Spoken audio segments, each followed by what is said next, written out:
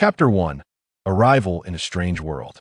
Fat Hong sat vacantly on the ground, which was blanketed with a thick layer of fallen leaves. Clutching a sharp dagger in his plump hand not far in front of him lay a colossal, peculiar creature. This enormous beast was as large as an African elephant had it not been for the three massive conical horns atop its head, and its pig-like snout lacking the classic multifunctional trunk. One might easily mistake it for an oversized wild boar. However, given its unique features, Fat Hong could only regard it as an African elephant with an extra horn.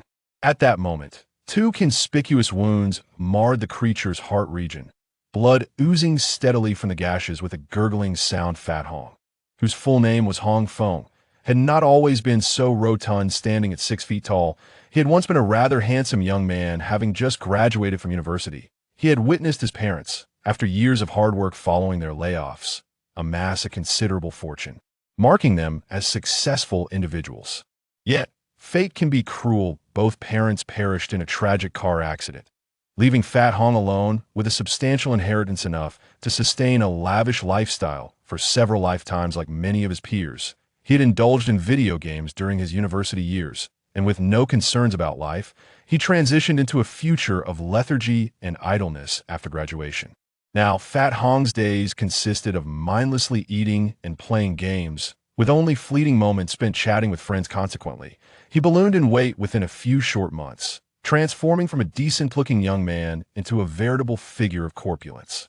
As a dedicated gamer, Fat Hong eagerly returned home after dining at a restaurant, hastily booting up his new computer, purchased just days prior. With financial resources at his disposal, he had opted for an impressive configuration and, upon acquiring it, diligently transferred several of his beloved games onto the new hard drive. His sentimental soul, he was reluctant to abandon the games of his past, opting instead to retain them alongside the new titles. Thankfully, the expansive hard drive accommodated all his favorites without issue.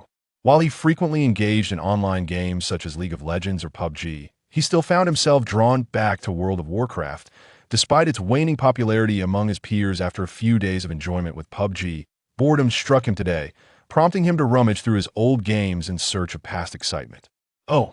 he exclaimed, unexpectedly discovering two titles: Total War Kingdoms and Total War Napoleon, both strategic games inspired by medieval Western warfare and the Napoleonic era. Fat Hong had once relished these games, enjoying spirited battles with classmates in their dorm rooms, but had gradually shifted to other titles. With time to spare, he decided to indulge in Total War Kingdoms and unleash some wrath upon the computer. As he maneuvered a cavalry unit to flank the isolated infantry, he remarked, "A classic charge. Let's see if you survive this."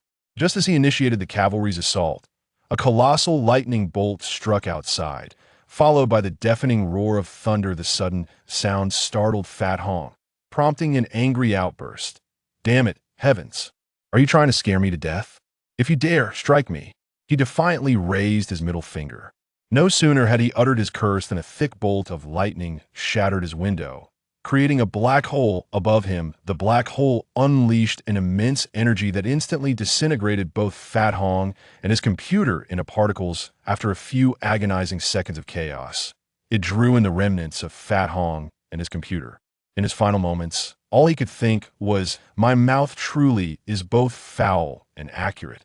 Inside the black hole, Fat Hong and the fragments of his computer were continuously mixed and dispersed by the swirling energy until, suddenly, an external force tore open a spatial rift, hurling him out.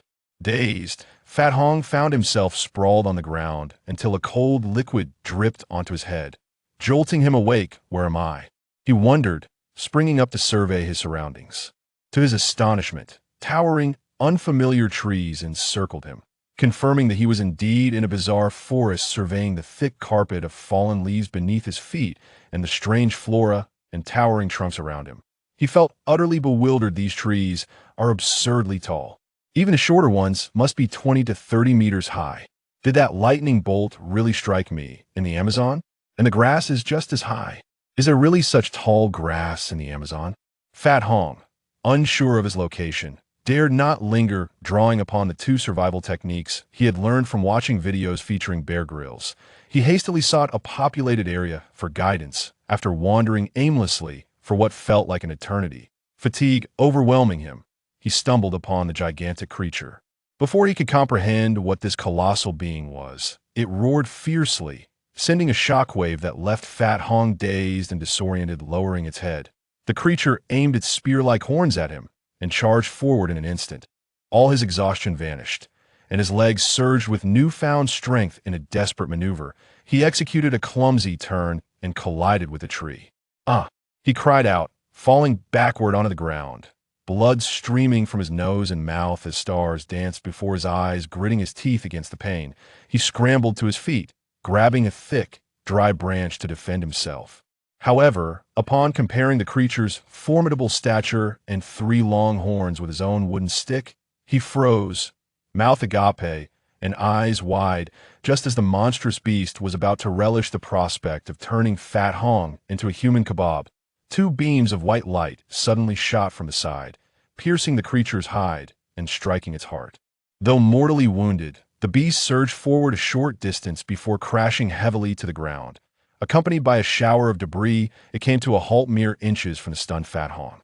Soon after, 7 figures emerged from the foliage. The first was a muscular, bald man with dark skin, towering at around 2 meters tall, resembling a blend of a robust warrior and a modern-day gladiator clad in black. Reminiscent of ancient European armor, he wielded a large machete, effortlessly clearing the underbrush, and at last, 2 graceful figures emerged side by side. The one on the left, petite in stature, was adorned in a delicate ensemble of pale green linen, holding an exquisitely crafted pale green longbow with a beautiful quiver brimming with arrows slung across her back. Upon her appearance, the lovely girl cast a gentle smile at the portly Hong, revealing a cherubic face that was simply enchanting, captivating enough to leave him utterly entranced. Hong noticed a pair of pointed ears peeking through her silky flaxen hair. Goodness, she must be an elf. Hong's eyes widened in disbelief, nearly drooling at the sight. To the right stood a woman, perhaps a walking feline? Yes, it appeared to be a cat girl slightly taller than the elven archer. She donned a form-fitting black leather armor, with a dagger sheathed on each of her slender thighs. As she walked, she remarked to the elven archer, "Once again, we haven't managed to separate. Perhaps next time." While speaking, she cast a glance towards Hong. Hong observed with amusement as the cat girl's ears twitched animatedly while she conversed. Having immersed himself in countless web novels, he quickly realized that he had just partaken in the most magnificent and frequent trope of all, transmigration. The cat girl, after casting a few glances at Hong, swiftly darted towards the monstrous creature. She approached it with purpose, extracting a dagger and a long arrow from its heart. Tossing the arrow to the beautiful elven maiden, she wiped the dagger on a withered leaf before strutting back towards Hong. "Human? I have transcended. I have transcended." Hong, dazed, could only utter in disbelief. "Commoner? I have transcended. I have transcended." He stammered, lost in his own thoughts. "Lost, are we? I have transcended. I have transcended."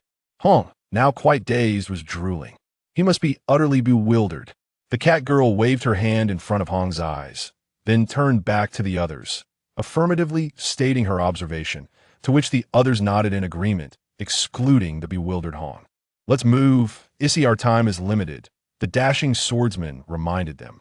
"Oh," the cat girl responded, snatching the wooden stick still clutched in Hong's hands and tossing it aside, casually handing him her dagger. Instead, she flashed a smile at him before gesturing to the side. "If you walk for about an hour that way, you'll find a path leading to Hot Spring Village. Take care of yourself." With that, the cat girl beckoned the others to set off.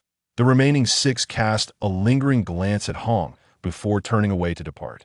"Don't forget its magic core. Consider it a gift." The cat girl turned back for a moment, pointing at the fallen beast. Chapter 2. Acquisition of a System. As the 7 departed, our protagonist Hong remained in a daze, still entranced by the notion of his transmigration. It wasn't until a large droplet uncertain whether it was tree sap or some creature's excrement plummeted onto his head that he snapped back to reality. Startled by the sudden drop, Hong instinctively jerked, gazing at the monstrous creature within arm's reach, and reflecting on the recent events, he was now thoroughly convinced that he had indeed traversed realms. Sigh. Hong exhaled heavily, Aware from his extensive reading of transmigration novels that very few ever returned to their original world, rising to his feet, he absent-mindedly wiped the blood, and the dripping substance from his face, the blood, had nearly dried, making it difficult to clean. Looking up, he noticed another large drop of tree sap threatening to fall, prompting him to dodge hastily, for this sticky substance was equally troublesome to remove. Alas, what am I to do now? Pang Hong, after tossing the dagger onto the ground and rummaging through his pockets, let out a mournful wail.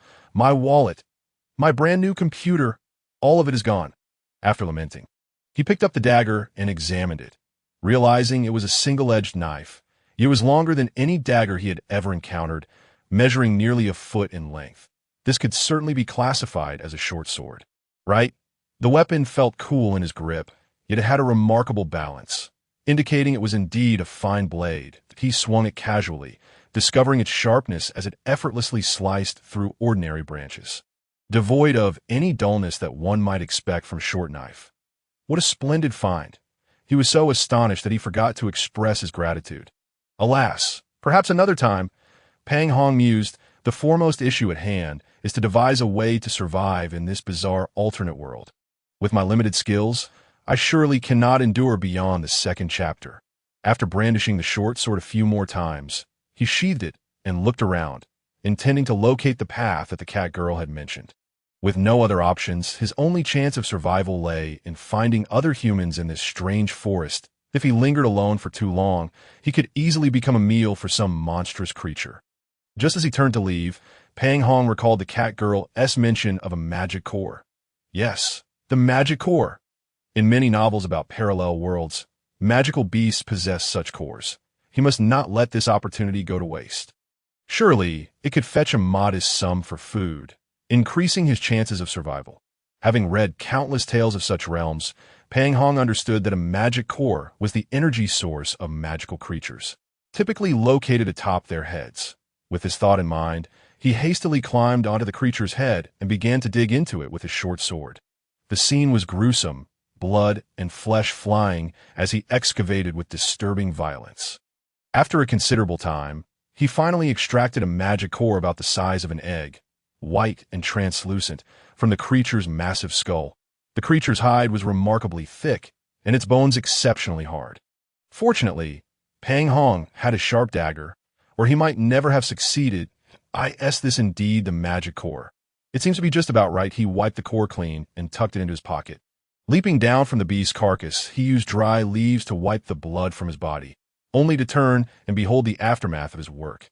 Good heavens, the sight was utterly terrifying. While he had been engrossed in his task, the horror had eluded him, but now it struck him with full force, prompting him to clutch his dagger and scurry towards the direction the cat girl had indicated. As he moved, he skillfully used his dagger to clear away any obstructive foliage.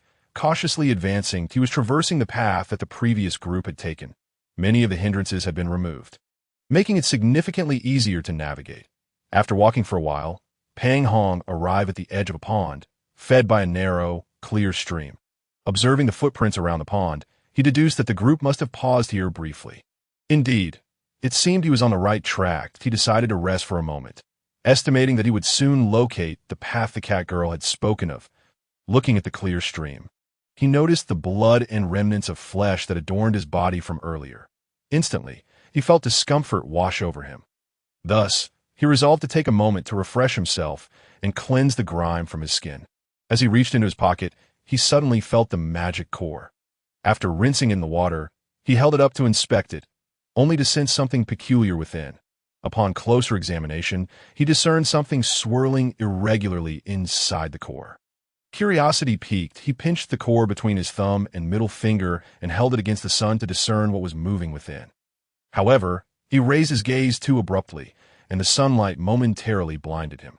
In that instant, he gripped too tightly, feeling something slip from the core into his body along his fingers, sending a chilling wave through half of his body and the arm holding the core. With a sharp crack, the magic core shattered in his grasp.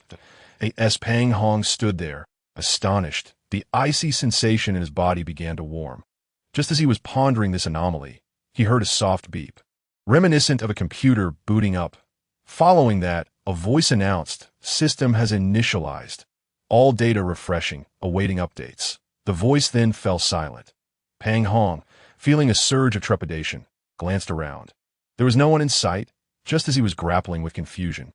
He discerned a vague presence before him. Steeling himself, he focused intently, and the image before him gradually sharpened into clarity that it was a projection in his mind, resembling a game interface with several options.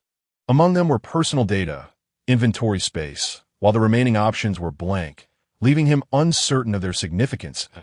As Pang Hong contemplated his personal data, he felt a sudden shift in his consciousness. The personal data option illuminated, and a voice declared, "Personal data initialization commencing."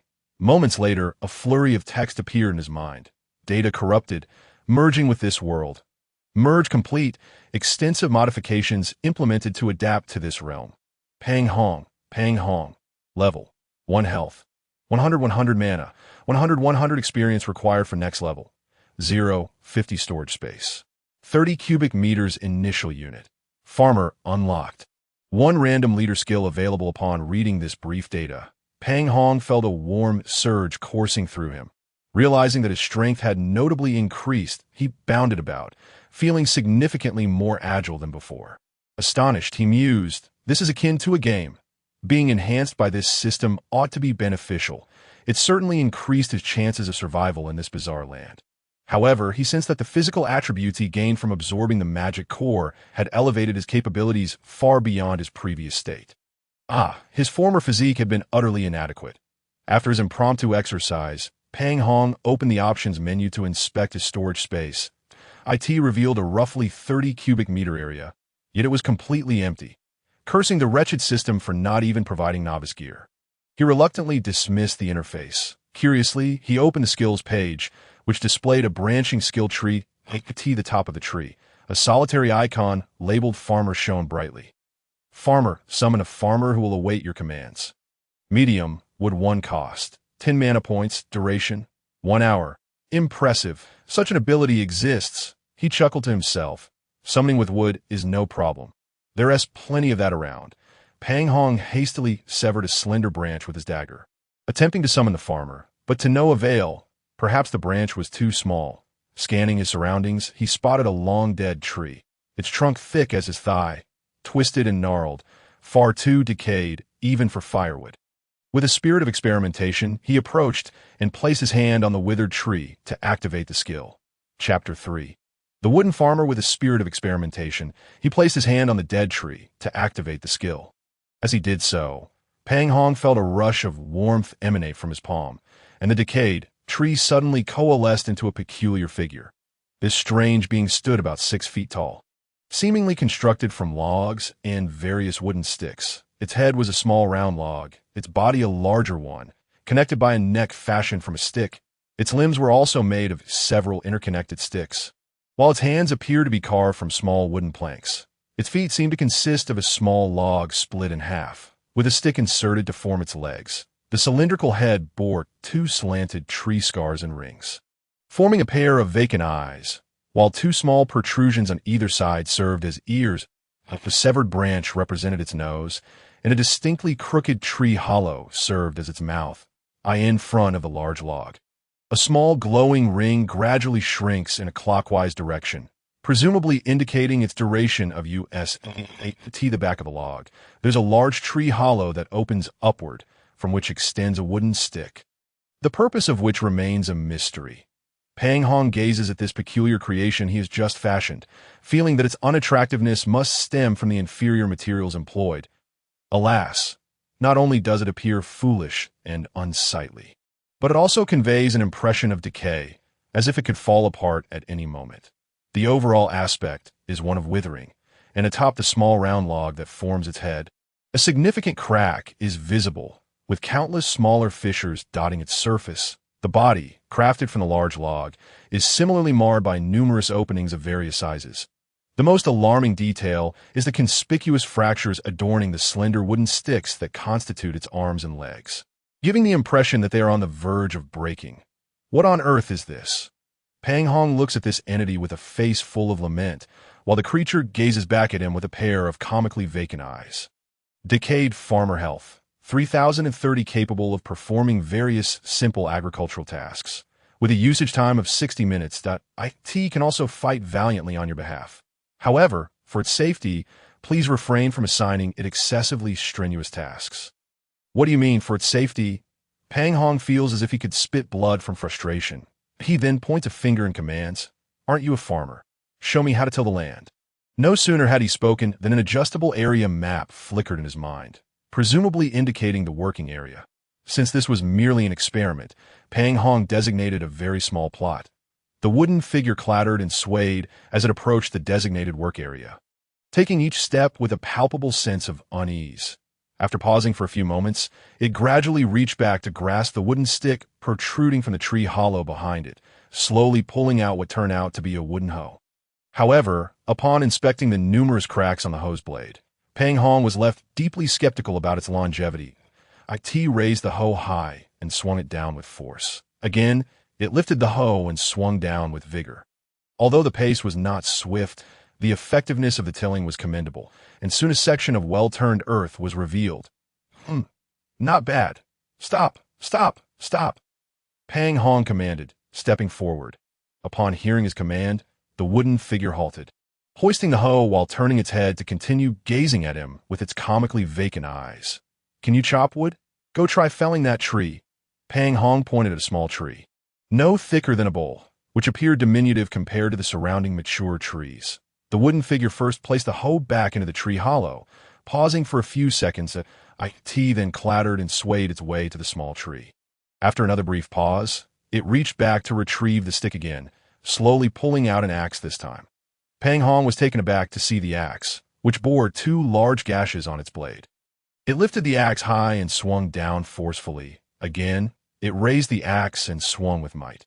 Each strike, while not particularly impressive, clearly indicated that the small tree was on the verge of being felled. Crack!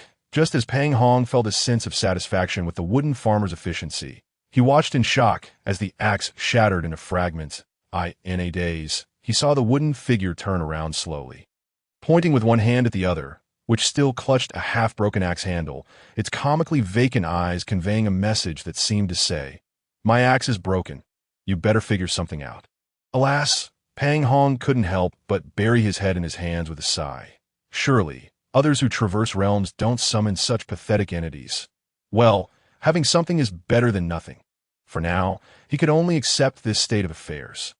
Looking at the wooden figure before him, Pang Hong felt an overwhelming sense of helplessness that he noticed there was still a random skill that could be drawn. So he focused his thoughts and selected to extract a random skill. Leader skill. Ding! Beginning extraction of leader skill. Pang Hong swore on his abundant flesh that this contraption provided no hints and frighteningly activated. Before him, a multitude of texts materialized, reminiscent of the Matrix, yet the words scrolled by too swiftly for him to discern anything. Just as Pang Hong began to suspect that the system was deceiving him, the display suddenly froze. Extraction complete, the beginner's gift pack skill. Loot I, upgradable, at the cost of your enemy's corpses. Satisfy your greedy desires. Consume 1 mana to allow your avarice to scour once more. Upon use, the corpse will vanish. This is your beginner's gift pack, granting you an additional opportunity to acquire loot. Surprised? Happy? Pang Hong was nearly choked with rage. This system was utterly insufferable. Frustrated by the system and fearing encounters with the previous monstrous creatures, he hurriedly led the wobbling wooden figure along the newly cleared path out of the jungle. As he walked, he incessantly complained about the wooden figure's remarkably slow pace. However, his cowardly disposition prevented him from abandoning it. After all, having a companion, even if it was a bumbling wooden being, bolstered his courage. While he continued to grumble about the farmer's sluggishness, an odd noise suddenly reached his ears. Turning towards the source, he noticed the grass nearby rustling, as if something were crawling through. Feeling a twinge of fear, Pang Hong cautiously grasped his dagger, ready for anything. The rustling drew nearer. 2 creatures resembling wild dogs from Earth emerged from the underbrush, their bodies covered in gray-green effluve as Pang Hong scrutinized them. A set of data appeared before him. Jungle wolf, beast, pack animal, primarily feeds on small creatures and carrion, exhibits strong aggression towards weaker beings. Other information is not detailed. with the description in mind. Pang Hong's heart raced with anxiety as he muttered, "What on earth are these things? Can they bite?" He hastily readied his dagger for defense. The two jungle wolves, having emerged from the grass, fixed their fierce gazes upon Pang Hong. He, in turn, held his dagger steadily in their direction. The wooden figure, sensing Pang Hong's tension, slowly moved beside him, glaring at the two jungle wolves with its comically vacant eyes. The standoff lasted for a moment. But the wolves, perhaps perceiving that Pang Hong and his companion posed little threat, simultaneously let out a low growl and lunged towards them. Chapter 4. Hot Spring Village. Seeing one of the jungle wolves charge at him, Pang Hong felt a surge of fear. Yet he realized he remained considerably calmer than during his initial encounter with the massive creature. He noted that the wolf's speed was not as swift as he had imagined. Thus, he steadied himself, waiting until it was almost upon him before swiftly stepping to the left to evade, then plunging his dagger into the jungle wolf's body, pulling it forward with force. To his surprise, the dagger met no resistance as it penetrated the wolf's flesh, as though it had no bones at all. With a single thrust, he cleaved the creature's lower half in two. After collapsing, the jungle wolf writhed and emitted a mournful cry, its innards spilling out from the gaping wound, a horrifying medley of red, white, black, and green. Turning around, Pang Hong discovered that the other jungle wolf had already tackled his wooden farmer point. One of its thin arms had vanished. And while the wooden figure fought valiantly to resist, the jungle wolf swiftly crushed its wooden head with a few bites. Seeing this, Pang Hong rushed over, and, just as the jungle wolf shattered the wooden figure's head, he stabbed the wolf in the back and forcefully pulled down, cleaving it in two from behind, observing the two jungle wolves that struggled for a moment before succumbing and the fragmented remains of the wooden farmer. Pang Hong wiped the cold sweat that had formed on his brow and sat down heavily on the ground. Gazing at the shattered pieces of the wooden figure, he lamented internally, "This thing is utterly unreliable." Others who traverse realms summon entities that not only wreak havoc, but also ensure the protagonist's safety. Why does mine struggle to protect itself? Just as Pang Hong continued to berate the wooden figure's unreliability, a consciousness emerged in his mind, indicating he had acquired items. Wolf Fang's X2.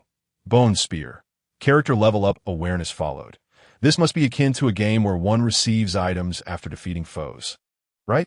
Oh. I can utilize the loot skill once more. Pang Hong suddenly remembered the beginner's gift pack he had just received. He obtained the complete hide of a jungle wolf and the intact skeleton of a jungle wolf. Rising to his feet, he activated the loot skill on the two jungle wolves. This skill truly proves to be quite remarkable as Pang Hong cheerfully strides forward. Moments ago, he glanced at his storage space and discovered it now contained two wolf fangs and a spear seemingly crafted from several bones, roughly the thickness of eggs, interconnected. Additionally, there lay an intact wolf pelt and a complete wolf skeleton, likely the spoils from his previous encounter with the jungle jackals and the skills he had employed on their carcasses. After he had utilized his skills, the two jungle jackals gradually vanished at a visibly slow pace.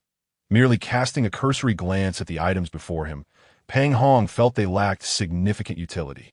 Aside from the relatively impressive description of the bone spear, the description read, Jungle Wolf Bone Spear, a rudimentary spear crafted from the leg bones and teeth of a jungle wolf, with a certain probability of causing accelerated bleeding upon piercing an opponent.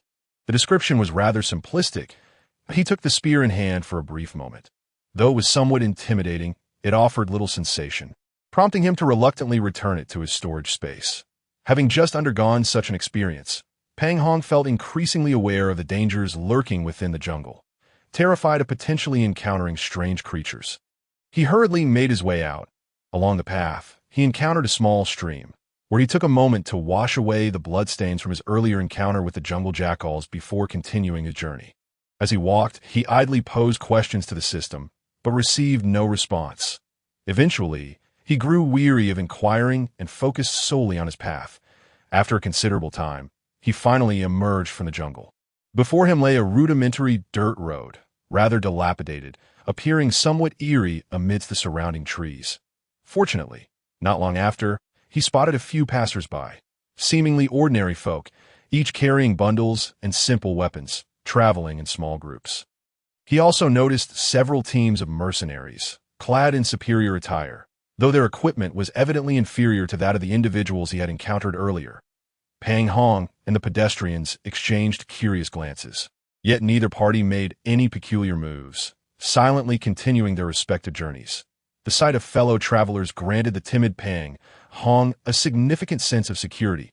He followed the direction indicated by the cat girl, accompanying a small group of civilians. As they advanced, it was unclear how long they walked, but suddenly, the landscape opened up, revealing vast fields of crops resembling wheat on either side of the road. Most importantly, in the distance, Pang Hong spotted a wooden enclosure constructed upon the terrain, which brought him immense joy as he felt he might soon catch his breath. As he approached, he discerned that the enclosure was divided into two levels. The lower level was built from stones of varying sizes, while the upper was constructed from sturdy logs. Although it appeared rudimentary, it exuded an aura of robust reliability. The road beneath his feet transformed into a surface paved with slabs and stones. Though not as refined as the asphalt roads he had traversed before, it was certainly more walkable than the dilapidated dirt path. Upon nearing the village, he noticed a trench filled with wooden spikes, accompanied by several rows of rudimentary barricades. Some of these barricades bore remnants of blood, instilling a sense of dread within Pang Hong. As he approached the village's suspension bridge, he spotted several soldiers clad in simple leather armor, brandishing spears, standing guard at the entrance. Observing that the individuals ahead did not pause, but entered the village, Pang Hong quickly followed suit. Although the guards cast him a puzzled glance, they did not prevent his entry. Once inside the village, Pang Hong realized it was constructed along a mountainside. Not only was there a sturdy outer wall, but several wooden barriers could be found within the village, along with watchtowers at key points, giving it the appearance of a military encampment rather than a mere village. A stream, more than 2 meters wide, flowed through the village, serving as the primary source of drinking water and irrigation for the fields. In the depths of the village, steam billowed continuously, likely from hot springs. Otherwise, why would it be called Hot Spring Village? Under the curious gazes of several villagers, Pang Hong inquired about where to buy and sell goods. Ah, yes, this must be the village's commercial street. After expressing his gratitude, he hurriedly made his way there.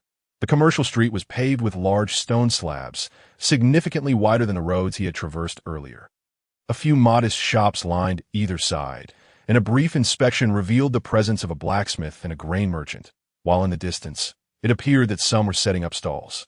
Pang Hong meandered to a shop adorned with a sign resembling a large green leaf. The peculiar name of the establishment piqued his curiosity, although he should not have recognized the writing. He found himself understanding it, perhaps a perk from a system. Glancing at the sign, he deduced it was a general goods store, likely able to purchase his items.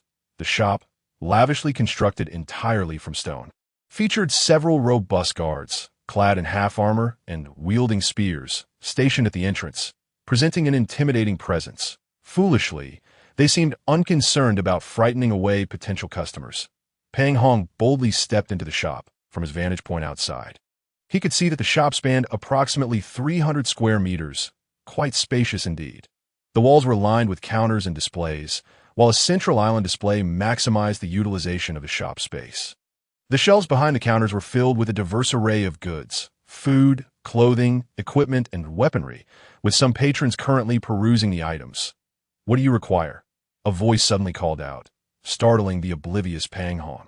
Following the sound, he was taken aback to find a legendary goblin before him, clad in a formal attire and sporting a pair of small spectacles, who was scrutinizing him with a serious expression. "Ah, hello. I came here to inquire if you have any interest in purchasing some items," Pang Hong stammered awkwardly, as he had lived a life of comfort, devoid of such experiences, and had never sold anything before. "Oh, sir, no problem at all. You can trust the reputation of me, Villavis. Everyone in this village can vouch for me," the goblin replied earnestly, yet with a hint of pride. "May I first take a look at the goods you wish to sell?" "Oh, certainly." Under the goblin's guidance, Pang Hong traversed through the shop and arrived at a relatively quiet area in the back. "Here, these are the items," he declared, producing the wolf fangs, pelt, and skeleton, hesitating for a moment before reluctantly revealing the bone spear. Initially, he feared that the spear might be perceived as malevolent, and had considered keeping it for self-defense. However, He noticed the presence of several bone weapons within the shop, coupled with his concern that the first 3 items held little value and would not fetch enough coins to sustain him, leading him to hesitantly present them all. The goblin proprietor's eyes lit up as he beheld the items Pang Hong produced, not due to their rarity, but because he suspected that Pang Hong possessed advanced storage equipment. In this world, such space-saving gear was not uncommon, with many individuals owning it. However, the sizes of the storage varied, and more importantly, a certain amount of time was required to extract and store items. The goblin himself possessed a modest storage device, thus he held a degree of understanding regarding such equipment. Only those with masterfully crafted high-tier storage equipment could produce items as swiftly as Pang Hong had done. Additionally, Pang Hong's attire, adorned with numerous twigs and foliage, while somewhat tattered, appeared quite spirited, leading Villaviz to believe that Pang Hong must hail from an affluent family wandering the world well-equipped and extravagantly dressed. Albeit somewhat foolish, he embodied the essence of a Na'vi scion of a wealthy family. The wolf pelt is quite good, 8 silver coins. This skeleton has been extracted flawlessly, although it's merely an ordinary wolf skeleton. The necromancer apprentices would certainly appreciate it. 40 silver coins to AS for this bone spear. The goblin examined it, lifted the spear, and performed a standard thrust toward the target like wooden board. With a resounding thud, the spear pierced through. Observing the hole it created, the goblin waved the spear and remarked, "Not bad at all. Much better than I anticipated. 15 silver coins to do," unaware that he now bore the aura of a wealthy fool. Pang Hong was astonished to learn that the most valuable item was the wolf skeleton, rather than the spear he had expected. This wolf skeleton, I wonder what secret method you employed for its extraction. It is remarkably well done. Those necromancer apprentices and individuals looking for decorative pieces would undoubtedly be keen on it. If you have more, please continue to sell them to me. Trust me, I offer prices that are entirely fair. In total, these items accumulated to 63 silver coins. Believe me, this is a fair price at AS for the fangs. Let's not bother. If fashioned into arrows or jewelry, they might find buyers, but as standalone wolf fangs, they are far too common. The goblin proprietor set aside the bone spear and continued to observe the wolf skeleton. I see. Very well then, Fat Hong hesitantly replied. Please follow me. The goblin owner carefully placed the wolf skeleton into a box and led Fat Hong back to the shop. Here are 6 large silver coins, 2 small silver coins, 7 large copper coins, and 30 copper coins. Please take care of them. The goblin handed him a small burlap pouch containing a modest assortment of silver and copper coins. I apologize, but I'm not very good with conversions, Fat Hong sheepishly inquired, scratching his head. Well, allow me to explain. The goblin owner began to turn out that the currency in this world was divided into copper coins. Large copper coins, silver coins, large silver coins, and gold coins.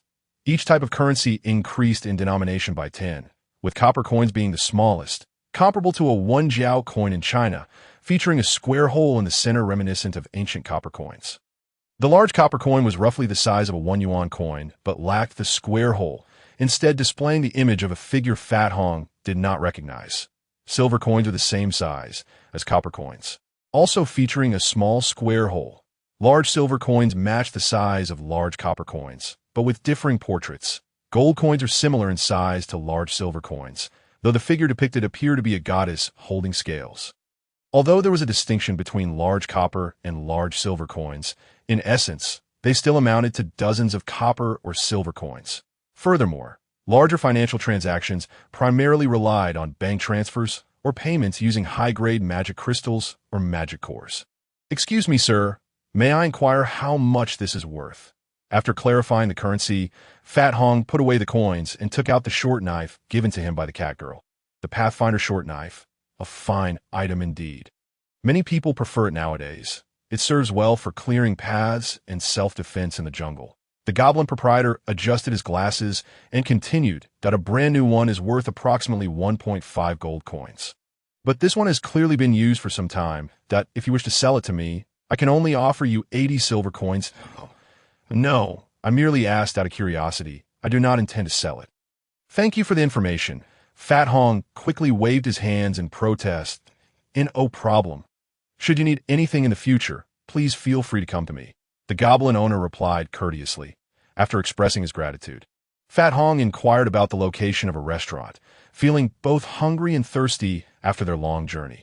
With the current surroundings momentarily secure and a bit of coin in his pocket, Fat Hong decided to first appease his hunger before attending to other matters. Chapter 5. The Bounty Hall. Following the goblin owner's directions, Fat Hong soon spotted an establishment with a sign fashioned from cutlery, unmistakably indicating a dining venue. Stepping inside, he found the interior reminiscent of small eateries from his previous world, furnished with sturdy wooden tables and chairs. Approaching the counter at the back, he discovered a sign displaying the available meals and their prices for the convenience of patrons. "Hello, I would like to order a traveler's set," Fat Hong declared after scanning the menu, which featured a meal priced at just 15 copper coins.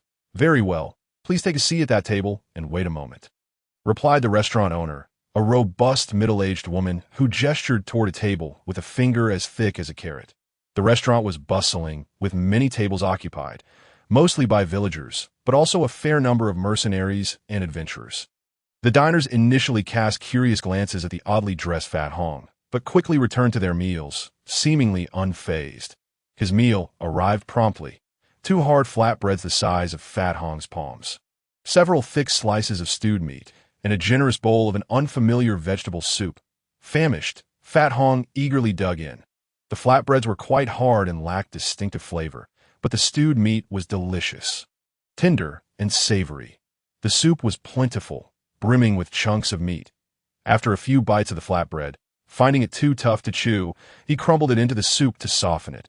After paying for his meal and feeling satiated, Fat Hong followed the owner's directions to seek accommodation in this village.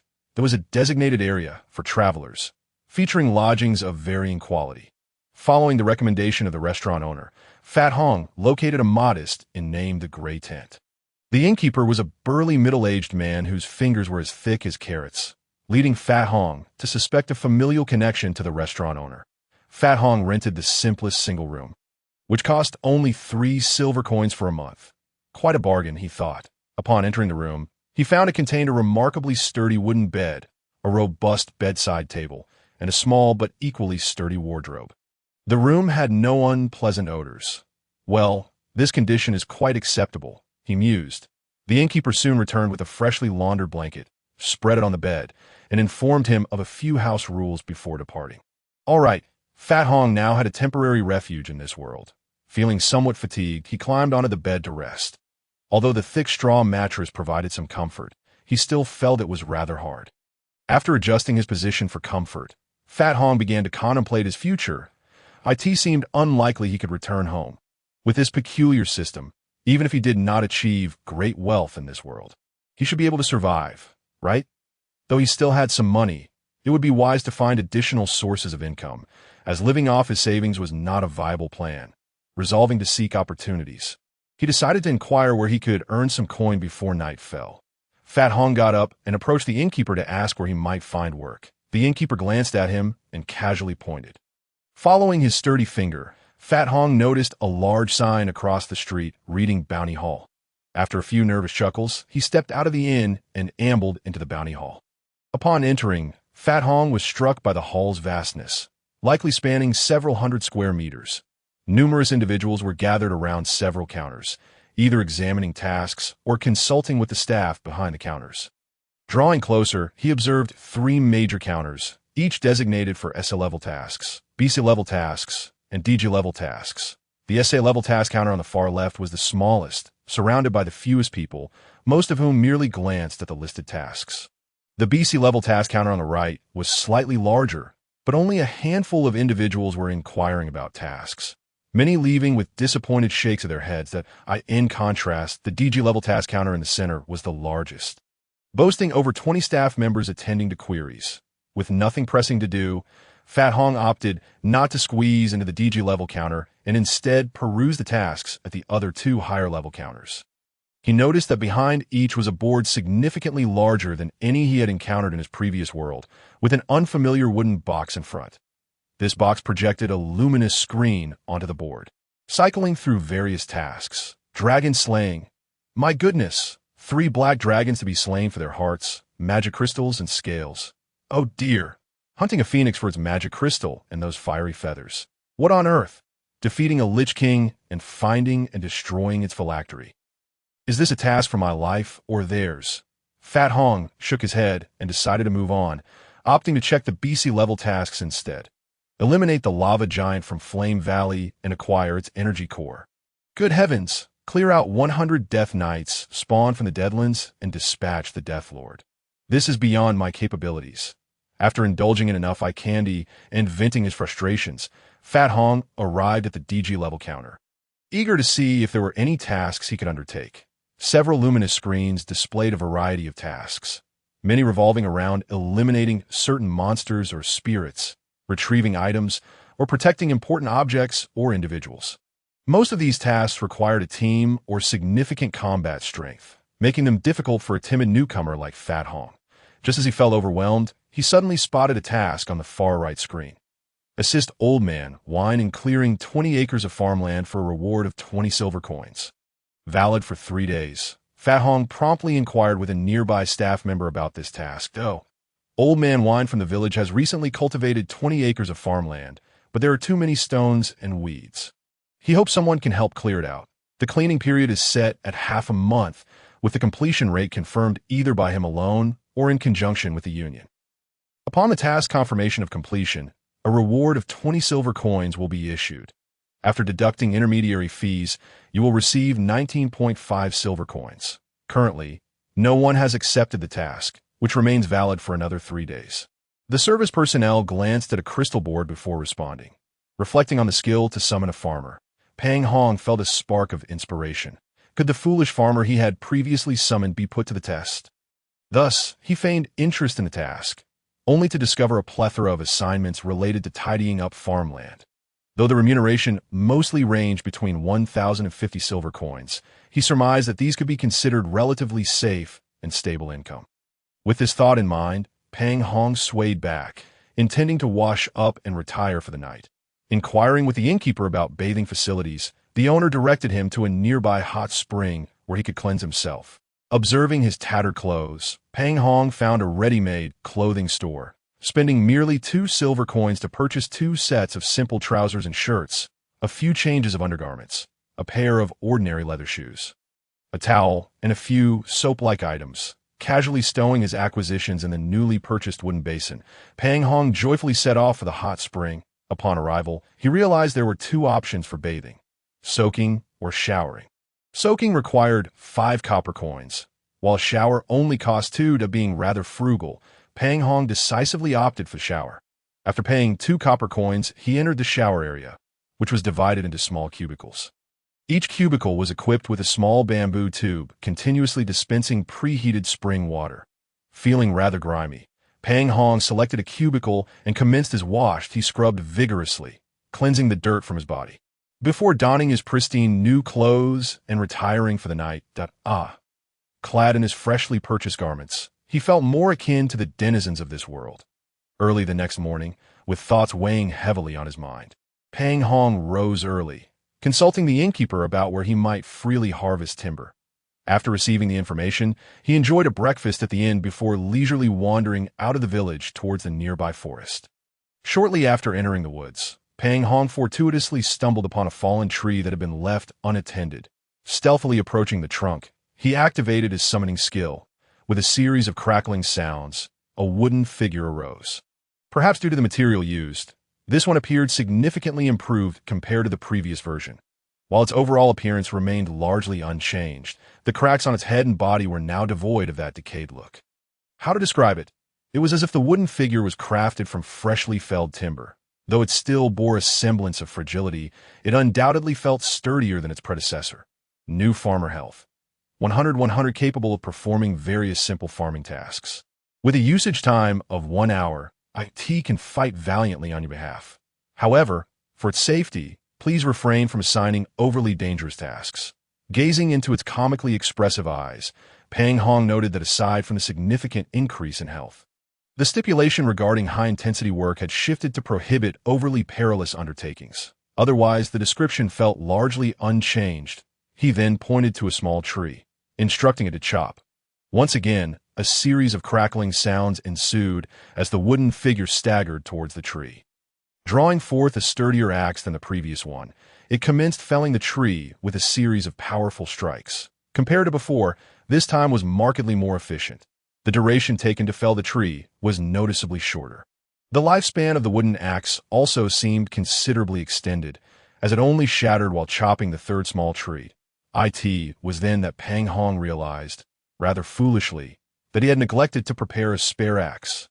Reluctantly, he instructed the wooden farmer to remain in the woods while he dashed back to the village to purchase a long-handled lumberjack's axe from the blacksmith for 1 silver coin. Then hurriedly returned. Upon reaching the previous location, however, he found the wooden figure had vanished, leaving only a scattering of wood shavings in its wake. It seemed its time had expired, and it had disintegrated. Alas, Pang Hong did not attempt to summon another wooden farmer, instead resignedly taking up his axe to continue felling the small tree. Chapter 6. Clearing the land. I am but a humble lumberjack, skilled in the art of felling.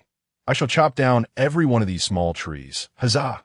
Transforming into a bald-headed strongman, Pang Hong sang a spontaneous ditty while vigorously swinging his axe. Thanks to his newfound strength, he felled the nearly severed tree with only a few strikes. Rather than trimming the branches, he proceeded to chop the tree into 2 roughly equal segments. Subsequently, he placed a hand on one of the tree trunks. Attempting to activate his summoning skill once more, with a series of crackling sounds, a new wooden figure stood up. Pang Hong directed it to take up the lumberjack's axe and commence chopping. The wooden farmer had no issue wielding the axe, swiftly bringing the tree down with impressive efficiency, far surpassing that of its wooden counterpart. After felling 3 more trees, Pang Hong refrained from further cutting and instead ordered it to chop the fallen trees into segments of varying sizes. He then experimented with summoning using these segments. Upon utilizing these logs, he successfully summoned several more farmers, ultimately grasping that summoning a wooden farmer required at least a piece of wood the size of an arm. He also discovered a delightful revelation. The time required to fully restore 100 points of magical energy was 1 hour. Thus, as long as there was sufficient wood for summoning, once the current batch of wooden farmer's time expired, he could immediately summon new ones out of course. He could also summon another if he gathered 10 points of magical energy, which greatly lifted Pang Hong's spirits. In a buoyant mood, before the wooden farmers vanished, he commanded them to fell a few more trees, segmenting them into the necessary sizes for summoning and storing them in his spatial pouch. After completing these tasks, the morning was nearly at an end, and with a sense of assurance, Pang Hong meandered back to the village. He first dined at the inn for lunch, wiped his mouth, and then made his way to the bounty hall. Noticing that Old Man Wayne's task was still available, Pang Hong approached the service personnel to express his desire to accept it.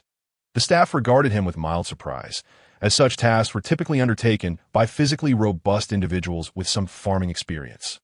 Villagers resembling Pang Hong, plump and soft, were not usually inclined to such endeavors. Though they might have thought this, they were bound to follow protocol. "Very well, please present your membership card," the attendant said with formality. "Oh, I need a membership card? What should I do about that?" Pang Hong replied, somewhat bewildered. Was it really this complicated to undertake a simple task? It seems this is your first time accepting a task. The service personnel chuckled, gesturing towards a nearby counter. "You can obtain a membership card there." Pang Hong approached the counter, spending 3 silver coins to acquire the card. After providing some personal details, he received a wooden plaque the size of a credit card, embedded with a tiny crystal. Before he could inquire about its usage, the staff suddenly grasped his hand, pricking his finger with a thin needle to extract a drop of blood and applying it to the crystal. The crystal glowed, revealing a streak of blood within. "This is your bounty membership card. All rewards from completed tasks will be stored here.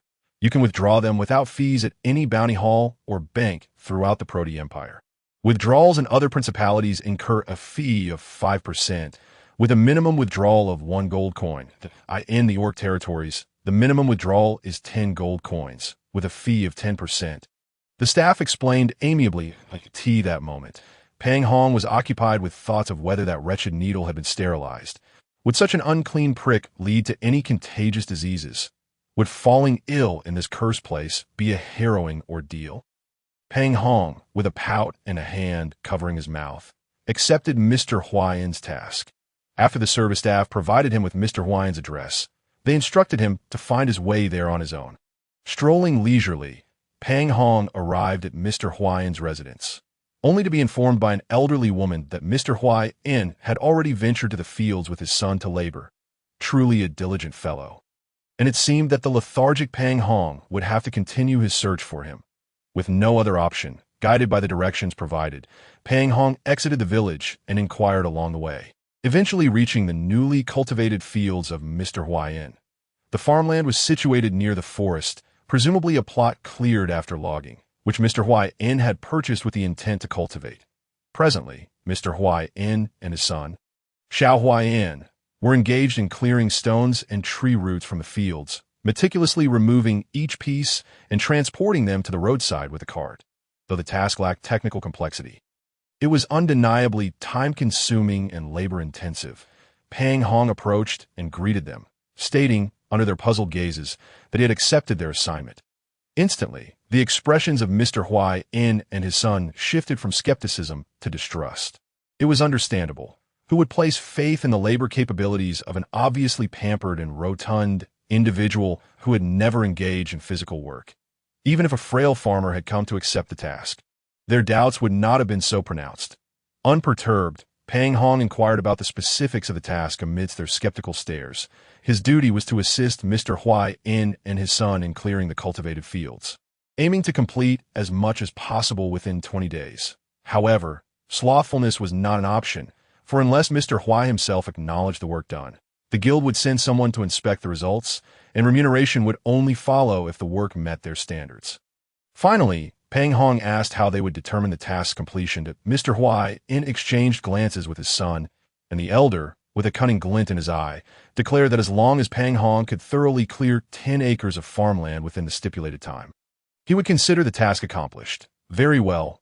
Pang Hong then negotiated further details. Starting the following day, he would clear 10 acres of arable land in exchange for 20 silver coins from the elder Huayan. If he failed to meet this goal, no payment would be rendered. However, the Huai family was obliged to provide tools as per Pang Hong's request, and they would also supply lunch during this period. Pang Hong first requested 10 shovels and 10 hoes, along with 2 small carts. Xiao Huayan inquired if he would be bringing anyone along. Pang Hong, maintaining an air of mystery, ignored the question and ambled back to the village, where he purchased 2 long-handled axes before heading off to chop wood. The next morning, Pang Hong arrived punctually at the land designated for cultivation. The Huai father and son had already begun their labor, and upon seeing Pang Hong alone, they curiously questioned his need for so many tools. After securing the necessary equipment and delineating the area to be cleared, Pang Hong, much to the astonishment of the Huai duo, summoned forth 10 comically animated, dilapidated wooden farmer figures. After establishing the work boundaries, he instructed the wooden farmers to commence their labor. At that moment, the Huai father and son became so entranced that they momentarily forgot their own tasks, staring vacantly as the decrepit wooden figures clumsily wielded their tools and trudged into the fields to work. Meanwhile, Pang Hong laid out a thick mat he had recently purchased for 20 copper coins beneath the shade of a tree to rest. Initially, Pang Hong reveled in his leisurely position, observing the wooden farmers with the demeanor of a prosperous landowner. However, he soon grew restless that it was not that the wooden farmers were ineffective, equipped with suitable tools. They worked at a commendable pace, yet transporting large stones and uprooting stumps proved excessively time-consuming. Reluctantly, Pang Hong decided to allow them to clear the smaller debris first, while he collected the larger items into his spatial storage, stacking them in the designated area once sufficiently full. Thus, the wooden farmers handled the clearing, while Pang Hong managed the transport of refuse, by noon, after the 4th wave of farmers had completed their shift. Pang Hong had, to the astonishment of Mr. Huayan and his son, cleared a substantial portion of the larger debris from 4 acres of land at lunchtime.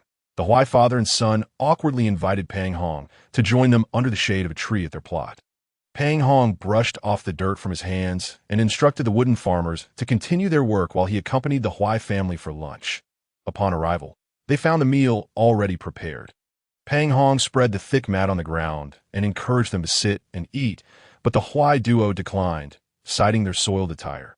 The meal, delivered by the elder Huayan's wife, consisted of a simple large bowl of vegetable soup, a heap of dry flatbreads, and a jar of homemade pickles. The soup lacked flavor and oil, yet the breads and pickles were plentiful, having expended considerable energy hauling stones and other heavy items. Pang Hong was indeed famished, and he eagerly devoured 2 large bowls of the bland soup with the flatbreads, accompanied by the pickles. After a brief lunch, as Pang Hong contemplated a short rest, he noticed the Huai father and son observing him with unusual formality, devoid of the earlier bravado. Curiously, he inquired about their sudden change in demeanor. With caution, Mr. Huai explained the source of their apprehension.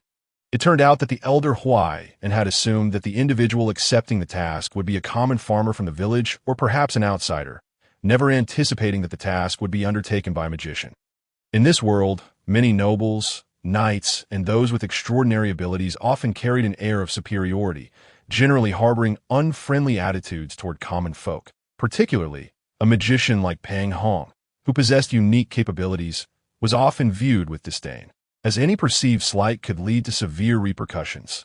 Thus, having previously boasted in front of Pang Hong, the Huai father and son now found themselves intimidated. "Oh, come on, you two are being ridiculous," Pang Hong chortled, reassuring them that he was not a magician, but merely an ordinary person with a peculiar ability, urging them not to be overly formal with him, regardless of whether they believed him. He rolled up his sleeves and gestured playfully. "Look, I could hardly harm you. With these little arms, I wouldn't stand a chance against Xiao Huayan." The pair burst into laughter at Pang Hong's antics, and noticing that he seemed parched, they observed him naturally lift a bowl to sip some soup, silently concluding that this rotund figure must indeed possess a kind heart. In just 2 days, Pang Hong, along with the wooden farmers, managed to clear the larger stones and roots from the 10 acres of farmland. Subsequently, he requested additional tools from the Huai family to address the smaller debris. Now, the smaller items required only to be transported in the small carts to the edge of the field, where Pang Hong would later collect them into his storage for relocation to the designated spot. With the larger stones no longer necessitating constant transport, Pang Hong relaxed, adopting the role of a leisurely landowner, lying upon the mat and observing the wooden farmers at work, with time on his hands. He engaged in light banter with Mr. Huai, his son, and other laborers, occasionally assisting with tasks within his capacity. This led many villagers to recognize the amiable and kind-hearted fat mage who had come to their village. As days passed, Pang Hong became a well-known figure both within the village and beyond, greeted warmly by numerous acquaintances, leaving many others perplexed. After 3 additional days of diligent work, he and the wooden farmers had meticulously cleared the Huai family's farmland to a pristine state. The Huai father and son, along with neighboring farmers, marveled at the exceptionally neat and clean fields, struggling to believe that such a feat could be accomplished in such a short span. Observing their astonished expressions, Pang Hong wore a self-satisfied grin, as if to say it was only natural, further endearing himself to the villagers. Chapter 7. A new task. The Huai father and son expressed their immense satisfaction with Pang Hong's work, promptly heading to the bounty hall to confirm the task's completion. The staff, pleased with the simplicity of the process, swiftly deposited Pang Hong's remuneration into his membership card. This undertaking catapulted Pang Hong to local fame, with villagers now aware of a fat magic summoner capable of conjuring wooden figures to assist with labor. Under Pang Hong's explanation, they even coined a new nickname for him, though he pondered why fat had to be a part of it. Oh, the trials of being a rotund mage. Not only is the efficiency of this portly magic summoner commendable, but his demeanor towards the farmers is also remarkably amiable. Consequently, Fat Hong not only takes on various tasks in a bounty hall, but is also frequently approached by farmers with spare coin, seeking his assistance, which has further enhanced his reputation within the village. Through these interactions, Fat Hong has gained a rudimentary understanding of this world. It turns out that, much like many novels depict, this continent is home to numerous intelligent life forms. In addition to humans, there are significant populations of beastmen, elves, dwarves, goblins, and others. Each of these races is further divided into various branches, making each race a vast system in its own right. A particular interest to Fat Hong is the notably long lifespan of humans in this world. An ordinary person can live for over a century, often reaching 100 to 200 years if they are free from illness and calamity, and those endowed with extraordinary abilities live even longer. The southern part of the continent is primarily occupied by countless nations formed by humans. After years of mutual conflict and annexation, the current human kingdoms consist mainly of 3 great empires and over a dozen smaller nations struggling for survival in the interstices. Of course, in some remote areas, there exist nomadic tribes or mountain dwellers composed of humans who are not governed by any nation. The 3 great human empires are the Empire of England, the Empire of France, and the Empire of Prussia, where Fat Hong resides. Among them, the Empire of England, situated on the far left, boasts the largest territory and population. Its vast lands and populace enable it to support a more substantial military force, making it the most formidable army among the 3 empires. The Empire of France lies between the other 2 and has a territory comparable to that of Prussia, but it possesses extensive plains, resulting in a cavalry that is not only the largest among the 3 empires, but also exceptionally elite. The Empire of Prussia, on the other hand, is characterized by its mountainous and forested terrain, producing soldiers who are the most resilient and tenacious among the 3 empires, with a significant number of skilled archers to the north of the continent. The land is predominantly controlled by orcs. Unlike the nations formed by humans, the orcs still operate under a tribal system, lacking the formation of significant states. Yet a powerful tribe may have dozens or even hundreds of vassal tribes. Moreover, the vast majority of orcs are born warriors, possessing robust physiques and indomitable spirits, with a fierce will to fight. Historically, orcs have exhibited strong xenophobia, while intertribal conflicts go unchecked when one tribe is invaded by humans. Neighboring tribes often rally to assist. Even minor skirmishes between humans and orcs can escalate into large-scale battles involving hundreds of thousands, causing considerable headaches for human nations, coupled with issues related to land and resources. Various conflicts frequently erupt between human empires and orcs, fostering mutual animosity. Over 200 years ago, however, an evil force known as the Abyssal Legion emerged from another dimension, tearing open a massive spatial rift through which countless abyssal creatures surged forth. This legion, composed of various monstrous entities and led by their chief, the Abyssal King, wreaked havoc and destruction across the land. What instilled fear in the hearts of all races on the continent was that, in the eyes of these abyssal demons, there was no concept of conquest, only annihilation and slaughter. Surrender? Impossible. Any living being within their occupied territories became their sustenance. In this calamity, numerous human nations and many orc tribes were systematically annihilated. Not to mention the plight of weaker races. The arrival of the Abyssal Legion plunged all races on the continent into peril, prompting a collective consciousness among them to unite. Realizing there was no retreat, the various races banded together to form a formidable coalition to counter the Abyssal Legion. Ultimately, the coalition engaged the Abyssal Legion in a decisive battle within what is now known as the Cursed Wasteland. In this pivotal confrontation, nearly 1 million valiant warriors from various races fell, and countless strong individuals and heroes perished. It was not until the Elven Queen seized the opportunity, while the leader of the Abyssal Legion was preoccupied with other heroes, shooting him with an arrow transformed from the Tree of Life, that the tide turned. The coalition's champions surged forward, dismantling the Abyssal King, ultimately ringing the bell of victory. The now leaderless Abyssal Legion retreated under the coalition's fierce onslaught. Aside from a portion that fled back through the spatial rift to the abyss, and a small group that scattered to hidden corners of the continent, the vast majority were slain on the spot. Although the various races achieved victory, the cost was immense. Thus, once the battle concluded, each race promptly returned home to recuperate and purge the remnants of the abyssal forces. This disaster, while inflicting significant losses upon the races, also ushered in an era of relative peace, fostering enhanced communication and connections among the various nations and tribes on the continent. Indeed, Fat Hong's understanding of the situation is roughly as such. It is undeniably stirring to hear. However, upon reflection, he feels little personal connection to these events, as he merely wishes to survive in this world. As for the rest, the matters of life and death are of no concern to him. On this day, Fat Hong completed another task in the fields. He is currently accompanied by a wooden man bearing a small sack of sweet potato chips, a gift from his employer, as they make their way back to the village. As he walks, he casually pulls out a piece from his pocket to snack on. Indeed, this world boasts many crops akin to those in Fat Hong's own. Behind him, the wooden farmers, with ample time remaining, march steadily back to the village alongside him. As they pass the edge of a field, Fat Hong notices a young girl sitting on the ridge, watching the adults toil.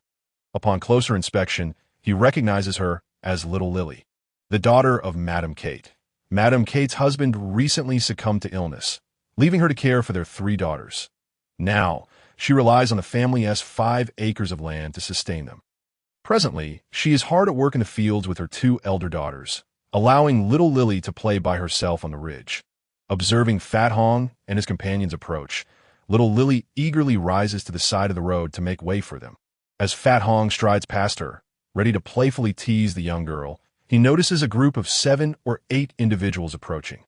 Leading the pack is the village chief, Winter, a serious-looking man dressed as if he were a goblin lord. Followed closely by the village's guard, Triss. "Good day, Mr. Hong." The chief greets warmly, a smile gracing his lips in response to Fat Hong's puzzled expression. "Has today's labor been arduous?" It's manageable," Fat Hong replies, secretly bemused at how the young lad had spent the day boasting and idling. "Mr. Hong, on behalf of the village, I would like to request your assistance with a task." Chief Winter continues, "We wish to continue the deforestation around the village to cultivate new farmland. However, our village is currently short-handed, and I would like to ask for your help." "That's no problem at all. May I inquire how extensive the area is and the duration required?" Fat Hong responds confidently.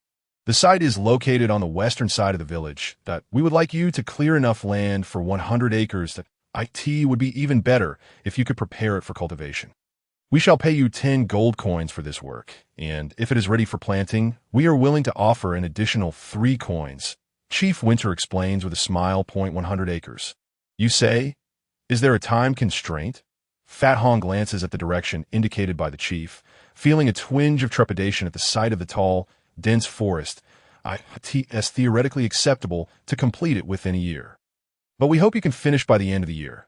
This gives you nearly 9 months. If you manage to complete it by then, we shall pay you 15 gold coins. Additionally, we will provide the necessary tools and arrange for lunch to be delivered to you.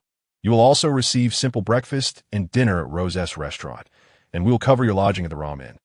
Of course, we will also assign 2 individuals to escort you during your work," Chief Winter elaborates, with Triss nodding in agreement beside him. "Very well. I just finished my task for the day and have not taken on any new assignments. I accept this task. I shall begin work tomorrow." Acquiesced. As they conversed, a little girl named Lily, standing by the roadside with her small head raised, gazed at the wooden farmer waiting nearby. Suddenly, she cautiously took a few steps forward and gently touched the wooden farmer with her tiny hands. The wooden farmer, feeling her touch, along with the other wooden farmers, lowered their heads and looked at her with expressions of delight. Startled by their joyful gazes, little Lily pouted her lips on the verge of tears.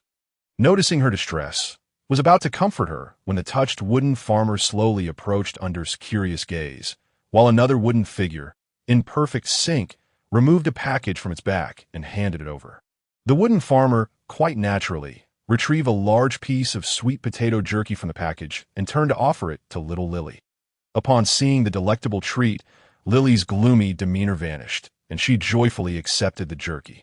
Popping it into her mouth, the wooden farmer also bent down and gently patted Lily's head with its little wooden hand and looked on in amazement at this scene. Afterward, one exchanged a glance with Triss, chuckling as he remarked, "Mr. Hong is truly a kind-hearted person. Even his summoned creatures are so benevolent. Oh, which of your eyes perceived this as a summoned creature?" Scoffed internally, "Is there such a comical summoned creature?"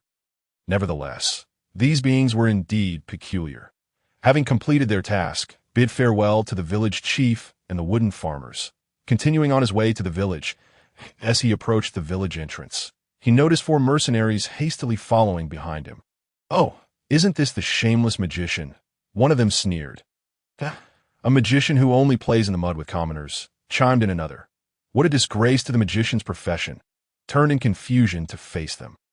The four mercenaries, clad in simple leather armor, had basic leather shields strapped to their backpacks. Each wielded a spear and bore swords or daggers at their waists. The most robust among them looked at with disdain, while the other three continued their mocking banter, indifferent to their taunts, simply turned back to the village. The burly mercenary quickly stepped in front of him, glaring fiercely. "You bastard! Didn't you hear us talking? Do you have no sense of shame?" "Why should I feel ashamed?" replied, bewildered. "Because those impoverished farmers toil in the fields, and that's the greatest disgrace. Is that so hard to understand?" The mercenary growled in response. "How can I not feel it? I believe I am just like them. We all eat, drink, and face the cycle of life and death. There is no difference. You risk your life to earn a living. While they labor hard to support their families, we are all striving for survival. What distinguishes us?" Shrugged dismissively. "What? You scoundrel dare to compare me to them?" The mercenary, incensed by his words, seized collar. "What are you doing? You ruffians, get away! Don't cause a scene at the village entrance." Several guards, witnessing the commotion, hurried over to disperse the crowd. Upon seeing the guard approach, the mercenary released, threateningly saying, "Kid, consider yourself lucky this time. Watch your back." He spat contemptuously and retreated with his companions into the village. Once the situation calmed down, the guards resumed their posts, ignoring the incident, while returned to the village with the wooden farmers. After a brief wash at the inn, hurried to the restaurant he often frequented, the establishment being Rose's restaurant. Familiar with the menu, he ordered a hearty vegetable soup and 2 hard breads. As he tore the breads apart to soak in the soup, savoring each bite, that irksome voice came from behind. "What a coincidence! Has the disgraceful magician transformed into a pig-like magician? How can a magician eat food meant for the lowly? Such humiliation! Sigh. Why must I encounter these foolish individuals again?" Thought, feeling somewhat vexed. Chapter 8.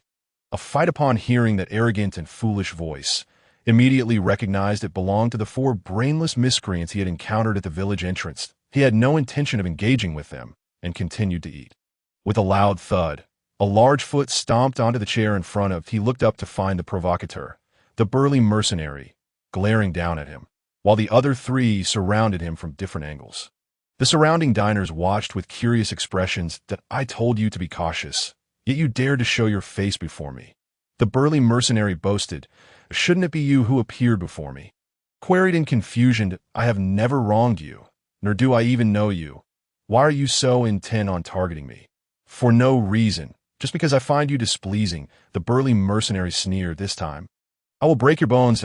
Was genuinely perplexed by their behavior, but he understood that he was likely in for a beating. Having always gotten along well with others and rarely fought, he knew he was no match for these mercenaries. As he contemplated conceding, the formidable tavern owner emerged from behind the counter, pointing to the door and saying, "If you want to fight, take it outside. Don't disturb others while they eat." "Who do you think you are, to speak to us like that?" one of the brainless quartet retorted, stepping forward to confront Rose.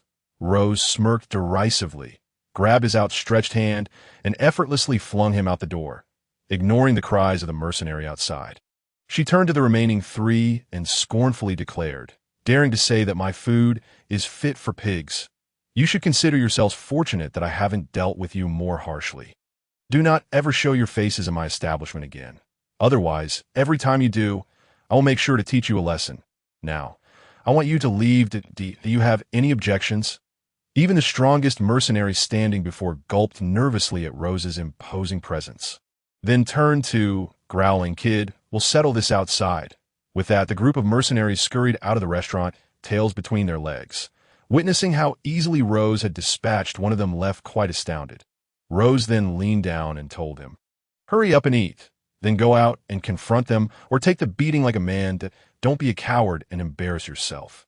And remember to pay. The village chief said he would cover your meals starting tomorrow." Nodded vigorously, responding, "Understood, understood." He quickly devoured a few more bites, wiped his mouth, and with newfound resolve, exited the restaurant. The throng of onlookers followed him outside. The 4 mercenaries, arms crossed, awaited his arrival. The one who had been thrown out, now covered in dirt, pointed at him and arrogantly proclaimed, "You finally emerged. I thought you would hide in there forever." Meanwhile, The strongest mercenary removed his weapons and handed them to a nearby companion. Approaching with clenched fists, unaccustomed to such confrontations, felt a chill of sweat creeping down his back and instinctively took a few steps back, prompting laughter from the mercenaries. The crowd of onlookers grew larger, including patrolling guards who also stopped to watch the spectacle unfold. That aren't you supposed to be dispersing them to rescue me? Why are you joining the spectacle? What kind of guards are you? Don't you have any serious work to do? Why are you so idle every day? Thought, feeling a mix of indignation and resentment as he gazed at the guards encircling him, convinced he was about to face a beating. He silently hoped it wouldn't be too humiliating. Just then, the burly mercenary stood before, fists raised. Kid, I want to use any fighting spirit or weapons. You want to use yours or any summoned creatures either. Let us settle this like men. If you win, we'll leave this village immediately, and that beautiful jungle bow we just acquired will be yours. Point. One of the mercenaries behind him brandished a stunning longbow, proudly displaying it to the crowd. The burly mercenary surveyed the onlookers, then turned back with a sinister grin, continuing, if you lose, hand over your storage equipment and get out of this village. What are you aiming for? Before it could finish, the burly mercenary bellowed, prepare to die. A fist came crashing down with tremendous force. Pang Hong hastily dodged to the side, yet failed to evade, receiving a brutal blow to the face that sent him flying with a cry of anguish. It hurt immensely. Why must it be a strike to the face? Clutching his face, Pang Hong slowly rose from the ground, pondering. It didn't feel particularly fast. I clearly sensed I could have dodged it. Why then did I fail to escape? After getting back on his feet, he rubbed his painfully bruised jaw and let out a mighty roar as he charged forward. However, he was met with a swift kick to the stomach from the mercenary, propelling him away like a rolling gourd. Observing the scene of Pang Hong being sent flying, the onlookers gasped in astonishment, while some less informed began to inquire amongst themselves about the unfolding events. Hey, isn't it just because the fat conjurer is too beloved by the villagers that he panicked? It was rumored that just a few days prior, during a mission, they had offended a sorcerer and had been thoroughly humiliated. It's simply because the chubby mage is not formidable, lacks followers, and is easy to bully, serving as a convenient outlet for their frustrations. Indeed, it is truly excessive. Did I just hear something about storage equipment? Is that so? It seems so. The crowd buzzed with discussions, mostly rallying in support of Pang Hong. What are you saying? Looking for a fight, the remaining 3 dim-witted mercenaries pointed and shouted at the onlookers. However, the villagers, being ordinary folks, quickly quelled their voices. Only the guards and a few mercenaries watching the spectacle exchanged glances filled with disdain. I distinctly felt his speed was not very swift.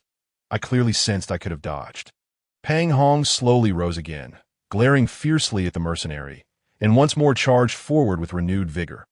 Yet the mercenary easily sidestepped Pang Hong's attack and swiftly brought him down again, approaching the fallen Pang Hong. The mercenary unleashed a series of kicks and punches, while Pang Hong could only protect his head and curl up defensively. Ha, kid, now you understand my prowess, don't you? Hand over what we want and roll out of the village. If we see you again, we will give you another beating. The mercenary laughed arrogantly. Though it hurt greatly, Pang Hong felt he had not sustained serious injuries. Clutching his head, he silently vowed, if this is all they can muster, I will take on this bastard. Stared at him and said, if you wish to survive, you must continually enhance your abilities. It is not necessary to become a figure of fear and respect. At the very least, you should ensure that your life is not so easily forfeited. Today, even a brute lacking any fighting spirit was able to toy with you so disgracefully. If a warrior with fighting spirit were to face you now, even with such unique abilities, victory would elude you. By the way, why did you agree to refrain from using your summoned beasts? Fat Hong, increasingly anxious, muttered he didn't say he wouldn't use fighting spirit. I too can forego my summoned beasts. Rum regarded him with an expression of disbelief, saying, everyone knows that mages or summoners are utterly useless in close combat. It's merely unfortunate for him that he encountered someone as abnormal as you.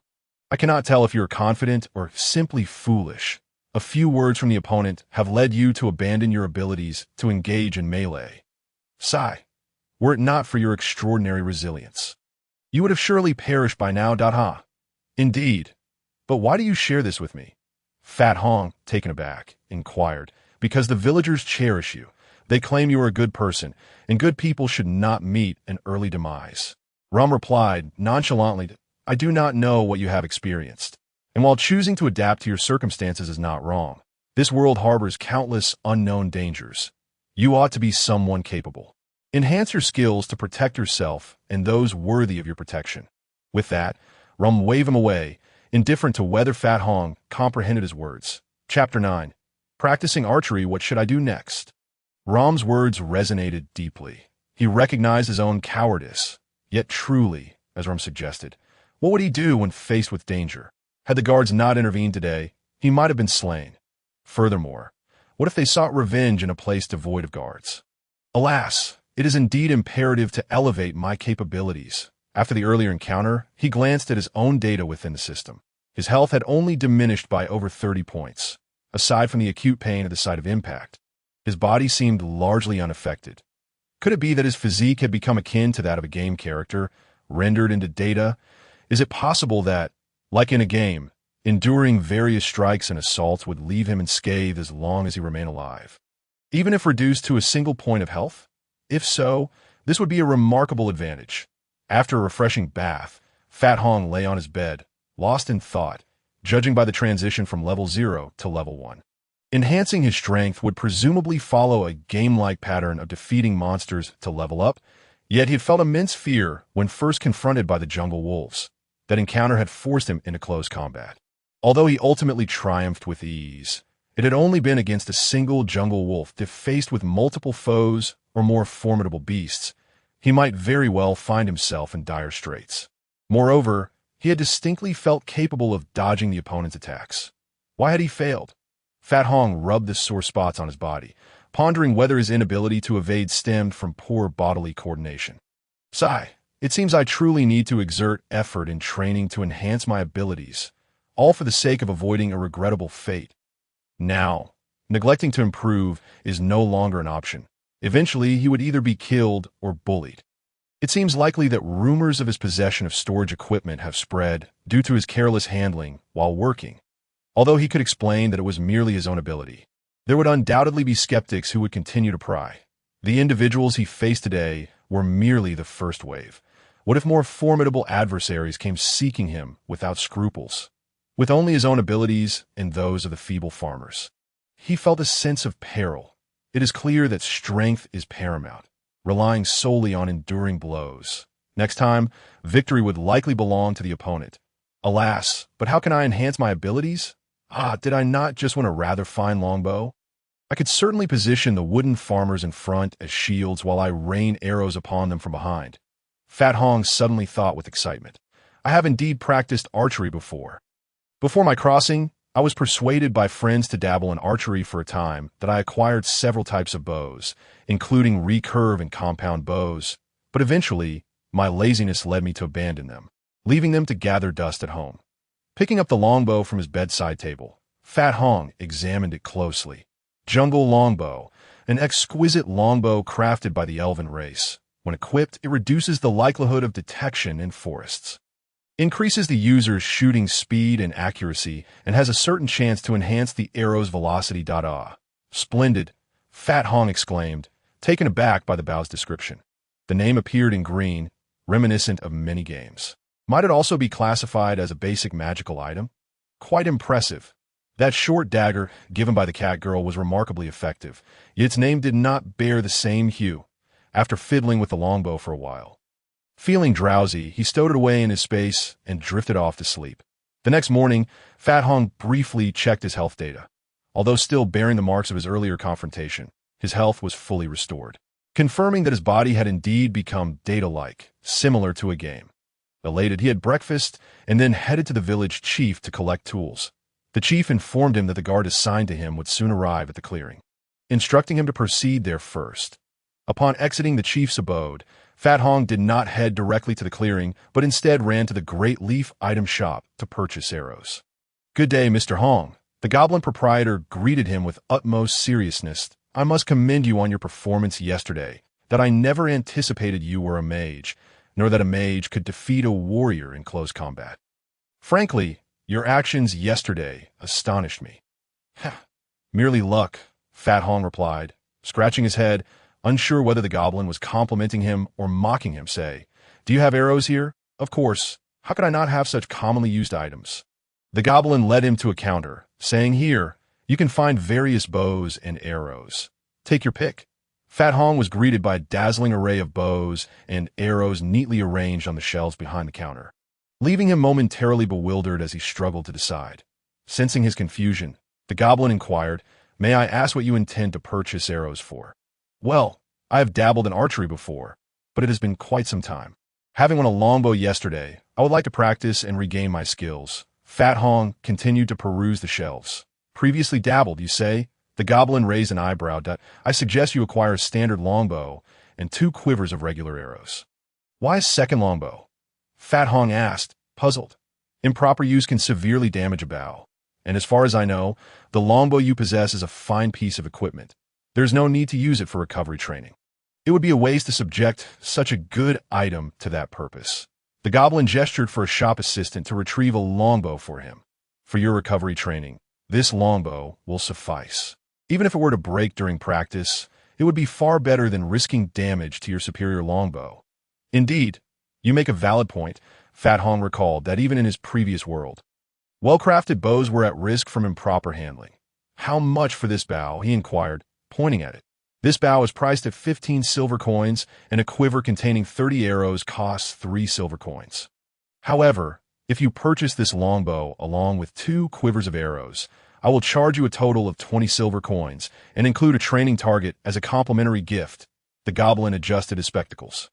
After a moment's hesitation, Fat Hong conceded that the goblin's advice was sound. Considering the generous rewards from recent tasks, he had a bit of pocket change. Thus, he decided to forego further deliberation and paid up. As he prepared to leave, the goblin reiterated, if you come across any excellent animal bones, be sure to bring them here for sale. Several necromancer apprentices have inquired recently. Fat Hong nodded, yes, nodding in agreement. He took his belongings and proceeded to the designated clearing. Upon arriving at the site, he encountered the village guard officer, Triss, who was waiting there with a group of individuals. He hurried over, repeatedly apologizing to Triss. Triss, unfazed, meticulously outlined the area designated for clearing. He then left 2 young guards with him and went off to patrol with the rest. The 2 young guards, named Peter and Con, were both sturdy young men. They were clad in the standard leather armor of the village guards, each wielding a spear. Peter, with his golden hair, appeared slightly more robust and carried a longbow and a quiver of arrows on his back. Con, with brown hair, seemed somewhat more slender in comparison and bore a shield and a longsword.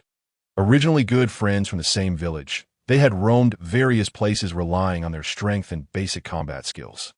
When they arrived at this village seeking opportunities, they were invited to serve as guards, though they were still relatively new to the community. This time, they were assigned to escort Pang Hong, ensuring his safety while he felled trees and cleared the land. After a brief conversation to get acquainted, the 2 sincerely praised Pang Hong for his exploits the previous day before stepping aside to maintain their vigil. Pang Hong then retrieved his tools and summoned the wooden farmer to begin his work. After commanding the wooden farmer to start chopping trees, he fashioned a simple target stand on a small slope, set up the target, and began practicing archery. During this time, Peter approached and offered advice on Pang Hong's shooting errors and techniques, which greatly benefited him. As Pang Hong shot arrows, he soon realized something was amiss.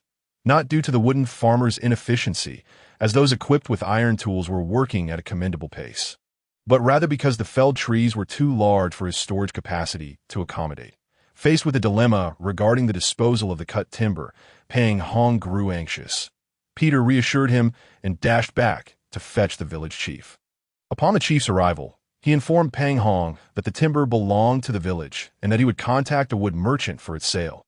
However, he assured Pang Hong that he would not be shortchanged for his labor. The proceeds from the timber would be split evenly between them. The chief instructed Pang Hong to continue felling trees and to pile the cut timber in a location that would facilitate transportation.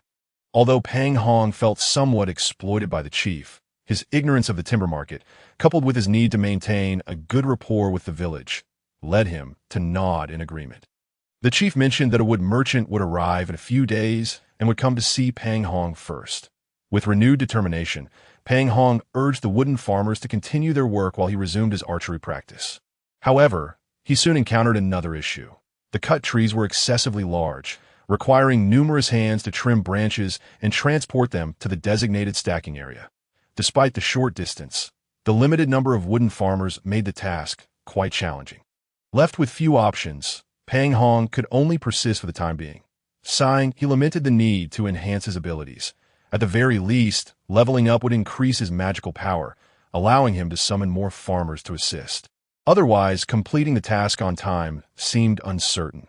With a series of swift shots, Pang Hong continued to fire at the target. Thanks to his prior experience, combined with Peter's guidance, and, most importantly, the system's enhancements, Pang Hong's accuracy steadily improved, surpassing the proficiency he had in his previous world. Peter and Con, now somewhat familiar with Pang Hong, kept a watchful eye on their surroundings, occasionally chuckling at his archery mishaps.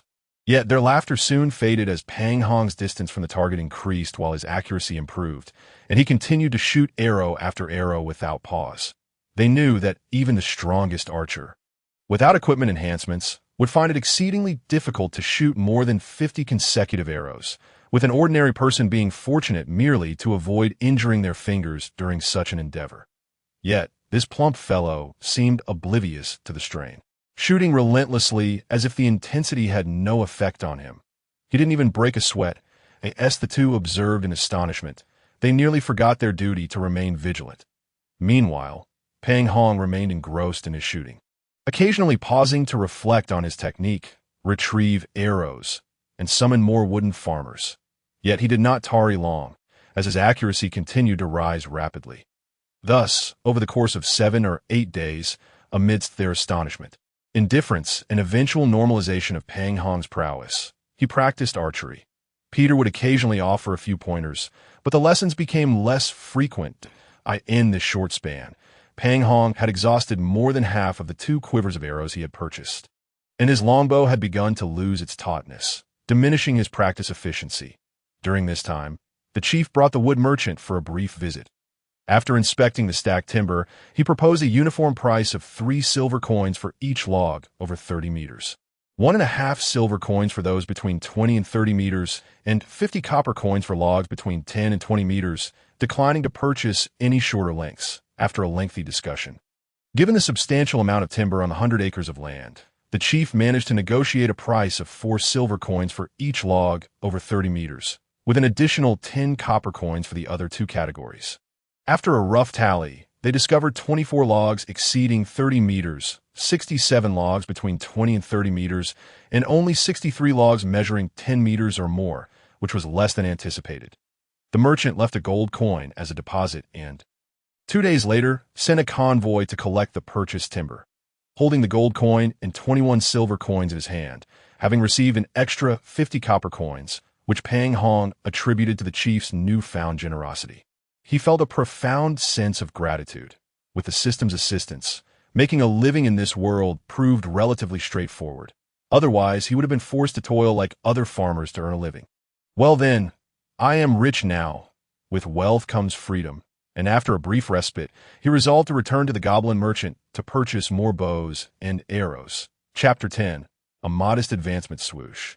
Swoosh, swoosh. Pang Hong, armed with his newly acquired bow and arrows, continued to practice, having sent the previously worn longbow, which had cost 3 silver coins, to the goblin merchant for repairs, after nearly a month of relentless practice. Pang Hong had become highly adept at hitting the apple-sized red center of a target from 50 meters, ensuring he would not miss from 100 meters and could only rely on luck from 150 meters. This achievement had greatly impressed Peter and the others. As Peter remarked, despite training for many years, he had yet to match Pang Hong's skill acquired in just over half a month. It was infuriating. Not only had Pang Hong sold 2 longbows and engaged in continuous practice, but he also splurged on 10 quivers of arrows for training. Days passed as Pang Hong practiced incessantly, while somewhat monotonous. The tranquil routine was quite enjoyable for him. During his leisure, Pang Hong also took the opportunity to learn some basic techniques for using spears and long swords from Peter and Con, exchanging a few hearty meals for their instruction. Particularly, the straightforward combat techniques they shared, being simple skills as they were merely novice mercenaries, proved immensely beneficial to Pang Hong. Through diligent training, Pang Hong's physical coordination had significantly improved, eliminating instances where his mind would prompt action while his body lagged behind. Now, whenever he felt the surge of power within, he was confident that he could easily overpower that foolish mercenary in a rematch, besides acquiring a simple spear for occasional practice and self-defense. Under Khan's suggestion, Pang Hong also bought a set of 3 training javelins. He practiced with them whenever he had the chance, quickly becoming proficient at throwing within a 50-meter range. While he had only dabbled in swordsmanship, he refrained from purchasing a longsword, as the affordable options did not meet his standards. A decent quality sword demanded 3 gold coins. Was this robbery? Did they think he could afford that? Pauper, is it something you should shout aloud? Left with no alternative, he settled for a short knife for the time being. The 3 young men, close in age, grew more familiar and amiable through their interactions. One day, as Pang Hong continued his archery practice, he noticed a change. The target was no longer a stationary grass target, but rather a short round log suspended from a tree, swaying precariously. The rope holding the target was tied to a large fan made of wooden planks, which swayed irregularly with the wind, causing the log to move unpredictably. Thwack! An arrow struck the log with precision as it continued to sway. Excellent! Quite commendable! Peter clapped his hands in congratulation, exclaiming, "You have already mastered the skills I possessed at the age of 10. At present, Pang Hong had developed a significant probability of striking the continuously swaying log from nearly 100 meters away. Unbeknownst to him, Peter had absorbed a plethora of shameless remarks and habits from Pang Hong, and the two began to exchange a flurry of unabashed compliments. Meanwhile, Pang Hong, who had become quite familiar with the duo, donned a smug expression and engaged in light-hearted banter with them. As they were engrossed in their conversation, a sudden loud explosion resonated from the direction of the lumbering woods. The group turned their gaze towards the sound, only to witness a fireball erupting from the head of a hapless wooden farmer who was diligently working. Before Pang Hong and the others could approach to ascertain the cause of the commotion, a second fireball, the size of a ping-pong ball, struck the unfortunate wooden farmer's head, resulting in yet another explosion. The wooden farmer dropped his tools, flames flickering atop his head, resembling a large candle as he stumbled about chaotically as he wandered. His wooden hands flailed in a futile attempt to extinguish the flames consuming his head. Observing this, Pang Hong swiftly approached and doused the flames with his water pouch, only to be infuriated as the moment the fire was extinguished, the creature turned and fled. Boom! Not far off, another foolish wooden farmer, momentarily pausing his work, stared vacantly at the scene, only to have a fireball explode upon him as well. Although this attack did not ignite the wooden farmer, it sent him tumbling head over heels. And upon regaining his footing, he hurriedly scampered away. Frustrated, Pang Hong discarded the water pouch, and under his insistence, Peter and the others had no choice but to use their shields for protection. They ventured forth, parting the obstructive bushes and grass to investigate the source of the disturbance. Upon nearing the site of the incident, they discovered a burrow beneath a dense thicket where a pair of rabbits nestled together. These rabbits were considerably larger than those in Pang Hong's previous world, boasting a coat resembling a deep reddish-brown hue, and despite being rabbits, their crimson eyes gleamed with ferocity.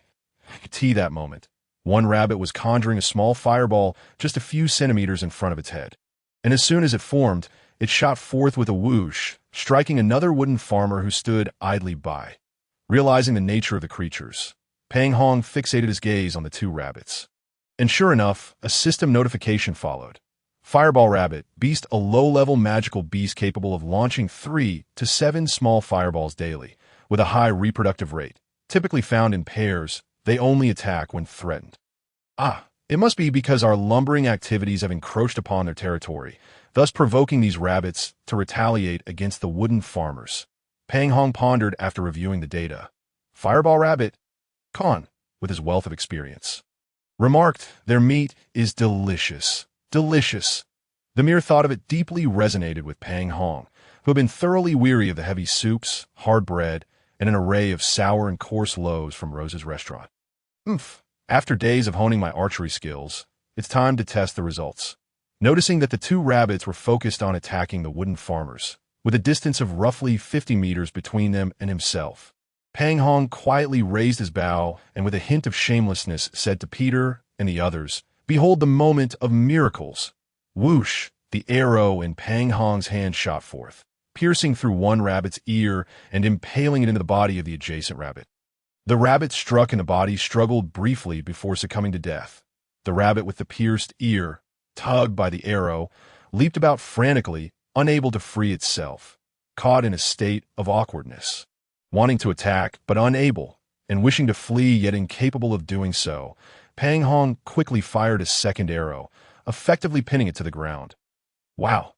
Impressive!" Peter and the others exclaimed in admiration. Although Pang Hong feigned a sense of pride, internally he was embarrassed, thinking, "My first shot was aimed at its head. How did I hit its ear instead?" Thankfully, fortune favored me, or I would surely be the target of ridicule from these two. Of course, he continued to maintain an air of bravado. Khan hastily approached, retrieved the arrows, and jubilantly returned with both rabbits in hand. Upon reaching the lumbering site, he and Peter skinned the rabbits, hanging their pelts, and extracted two small, pale red magic cores from the rabbits' heads, presenting them to Pang Hong. Observing the delectable rabbits, both Peter and Khan eagerly expressed their desire for rabbit meat, to which Pang Hong confidently replied, "No problem."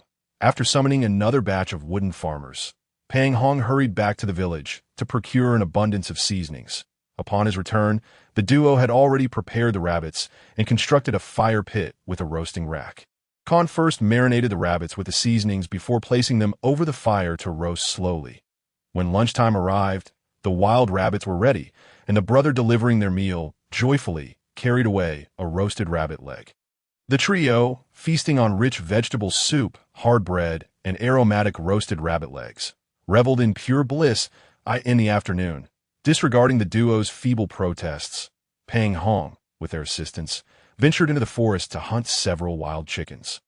As dusk approached before returning to the village, Pang Hong decided to leave two of the chickens for the next day's meal, while instructing the others to take the rest back to provide for the guards. Earning him a round of praise from his companions, the three of them returned to the village, joyfully bantering along the way. Lying in bed, Pang Hong chuckled as he gazed at his new stats. He had leveled up. The reason for his reckless hunting of wild chickens that afternoon stemmed from the experience gained from slaying the two fireball rabbits, which netted him 40 experience points. With just 10 points needed for the next level, Pang Hong could not resist the temptation of leveling up. Thus he insisted on hunting, but the wild chickens offered too little experience, requiring him to slay several to accumulate the necessary points. From this monster hunting excursion, Pang Hong only acquired 2 pelts prepared by Peter and Khan, along with 2 magic crystals. The automatic loot from the defeated monsters yielded a white item, a flame staff, and a piece of intact rabbit meat. Since Peter and Khan were eager to enjoy rabbit meat, and Pang Hong wished to keep his secrets under wraps, he refrained from utilizing his loot skills on these trophies, opting instead to consume the meat directly, thus foregoing any additional items. Pang Hong level 2 health, 200 mana, 150 experience required for level up, 100 storage space expanded to 60 cubic meters randomly acquired leader skill. 1. Skills, aside from the summoning of farmers, presented nothing new as for that randomly acquired leader skill. Pang Hong was certainly eager to claim it. After all, having more skills is never a burden. Countless texts began to whirl before his eyes, gradually coming to a halt after about 10 seconds. Overseer I, upgradable, increases the efficiency of subordinates by 10 within a radius of 200 meters from the leader's location. Why isn't it an offensive or defensive skill? Pang Hong felt quite helpless without a single means of self-defense. He casually experimented with the 2 magic cores, focusing intently as a chime echoed in his mind. Energy detected. Would you like to absorb it? Ah, their S-potential. Pang Hong abruptly sat up in bed, exclaiming, "Absorb! Absorb!" This time a warm current flowed from his palm into his body, then vanished. Eagerly, Pang Hong opened his system panel, revealing a display of 200 energy. In the upper right corner of the panel appeared a small flame icon, accompanied by the number 4, that upon seeing the energy and the flame icon, Pang Hong hurriedly explored the system to discern their purpose. However, after numerous attempts, he found nothing that elucidated the significance of the 200 energy points and the flame value of 4, ultimately resigning in frustration. Nevertheless, the recent hunting experience led Pang Hong to conclude that with a bit of caution, leveling up was relatively straightforward. Thus, he resolved to hunt occasionally, level up, and see what the future held. He picked up the small bone staff, which measured approximately 30 centimeters in length, composed of various size bones connected together. Topped with a tiny fireball rabbit skull, the skull's deep eye sockets flickered with occasional glimmers of firelight. Flame staff, white. Note: future item names will include color annotations slightly enhances fire spell attack power. Capable of conjuring 3 small fireballs within a 24-hour period, with power equivalent to the fireball spell cast by Fireball Rabbit. After use, it requires a cooldown of 24 hours before it can be activated again. It seems rather useless. After all, the Fireball Rabbit's fireballs lack potency. However, it should suffice for igniting a fire or such. Being small and unobtrusive, I shall keep it as an emergency lighter for now. The following day, Peter and his companion were astonished to discover that Fat Hong had summoned a total of 15 wooden figures to assist with the labor. Furthermore, it appeared that these figures worked at a noticeably faster pace than before. When they inquired about this phenomenon, Fat Hong smugly boasted that he had absorbed the essence of the sun and moon, claiming that his cultivation technique had reached a remarkable level. He confidently proclaimed that he would soon be able to cleave the earth and tread upon the void, leaving Peter and his companion nearly retching at his pretentiousness. Having returned from their previous encounter with the Fireball Rabbit and faced criticism, Peter and his companion became more vigilant and meticulous, thereby reducing their idle chatter with Fat Hong.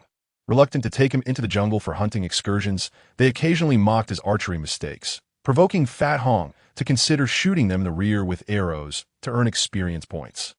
At noon, Khan prepared the 2 chickens that Fat Hong had caught the previous day, placing them into the iron pot they had brought along to stew. After one of their comrades joyfully munched on a chicken leg and departed, Fat Hong, munching on sour bread, asked the 2 about undertaking simple and safe exploration tasks, explaining that he sought to improve his skills. However, as they were merely ordinary mercenaries who had been recruited as guards shortly after arriving in the village, they could only promise to inquire about potential tasks upon their return. The next day, they informed Fat Hong that they had gathered information from some experienced mercenaries. They advised that if a newcomer wished to undertake exploration tasks, it was best to join a reputable team led by seasoned individuals, preferably participating in simpler exploratory missions to gain experience. Even with some experience, one could only venture around the outskirts of the forest of life, which could still be perilous to navigate deeper into this vast forest. It was imperative to form a team for mutual assistance and cooperation. Attempting to delve into the immense forest of life alone was exceedingly dangerous, considering the variety of formidable magical beasts, poisonous insects, carnivorous plants, and countless other unknown perils. Even the hot spring village occasionally faced incursions from goblins, ogres, and other magical creatures emerging from the forest, prompting the soldiers of Plain City to periodically organize efforts to clear threats from the vicinity of the village. Fat Hong nodded in agreement, yet he was taken aback to learn that this village was not immune to such attacks. After all, he had grown fond of this village, and its inhabitants had shown him great kindness. The thought of danger looming over his newfound friends was unsettling. However, observing Peter and his companion's nonchalant demeanor, he surmised that the scale and intensity of the incursions were likely minimal. Resolute in his decision, he resolved to focus on leveling up first. Chapter 11. The adventure begins. Fat Hong expressed his desire to embark on an adventure in the jungle to enhance his skills. He requested that Peter and his companion continue to inquire about any reliable teams undertaking relatively safe missions that required additional hands. He mentioned his proficiency in archery and his unique storage abilities. They readily agreed. Yet in the days that followed, no useful information surfaced. The trees had been felled over an expanse of more than 20 acres, and their purses had swelled considerably. As Fat Hong gazed at the stumps, he feared that the Bear brothers might suddenly appear and crush him point one day. Peter informed Fat Hong that Triss, the defense officer, had a friend named Ruwaid who intended to form a small team for a gathering task near the jungle. He planned to recruit 4 individuals, offering 1 gold coin as remuneration upon the task's completion. Ruwaid was a warrior with combat aura and a modicum of exploration experience, and his reputation was commendable. Thus, Peter and his companion asked Fat Hong if he wished to join, should Fat Hong choose to participate. They too planned to take leave to accompany him, to which Fat Hong eagerly agreed. After finishing work, the 3 of them visited Ruwaid's residence to express their interest in joining his team. They informed him that Fat Hong was a part-time summoner specializing in archery, while Peter was a warrior with archery skills, and Kong was also a warrior. They clarified that, aside from Fat Hong, Peter and his companion possessed some exploration experience, albeit limited. Given the simplicity of the task, Ruwaid, though somewhat puzzled by the unusual occupation of summoner, accepted the trio, recognizing that this world harbored many renowned summoners. Ruwaid informed them that the journey would likely take 3 to 5 days of walking, urging them to prepare adequately for the adventure and to gather at his home the following morning. Fat Hong needed to inform the village chief, Winter, about his expedition, while Peter and his companion also planned to request leave from the defense officer. Consequently, the 3 of them parted ways after leaving Ruwaid's residence. Upon reaching the village chief's home, Fat Hong explained the situation to Chief Winter, who assured him that as long as he completed the task, the village would not interfere with his endeavors. Regardless, if he failed to fulfill the mission, the village would not compensate him a single copper coin. Feeling somewhat manipulated by the chief's words, Fat Hong left his house in a gloomy mood, seeking solace for his troubled spirit. After dinner, Fat Hong hurried to the goblin merchant to procure supplies for his adventure preparations. He first acquired 2 sets of javelins and 2 flasks of simple long arrows. He then asked the goblin merchant what items were generally necessary for missions in the jungle. The goblin merchant, with no reservations, provided him with an extensive list of items, leaving Fat Hong feeling dizzy. Following the list, he ultimately purchased a camping tent, several basic torches, a windproof candlestick, and a dozen candles, along with a few flint stones. The goblin had recommended using magical crystals or cores as fire-starting equipment, but Fat Hong found them too expensive.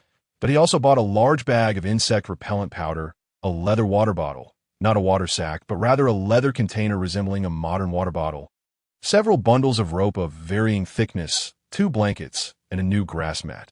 Fat Hong then visited the tailor's shop to acquire a pair of comfortable high-top leather adventure boots, a simple outfit, and several changes of undergarments, which would be useful for morning and evening, so purchasing a few extra pairs was prudent. Following the owner's recommendation, he also bought a set of jungle exploration attire. This outfit was made from an unknown animal's hide, providing excellent insulation while being remarkably soft and flexible, allowing for unrestricted movement. Most importantly, it was impervious to the typical branches and underbrush encountered in the jungle. After purchasing the clothing, he made his way to the blacksmith shop to acquire a small iron pot for adventure and a multifunctional iron stand, suitable for 3 to 4 people. A short axe and a whetstone. He then procured an empty wine barrel from the tavern, washed it by the stream, and filled it with fresh water to store in his space. In total, these various items cost him over 2 gold coins, significantly exceeding the reward for the task. However, considering that many of these items would be useful in the future and that the objective was not merely to earn money, the frugal Fat Hong eventually felt at ease.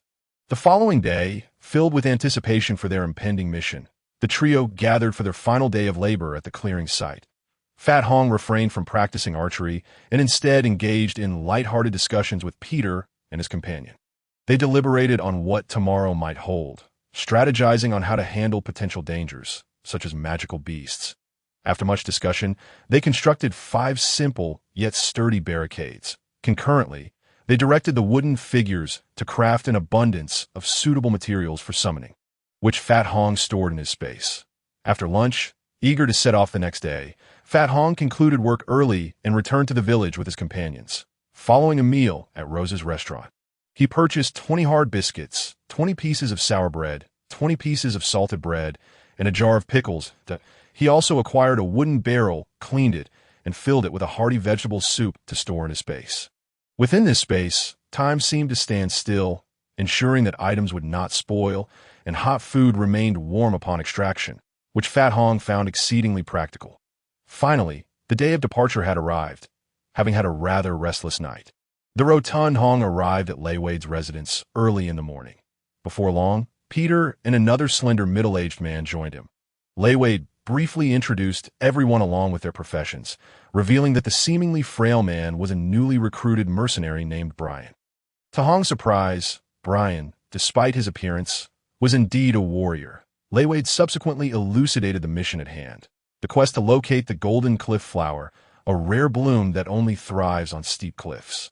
A bounty had been posted in the bounty hall, requesting 3 flowers for a reward of 7 gold coins. Fortunately, Lei Wade was familiar with the recent locations where these golden cliff flowers could be found. Thus, he accepted the task and assembled a small team for the gathering expedition. The site was over a day's walk from the village, and considering the time needed for harvesting and the return journey, they expected to complete the mission within 3 to 4 days under normal circumstances. After a succinct briefing, Lei Wade began to allocate roles. Brian and Khan would clear the path, taking the lead positions in the formation. Lei Wade would serve as the guide, positioned third in line, while Peter and the others would alternate as path clearers. They were instructed to remain vigilant, observing the surroundings when not actively clearing the way. Hong, taking the 4th position, would keep watch for potential hazards on either side while carrying the team's supplies. Peter would guard the rear in the event of encountering formidable beasts or emergencies. The first 3 would swiftly protect the 2 at the back, with Peter using his bow to strike while Hong would summon a wooden golem to either attack or draw the adversary's attention, subsequently joining in with his own bow. Essentially, they aimed to swiftly dispatch threats, while for those they could not confront, they would rely on the wooden golem to distract them for a hasty retreat. Once the arrangements were made, Lei Wade instructed everyone to double-check their gear and entrusted excess supplies to Hong for safekeeping. Rumor had it that this saved the cost of a mule. At that moment, Hong noticed that both Lei Wade and Brian, like Khan, were equipped with large swords on their backs. However, while Brian carried a leather shield, Lei Wade bore no shield but instead had 2 javelins. Lei Wade requested that Hong bring along half a bag of rice, causing Hong to nearly weep. Having believed for months that rice was non-existent in this world, he had been subsisting solely on bland noodles. To discover that rice indeed existed was a bittersweet revelation. Aside from the rice, he also carried a package containing a jar of meat sauce, a jar of pickles, and a notably larger iron pot than the one Hong had purchased, which was topped with a wooden basin filled with bamboo cups, wooden bowls, and various utensils.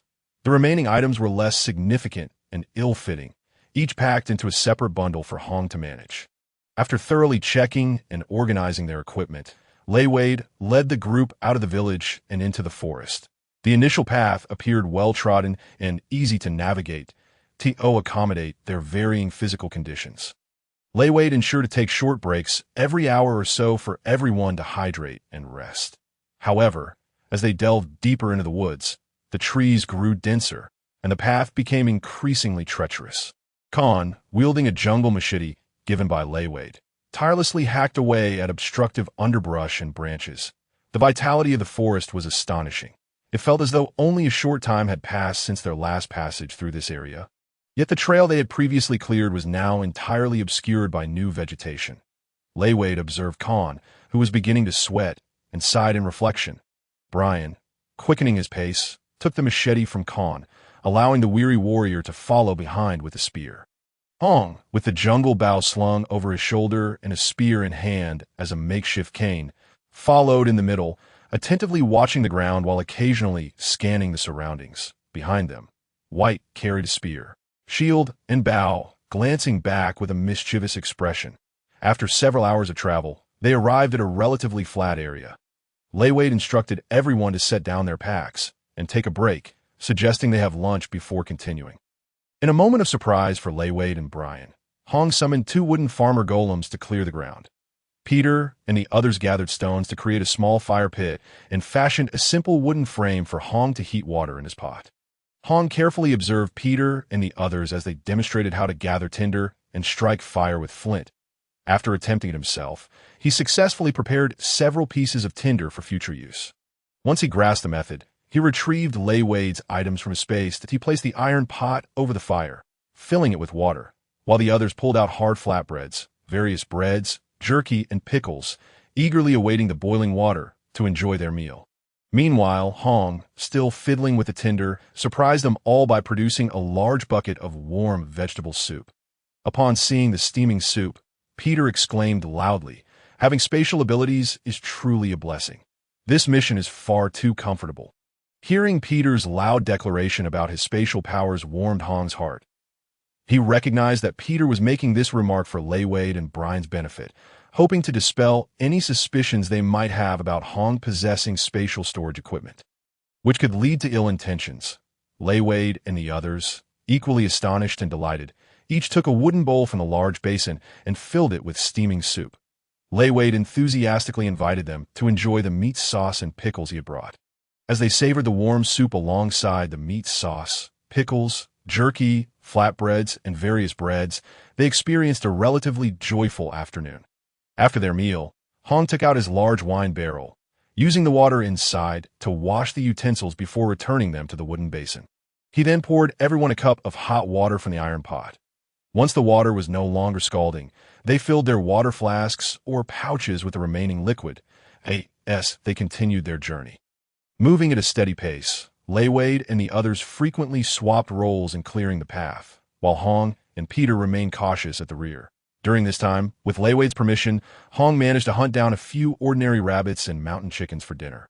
However, his lack of experience yielded only 2 pieces of rabbit meat and 1 piece of chicken from the system's loot. After a long day, as dusk approached, Lei Wade scanned the area for a sheltered spot and found a small clearing shielded from the wind for their evening rest. He instructed Hong to summon several wooden farmer golems to clear the ground, collecting dry twigs and leaves to use as fuel for the fire. He then took out a packet of insect repellent powder and meticulously sprinkled it around their resting area. Hong and the others followed suit, applying their own repellent powder. Before long, numerous insects emerged from the treated areas, scurrying away in all directions. Hong, observing the insects crawling about, felt a shiver down his spine. Peter and the others began to tease Hong about his fear of insects. Disregarding their jests, Hong tossed them the rabbits and mountain chickens along with the necessary seasonings for roasting, while he prepared his own bowl and chopsticks for dinner. Chapter 12. The 3-spear bore beast Peter and the others, grumbling about their task, went off to prepare the meal. Lei Wade and Brian chuckled at their antics, while delicately sprinkling more insect repellent on the ground before laying down the dry grass brought by the wooden golems. The golems were then sent off to gather suitable wood for firewood. Noticing that Lei Wade and the others intended to forego setting up tents and would sleep under the open sky, likely due to the warming weather, Hong felt hesitant to pull out his tent. He mentioned that he had a straw mat, thus there was no need to lay down the dry grass, suggesting they use more for warmth. As Peter and the others finished preparing the roasted rabbits and chickens, they expressed their unending envy, jealousy, and frustration towards Hong's spatial abilities, vowing to bring a plethora of supplies on future outings with him. They feasted on roasted meat, warm vegetable soup, and complimented their meal with pickles and meat sauce. Fat Hong found the hard biscuit in his mouth to be less unpleasant than before. After dinner, Li Huaida and the others decided to draw lots to determine the night watch schedule. It is worth noting that while most creatures in the jungle are indeed afraid of fire, there are still many that are not, and some might even be drawn towards it. This is particularly true for certain humanoid beings or malevolent undead creatures, making the responsibility of the night watchman exceedingly important. Although they were still on the outskirts of the forest and unlikely to encounter particularly formidable entities, exercising caution in the jungle was certainly wise. Fat Hong was fortunate to draw the second watch, while Peter had the best luck with the first watch, followed by Brian in third, and their leader Li Huaida in fourth. Ken would have to wait until dawn. Li Huaida produced a small hourglass, which took an hour to run its course. Each person was required to keep watch for 2 hours, so he reminded them to flip it over. Before taking his watch, Peter gestured to Fat Hong, who, looking rather dejected in the surprised gazes of Li Huaida and Brian, once again produced 5 wooden stakes to place at what Brian deemed crucial locations. The group settled down on grass mats, while Fat Hong wrapped himself in a blanket and lay down on his old straw mat beside them. Although there was a new straw mat available, it seemed inappropriate to take it out. After all, the familiar group already knew that Fat Hong had a mat for resting, and they wouldn't mind him using it for sleep. just as Fat Hong was on the verge of drifting off. He was roused by Peter, who obnoxiously pointed out that it was his turn to keep watch. Fat Hong, disinterested, stretched, yawned extensively, and shot a few annoyed glances at Peter before rising to take up his bow and arrow for the watch. He summoned 10 wooden farmer figures, equipped them with axes, and sent them out a short distance to keep watch while he sat on a stone, bow in hand, remaining vigilant, though the forest felt ominously quiet. Nothing occurred. When it was Brian's turn to keep watch, Fat Hong summoned another batch of wooden farmers to assist him for a while. Brian expressed his gratitude with a smile, and Fat Hong felt a slight fondness for the small, unassuming middle-aged man who often took the initiative to clear the path for Can and quietly worked before resting. The night passed uneventfully.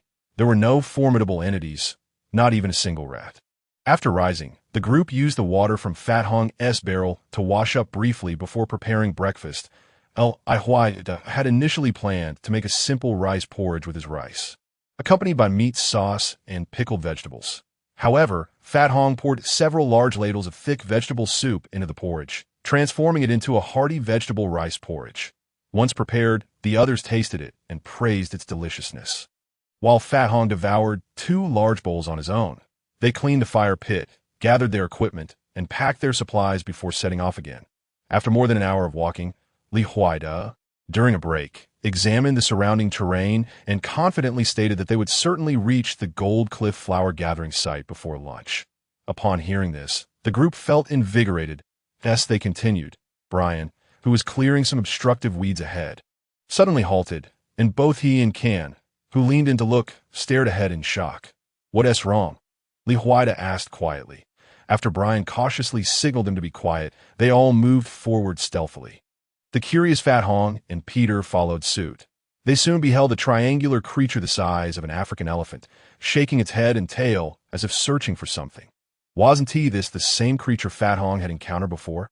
The 3-pig boar beast is a massive, aggressive creature with a strong desire to attack.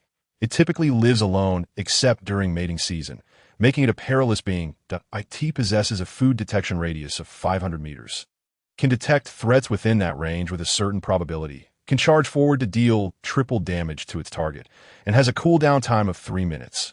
Its skin can harden, increasing its defense 3-fold, while reducing its speed by 30 for a duration of 30 seconds. With a cooldown of 3 minutes, damn, how did such a creature end up here? Li Huaida muttered resentfully. It must have sensed our presence. We need to take a detour. Let us hope we can still reach the site after lunch. The group cautiously turned around and began to retrace their steps. Unfortunately, the creature appeared to have already sensed and confirmed their direction, hastening towards them. "Damn it! Run! We likely can't handle this beast," Li Huaida exclaimed urgently as the creature drew nearer. The others hastily quickened their pace. However, they underestimated the speed of the 3-pig boar, and soon they heard its furious roar behind them. Li Huaida glanced back and, alarmed, shouted, "There's no time. Prepare for battle. According to our prior agreement. Quick, quick, quick." The group immediately halted. Li Huaida, Brian, and could drop their backpacks. One retrieved a spear from his back. Another grasped a long sword, and the last clutched a spear tightly, discarding their leather shield aside since their defensive value against such a creature was negligible and would severely hinder their movement. Fat Hong quickly placed several wooden stakes in front of the group and summoned 10 wooden farmer figures to form a basic line with their axes ready for combat. He prepared his bow and arrow. While Peter had already nocked an arrow, awaiting the command to shoot, the 3-pig boar had evidently spotted them, letting out a low growl as it quickened its pace toward them. "Prepare your bows. Fire!" Li Huaida's furious command. Fat Hong and Peter drew their bows and aimed. After shooting the first arrow, they didn't check to see if it hit, swiftly knocking another arrow to shoot again. Whoosh, whoosh, whoosh. After several rounds of arrows, the 3-pig boar continued charging forward, several arrows embedded in it, indicating that their arrows had little effect. "Scatter, don't stand in front of it, spread out and watch each other's backs." Li Huaida, filled with anxiety as the beast approached, urged the group. Upon hearing him, the others dashed to the sides. Just as they had moved a short distance, the 3-pig boar let out a frenzied roar, lowered its massive head, and charged forward with its 3 enormous, conical horns. The wooden farmer figures attempting to impede its advance were crushed like flimsy toys. Da-da. After the three-pig boar's charge ended, Li Huida let out a loud shout, unleashing a wave of pale yellow energy from his body, and with all his might, he hurled his spear toward the creature. Brian also emitted a slightly weaker wave of pale yellow energy, brandishing his long sword as he charged in. Ken followed suit, thrusting his spear fiercely at the relatively vulnerable abdomen of the three-pig boar. Meanwhile, Fat Hong and Peter continued to fire arrows at its flank. The remaining wooden farmer figures, unlike when they faced the fire rabbit, did not flee, but instead raised their wooden axes and swung fiercely. As the three-pig boar charged, its skin erupted with a faint gray aura. Li Huida's spear struck the back of its neck, but did not penetrate deeply. Brian was flung away by a swing of eye upon hearing the news. The crowd hurriedly retreated, leaving only two wooden farmer figures wielding wooden axes, laboriously chopping at the three-gun boar beast. "Are you serious?" Li Huida shouted loudly to Pang Hong from a short distance away. "Trust me, its skill duration is nearly over. We must keep our distance," Pang Hong shouted back just as fervently. The group exchanged glances and began to scatter further away. In a matter of moments, the three-gun boar beast reduced the remaining wooden farmer figures to splinters. Spotting Pang Hong and his companions dispersing, it fixated on one individual and charged after him. Pang Hong. The others, seeing the beast pursue Pang Hong, instinctively moved in his direction, though the three-gun boar beast relentlessly chased Pang Hong. From their vantage point, it appeared that 5 individuals had encircled the beast at its center. Pang Hong deliberately led the three-gun boar beast toward the thick, sturdy trees. Despite its continuous roaring, the beast's pace faltered until the gray shadow enveloping it dissipated, suddenly enhancing its speed. Pang Hong realized this was likely the end of its hardening skill duration, and while throwing a spear with all his might, he shouted, "Its skill duration is over. Attack now." Chapter 13. Mission accomplished. Its skill duration has ended. Pang Hong called out desperately to Li Huida and the others, as he summoned several wooden figures. 2 silhouettes radiating a faint yellow light rushed in from either side. It was Li Huida and Brian. The two charged in with swords drawn, flanking the three-gun boar beast and hacking away. Peter and his companion followed suit, brandishing their spears and thrusting them fiercely into the beast's abdomen. Pang Hong summoned 2 more wooden farmer figures, arming them with axes to attack, while he hurled the remaining 6 spears, 3 of which were practice spears, at the three-gunned boar beast with great force. Each strike from the 2 yellow figures drew forth sprays of blood, while Peter and his companion's spears punctured the beast's belly, creating gaping wounds. Pang Hong's thrown spears also found their mark in the beast's back, and the wooden farmers managed to inflict several cuts on its legs. The group, having learned from their prior encounters, no longer charged headlong into battle. Instead, they sought opportunities for decisive strikes, retreating immediately behind the cover of the trees whether they land after a discussion among the 3.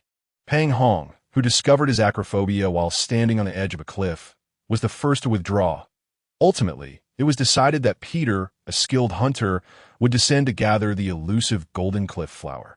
Li Huida produced 5 large bamboo tubes for him to strap to his body, cautioning him that the flowers were not easily preserved, and advised him to excavate carefully, ideally with both roots and soil intact to ensure they would remain viable for at least 5 days. He suggested that Peter collect a couple of extra specimens as a precaution. The group meticulously secured the ropes around Peter before conducting a thorough check, then slowly lowered him down. Pang Hong tied the end of the rope to a sturdy tree and summoned several wooden farmers, assigning 2 of them to assist in pulling the rope. Although these wooden beings appeared comically small and weak, their strength was comparable to that of a robust adult, and with the combined effort of 2, they were sure to succeed. The rest of the group armed themselves and surveyed their surroundings. Pang Hong, too, armed with a bow and arrow, secured himself with a rope similar to Peter's, tying the other end to a large tree. He sent 2 wooden farmers to hold the rope while he nervously stood at the cliff's edge, keeping watch for Peter. Everything proceeded smoothly, and after about half an hour, Peter signaled that he had completed his task. The group heaved him back up. Peter, beaming with delight, handed the bamboo tubes containing the golden cliff flowers to Li Huida for inspection, who deemed the contents satisfactory. The group then began their journey back. As they passed the site of their earlier battle with the Trigun boar beast, the sight of the dry twigs and underbrush stirred memories of their encounter. Before night fell, Li Huida sought a relatively flat and sheltered spot to set up camp. Pang Hong promptly summoned 15 wooden farmers to assist. Apart from 2 who leveled the ground, the remainder collected a substantial pile of timber over 10 meters long. The group laughed while constructing 7 or 8 rudimentary barricades around the campsite. The main dish for dinner was a stew made from Trigun boar beast meat, and to their delight, it was quite delicious, leaving everyone in high spirits. That evening, they drew lots for the night watch, with Pang Hong fortuitously drawing the first shift, while Peter, who had drawn the first watch the previous night, ended up with the fourth. Following him were Li Huida, Khan, and lastly, Brian, exhausted from a day of combat. The group retired early after dinner. During his watch, Pang Hong dispersed all 15 wooden farmers and settled on a stone to open his system panel and review his current status. Pang Hong level. For health. 400 mana. 400 experience needed for next level. 400 storage space expanded to 150 cubic meters, randomly selected 2 leader skills. He was astonished that a single Trigun boar beast had granted him such a bounty of experience, nearly propelling him directly to level 5. The system indicated that he had merely assisted in the defeat of the beast, earning only 60 experience points. Without hesitation, Pang Hong opted to randomly select leader skills. The familiar, dizzying, and somewhat nauseating text refreshed on the screen. Inspire I, upgradable use on a subordinate to unlock their potential. Consumes 30 mana, increasing speed by 30, attack damage by 10, and defense by 10 for 10 minutes. Water Goddess Blessing, upgradable, creates a well to provide a water source. Consumes 100 mana. What are these skills? Sigh. They all seem to be supportive abilities, Pang Hong lamented, pondering over the spoils he had obtained from the Trigun boar beast. System direct pickup, a complete Trigun boar beast hide, a red potion, and 3 gold coins. Monsters can drop gold coins. How peculiar. Among the items acquired, the red potion seemed to hold some promise, while the rest felt rather mundane. Upon inspecting the red potion, he discovered it was a medium health potion, which restores 1,000 health points over 15 seconds. Not bad. He quickly stored it away, did AS for the spoils of battle. He had secured several valuable items. A spear resembling the conical horn of a Trigun boar beast. A staff over a meter long, seemingly entwined with 2 leg bones, and a combination of leather armor and vest designed for humans. Clearly, one must gain something to lose something. Trigun boar beast hardhorn spear. Bright white, a long spear used by cavalry, significantly enhancing combat effectiveness when wielded from horseback. It works well in conjunction with the Trigun boar beast armor. Trigun boar beast armor. Bright white, an armor set for cavalry and their mounts, war horses, providing a marked increase in defensive capabilities for both wearer and steed. Using the Trigun boar beast hardhorn spear in tandem yields surprising results. Double-headed war hammer, deep green, crafted from 2 robust leg bones. This war hammer has a chance to deal double damage or shatter the target upon impact. A high-level green item and a high-level white set. Pang Hong was overjoyed after securing the equipment. He took up his bow and arrow, remaining vigilant as he surveyed the surroundings. The night passed without incident. The following day, after a simple breakfast, the eager group hurried back home. Chapter 14. Jungle hunting. Upon returning to the village without delay, they first headed to the bounty hall to submit their task. After receiving their rewards, Li Huida promptly distributed the payment among the group. They then rushed to the goblin merchant to sell the magic core for 30 gold coins. Li Huida, brimming with excitement, divided the money among them, after which they all headed to the village tavern to indulge in various low-quality alcoholic beverages, returning home in a daze. Quite the haul. The goblin merchant strained to lift the Trigun boar beast's hardhorn spear, offering 5 gold coins for it. Deal. The next day, after breakfast, Pang Hong visited the goblin merchant to sell off items he deemed unnecessary. Since the equipment was specifically for cavalry, and Pang Hong had neither the knowledge nor experience of riding a horse, the Trigun boar beast cavalry set was regrettably the first to be listed for sale. He also sold the hide of the Trigun boar beast for 1 gold coin. The fiery bone staff was temporarily set aside as an emergency fire starter. Mr. Hong, you certainly had a fruitful jungle adventure. The goblin merchant complimented him. Should you come across any more valuable items in the future, please do sell them to my shop. I promise you a satisfactory price that, haha, certainly. Pang Hong chuckled, purchasing 2 grass mats before pocketing the coins and exiting the shop. He then approached Village Chief Winter to request tools to continue his land clearing efforts. Noticing his mana reserves, Pang Hong promptly requested tools for 40 individuals, though Village Chief Winter hesitated momentarily. He congratulated Pang Hong on his improved abilities, explaining that he did not have that many tools available at once. He advised Pang Hong to take tools for 20 individuals initially and promised to gather more and send them over later. As Pang Hong casually greeted familiar villagers, he swayed toward the clearing site, summoning 40 wooden farmers to commence work while he reclined on an old grass mat to catch a brief nap. "Ah, you're quite early," he exclaimed upon recognizing Peter and his companions approaching. Noticing that Peter and his companions still appeared somewhat dazed, struggling to maintain their balance, Pang Hong tossed them 2 grass mats. Remarking, "It's still early. You two arrived too late. From the looks of you, it seems you indulged a bit too much. Ugh, we drank far too much last night. During today's roll call, Officer Triss nearly didn't let us come. It was only after we swore an oath to defend you that he reluctantly agreed to our presence," they replied, collapsing onto the grass mats Pang Hong had thrown, taking deep breaths before continuing. "You really know how to enjoy life." Khan, lying on a mat, rubbed his still drowsy eyes and looked around, suddenly exclaiming, "Pang Hong, has your strength increased again? Why are there so many more wooden farmers?"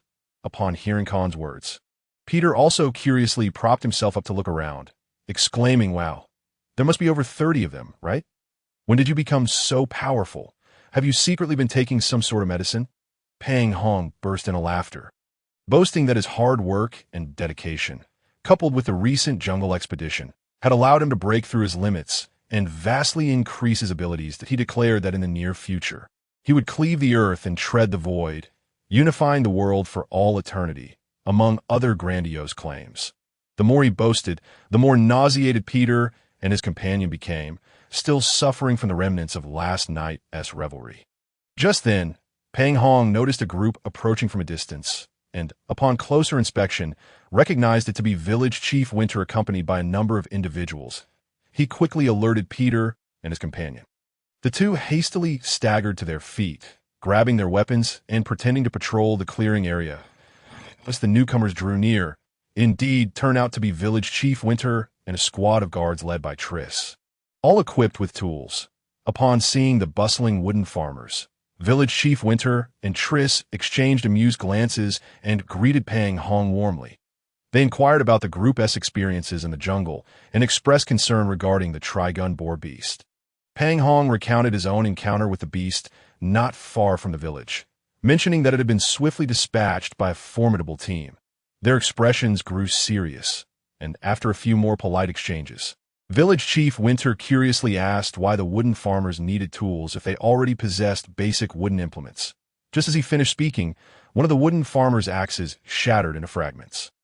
Then, swaying slightly, Ding Ding walked over and, under his gaze, took a lumberjack's axe and departed. The expression on Village Chief Winter's face twitched a few times before he set down his tools and turned to leave. With many hands at work, Pang Hong observed the towering trees being felled, and after a simple clearing of the branches, they were transported to their designated locations.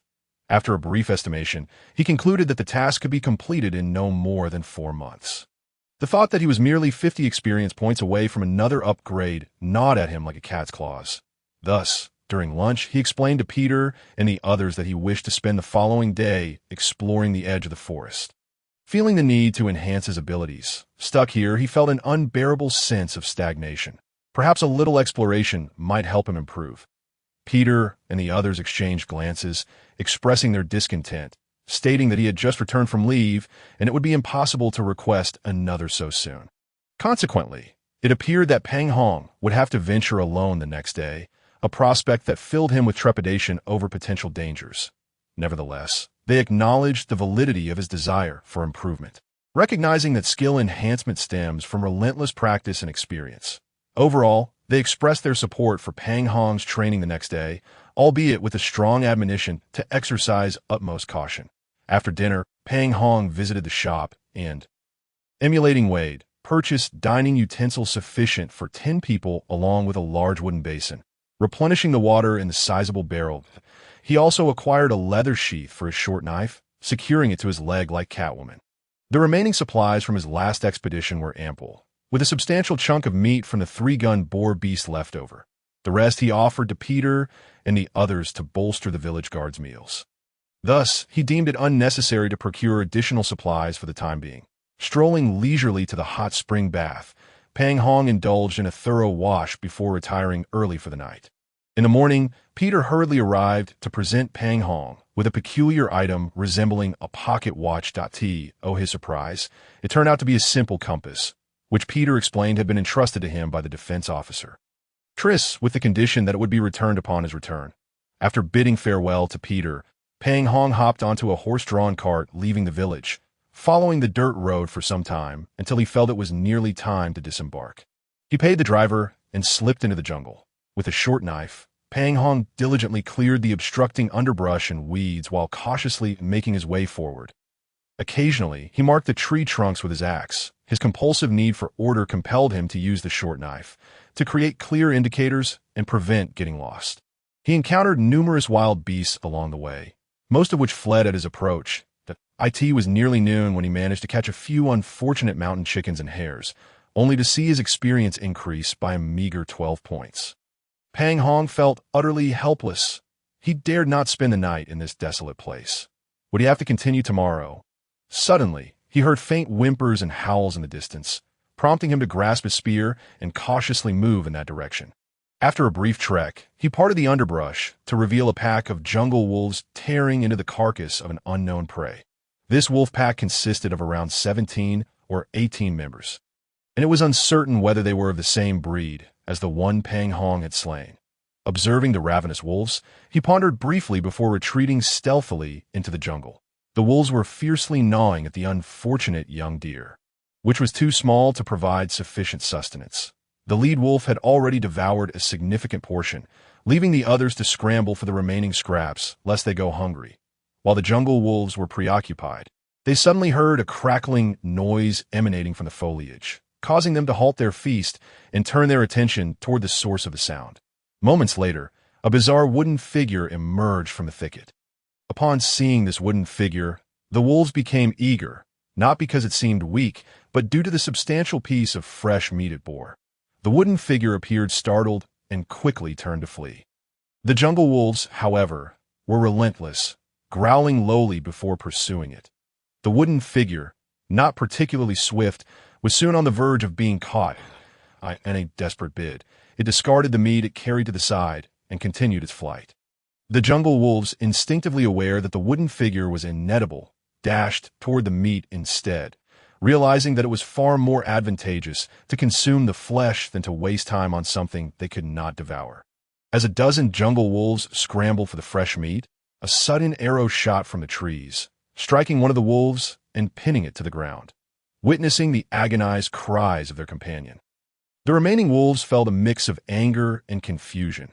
Before they could react further, another arrow pierced another wolf, leaving it writhing on the ground in pain. At this sight, the remaining wolves scattered, responding to their alpha's command to charge in the direction from which the arrows had come.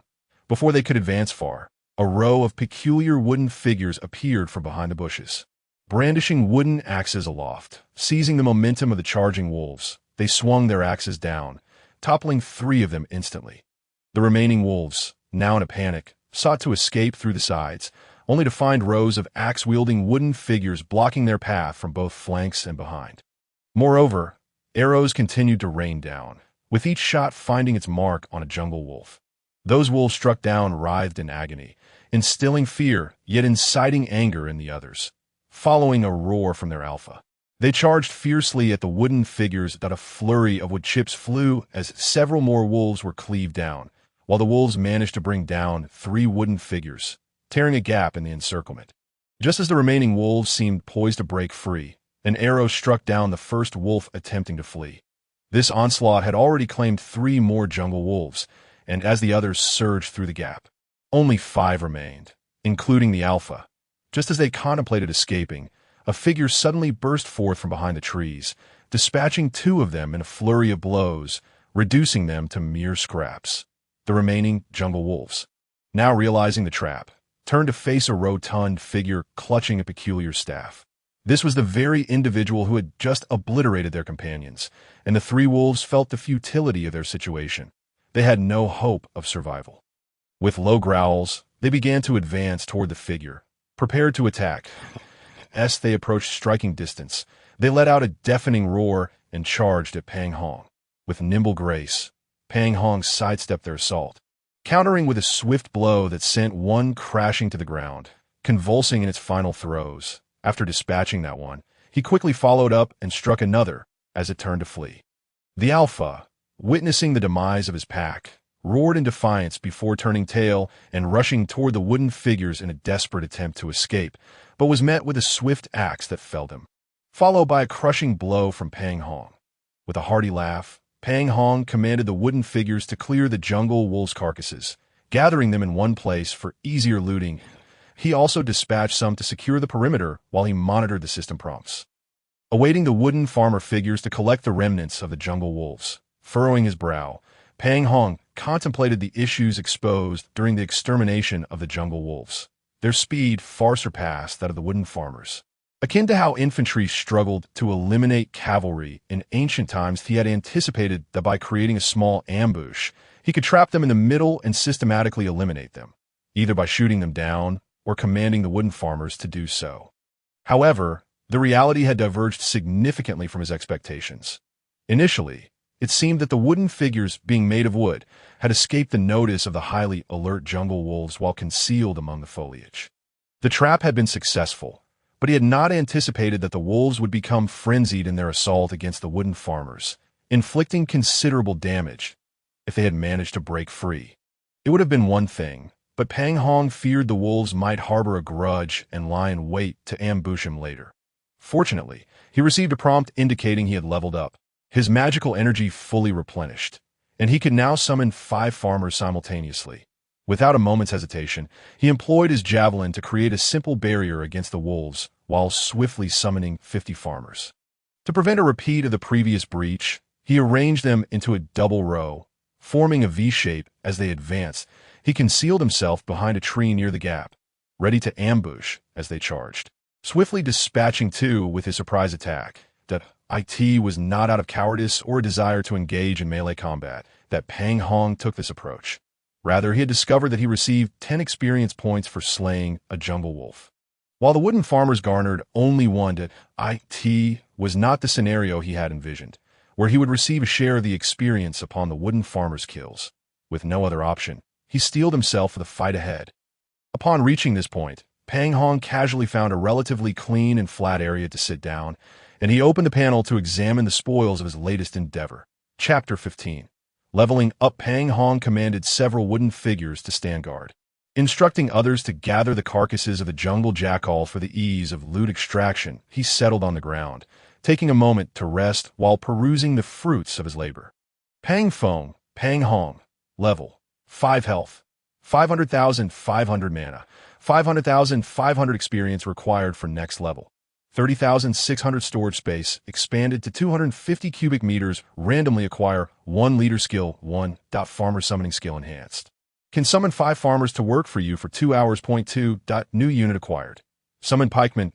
You have obtained a combat unit.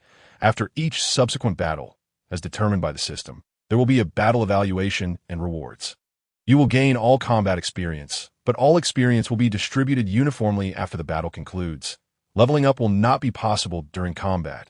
Please take note, activate unit equipment and upgrade thereafter. Activate unit skills and upgrade thereafter.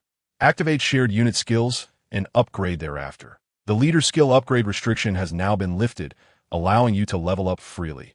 Excited by this straightforward introduction, Pang Hong eagerly clicked on a newly acquired combat unit. The Summoned Pikemen. Summoned pikemen, soldiers summoned from farmers, having undergone basic training in spear handling and formations. Medium.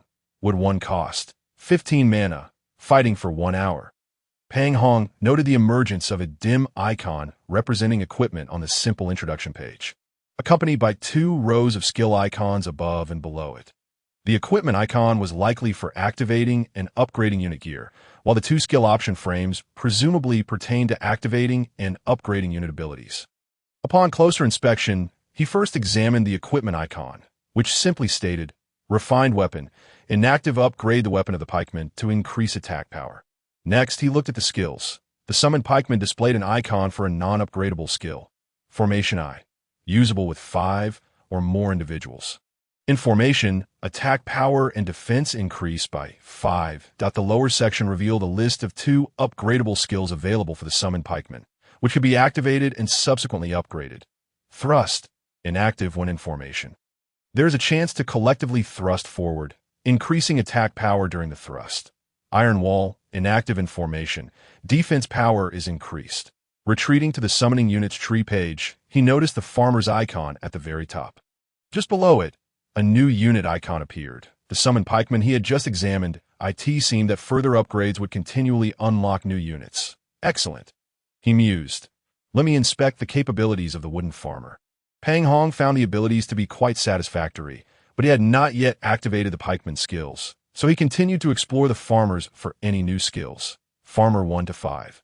Utilize medium to create 1 to 5 farmers at your command.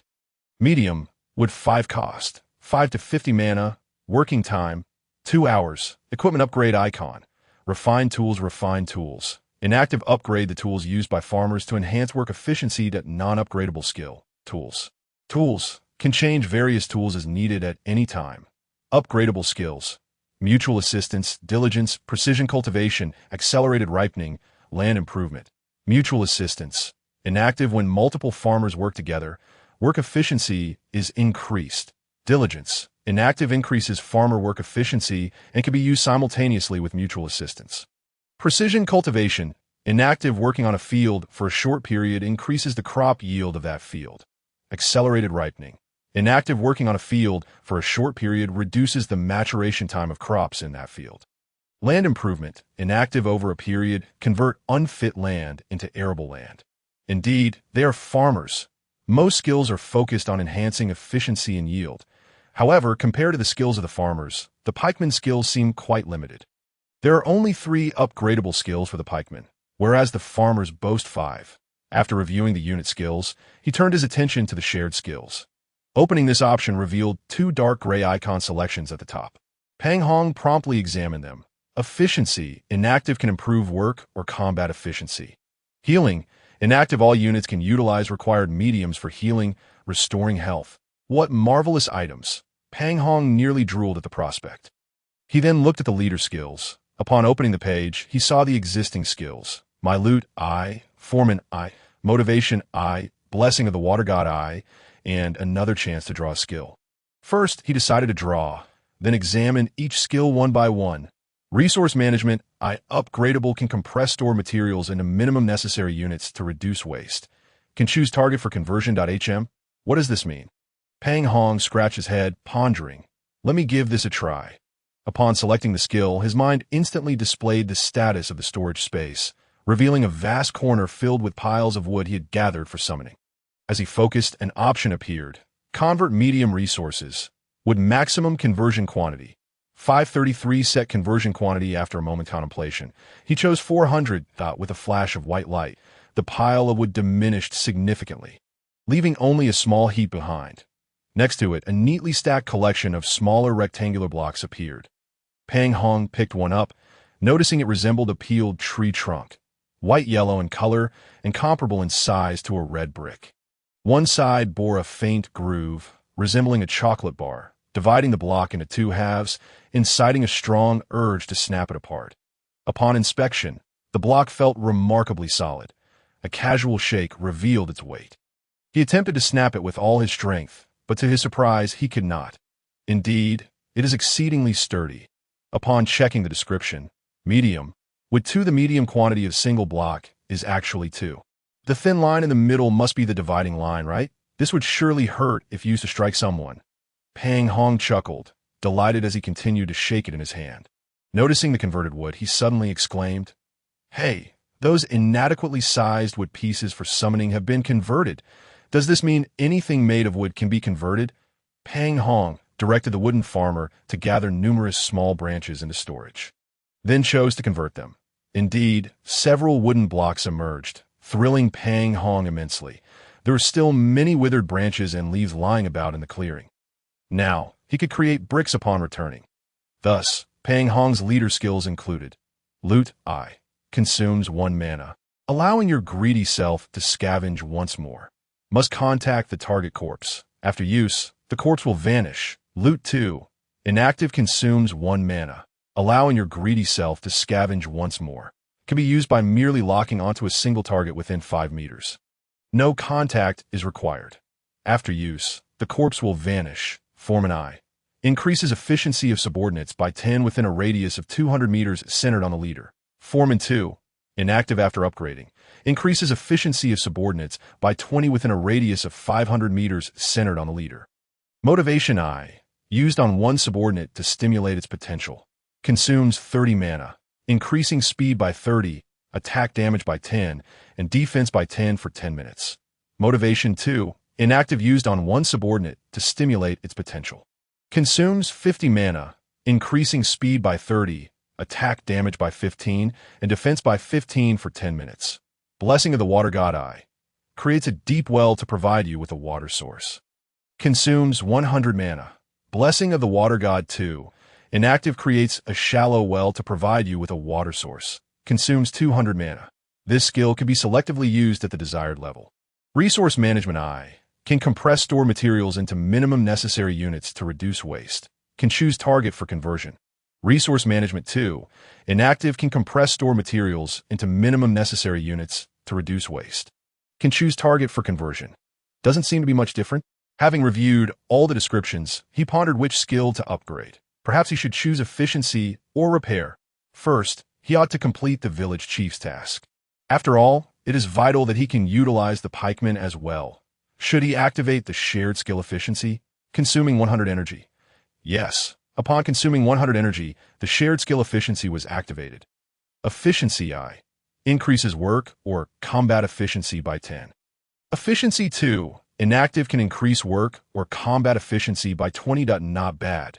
Fat Hong tentatively explored the efficiency of his upgrade skills, only to find that it required 300 energy points. The miserly Fat Hong resolved to return and purchase some magical cores for the upgrade. The remaining 100 energy points were allocated to enhancing the combat unit's attack power, a necessary measure for vanquishing foes and ensuring his own protection. Should he opt for the thrust skill or the refined weapon? Ultimately, he decided to choose a weapon. While the thrust skill was commendable, it necessitated an arrangement of 5 or more before it could be employed. He would deliberate on this matter upon returning home, intending to upgrade everything if finances permitted.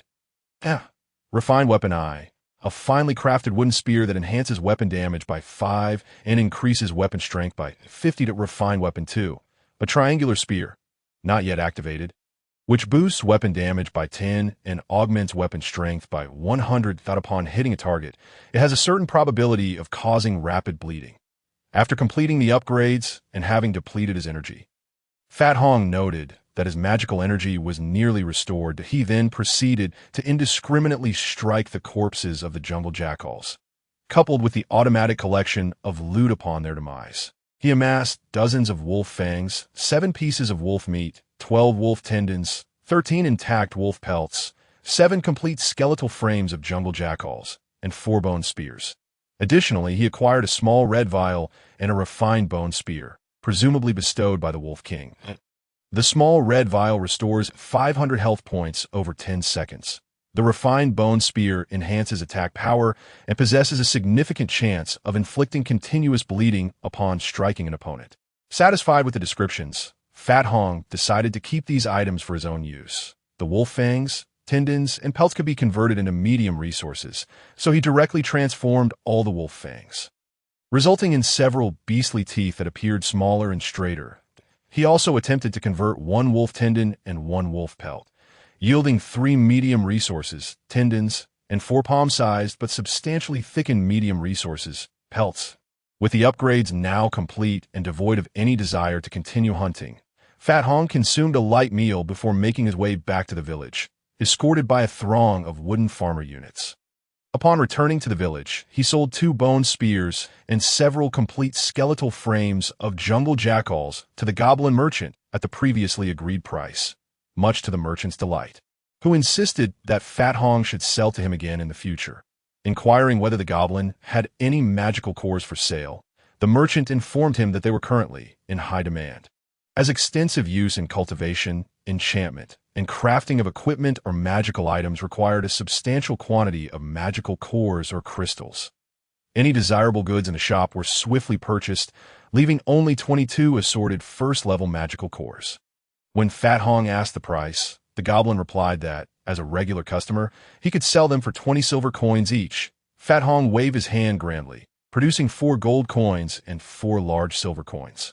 Declaring he would buy them all, he then inquired about the price of second-level magical cores, to which the merchant responded that they were priced at 50 silver coins each. After a moment's contemplation, Fat Hong requested that the goblin reserve a few for him in case more became available, to which the goblin agreed without hesitation. Having obtained the magical cores, Fat Hong sought out the defense officer Triss. Returning the compass and expressing his gratitude, Triss, somewhat surprised, asked if he had enhanced his abilities, to which Fat Hong cheerily affirmed. As Triss patrolled with Peter, the two exchanged playful winks, inquiring about any benefits gained from their jungle expedition. Fat Hong reciprocated with a few winks, indicating they would meet again the next day.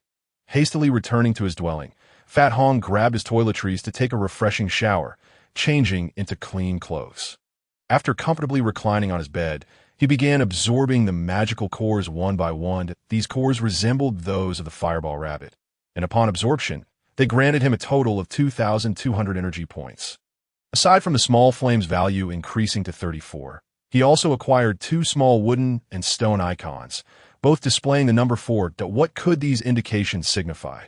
Fat Hong inquired repeatedly of the system, but regrettably, it remained silent and unresponsive, having only briefly engaged during the initial loot extraction skill. With no other recourse, Fat Hong resigned himself to exploring the implications as time progressed.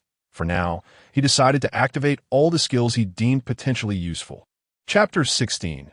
Summon spear soldiers with 2,300 energy points at his disposal. Fat Hong felt a newfound sense of affluence and resolved to activate all the skills at once. Haha, with wealth at my fingertips. Let the activation commence. Observing the array of activated icons, Fat Hong experienced a refreshing sense of satisfaction. Shared unit skills. Healing I. Each unit may utilize the required medium for healing, restoring 100 health points within 90 seconds. Cooldown time. 10 minutes. Healing 2. Not yet activated. Each unit may utilize the required medium for healing, restoring 100 health points within 80 seconds. Cooldown time. 10 minutes. Farmer equipment. Refined tool I. A finely crafted wooden tool that increases work efficiency by 10 and enhances tool strength by 30. Refined tool 2. Not yet activated copper tools that increase work efficiency by 30 and enhance tool strength by 50. Upgradable skills. Mutual aid I. When at least 5 farmers work together, work efficiency increases by 10. Mutual aid 2. Not yet activated. When multiple farmers work together, work efficiency increases by 25. Diligence I. Increases farmer work efficiency by 10. Diligence 2. Not yet activated. Increases farmer work efficiency by 25. Intensive cultivation. Not yet activated. Working on a piece of land for a period of time increases the crop yield of that land. Ripening. Not yet activated. Working on a piece of land for a period of time reduces the maturation time of crops on that land. Land improvement. Not yet activated. Transforming unsuitable land into arable land over a period of time. The following 3 skills are not activated due to their current lack of necessity. Summon spear soldiers equipment. Refined weapon I. A finely crafted wooden spear that enhances weapon damage by 5 and increases weapon strength by 50. Refined weapon 2. Not yet activated. A triangular wooden spear that enhances weapon damage by 10 and increases weapon strength by 100. Upon hitting a target, it has a probability of causing rapid bleeding. Upgradable skills. Thrust I. When arranged in formation, there's a probability of collectively thrusting forward, increasing attack power by 5 during the thrust. Thrust 2. Not yet activated. When arranged in formation, there's a probability of collectively thrusting forward, increasing attack power by 10 during the thrust. Iron Wall I. increases defense by 5 when arranged in formation. Iron Wall 2, not yet activated, increases defense by 10 when arranged in formation. Having activated a total of 7 skills, each activation consuming 100 energy points, and with the chief skills already unlocked, Fat Hong found himself with 1,600 energy points remaining, aside from the temporarily unnecessary skills of intensive cultivation. Ripening and land improvement remaining unactivated, all other skills were at level 1. Now, he contemplated which skills to elevate to level 2. Very well. First, he would upgrade the shared skills for efficiency. Efficiency 2 can enhance work or combat efficiency by 20. Efficiency 3, not yet activated, can enhance work or combat efficiency by 40. Continuing. The upgrade requires 500 energy points. Should he proceed, 500 energy points. That would leave him with only 800 energy points remaining. So perhaps he should hold off for now and explore other options. Suddenly realizing he still felt like a destitute individual, Fat Hong hesitated. He decided to upgrade the weapons for the summoned spear soldiers. Upgrading to Refined Weapon 2. Triangular Spear requires 200 energy points and 10 beast teeth. The conditions are sufficient. Should he proceed, of course, he would upgrade. Refined Weapon 2.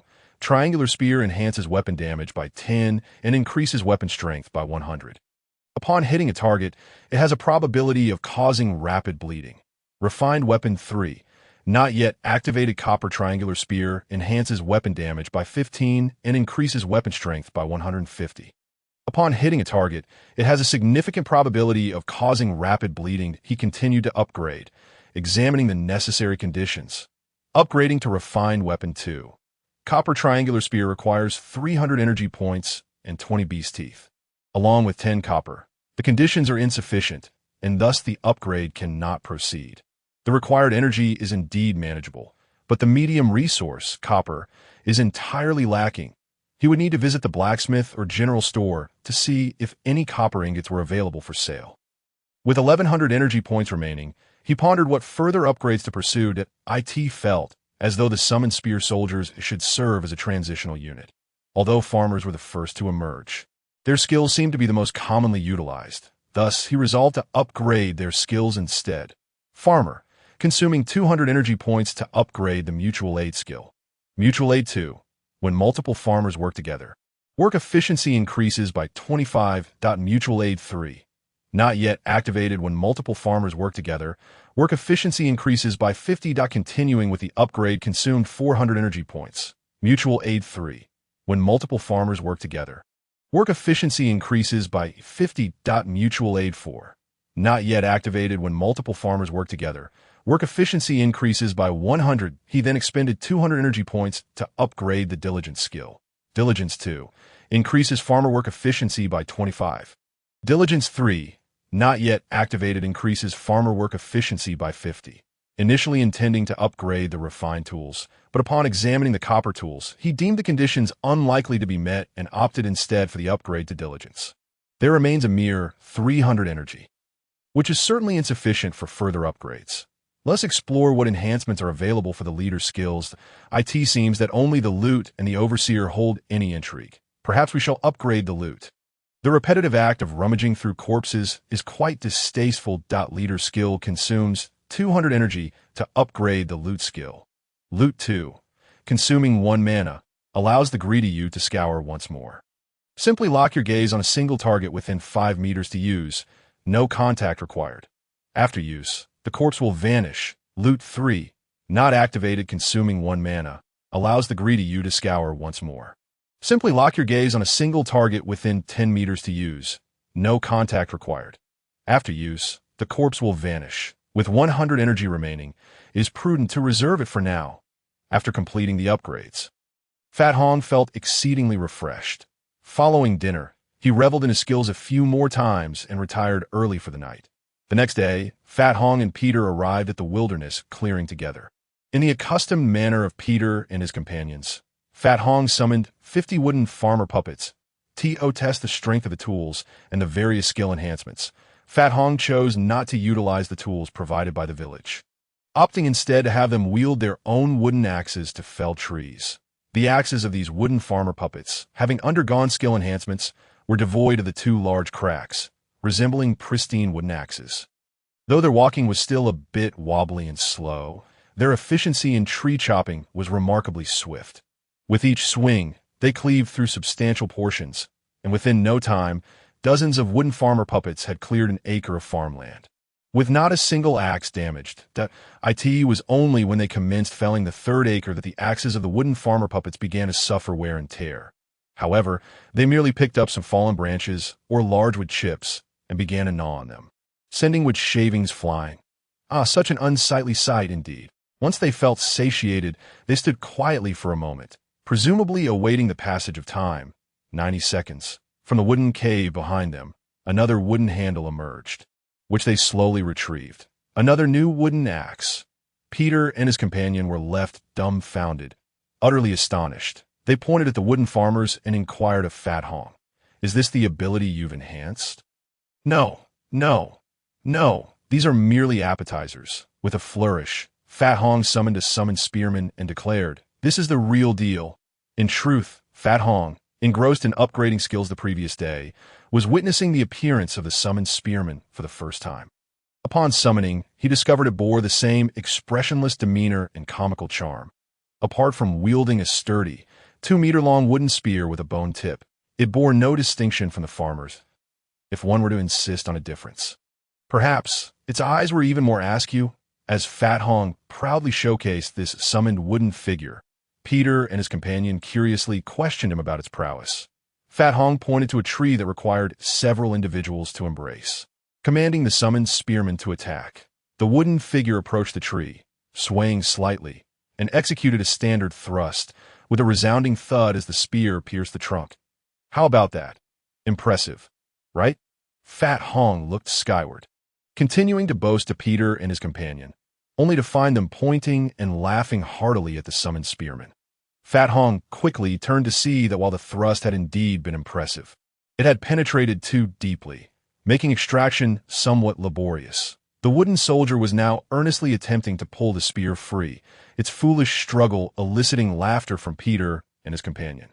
After several futile attempts, the wooden figure resorted to bracing its foot against the tree and pulling with all its might. Suddenly, with a crack, the spear broke and the wooden soldier tumbled to the ground. Oh, ha! This spectacle delighted Peter and his companion, who were nearly doubled over with laughter, leaning against the tree with one hand while clutching their stomachs with the other. Once the wooden soldier righted itself, holding the broken spear with a bewildered expression. It incited another bout of raucous laughter from Peter and his companion. Fat Hong, flushed with indignation, strode over, snatched the spear from Peter leaning against the tree, took the broken spear from the wooden figure, and handed it back to the soldier, commanding it to stand guard with this new weapon.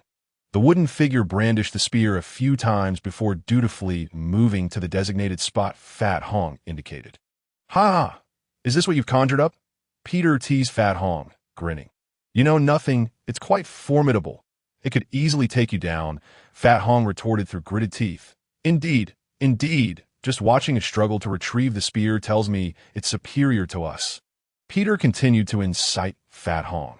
"At least it's strong enough to break its own spear."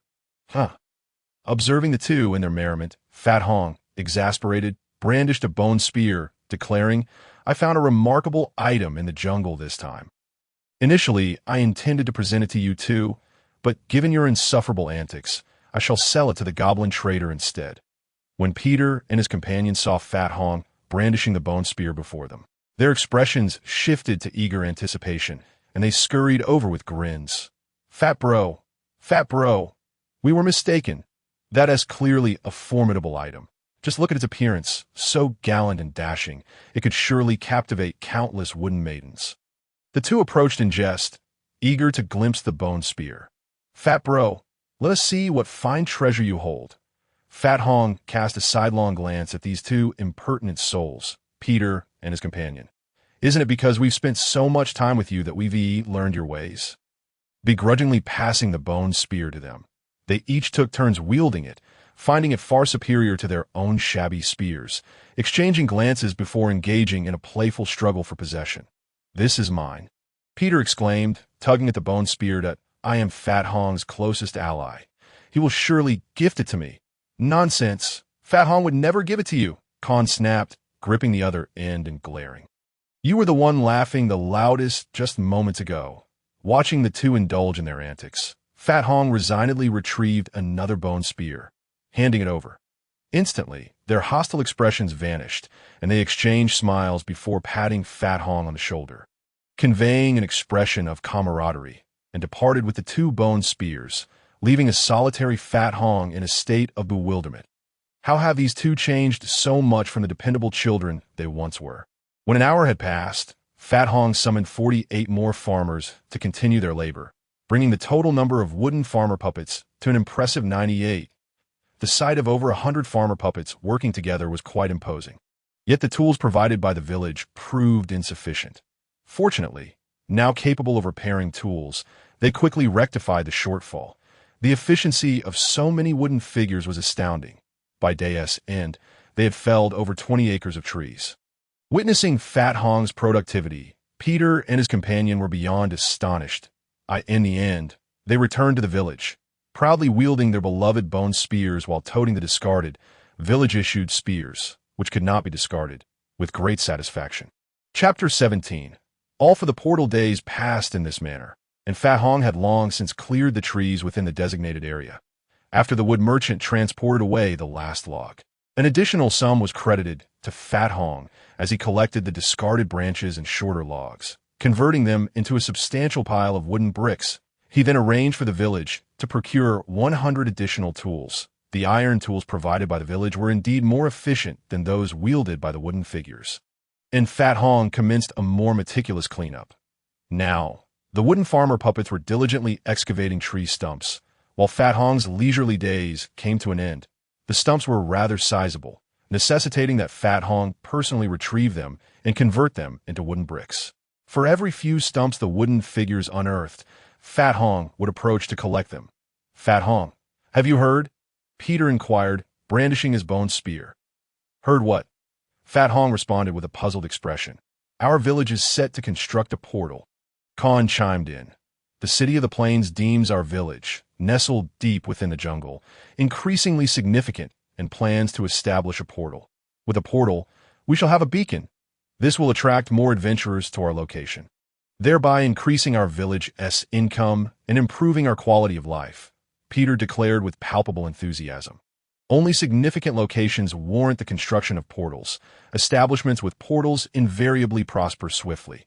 Those affluent adventurers often choose to undertake quests at locations equipped with portals, rather than making the arduous journey on foot or horseback.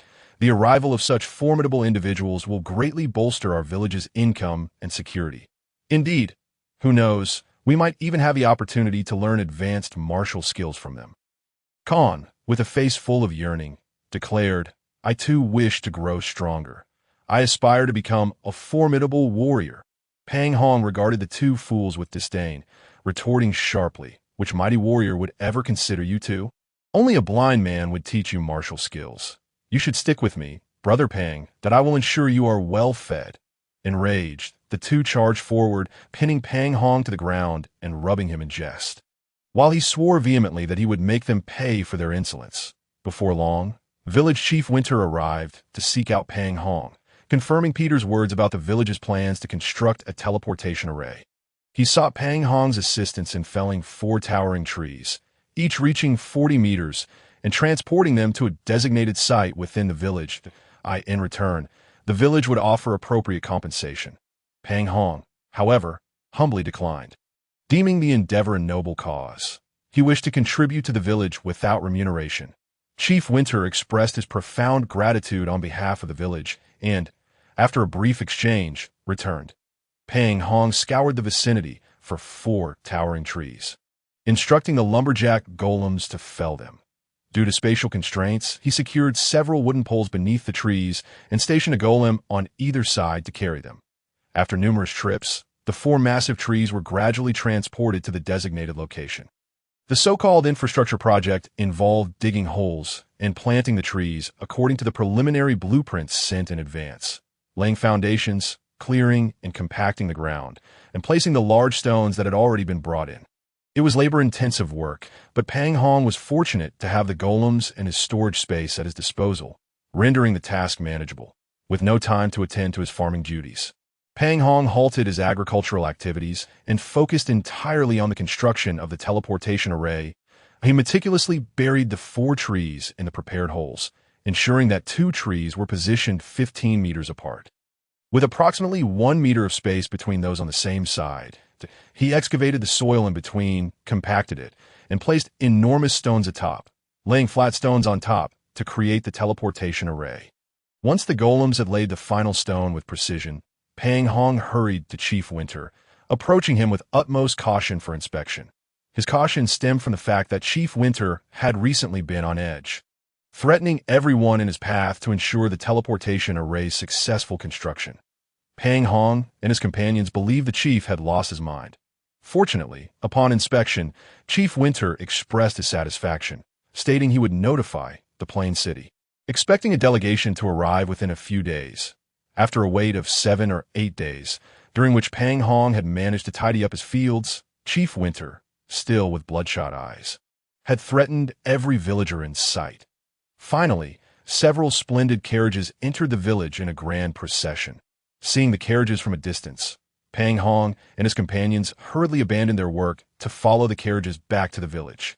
Eager to witness the spectacle, as the carriages came to a halt, Chief Winter and the defense officer, Triss, who had been waiting outside, promptly approached. The driver of the largest and most opulent carriage immediately leaped down, setting up a wooden step and cautiously opening the carriage door before respectfully stepping aside.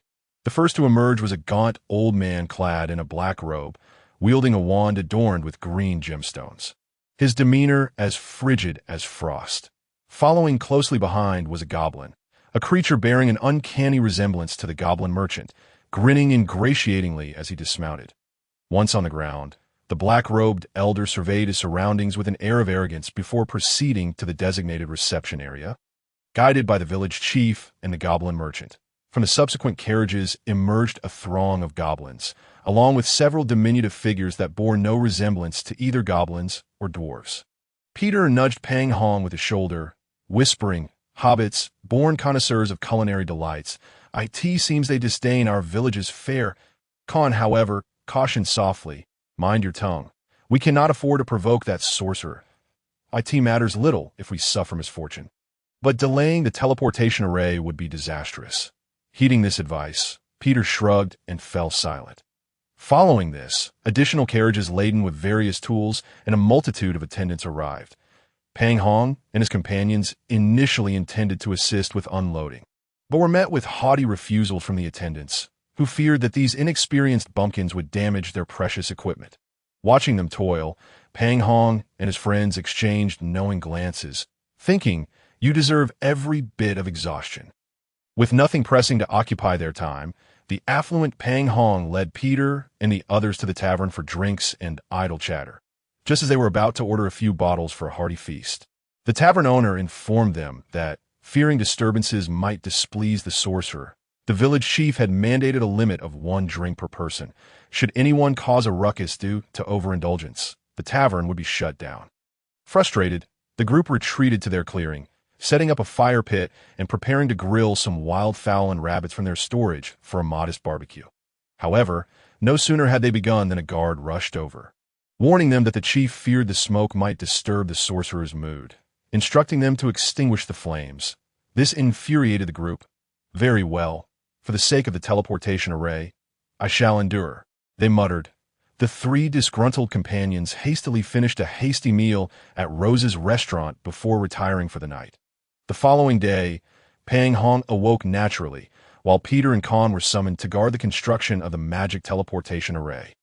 With little desire to continue farming, fearing it might irritate the sorcerer, who seemed to have driven Chief Winter completely mad, he took a day off to eat and observe the construction process.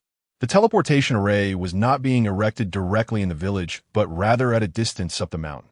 After a 7 or 8 minute trek, Pang Hong finally spotted the 4 tall wooden poles standing there. As he staggered closer, he realized the site was already swarming with people. Villagers, mercenaries, men, women, the elderly, and children, all clamoring to witness the construction of the portal. Defense Officer Triss had also arrived, forming a human wall to keep the spectators at bay. Utilizing his considerable bulk, Pang Hong squeezed his way to the inner circle, the people he pushed aside merely chuckling and exchanging banter with him. Upon encountering Peter, who was sternly wielding a wooden spear to keep him from entering, Pang Hong stealthily stepped on his foot, causing Peter to wince in pain, his expression darkening as he shot a resentful glance at Pang Hong. Ignoring him, Pang Hong merely raised an eyebrow and turned away, while Peter, fearing further mischief, ceased his efforts to push him back. Instead, he brandished the spear, shouting, "No more pushing! Stop crowding!" After what felt like an eternity, Pang Hong began to suspect that perhaps the sorcerer had taken his time to enjoy a leisurely lunch before arriving. Finally, a procession emerged from the village, led by the haughty old sorcerer, whose expression suggested that everyone owed him a fortune. Chief Winter carefully guided the way, while the goblin merchant flanked him with a sycophantic grin. The goblin and human attendants carrying various tools followed closely behind. Glancing back, Pang Hong noted the absence of the hobbits, likely preoccupied with observing the construction or preparing food. Regardless, they had not accompanied the group. As the procession approached, the gathered crowd instinctively parted to create a path. The sorcerer disdainfully surveyed the onlookers before haughtily striding forward. Upon reaching the construction site, several goblins immediately sprang into action. Measuring and preparing point one attendant moved a reclining chair to a shaded area for the sorcerer to rest, while others set up a small table laden with beverages, fruits, and snacks. Observing Chief Winter and the goblin merchant standing awkwardly beside the sorcerer, Pang Hong understood why the Wyron family had previously been so intimidated by magic users. Once the goblins had completed their measurements and calculations, they presented their findings to the goblin merchant, who, upon receiving a nod of approval from the sorcerer, instructed them to proceed. The goblins then produced an array of tools, meticulously inscribing strange lines upon the stones, forming a magical array measuring over 10 meters in size. Using small grinding devices, they carved shallow grooves along these lines. After cleaning the grooves, they filled them with a peculiar liquid. Only after thoroughly inspecting their work did they finally nod to the goblin merchant, who in turn sought the sorcerer's approval to proceed. The sorcerer, seemingly unfazed by the proceedings, rose to approach the magical array. A retainer approached, carrying a box, and upon reaching the magician, he opened it to reveal a transparent gem the size of a ping-pong ball nestled within. The magician lifted the gem and placed it at the center of a magical circle, turning to prepare his incantation, while the retainer, still clutching the box, hastily retreated. The magician began to wave his wand fervently. Muttering incantations under his breath, he gestured enchanted. The gem at the tip of his wand suddenly emitted a dazzling green light, momentarily blinding those present. Bathed in this emerald glow, for trees, spaced several meters apart, began to bend toward each other, intertwining to form two inverted U-shaped arches. The wand continued to sway, and the incantation flowed forth. The transparent gem within the magical circle also burst forth with brilliant white light, causing the lines of the circle to shimmer as they absorbed this luminescence, transforming into continuous strands radiating white brilliance. Once the entire magical formation had turned white, a luminous curtain suddenly manifested between the adjacent arches, lifting the gem to hover at the apex of the entwined trunks, glimmering with white light.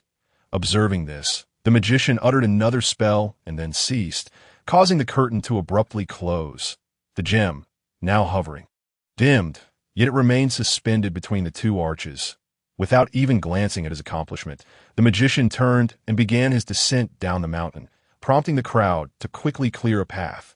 Village chief followed closely behind, guiding him, while the human retainers gathered their reclining chairs and coffee tables, descending the mountain as well.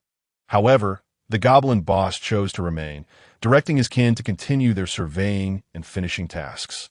The goblin boss positioned a metallic box, roughly 40 by 40 and taller than a man, upon a stone slab etched with lines, just outside the magic circle. Suddenly, a flash of white light fused the box's base firmly with the slab.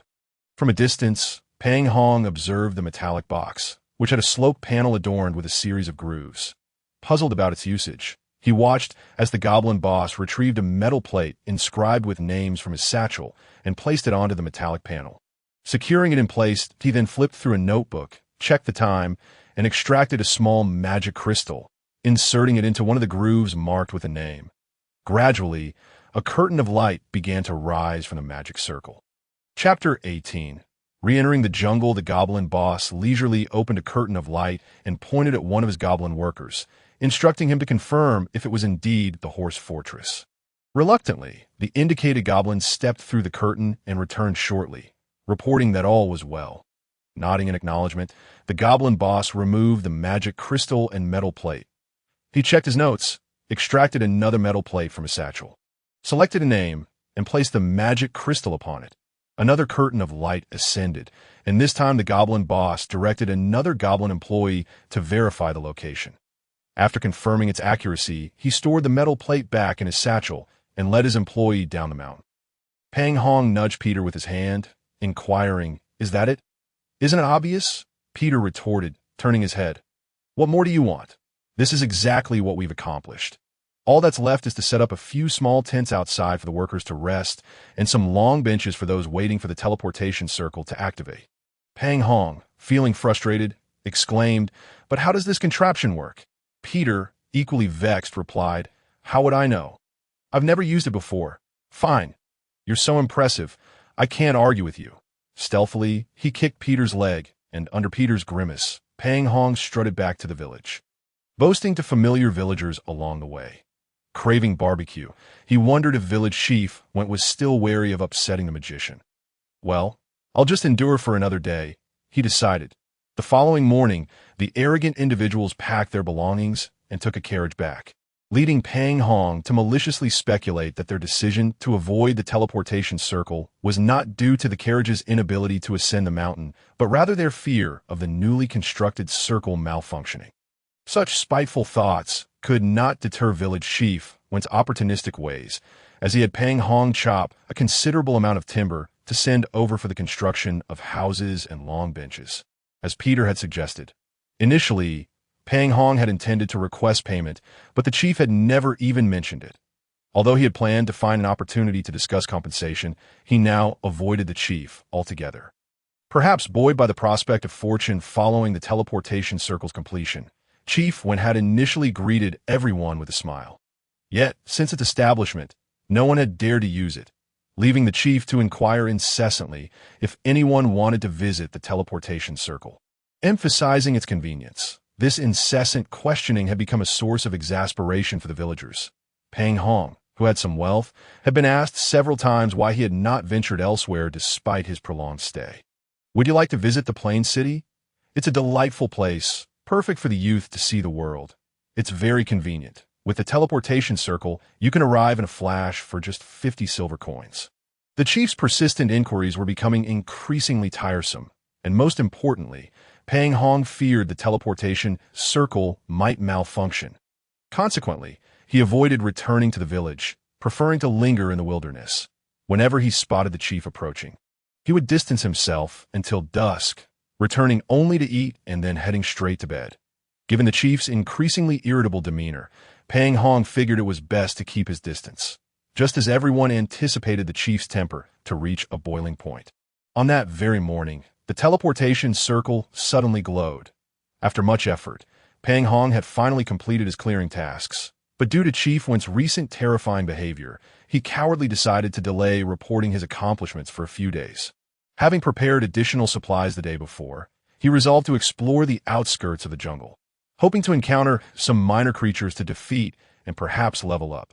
During this time, the goblin boss informed him that the teleportation circle had created location beacons, and soon, beacons for the village would be available for sale. And adventurous Pang Hong truly needed one, and I'll think about it when I return, he replied. Since the teleportation circle required guards, and having just completed their tasks, though they had essentially been idle, Peter and he could not accompany him. Rising early and completing his morning routine, Pang Hong arrived at Rose's restaurant. He ordered a breakfast of hard bread and thick vegetable soup. Yes, he begrudgingly tore apart the hard bread to soak it in the soup, having procured rice but too lazy to cook it. Served him right. He suddenly heard a youthful voice ask, "Excuse me, ma'am, do you have hot milk and sweetbread?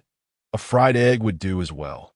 Turning to investigate, he found two children, the elder brother, around 8 years old, with golden hair styled in a small tuft, dressed in exquisite and lavishly crafted garments, leaning against the counter with an expression of boredom. The younger sister, a beautiful and charming little girl of about 4, was the one speaking. Noticing their finely tailored clothes, Pang Hong surmised they must be the offspring of some noble family out for a day of fun. And I'm sorry, my dear little angel, but all I have here is thick vegetable soup and harbread, replied Rose, the proprietress, in a remarkably gentle tone. But I can only eat sweet bread or fried eggs. The little girl pouted, her face displaying disappointment. Oh dear. If there's none available, you needn't eat it. I have some jerky you can have instead, the older brother replied, his expression one of disdain. You can't eat jerky in the morning. The little girl turned, pointing her tiny finger at her brother. Catherine said it's bad to eat jerky for breakfast. I've seen you sneak some several times, she retorted with indignation. Puffed. If everyone listened to her, how would one become a great hero and save the world? The boy scoffed, his defiance palpable. Pang Hong couldn't help but smirk at the boy's dramatic flair, reminiscent of a character from a dragon-slaying novel. All right. No more arguing that I'll make you some fried eggs right away, Rose said lovingly, her eyes filled with affection for the pair. Just wait a moment. They'll be ready soon. Pang Hong, feeling a twinge of jealousy, recalled how he had inquired about fried eggs before, only to be met with a harsh refusal from Rose each time. Woe is me, he thought, continuing to tear apart his hard bread and sip his vegetable soup, enviously watching the siblings enjoy their fried eggs. The brother and sister gracefully finished their meal of fried eggs and a bowl of thick vegetable soup, thanked Rose, and hurriedly dropped a silver coin on the counter before dashing out. As Pang Hong continued to tear apart his hard bread, he was consumed by envy over their fried eggs. With a heavy heart, he ambled towards the dirt road leading outside the village. After walking for a while, he grew weary and turned into the woods. Along the way, he encountered nothing but the abundant wild rabbits and the ever-present mountain chickens. With nary a creature in sight, could they all have been scared away by the teleportation circle? He thought maliciously that in Warm Springs Village, the teleportation circle, which had just been activated that morning, once again illuminated the area. The exceedingly bored staff member stationed nearby was just about to greet the newly arrived guests when a troop of fully armed armored cavalry emerged from within. The service personnel, pale with fright, intended to flee but was seized by a tin can-like figure, who, in a deep voice, said, I wish to inquire about something. Meanwhile, Pang Hong, lamenting the inability to find prey for his advancement, timidly refrained from venturing deeper into the jungle. Thus he ambled along the path, grumbling about his misfortunes, not too far from the roadside. Suddenly, a peculiar cacophony of shouts erupted ahead. Pang Hong hurried over, only to be startled by the sight of a group of ragged green-skinned goblins, wielding an assortment of tattered weapons, confronting two small figures. Those two were unmistakably the brother and sister he had encountered during lunch.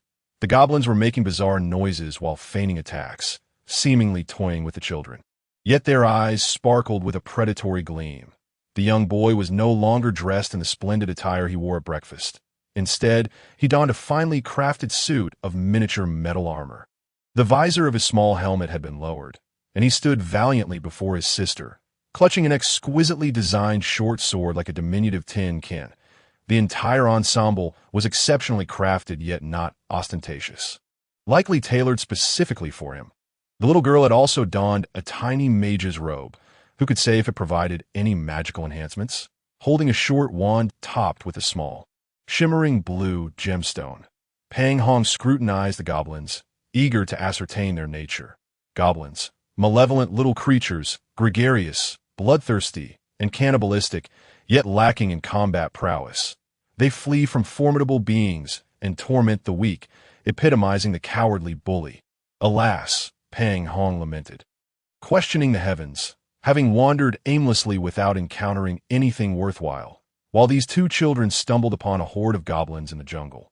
Truly remarkable. Without hesitation, Pang Hong summoned 33 spear-wielding soldiers, commanding them to form 3 ranks before charging forth. One goblin, brandishing a small stone axe, pretended to attack the young boy before swiftly retreating, turning to cackle at his companions' surprise. The other goblins gazed at it with astonishment, only to whip around and discover the little tin can had closed the distance. Swinging its sword, the goblin shrieked in agony as it fell to the ground, clutching its wound and writhing in pain. The remaining dozen goblins, furious, brandished their weapons and charged forward. Just then, an ice projectile soared from behind the tin can, striking one goblin squarely on the head with a resounding crack, rendering it unconscious and nearly frozen.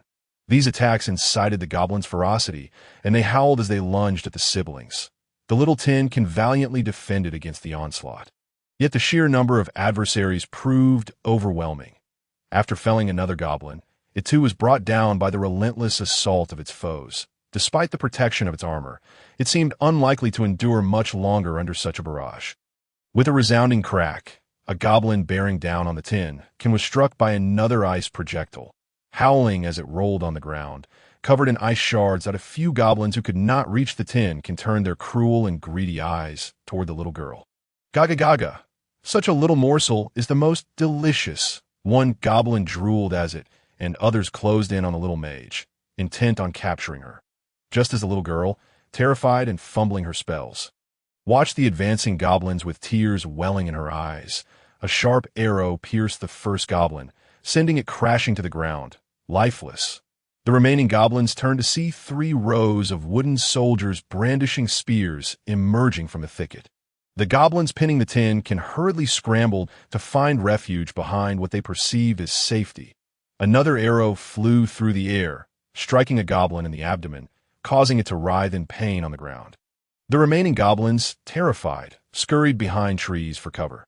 The wooden soldiers advanced slowly toward the children, and a rotund figure circled around from behind. With a mighty swing, it crushed the goblin writhing on the ground, then pulled the tin can to safety behind its sturdy form that a brief examination revealed that the metal armor was indeed well crafted. Despite the relentless assault, the tin can bore no injuries, clutching its sword tightly. The young boy lifted his visor, gasping for breath, expressing his gratitude to Pang Hong before turning to offer comforting words to his little sister, who fought back tears, her eyes brimming with distress. Pang Hong gently patted her head in consolation before leading them toward the path. Surprisingly, the frightened goblins did not scatter as Pang Hong had anticipated, but instead trailed behind them cautiously. Observing this development, Pang Hong felt a twinge of concern. Chapter 19. The blood battle against goblins. Pang Hong directed the wooden soldiers to protect the 2 children as they made their way down the dirt road leading to the village. The young boy held his sword protectively beside his sister, who, filled with trepidation, clutched Pang Hong's garment with one hand while holding her delicate wand in the other, sensing the little girl's fear. Pang Hong turned and lifted her into his arms, softly reassuring her, "Do not be afraid. I am here." His other hand gripped a bone hammer as they approached the road, drawing nearer with each step. Yet Pang Hong's worry mounted as the goblins continued to follow closely behind, showing no signs of retreating. Pang Hong quickened his pace, parting the underbrush to reveal the dirt road, a surge of joy swelling within him. However, a sudden commotion of hurried footsteps echoed from behind the goblins, igniting their excitement. Realizing the danger, Pang Hong intended to hasten their escape, but the wooden soldiers struggled to maintain their speed while keeping formation. As the footsteps drew closer, a massive horde of creatures emerged, numbering at least 300, that most were goblins, but among them were several larger monsters surrounding a particularly imposing goblin. These larger creatures were clad in tattered leather armor, wielding iron swords and knives. The largest of the bunch wore a battered half-plate of iron over its chest, a similarly ragged iron helmet atop its head, and brandished a hammer the size of a coconut. Pang Hong quickly assessed the situation and received a system prompt. The larger goblins were known as big goblins, equally cruel and bloodthirsty, yet far more formidable in combat. The largest goblin was identified as the Goblin Warrior.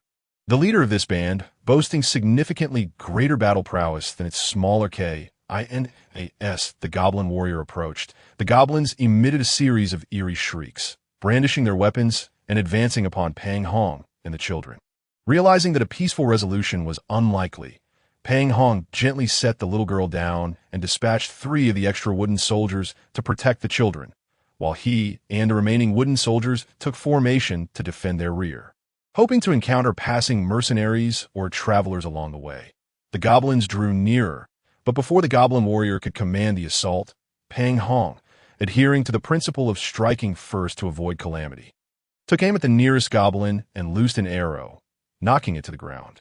The goblins, enraged by Pang Hong's actions, rushed forward, shrieking as chaos erupted. 7 or 8 goblins were toppled by the wooden soldiers, while 2 of the injured ones crawled about in despair.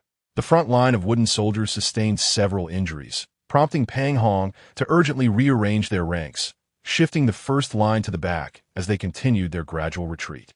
The goblins, shaken by the unexpected resistance, hesitated to advance. The goblin warrior, witnessing this, let out a furious roar, and several big goblins stepped forward, mercilessly dispatching the wounded goblins attempting to escape, compelling the others to press on with their attack. The clash resumed, reverberating with the sounds of battle as the goblins charged forward, undeterred, trampling over the bodies of their fallen comrades. Numerous small creatures leaped onto the wooden soldiers, raining blows with their weapons until they were met with swift retribution from the soldiers' spears. The wooden soldiers, undeterred by their own injuries, continued to thrust their weapons toward the approaching goblins. After a brief yet fierce skirmish lasting mere seconds, the goblins finally succumbed to the onslaught, retreating in disarray. A staggering 30 goblins lay defeated before the wooden soldiers, while those who remained alive writhed on the ground, howling in agony. Some of the goblins struck were clearly afflicted by the bleeding effect of the trident, blood gushing forth from their wounds in a gruesome display. The wooden warriors fared no better. Unable to change formations, they endured the onslaught. 4 of their number had already been reduced to splinters, while the rest bore various injuries. 2 of them were so severely battered that they merely swayed unsteadily on their feet. In a hurry, Pang Hong commanded the relatively intact second row to advance, while the first row fell back to the rear.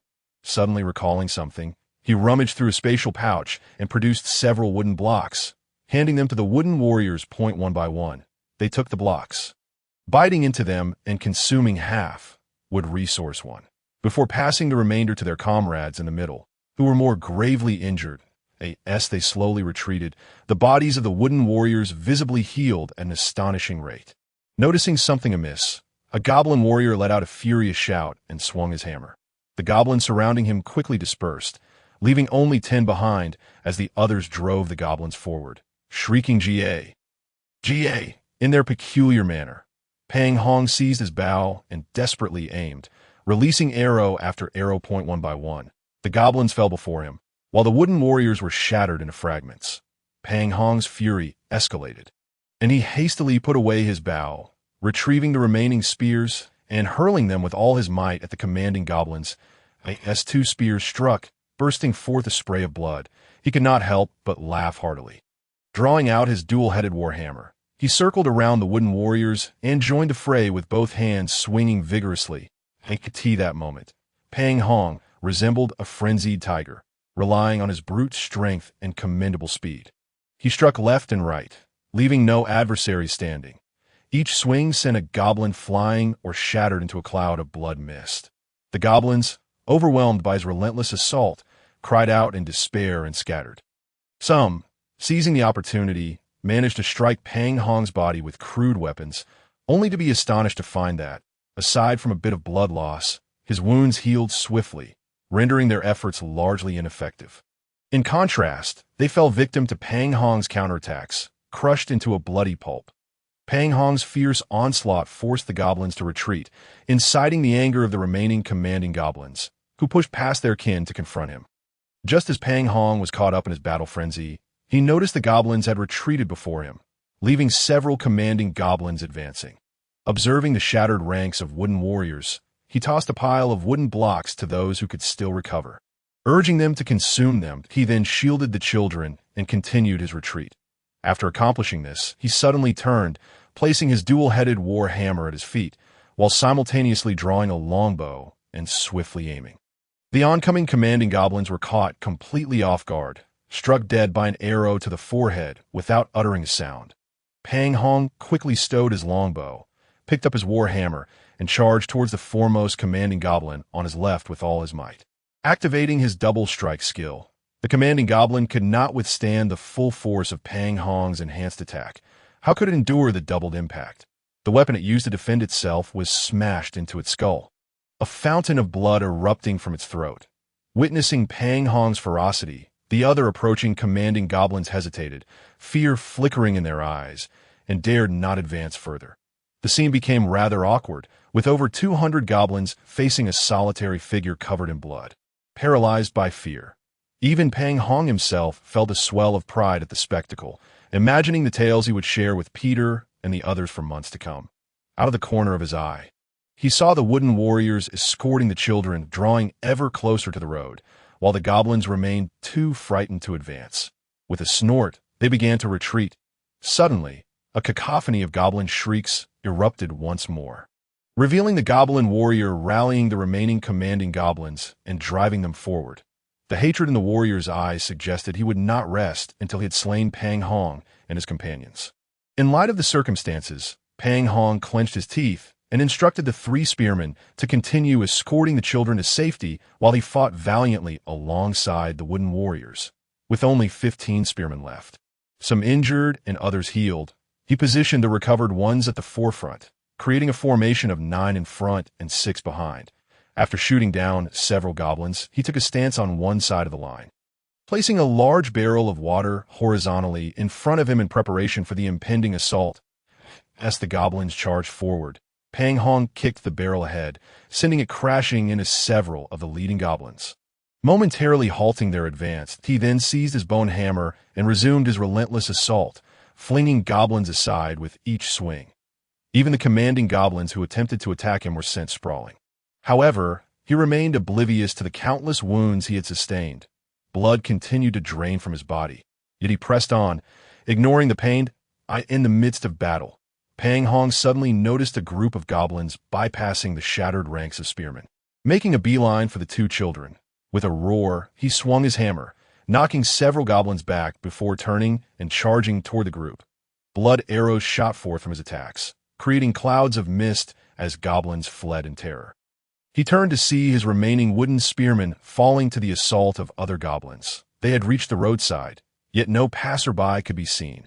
Gazing at the state of his magical recovery, Pang Hong sighed in resignation and summoned 8 new wooden spearmen to stand guard. He drank from a small red vial and positioned himself protectively in front of the children as he unleashed a barrage of arrows at the advancing goblins. Their numbers continued to dwindle, leaving only a brief line of spearmen standing. Their excitement surged, eager to eliminate these monstrous foes. Pang Hong shouted defiantly at the goblins, but the summoned wooden spearmen turned to him, their comical eyes filled with determination as they nodded in agreement. This unexpected display of solidarity stirred something within Pang Hong. Thud! Thud! Thud! The spears pierced flesh, followed by the sound of stone axes cleaving wood. Covered in blood, Pang Hong swung his war hammer with all his might.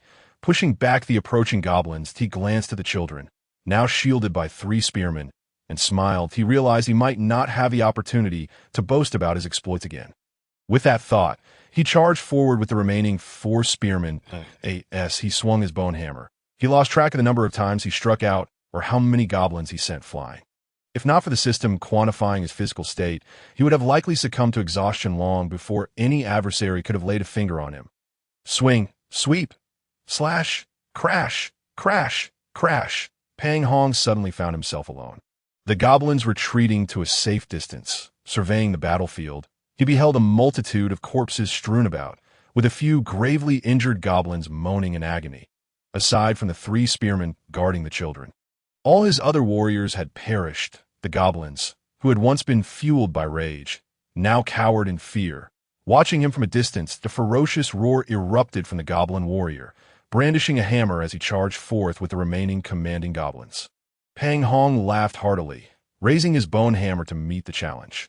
Utilizing his speed, strength, and a body that seemed tireless, he delivered simple yet effective strikes, causing the commanding goblins to wail in despair. Suddenly, a hammer descended upon him, but Pang Hong sidestepped just in time, retaliating with a sweeping blow. The goblin warriors stumbled back, narrowly avoiding his attack. After a brief exchange, they stood their ground, weapons raised, glaring at each other. As the goblin warrior closed the distance, after a moment of tense silence, The goblin warrior let out a series of mocking laughs, swinging his hammer toward the children. In that instant, the goblins that had previously feared Pang Hong surged forward, weapons drawn, intent on reaching the two children. Damn it, Pang Hong thought, ready to turn back and assist, but he felt a sudden rush of wind behind him. With no time to spare, he rolled to the side, springing back to his feet and using his body to shove the goblin warrior back a few steps, narrowly avoiding a flurry of attacks. From the corner of his eye, he saw the goblins engaging with the wooden warriors. The three wooden soldiers protected the children as they backed against a large tree, continuously thrusting their spears. The boy wielded a small sword, desperately defending his sister, while the little girl clutched a tiny staff, trembling in fear and unable to cast a single spell. Seeing this, Pang Hong's heart raced, but the cursed goblin warrior was upon him once more, forcing him to stand and fight. The warrior's hammer came crashing down again. But this time, Pang Hong did not evade. He raised his bone hammer to block, the impact reverberating through his arms. This fiend is strong, he thought, feeling the jolt, as the goblin warrior readied another sweeping attack. Pang Hong, his health nearly replenished, resolved to go all out. He did not shy away from the incoming hammer, swinging his own weapon with ferocity toward the goblin warrior. Thud! Thud! Fat Hong was directly struck and sent flying, landing on the ground like a rolling gourd, while his bone hammer slipped from his grasp and flew far away. The goblin warrior, emboldened by the iron armor on his chest, only staggered back a few steps, hunched over as he spat a mouthful of blood, then cackled grotesquely as he regained his composure. I could see that moment. Fat Hong, lying on the ground, realized that the last spear-wielding protector of the children had been reduced to mere fragments. As a horde of goblins approached the two children with sinister grins, that it's over. Understanding that timely rescue was impossible, Fat Hong felt a deep resentment. Chapter 20. Catherine as Fat Hong lay on the ground. He watched the goblins inching closer to the children, a sense of dread filling his heart. He was overwhelmed with sorrow for his inability to protect the two kids due to his own shortcomings. Just as the goblins were about to close in on the children, and as Fat Hong wallowed in self-reproach, the goblin warrior, wielding the iron hammer with malicious intent, prepared to strike Fat Hong down. Suddenly, a cacophony of galloping hooves erupted from the dirt road, drawing the attention of all present. A battalion of over 200 armored cavalry surged forth. Before they even arrived, a volley of crossbow bolts was unleashed. Under the barrage of arrows, the goblins fell one by one, struck down. Following this, the front ranks of the cavalry charged toward the goblins surrounding the two children. The diminutive goblins were no match for the formidable steeds, either being sent flying with sprays of blood or pierced through by the lances that, in an instant, the once menacing goblins before the children were scattered. The surrounding goblins, having been decimated by the arrow storm and already terrified, now witnessed their comrades being trampled and fled in panic towards the jungle. Fat Hong felt a surge of relief. Recognizing that these elite cavalry were allies, not foes, he turned to look at the goblin warrior, who had moments before been so brazen, now stumbling away, riddled with arrows, dropping the iron hammer that had nearly claimed Fat Hong's life. Seizing the opportunity, Fat Hong quickly rose, retrieving a bone spear from his space as a makeshift javelin, and hurled it with all his might. With a sickening thud, the bone spear pierced the goblin warrior's chest, halted only by the iron armor.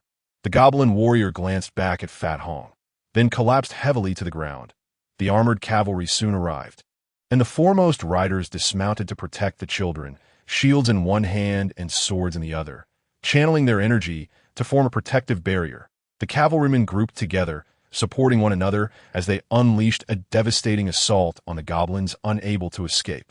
Those goblins, or the larger ones among them, stood no chance against this organized war machine and were swiftly cut down in droves.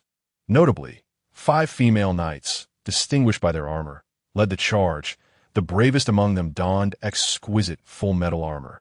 Wielding a long sword with grace, each strike claimed a life, yet her movements appeared fluid and effortless. Fat Hong was captivated, noticing that her armor and energy radiated a unique pale blue hue, creating an aura that slowed any goblin caught within it, allowing her to cleave them in two with ease. The other 4 female knights flanked her with long spears, But Fat Hong felt their presence was unnecessary, as the goblins were already paralyzed with fear, merely seeking to flee. After a brief flurry of strikes, the blue-armored knight paused, and the remaining soldiers continued their pursuit. When only a handful of goblins remained, they ceased the chase and established a simple perimeter with their weapons drawn. The blue-armored knight retracted her energy, walking as she removed her helmet, handing it to a nearby female guard. As the helmet came off, her long flaxen hair cascaded down like a waterfall, and with a gust of wind, she appeared breathtakingly beautiful as she approached. Fat Hong beheld a strikingly exquisite yet somewhat austere visage. In that fleeting moment, he was so taken by her beauty that he envisioned the names of their future children. Alas, the knight merely cast a cold glance at him with her captivating azure eyes before striding toward the two children.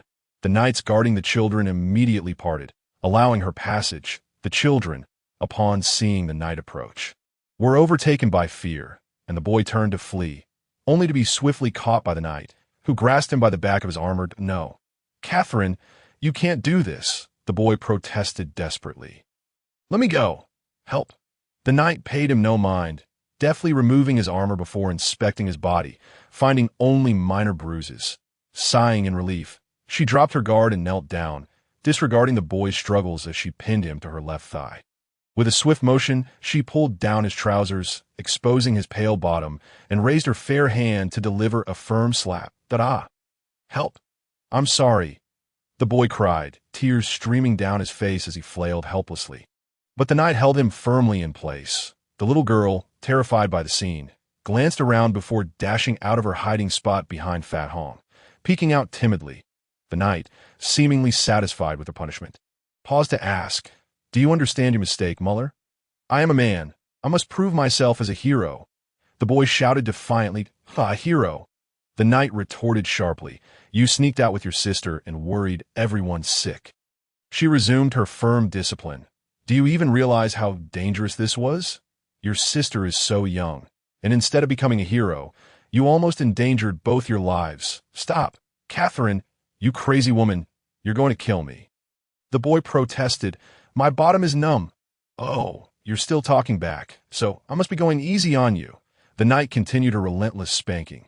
"Wah, I was wrong, I want to do it again. Please stop," the boy finally conceded. Sobbing, Catherine released him, carefully helping him put on his trousers, then crouched down to impart a lesson. "Muller, remember this. A man must think not only of becoming a hero, but also of his responsibilities. Your current duty is to ensure that those who love you do not worry for your actions. You still need training to develop your combat skills and to grow stronger to face various crises." She gently wiped his tear-streaked face with a lovely handkerchief. "Most importantly, you must learn and fill your mind with knowledge, so you won't remain so foolish." She tapped his forehead lightly. "Ew." Muller glared at her, but upon meeting her stunning gaze, he immediately faltered. Catherine stood up, handing the boy over to a nearby guard, then turned to Fat Hong. "Hello." Fat Hong waved his hand awkwardly, but his goofy expression betrayed his inner thoughts. Catherine merely regarded him with her beautiful eyes, coldly assessing him, before extending a fair hand. "Vivian, it's time for us to return home." The little girl retreated slightly, but her wide, glistening eyes remained fixed fearfully on the knight. "Vivian, it's over. You didn't become a hero and almost became food for those little monsters," Catherine said, leaning down with a wicked smile. "But you were very brave, not crying and standing by Muller's side. You are a wonderful child. That you're just young and lack the ability, but your talent is extraordinary. With continued effort, you will surely become an excellent mage." "Really?" the little girl asked, her doubt evident. "Indeed," Catherine replied gently. "Like me?" Vivian inquired further. "No. You will surpass me," Catherine said with a tender smile, causing Fat Hong to feel his heart racing. "Catherine," the little girl suddenly threw herself into the knight's embrace, sobbing, "I was so scared." "So scared. It's all right, Vivian. You are a remarkable child," Catherine soothed, then turned her fierce gaze back to the boy. "You are even more impressive than your brother Muller." Muller, infuriated, turned away from her, after swiftly dealing with the two little rascals. Catherine paid no heed to the rotund Hong, who wore a foolish expression as he gazed at her. She turned back to adjust her arm guards, mounted her horse, and took Vivian, handed to her by the guards. Into her arms, the little girl waved goodbye to the chubby Hong with great enthusiasm. The guards, carrying the mischievous Lur, unconcerned about the discomfort of his backside, shook the reins and galloped off with a host of followers. Ahem, the rotund Hong, still lost in thought as he watched the stunning beauty depart, was interrupted by a few light coughs that shattered his contemplation of what the grand beauty's future grandchildren should be named. Infuriated, he glared in the direction of the sound. It turned out that not all the cavalry had left. 5 riders remained behind.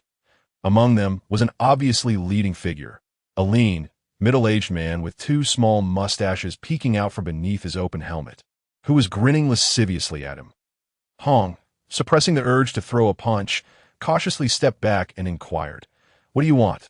The man with the mustaches, clearly embarrassed by his reaction, chuckled nervously while twitching his facial hair, then performed a proper knightly salute before saying, "Good day, esteemed sir. I am George, a bronze knight from the Plain Fortress. That I extend my heartfelt gratitude for your assistance with the 2 children that on behalf of the Brant family of the Plain Fortress. I express our most sincere thanks for your kind heart and brave actions. May I ask your name?"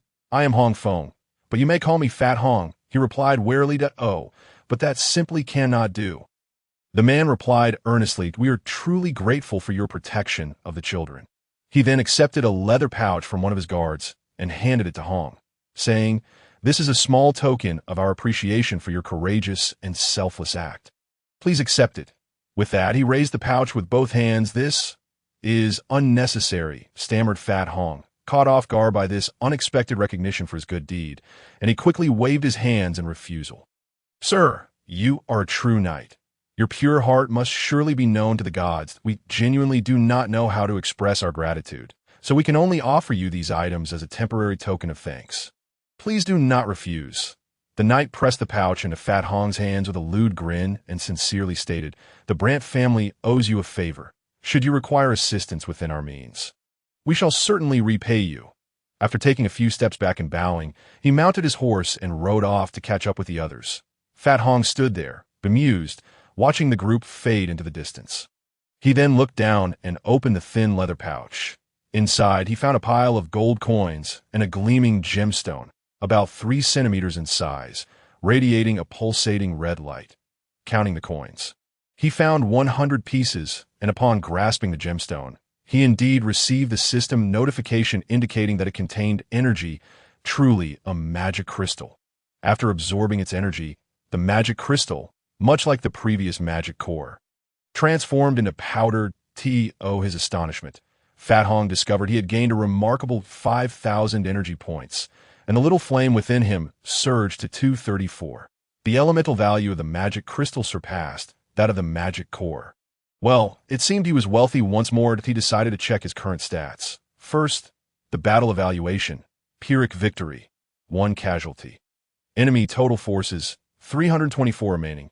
37. Our total forces, 42 remaining. 1. Allied forces, 1 total.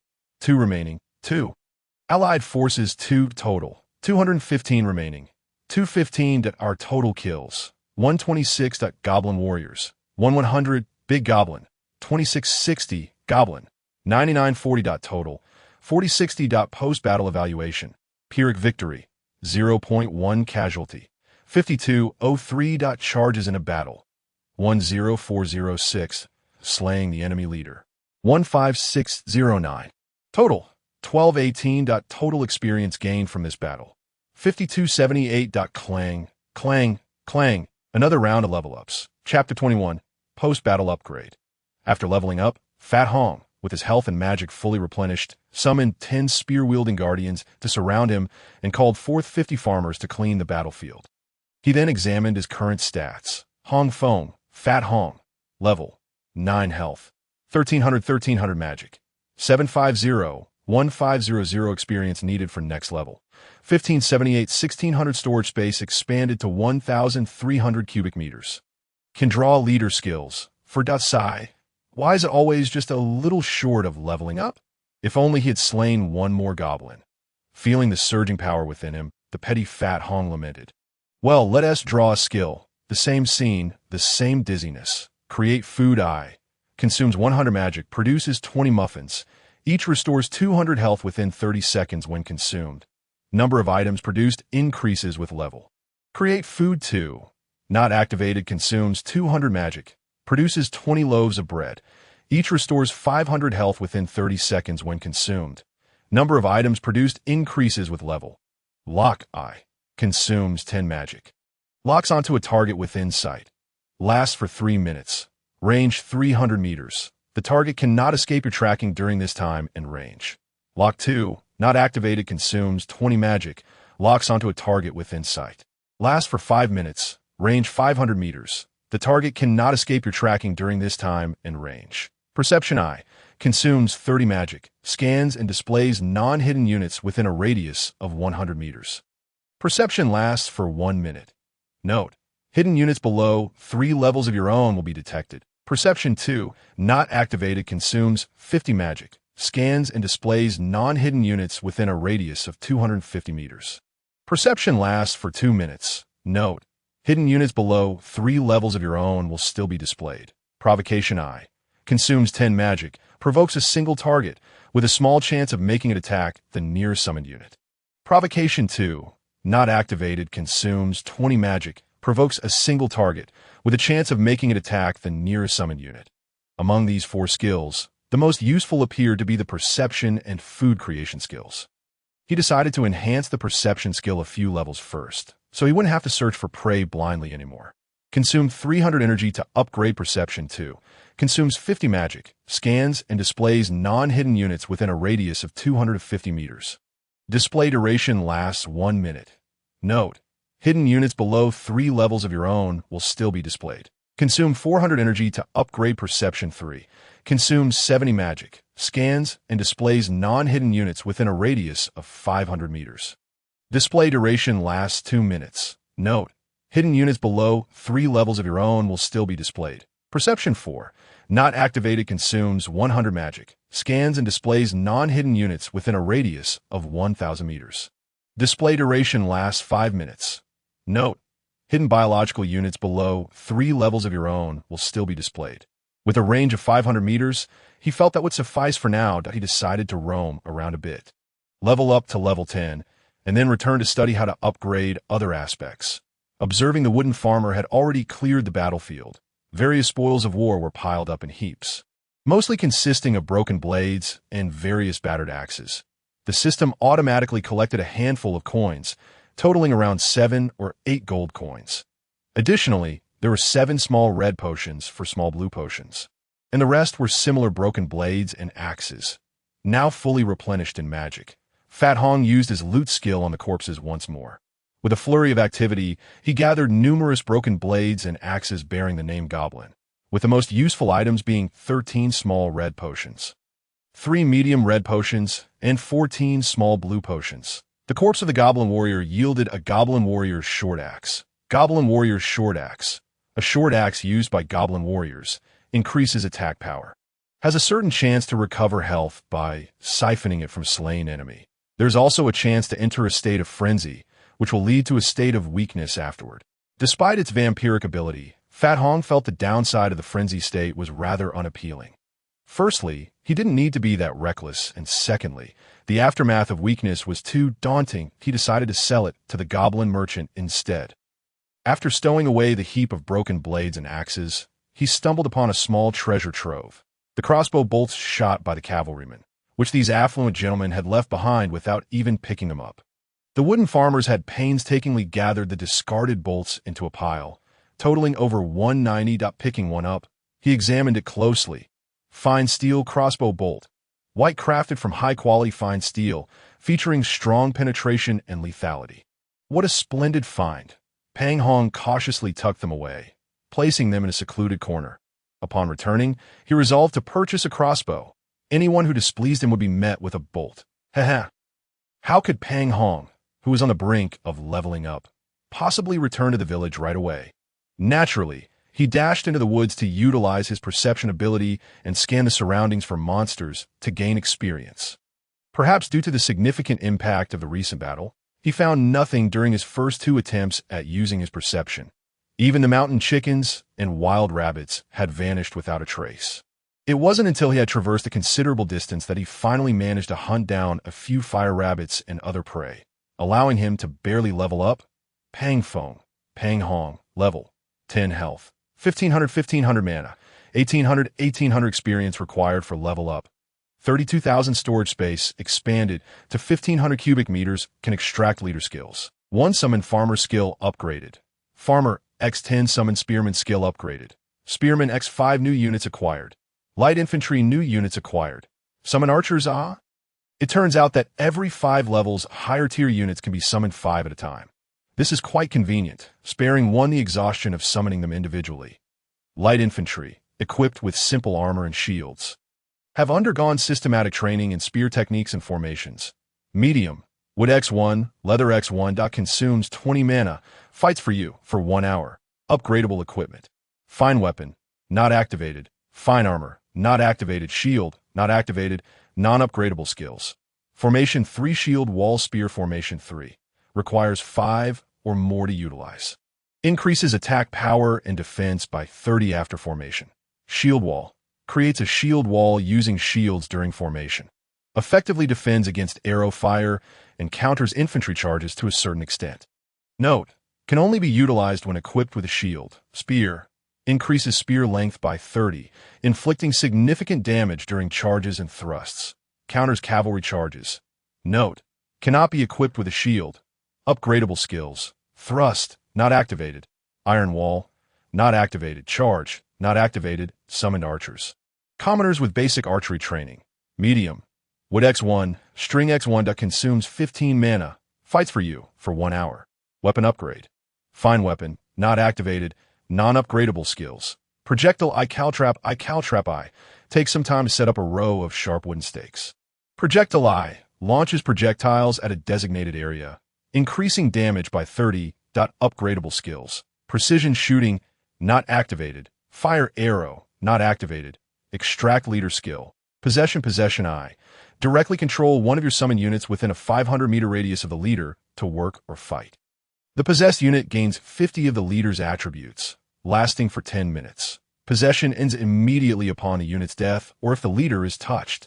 Possession 2. Directly control one of your summoned units within a 1,000-meter radius of the leader to work or fight. The unit gains 50 of the leader's attributes, lasting for 10 minutes. Possession ends immediately upon the unit's death or if the leader is touched. This is quite intriguing. In the future, I can hide and possess a small soldier to eliminate foes, which is far safer. Off I go. I must hurry back to the village to upgrade my skills. I always feel uneasy studying upgrades outside. Pang Hong swiftly returned to the village and the guards at the entrance. Spotting a filthy, bloodied figure, nearly mistook him for a zombie. They almost drew their bows to shoot, but fortunately, Pang Hong's keen sight saved him. He jumped and shouted, even removing his clothing to wipe his face vigorously, finally allowing the guards to recognize him. Upon entering the village, Pang Hong rushed to take a thorough bath. Cleansing himself of the blood and grime, he discarded his blood-stained clothes, donning a fresh set of villager attire before heading to the inn to upgrade. Although he had leveled up twice and expended some energy and perception, he had absorbed a few fire rabbit mana cores, leaving him with 4,700 energy. After a moment's hesitation, he decided to prioritize upgrading the equipment and skills of the newly acquired unit, then address other matters that he first upgraded the equipment and skills of the light infantry. Shield, not activated. Equipment. Consumes 300 energy and medium resources. 10 beast teeth. Activating the weapon and leveling it up to 2. Fine weapon 2. Triangular spear. Increases weapon damage by 15. Raises weapon strength by 100. Fine weapon 3. Triangular bronze spear. Not activated. Increases weapon damage by 25. Raises weapon strength by 200. Damn, I forgot about the copper issue. Copper. Pang Hong angrily rushed to the blacksmith shop to inquire if copper ingots were for sale. Luckily, there were indeed 2 copper ingots available for weapon forging. Weighing a total of 100 kilograms, they cost 4 gold coins. Pang Hong paid the price directly, converting the copper ingots into 200 medium resources of copper. Picking up one of the copper resources, he noted that each piece was about the size of a mahjong tile. albeit slightly longer with a fine line down the middle, each labeled as medium copper 2. Having secured medium resources of copper, Pang Hong did not return, but instead purchased 100 kilograms of iron ingots, converting them into 200 medium resources of iron, similar in size and shape to the copper resources, but differing in color, before heading back to continue upgrading. After expending 300 energy and 10 beast teeth, along with 10 copper, he successfully upgraded the weapon further. Fine Weapon 3. Triangular Bronze Spear. Increases weapon damage by 25, raises weapon strength by 200. Fine Weapon 4. Not activated Triangular Fine Iron Spear. Increases weapon damage by 50, raises weapon strength by 300. Continuing with armor upgrades, he discovered that he required medium resources, leather. Thus, Pang Hong converted all available medium resources in his space. Total expenditure: 600 energy and medium resources. Leather, 40, copper, 30. Activating and leveling armor to 3. Fine Armor I. Hardwood armor. Wooden armor with minimal defensive capability. Fine Armor 2. Leather armor. Leather armor with moderate defensive capability. Fine Armor 3. Max level leather armor with copper studs. A hard leather armor embedded with copper studs, providing excellent defense. Continuing to expend 600 energy and medium resources. Leather, 40, copper, 30. He activated and leveled the shield to 3. Shield I. Hardwood shield. A shield made of hardwood, providing moderate defense. Effectively defends against arrows, reducing movement speed by 15. Shield 2. Light leather shield. A light shield made of leather, offering good defensive capacity. Effectively defends against arrows, reducing movement speed by 5. Shield 3. Copper-studded hard leather shield. Max level, a hard leather shield embedded with copper studs, offering commendable defense. Effectively defends against arrows, reducing movement speed by 10. Note: the option to choose whether the unit uses the shield is available. Upgradable skills: Thrust Charge, Iron Wall Thrust, Iron Wall, and Charge, all leveled up by 2. Costing a total of 900 energy. Thrust 3. Max level during formation. There's a certain chance for a collective thrust forward, increasing attack power by 30 during thrusting. Iron Wall 3. Max level increases defense by 30 during formation. Charge 3. Max level charges of the target. Increases the attack power of the strike against the target by 30, with a low chance to disrupt the enemy formation. Satisfied with his upgrades, he glanced at his remaining resources. Goodness, only 2,000 energy left. Accepting that the light infantry would serve as his temporary main force, he decided to conserve his resources for upgrading the supporting archers. Summoned archers, commoners with basic archery training. Medium, Wood X1, String X1 that consumes 15 mana, fights for you for 1 hour. Fine weapon. This must be upgraded, costing 600 energy and medium resources. Wood 10, copper 10 to reach level 3. Fine Weapon 3. Copper handled longbow, bronze triangular arrows. Flat shot range increased by 50. Arch shot range increased by 100. Rate of fire improved by 15. Arrow speed increased by 30. Damage increased by 30. Hitting the target has a certain chance to cause significant blood loss. Fine Weapon V. Fine Iron Bow. Fine Iron Triangular Arrows. Not activated. Flat shot range increased by 60. Arch shot range increased by 130. Rate of fire improved by 20. Arrow speed increased by 40. Damage increased by 40. Hitting the target has a chance to cause significant blood loss. With self-contained skills of projectile and caltrap feeling unnecessary to upgrade for now, he resolved to carry a few caltraps next time. If he had set up caltraps instead of turning the remaining ones into wooden blocks this time, even if his entire army were to perish, he could still have taken out a considerable portion of the enemy forces. Choosing to upgrade his skills first, he expended 600 energy to upgrade Precision Shooting. Precision Shooting 3. Max level increases hit rate by 50. Reduces rate of fire by 30. Fire Arrow can be activated now. When Pang Hong selected to activate Fire Arrow, an option suddenly appeared asking whether to consume 100 energy and 10 fire elements. As he cautiously clicked confirm, he noticed that the number on the small flame icon had dropped from 134 to 124. Oh, so these items are meant for this purpose. Fat Hong suddenly realized. Rocket I. A burning rocket that can ignite flammable targets. Rocket 2. Unactivated a rocket carrying a small amount of fuel that spreads burning oil upon hitting the target. Both units have completed their upgrades. leaving 700 energy remaining. The shared skills have not increased. It remains efficiency healing. However, the leader skills have expanded to include food production I, lockdown I, perception 3, provocation I, and possession I. Along with the previous loot of loot 2, supervisor I, Lord's motivation I, water god S blessing I, and resource management I, there are now a total of 10 skills. Which one should be upgraded? It's quite a headache. Forget it. Let us first elevate efficiency to level 3. Efficiency 3. Increases work or combat efficiency by 40. Efficiency 4. Unactivated increases work or combat efficiency by 70. Alright, 200 energy remains, since I'm uncertain about what to upgrade. I might as well save it for later. Chapter 22. New units and new equipment. As he gazed at the skills within the system, Fat Hong felt something was amiss. After a second look, upon noticing the food production skill, he silently shed tears of excitement. Without uttering a word, he quietly produced 100 muffins, increasing by 20 with each upgrade. Picking one up, he examined it before taking a gentle bite. Delicious. He then lowered his head and indulged ravenously. After finishing, he let out a loud belch. Whether it restored health was uncertain, but the taste was undeniably delightful. Even if he did nothing in the future, he wouldn't starve, and he could sell muffins for money. Ah, ha ha. With that thought, he wore a proud expression.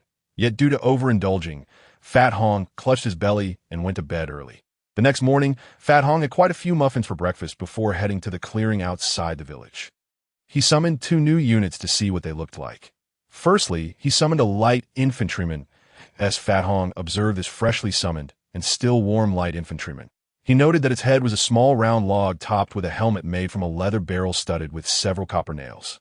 The face bore no mask. The helmet resembled an inverted leather barrel with a rectangular cutout, revealing its comically expressive eyes. The large round log body was adorned with a chest plate made from a heavily studded leather barrel, and 2 thick pieces of leather served as shoulder guards. Its thin little arms were also equipped with several tubular leather guards, but the legs were left unguarded, relying solely on a few hanging leather pieces from the waist for defense. Currently, it stood upright, wielding a bronze-tipped trident in its right hand and a sturdy leather shield, choosing to use the shield in its left side. Overall, it still appeared rather foolish.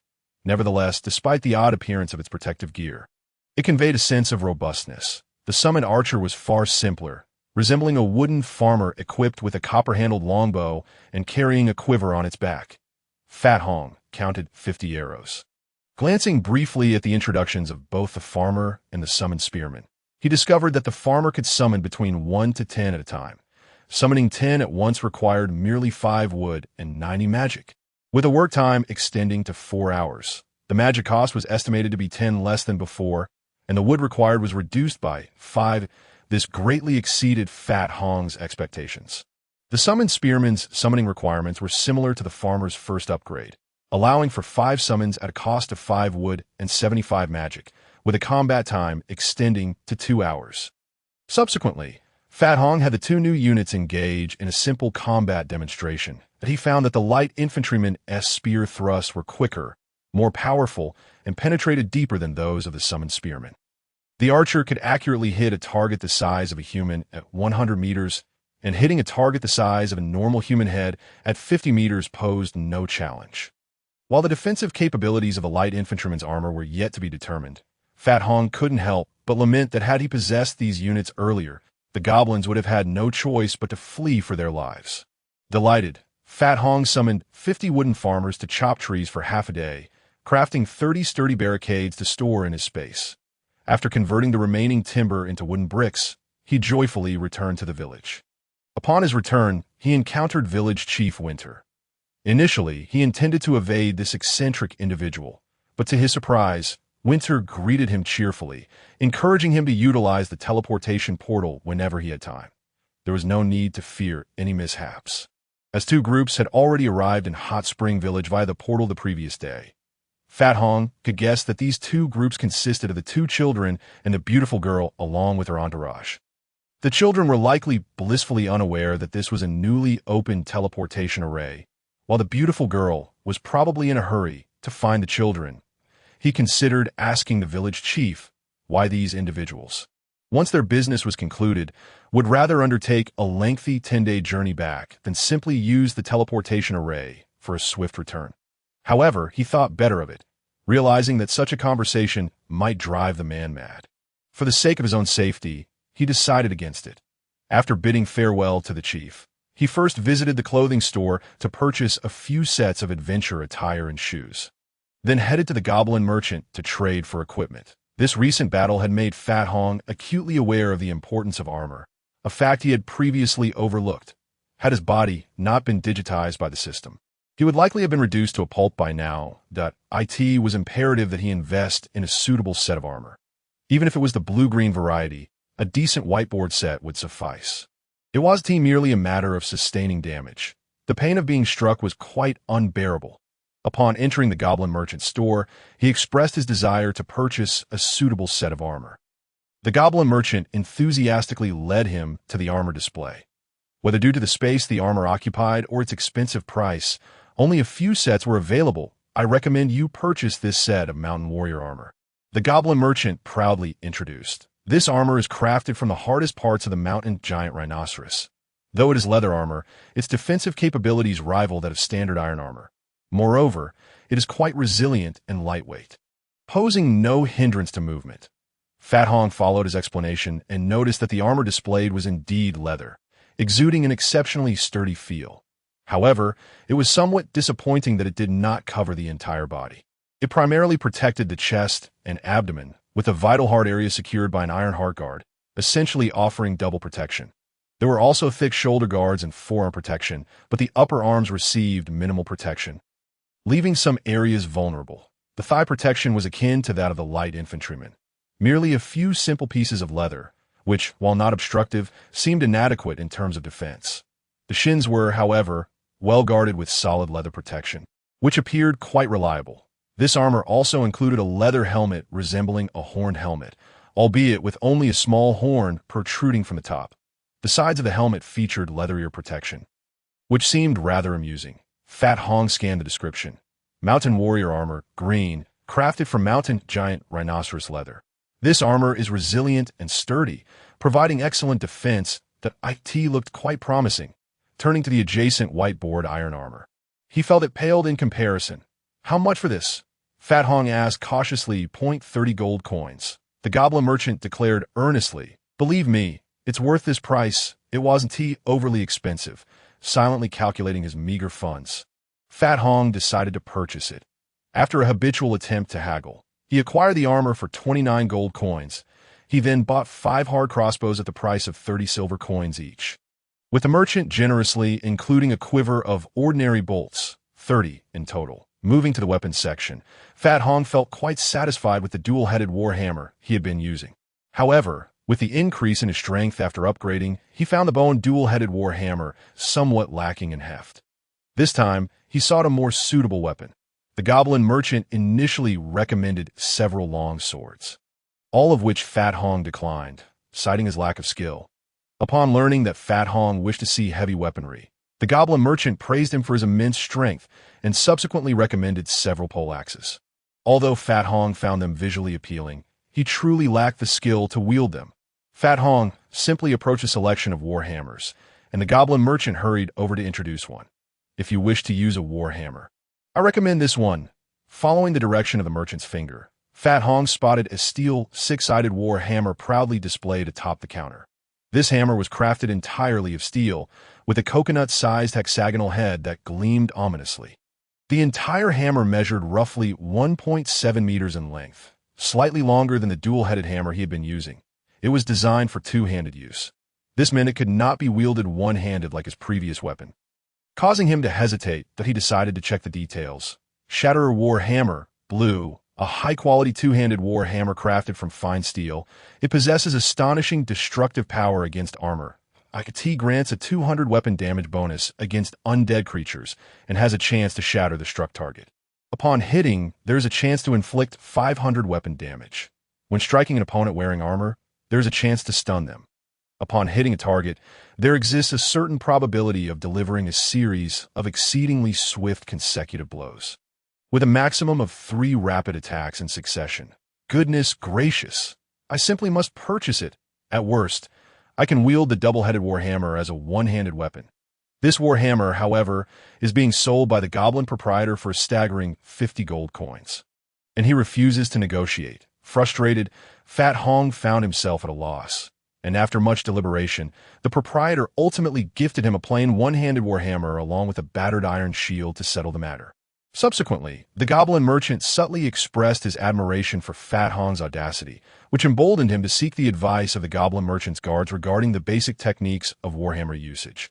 Watching his gold coins vanish one by one, Fat Hong lamented that, had it not been for the windfall from rescuing a child, he could never afford such luxuries with his current means. Alas, poverty persists. After acquiring weapons and armor, he purchased a substantial quantity of inexpensive leather and beast sinews to convert into medium resources, as well as some food packaging paper to save. He then sold the goblin warrior's short axe to the goblin merchant for 15 gold coins, that unscrupulous dealer. Upon exiting the shop, he overheard the staff inquiring whether Fat Hong was a mage or a warrior. The proprietor replied, "The profession is unclear, but for now, this fellow is gold." Fat Hong nearly stumbled in disbelief. Humming a cheerful tune, he felt quite content after spending his money, with a bag containing 5 neatly packaged muffins. He ambled over to the village chief to complete the task he had forgotten in his earlier flurry of excitement, seizing the moment while the chief was in good spirits to finalize the quest. Presenting the muffins with both hands, he had to endure the chief's lengthy deliberation before finally receiving his reward, which he joyfully took home. He then produced 100 muffins and packaged the remainder, distributing a bag to each acquaintance he encountered along the way, including the goblin merchant and the proprietress Rose. Ultimately, he gifted a bag to Bossrom for him to sample before scampering back to his dormitory to wait for Peter and the others to finish their shift, eager to showcase his delicious treats. When the time came for their shift to end, Fat Hong rushed to the guard camp, calling Peter and the others out to boastfully offer them several muffins each. The two had never tasted anything so delectable. Tears of joy were nearly shed amidst their enjoyment. Fat Hong instructed them to fetch a clean large basket and fill it with muffins to share with their fellow guards. He also took the opportunity to request a brief respite from the defense officer for a chat. Yes, they savored the delightful muffins. Officer Triss advised them to return promptly and then ceased further interaction. Fat Hong led them to the tavern, ordering some snacks to accompany their drinks while engaging in conversation. Peter and his companion inquired about the source of these delightful muffins. Fat Hong, grinning, claimed he had made them himself. The two exchanged skeptical glances, clearly disbelieving him. Fat Hong shrugged, indifferent to their doubts. After several more sips of their drinks, Fat Hong inquired if they were familiar with the Blant family of Plain City. The two looked at him as if he were a fool before explaining. If we are not mistaken, the Blant family belongs to the city lord, Count Lehman Blant. They elaborated that the Plain City governed numerous castles along with their respective villages and towns, with Hot Spring Village being the most peripheral direct administered village. The family is among the most influential figures in the Prude Empire. You haven't crossed paths with them, have you? Peter asked conspiratorially. Should we make a run for it now? Fat Hong was nearly incensed by their foolishness. I didn't offend them. Rather, I assisted them. He proceeded to recount the events of the day, but refrained from boasting about his prowess, merely stating that he had intervened when he saw a child surrounded by goblins. He added that, just as he was about to engage further, the cavalry from the child's home arrived. The two sighed in relief, repeatedly exclaiming how fortunate they were not to have to flee. This nearly prompted Fat Hong to sever ties with them. After a few more hearty drinks, the two continued to regale Fat Hong with tales about Count Lehman. It was said that Count Lehman von Blant is a legend or perhaps an anomaly within the Prude Empire. His father was merely a relatively affluent baron residing in the countryside, and Lehman was doted upon by his parents as a child born late in their lives. Growing up in such an environment, he became notorious in the area as a spoiled scion. Although he did not commit any heinous acts, he was known for his frivolous antics, often teasing young maidens. Fat Hong thought to himself, "Isn't that precisely my dream?" Concerned about his son's wayward behavior, the baron decided to send Lehman to the imperial capital for schooling, hoping that a strict educational environment would correct his misbehavior. However, the mischievous Lehman quickly became the laughingstock of the school, failing at both academics and martial pursuits while causing havoc. Although he was recognized as a failure by his peers, he fortuitously befriended the then-impoverished third prince, who is now Emperor William, and gained his trust, becoming a close confidant. From that point onward, his fortune soared, culminating in winning the affection of the Prime Minister's talented daughter, Miss Sophie, known as the Imperial Flower and the Ice Swan for her beauty. This union shocked many, as Sophie had consistently spurned the advances of countless noble suitors and talented youths. Most astonishingly, before the old emperor passed away, he publicly named the often-derided third prince, William, as a successor in front of all the nobility and ministers. Thus, as a staunch supporter of the newly crowned emperor, Lehman was swiftly elevated to the rank of count and assigned to oversee the plain city and its castles in support of Emperor William. Consequently, Lehman transformed from an acknowledged failure into a highly sought-after official within the empire, a testament to his extraordinary luck. To this day, Count Lehman has governed Plain City for over 2 decades. And although rumors occasionally surface regarding his misadventures, Fat Hong's favorable impression from their family is indeed a stroke of fortune. Chapter 23. Joining the Purge team, observing the two intoxicated individuals.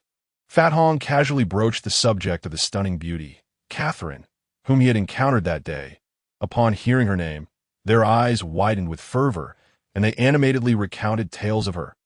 Count Lehman has 3 children, and this Catherine is none other than Catherine von Blant, the eldest daughter of Count Lehman von Blant. Dubbed the Ice Rose, she is the dream girl of nearly every young man in the Plain territory. Alas, much like her haughty mother, the equally talented and beautiful Miss Catherine treats her suitors with frosty disdain. Young men have attempted various approaches to win her favor, yet none have succeeded in capturing her attention. While though she has bested number almost 100, naturally, given Count Lehman's influence and protective nature, any punishment meted out is without recourse. Witnessing the two utterly captivated by tales of her allure, Fat Hong felt a strong urge to remind them that a friend's wife is not to be trifled with. After gleaning the information he sought and having enjoyed sufficient drink, Fat Hong unceremoniously sent the two back. Having completed his quest, Fat Hong found himself with a bit of spare change and decided against accepting further work for the time being. Instead, he wished to practice with his newly purchased crossbow and warhammer, alternating between training and resting. Once he felt adequately familiar with the equipment, he would visit the bounty hall to explore available tasks. However, he was taken by surprise when a contingent of soldiers arrived in Hot Spring Village days later.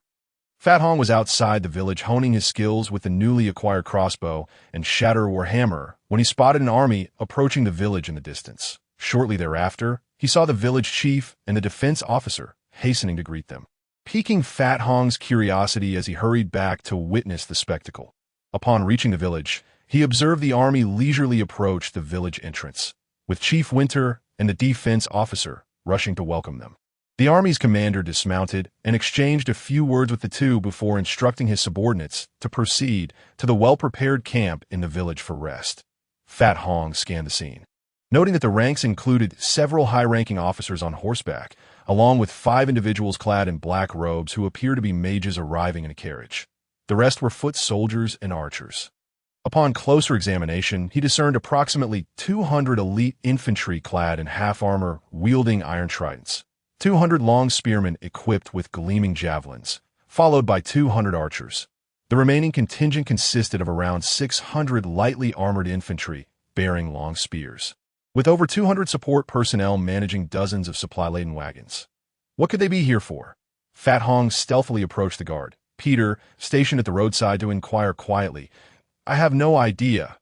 Peter, hailing from the plains, stood upright and answered softly without averting his gaze, "I suspect it's for the purpose of eliminating threats in the vicinity, just like before." More or less, a nearby guard interjected quietly. "The area has been quite unstable lately. Many mercenaries have encountered formidable magical beasts and ogres." "Oh, I see." The rotund Hong, feeling disconnected from the discourse, decided not to intrude further and turn away to attend to his own matters. The following day, Hong, intending to practice for a few more days, spotted a public notice on the village bulletin board. The gist of it was that due to recent disturbances around the Hot Spring Village, assistance had been requested from the Plain City. Consequently, a military unit was dispatched to carry out a cleansing operation.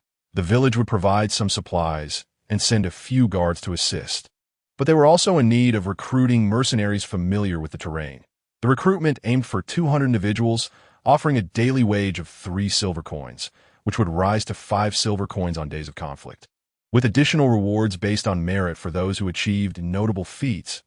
If someone were to accomplish particularly significant deeds, Baron Schmidt, the commanding officer of the unit, would recommend their elevation to knighthood by Count Lehman. Hong scoffed, as if I would be interested. He then turned to see Peter and another guard patrolling. Both waving at him with goofy expressions, he ambled over, engaging them in conversation about their current affairs. They revealed they, along with 28 other guards, had been assigned by the village to assist the military in neutralizing nearby threats. Curious, Hong inquired about the dangers involved. The duo excitedly explained that while there were risks, this time they were not merely accompanied by a handful of knights and a few hundred common foot soldiers and archers. Instead, there were 400 elite infantry, not counting the officers, alongside 20 elite knights, not cavalry, and several powerful mages. They emphasized that their primary duties would involve safeguarding supplies and logistics, as well as maintaining vigilance, which meant they likely wouldn't need to engage in direct combat. Hong cautioned them to exercise caution and not recklessly charge into danger. After bidding them farewell, he begrudgingly returned to his training. Upon reaching the training grounds, Hong felt an inexplicable sense of unease. Rendering him unable to focus, he sat on a tree stump, mulling over what felt amiss. After much contemplation, he recalled Peter's words about the substantial forces being deployed this time, unlike previous operations that only involved a few knights and a couple of 100-foot soldiers and archers. The sheer number of elite troops suggested that something significant was amiss. Surely, there must be a considerable threat prompting Plain City to invest such resources that it was unlikely they would send such a contingent merely because a few children in Hot Spring Village had been harassed by goblins. Sighing, Hong concluded that this cleansing operation would not be a simple affair, and he feared for Peter and his companions. Shaking his head, he resolved that these two fools were causing him undue worry, compelling him to venture into the woods once more. With newfound determination, Hong returned to the village to enlist as a mercenary for the cleansing operation under the defense officer, Triss. Initially, Triss informed him that they had sufficient personnel, but after Hong offered several bags of pastries, Triss, while expressing his children's fondness for the treats, agreed to register Hong's name. Once registered, Triss handed him a receipt and instructed him to prepare for the following morning's departure to the village's military camp. After leaving Triss, Hong first purchased a large barrel, cleaned it, and filled it with fresh water. He then visited the blacksmith to acquire several copper ingots, scoured the goblin merchant for some hides, and bought 5 sets of javelins, 5 jars of arrows, 10 straw mats, and a large leather backpack, along with a plethora of provisions including biscuits, vegetable soup, rice, and jerky. After organizing his supplies, Hong headed into the woods for some lumber gathering. The next morning, after breakfast, Hong donned his armor, equipped his weapons, and set off early to the military camp to register. Upon arrival, he found the area teeming with people. Bored, he observed the crowd, noting a mix of men and women, most of whom were unfamiliar faces, likely drawn by news of the teleportation portal, attracting lower-tier mercenaries seeking fortune. The majority appeared to be warriors and archers, with nary a mage in sight, which was typical as few mages frequented this place. Most were low-level sorcerers seeking affordable magical items. Before long, 2 officers emerged, accompanied by a contingent of soldiers, setting up tables and chairs. After taking their seats, the officers commenced roll call to Hong's surprise. The initial recruitment of 200 mercenaries had swelled to nearly 300. He couldn't help but smirk, wondering how much Triss had pocketed. Despite the influx, the officers seemed unconcerned. Once roll call concluded, each person was issued a wooden badge, signifying their pass for entering and exiting the camp, albeit limited to designated areas unless under military orders. Violations could result in severe consequences. Under the watchful eyes of the military, Hong entered the makeshift camp, which appeared to have been established by a previous military unit for cleansing operations. The outer walls were simply wooden palisades, with strategic points reinforced by wooden platforms housing defensive weaponry. Inside, the camp was divided into smaller enclosures, each equipped with platforms and defensive armaments. Upon reaching the mercenary quarters, Hong discovered the space was relatively large, but only comprised a few wooden structures previously used for storage. It seemed most individuals lacked proper accommodation, resorting to setting up tents or sleeping outdoors. Noticing Peter was absent, Hong inquired and learned that the village guards had been assigned to share quarters with the military logistics personnel. Disappointed, he resigned himself to finding a spot to drop his backpack and rest. Once everyone had settled, a few officers arrived, with the lead officer instructing the crowd to quiet down. He introduced himself as the commander for this mission and outlined the various arrangements and regulations governing the camp. The rules sounded rather intimidating, with severe penalties for infractions, including execution. Afterward, he elaborated on the mission's objectives and the roles assigned to the mercenaries. The primary aim was to eliminate threats surrounding Hot Spring Village, involving an extensive incursion into the life forest to investigate areas previously inhabited by dangerous creatures, systematically eradicating them. Upon return, they would alter their route to address other potential hotspots, with the operation expected to last approximately a month or longer, striving to mitigate threats to the village as thoroughly as possible. The mercenaries' responsibilities included reconnaissance and vigilance. Familiar mercenaries would form squads to scout the military's route, reporting any anomalies back to the troops, while those less acquainted with the terrain would rotate patrols around the perimeter of the military unit, retreating or sounding alarms in case of danger. Scouts would earn 3 silver coins per day, increasing to 5 silver coins for reconnaissance missions, with additional rewards based on the severity of threats identified. Those on patrol would receive 3 silver coins, but would earn 5 silver coins for clearing paths or during combat, even if they did not actively engage. Compensation for injuries would be provided according to severity, and a death would result in a 10 gold coin payout. Mercenaries were instructed to document the names and locations of the deceased for compensation, noting that if one were solitary, no compensation would be forthcoming. Afterward, the mercenaries were asked to decide whether they would serve as scouts or patrollers. Hong, having no family in this realm, simply wrote down the name of Hot Spring Village for compensation purposes. Unfamiliar with the local geography and intending to keep an eye on Peter, he opted for the patrol assignment. Once everyone had made their choices, it became evident that about 4/5 of the mercenaries selected patrol duties, while only a fifth chose to scout. The reasoning was clear. While many were familiar with the terrain, scouting required small teams, and though the compensation was marginally higher, the risks outweighed the benefits. Moreover, the rewards for identifying threats felt rather nebulous. A safe return would mean a wasted journey if nothing was found. Once the mercenaries were organized, the officer assigned several junior officers to temporarily lead them. Those who chose to scout were placed under one officer's command, while the patrolling mercenaries were divided into 3 groups, each led by a young officer. Hong found himself in the 3rd group, where the young officer introduced himself as Hans, who would be overseeing them during this mission, urging cooperation. After counting the numbers, Hans noted a total of 55 individuals and requested that those possessing combat energy step forward to demonstrate their abilities. 9 individuals showcased their prowess, prompting Hans to form teams based on familiarity, filling in the gaps with those unknown to one another, ultimately resulting in 5 squads. 9 individuals were assigned leadership roles, both as captains and vice-captains, based on their capabilities and familiarity with one another. For the squad, led by a captain with only a single fighting spirit, Hans allowed them to choose their own vice-captain. Once the squads were formed, Hans proceeded to elucidate the tasks at hand. The primary objective of their battalion was to alternate with other battalions in scouting and clearing paths, bridging rivers when encountered, and investigating any unusual circumstances that arose. During the Army's rest periods, they were to assist in constructing camps and patrolling for security, while their unit would typically not be involved in extermination tasks. Adherence to military regulations was paramount, and any transgressions would lead to consequences for those at fault. Hans warned. He concluded by stating that provisions, including tents and food, would soon be delivered, and encouraged the squads to familiarize themselves with one another before their departure at dawn the following day. Thus, they were instructed to wait with their respective teams. In the 24th chapter, titled Conflict, Pang Hong was assigned to the 2nd squad.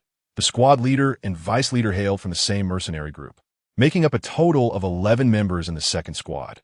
All 7 members of their mercenary group have been reassigned to this team, leaving only Pang Hong and 3 other mercenaries without a squad to be randomly placed together. The leader, a burly man with a thick beard named Lucy, and the vice leader, Keilu, were both muscular close combat mercenaries. They initially addressed the 4 newcomers with a mix of politeness and veiled threats, establishing that they were to follow orders during the mission, or face dire consequences. Regardless of their intimidating demeanor, Pang Hong maintained a positive attitude. He was indifferent to following orders, but he would not allow himself to be treated as cannon fodder. The other newcomers, though somewhat disgruntled, accepted the situation, recognizing the numerical superiority and strength of the leaders. After Lucy had spoken, he requested that the newcomers introduce their capabilities for future task allocation. The 3 newcomers were unremarkable, being either warriors or archers. However, Pang Hong candidly informed Lucy that he was a summoner and archer, possessing a modest storage space ability. This was not due to carelessness on Pang Hong's part. Rather, his previous exploits in the village had drawn significant attention, making his abilities known to both the villagers and some mercenaries. Even if he remained silent, it was likely that familiar mercenaries would reveal his capabilities in time. Thus he opted for transparency. Lucy, clearly taken aback by the revelation of a magic user, expressed surprise at the unassuming nature of Pang Hong, especially considering that magic users were typically slender, making a stout summoner quite rare. After confirming Pang Hong's abilities multiple times, Lucy became notably more courteous, inquiring about the remaining capacity of his storage space and whether he could accommodate excess supplies for the team. Pang Hong readily agreed, prompting Lucy's delight as he declared that he would ensure Pang Hong's safety during the mission. With introductions complete, the mercenaries dispersed to find level ground for rest. Observing his squad, Pang Hong noted 2 female archers among the 11 members, one of whom was a random recruit, while the other belonged to Lucy's mercenary group. Both were quite attractive, drawing the attention of several surrounding mercenaries, who whistled at them, only to be met with disdainful glances in return. As noon approached, several large carts laden with supplies and food arrived at the camp entrance. The squads collected their provisions accordingly, which consisted of 2 tents and 3 days' worth of rations. Each tent was capable of accommodating 6 individuals. The mercenaries exchanged gleeful glances, but the 2 female archers decided to share a 2-person tent provided by their mercenary group, eliciting a chorus of sighs from the others. Pang Hong sighed as well, stowing his allocated rations in his storage space. Each individual received 2 hard biscuits, a generous bowl of hearty vegetable soup, and ample pickled vegetables. As Pang Hong consumed the hard biscuit and soup, he recognized that the soup was indeed the handiwork of Madame Rose. It was decent, but the biscuits were excessively hard. With a face full of irritation, he broke the biscuit into the soup, relishing every last bite. After the meal, the squad began to set up their tents in their designated areas. With Pang Hong assisting in raising the 2 tents, he subsequently retrieved 11 hard straw mats from his storage to distribute among the team, which elicited cheers from his squad and disdainful looks from others. His action soon caught the attention of the battalion leader, Hans, who recognized that having an individual with storage space capabilities would significantly ease the upcoming operations. Thus, Hans approached Pang Hong to inquire further about his abilities. Upon learning of Pang Hong's identity as a summoner who could also conjure wooden helpers for simple tasks, Hans was elated. He directly asked Pang Hong if he would consider joining the military, offering him a position as a logistics officer.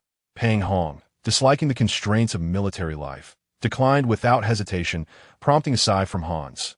However, Pang Hong did agree to assist with storing some logistics supplies in his space during the mission, which pleased Hans immensely, and he took Pang Hong to report this to the commanding officer. The commanding officer, Luca, was a stern middle-aged man. While he permitted Hans's mercenary group to store some supplies with Pang Hong, he stipulated that only tents and non-essential items could be kept, with food, weapons, and other critical materials needing to be carried individually. Disheartened, Hans returned to his squad with Pang Hong to explain the situation, prompting another round of sighs from the team. After a night's rest, the following morning, the mercenaries arose, quickly organizing and packing their supplies. After enjoying breakfast delivered from the village, Commander Luca ordered the troops to assemble for departure. Hans, along with Pang Hong, stored the tents and some supplies in his space before returning to the lineup, awaiting the command to set off. After approximately 10 minutes of waiting, the order to march was finally given. The troops lined up in sequential order, following the lead battalion into the jungle. Initially, the path was relatively easy to navigate, allowing for swift progress. It seemed that the forest wildlife had been frightened away by their formidable presence.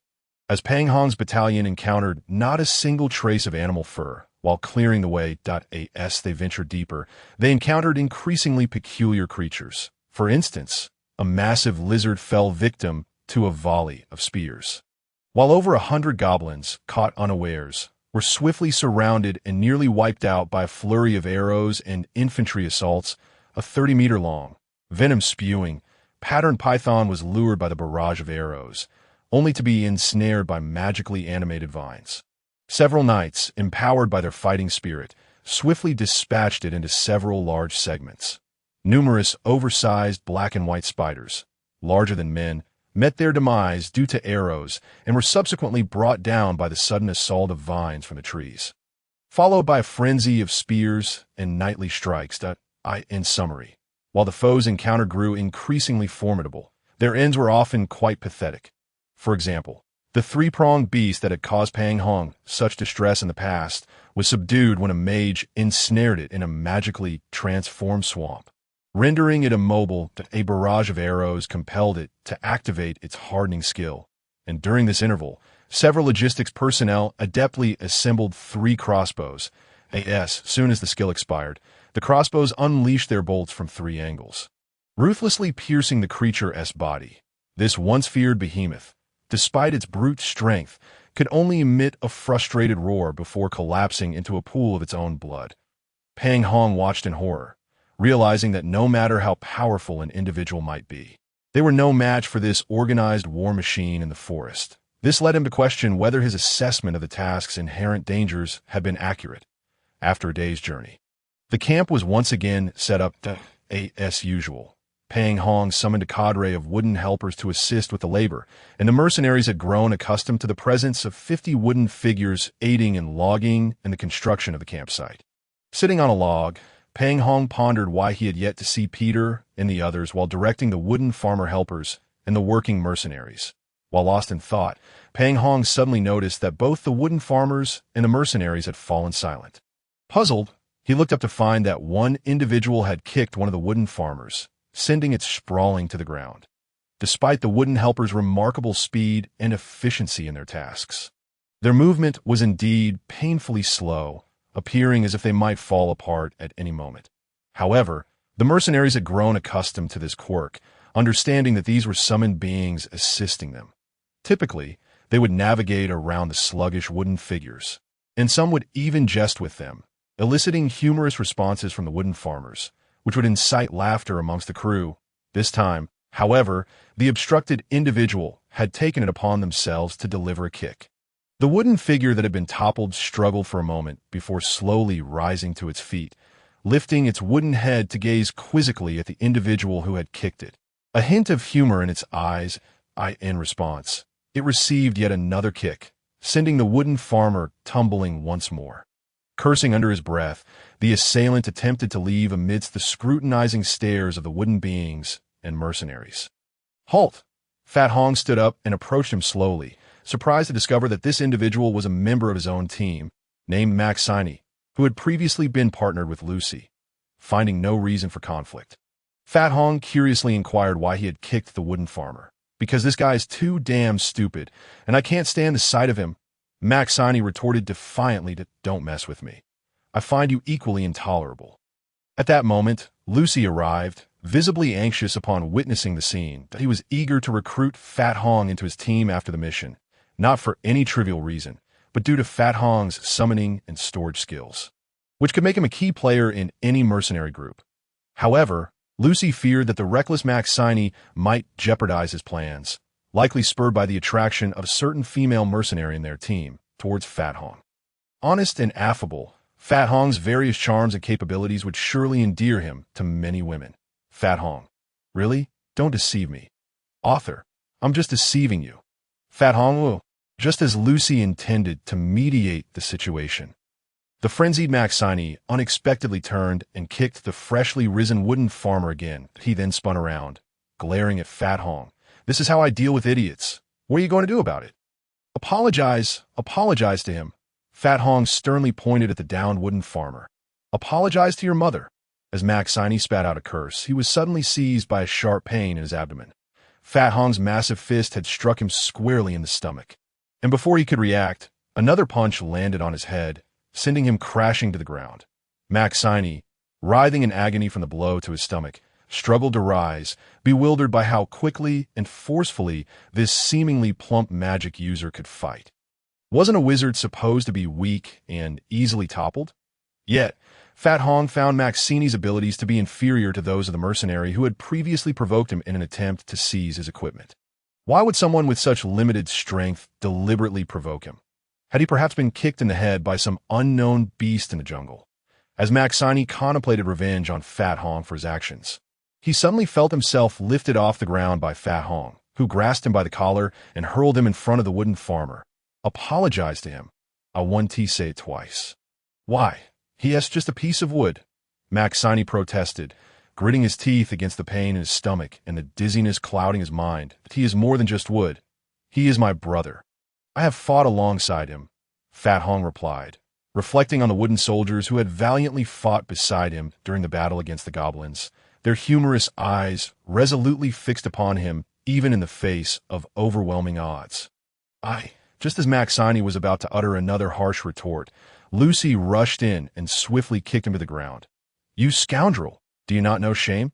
Not to mention that every time we set up camp, these wooden beings silently undertake the heaviest tasks. You show no gratitude and dare to kick him? Apologize immediately. Hurry, or I'll make you regret it. Okay, I'm sorry. I was wrong. After Lucy's admonition, Maxine reluctantly lowered his head and mumbled an apology to the wooden farmer. Mr. Hong, my sincerest apologies that it is indeed my failure to maintain discipline. Today this incident is entirely our fault. Please forgive us. Lucy, tossing Maxine aside, smiled apologetically at Fat Hong. Witnessing Maxine's capitulation and Lucy's conciliatory demeanor, Fat Hong's anger dissipated significantly. He turned to observe the wooden farmer, who stared blankly at him before wobbling off to resume its work. Forget it. Fat Hong waved his hand. I doubt you wanted this to happen, but I hope there won't be a next time. They're one TB. I will ensure they behave. Lucy smiled reassuringly. While they conversed, neither noticed the flicker of malice in Maxine's eyes as he lay on ground. Chapter 25. Betrayed. Why is this happening? Maxine shouted vehemently at Lucy, having been dragged to a secluded spot. We are on the same side. Why won't you help me? Because you are not his match. Lucy replied coldly. With the speed of his punches, even if you were prepared, you wouldn't evade them. Not to mention he has dozens of summoned creatures.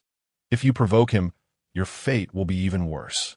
But you can help me deal with him, can't you? Maxine retorted bitterly. After all, we are in this together. Don't think I could defeat him either. And even if I could, I wouldn't strike him, Lucy replied, looking at Maxine as if he were a fool. Fat Hong has integrated well with the other mercenaries during this time, and his abilities have caught the military's attention. Most importantly, he is in the right here. Attacking a summoned creature is akin to declaring war on its summoner. Everyone present perceives your actions as a deliberate provocation against Fat Hong, who commands the summoned creatures to assist us. Your behavior has affected all the mercenaries who benefit from this arrangement. Thus, you are in the wrong, and nobody will question Fat Hong should he choose to retaliate against you that if I don't compel you to apologize and resolve this matter swiftly. And instead you launch an attack on Fat Hong. Not only will the mercenaries watching likely side with him, but the military will not overlook our intentional provocation. Lucy, glancing at the still, furious Maxine, continued calmly. At that point, our lives could be at stake. Are we just going to let this go? Maxine glared at him, bloodshot with anger. What do you intend to do? Don't be deceived by the fact that he is temporarily on our side. I sense that his abilities may even surpass mine. You would do well to avoid provoking him, and you were truly in the wrong this time. Lucy patted Maxine's shoulder. I believe he harbors no feelings for Whitney. You acted impulsively. Just let it go, my friend. With that, Lucy turned and returned to the camp, leaving Maxine standing there in a dazed of the reckless mercenaries. This incident was merely a minor interlude that a few bored mercenaries began to jest with Fat Hong, who responded with laughter, eliciting a chorus of chuckles from those around them. With the addition of the wooden farmers, the The construction of the camp progressed significantly faster, earning the admiration of many mercenaries who were angered to see them bullied. However, seeing the bully receive a beating from Fat Hong brought widespread satisfaction. Fat Hong's status among the mercenaries was exceptionally high, as he arranged for 50 farmers to assist the night watchman each evening. And around 2 in the morning, he would personally awaken and send out another 50 wooden farmers to stand guard until dawn. His actions were not driven by altruism or desire to win favor, but rather by an overwhelming fear of death, a fact worth repeating thrice. As they ventured deeper into the jungle, Fat Hong was anxious that some peculiar creature might launch a nighttime ambush. And if the lower-ranked mercenaries were oblivious, they would face dire consequences. Deploying a few wooden farmers to assist with the night watch was ultimately a measure for his own safety. Yet, the mercenaries remained unaware, interpreting him as a benevolent figure. Days passed in this manner, with the group advancing slowly, sometimes marching for 2 or 3 consecutive days, and at other times pausing for a day or 2 to wait for scouting mercenaries to return before deciding whether to proceed or address any discovered situations.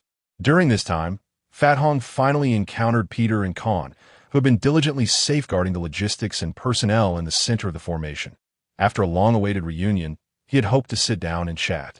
But the vigilant gaze of the patrolling officer compelled them to exchange only a few brief remarks before bidding each other to tread carefully and returning to their respective duties. On this day, Fat Hong's team was tasked with clearing the path, chopping down trees to remove obstacles, leveling uneven terrain, and constructing makeshift bridges over ravines to facilitate passage. However, due to the excessive depth of the situation, despite the presence of scouts clearing the path ahead, various dangers frequently arose. Just then, Pang Hong had commanded the wooden farmer to fell 3 large trees, which were subsequently placed alongside a narrow stream. Merely 10 meters wide, flowing down the mountainside, he directed the wooden figures to lay down sticks and planks as supports for easier passage. One wooden figure was vigorously chopping a tree when, all of a sudden, several towering giants, wielding wooden clubs and standing 4 to 5 meters tall, burst forth from the thicket. The foremost creature, with a single swing, shattered the wooden farmer into splinters. Witnessing this scene, the workers hastily abandoned their tasks and armed themselves, gathering around. Pang Hong quickly instructed the wooden farmers to form a small square formation, axes in hand, and charge at these monstrous beings.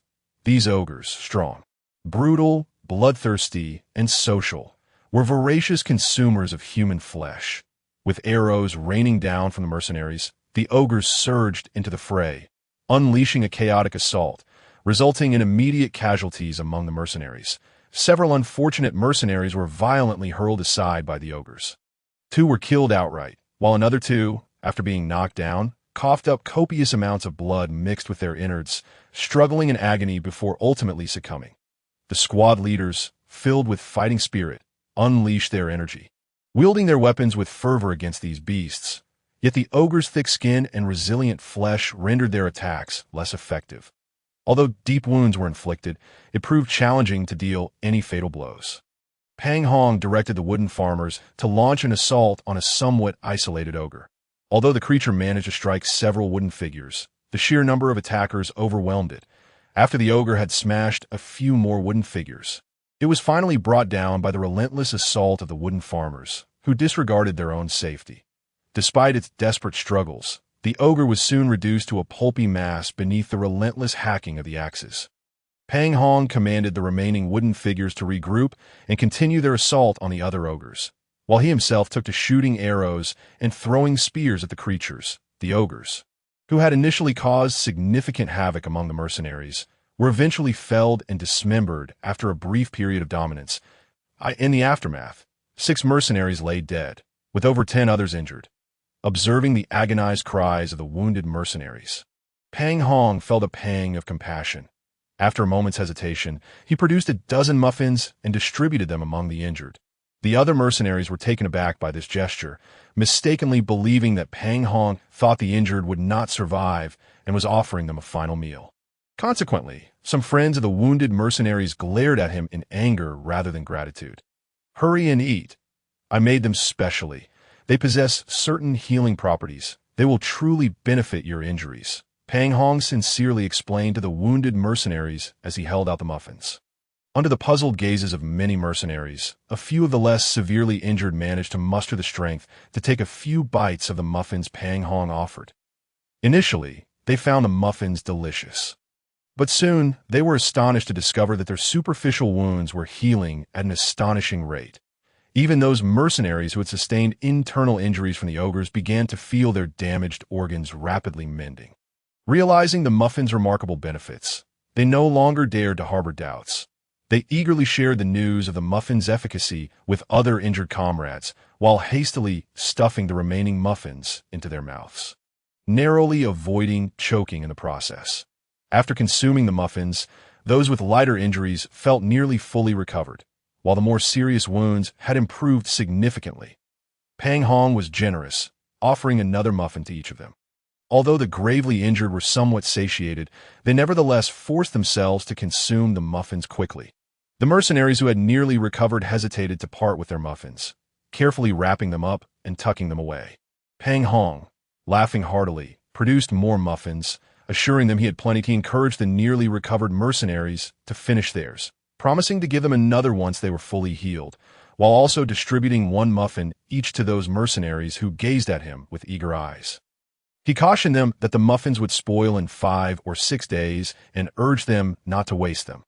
The mercenaries received the muffins with reverence, meticulously storing them in safe places to avoid loss or damage. The mercenaries who had consumed the muffins soon appeared to bounce back to life as if they had never been injured, prompting even greater care in their preservation of the precious treats.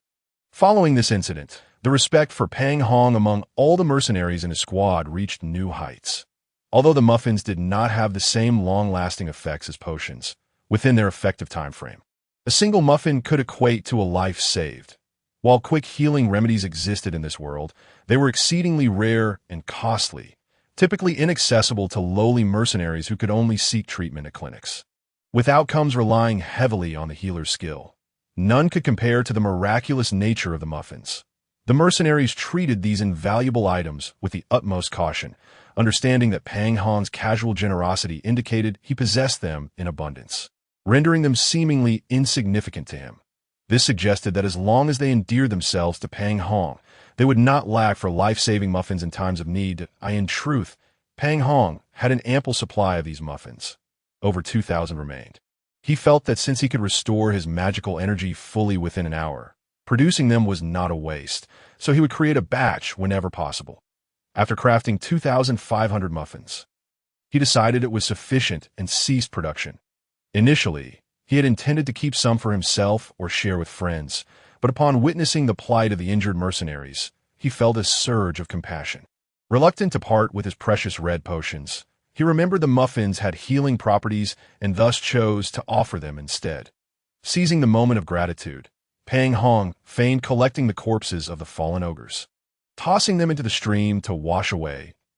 In reality, he discreetly employed his loot skill on the ogre bodies. After all, the preceding military operations had left little of value behind, with useful items already claimed and the bodies meticulously disposed of. Thus, he seized this opportunity to discreetly acquire a few spoils. Perhaps due to his altruistic intentions, his luck was quite favorable this time. Aside from some refuse, he obtained a medium red potion and a set of light leather armor. Although the armor he currently wore offered decent protection, it was heavy and somewhat cumbersome for climbing. However, he feared being caught unprotected in case of sudden danger, so upon returning to camp, he joyfully donned the new light leather armor. Now, Pang Hong was riding high on a wave of confidence, as the mercenaries in his squad fawned over him, including those squad leaders capable of unleashing their fighting spirit. Their intentions were simple. They hoped to receive a muffin in the event of injury. However, these mercenaries shared a silent understanding to keep the existence of Pang Hong's healing muffins a secret from other squads. After all, self-interest prevailed. They knew that the more people who learned of the muffins, the more requests would flood in, potentially leaving them without any when they truly needed it. Thus, only the mercenaries in their squad were privy to this secret. Even Hans, their captain, who had been elsewhere at the time, remained oblivious. Pang Hong paid little mind to their petty calculations, focusing solely on fulfilling his own responsibilities that on this day, It was once again their squad's turn to clear a path. He sensed that the direction they were heading had likely been traversed before, making the journey relatively smooth until they arrived at the side of a small canyon. The canyon was a staggering 100 to 200 meters high and over 50 meters wide, with a small river cascading through its base. The mercenaries discovered a vine bridge, the origins of which were unknown. It appeared to have been untouched for quite some time and was in a dilapidated state. A brave mercenary cautiously crossed the vine bridge, securing it with ropes, and upon finding it stable, the team reinforced it with additional ropes and wooden planks, after ensuring the bridge was safe to traverse. The mercenary team continued onward, leaving Pang Hong's squad to guard the bridge.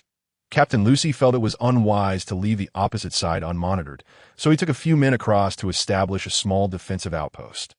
Pang Hong, too, set up a simple defensive position using several caltrops at their end of the bridge, awaiting the arrival of the main force. Feeling the opposite side's defenses were somewhat lacking, Pang Hong cautiously made his way across the vine bridge to bolster their defenses with more caltrops. As he stood upon the bridge, feeling the tremors beneath his feet and gazing down at the rushing river below, he felt a surge of trepidation.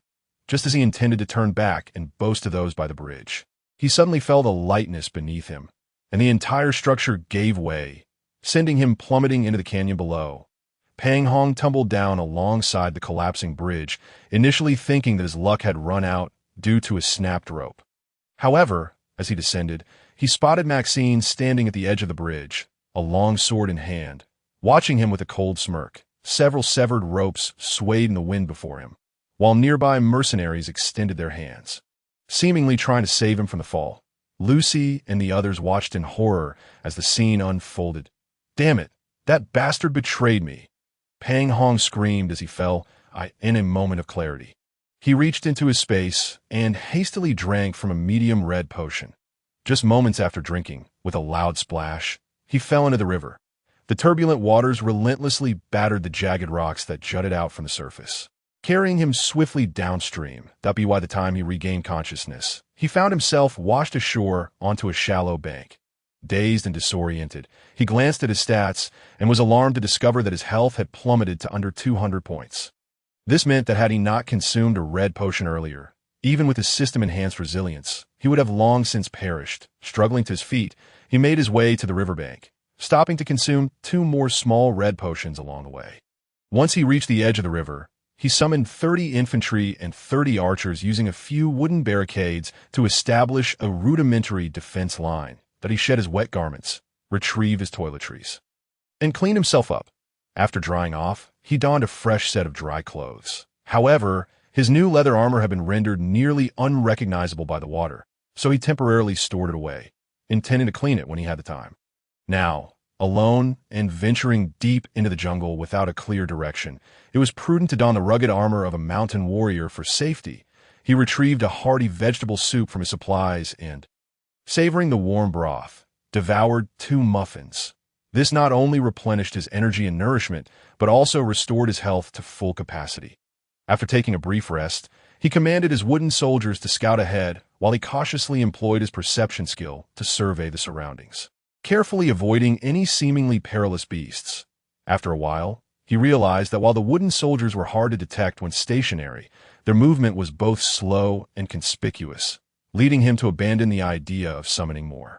Thus, he proceeded cautiously on his own, utilizing his perception skill intermittently to assess his environment, all the while advancing with care.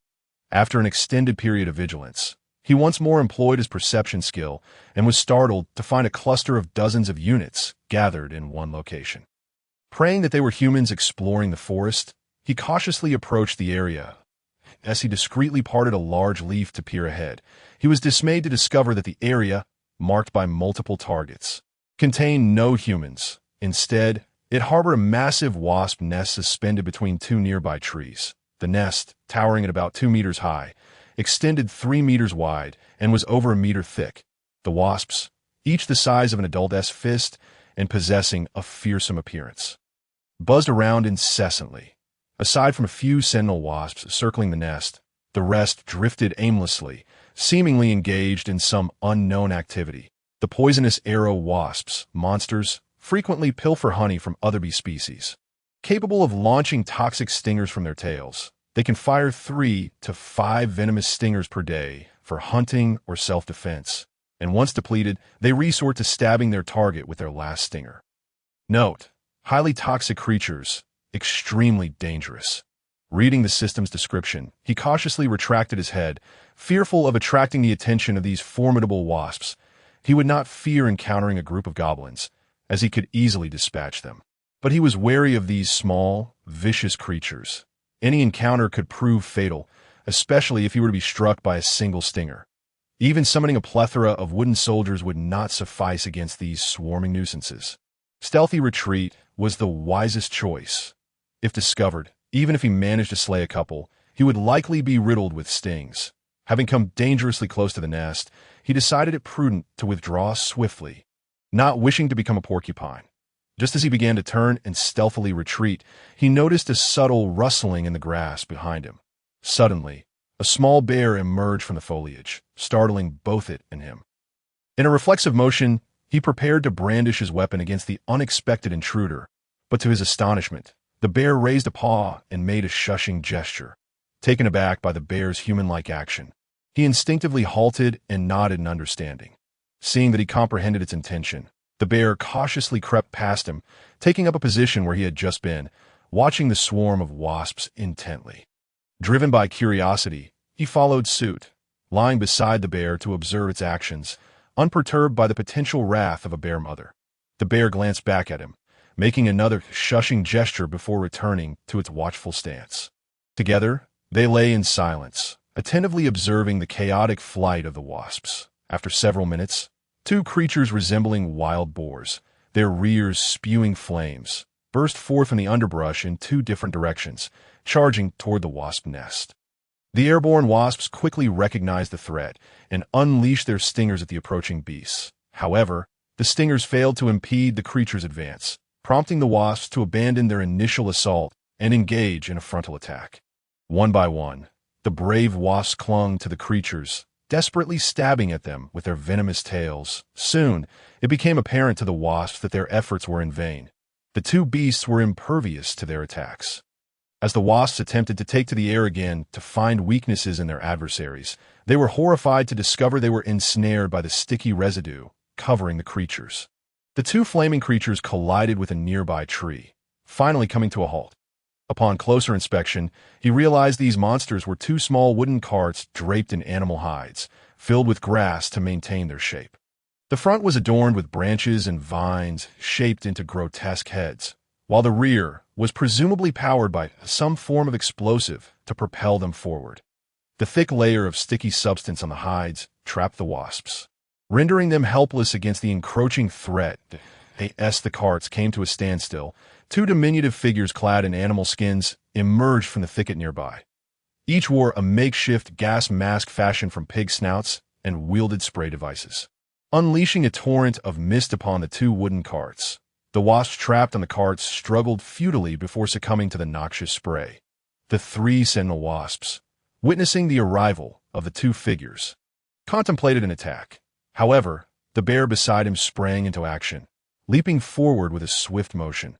With a flurry of claws, it dispatched the 2 wasps, reducing one to a mere smear. He was taken aback by the prowess of these small creatures. Had the once feared wasps been eradicated so effortlessly?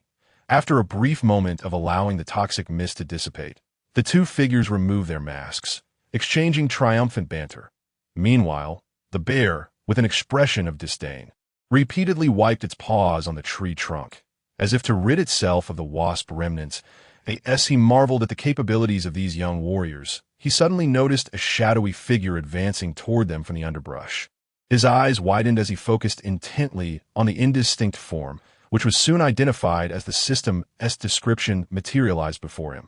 The poison arrow wasp king, monster, revered by the swarm, possesses venomous stingers far more potent than those of its subordinates, yet lacks the ability to launch them. IT can utilize its innate invisibility to launch surprise attacks. Startled by this revelation, he realized the impending danger as the Wasp King approached the 2 youths. Without hesitation, he drew his jungle bow, steadied his breath, and aimed at the shadowy figure. Rising swiftly, he released the arrow with precision. The two youths, engrossed in their celebratory chatter, were taken aback as a figure emerged from the jungle, bow drawn and aimed directly at them. Just as they were gripped by fear, the arrow flew past them, embedding itself in a tree trunk behind, quivering ominously. The two stunned youths, along with the bear, turned to witness the enormous poison arrow wasp, larger than an adult's arm, impaled upon the arrow shaft, struggling in its final moments. Awestruck, the two youths gazed at the wasp king, their expressions a mix of admiration and disbelief. They turned to the approaching figure, expressing their heartfelt gratitude. With an air of pride, he boasted about his archery skills, laughing heartily and urging the two children not to mention it. The youths, seemingly around 15 or 16 years old, were clad in garments of animal hide.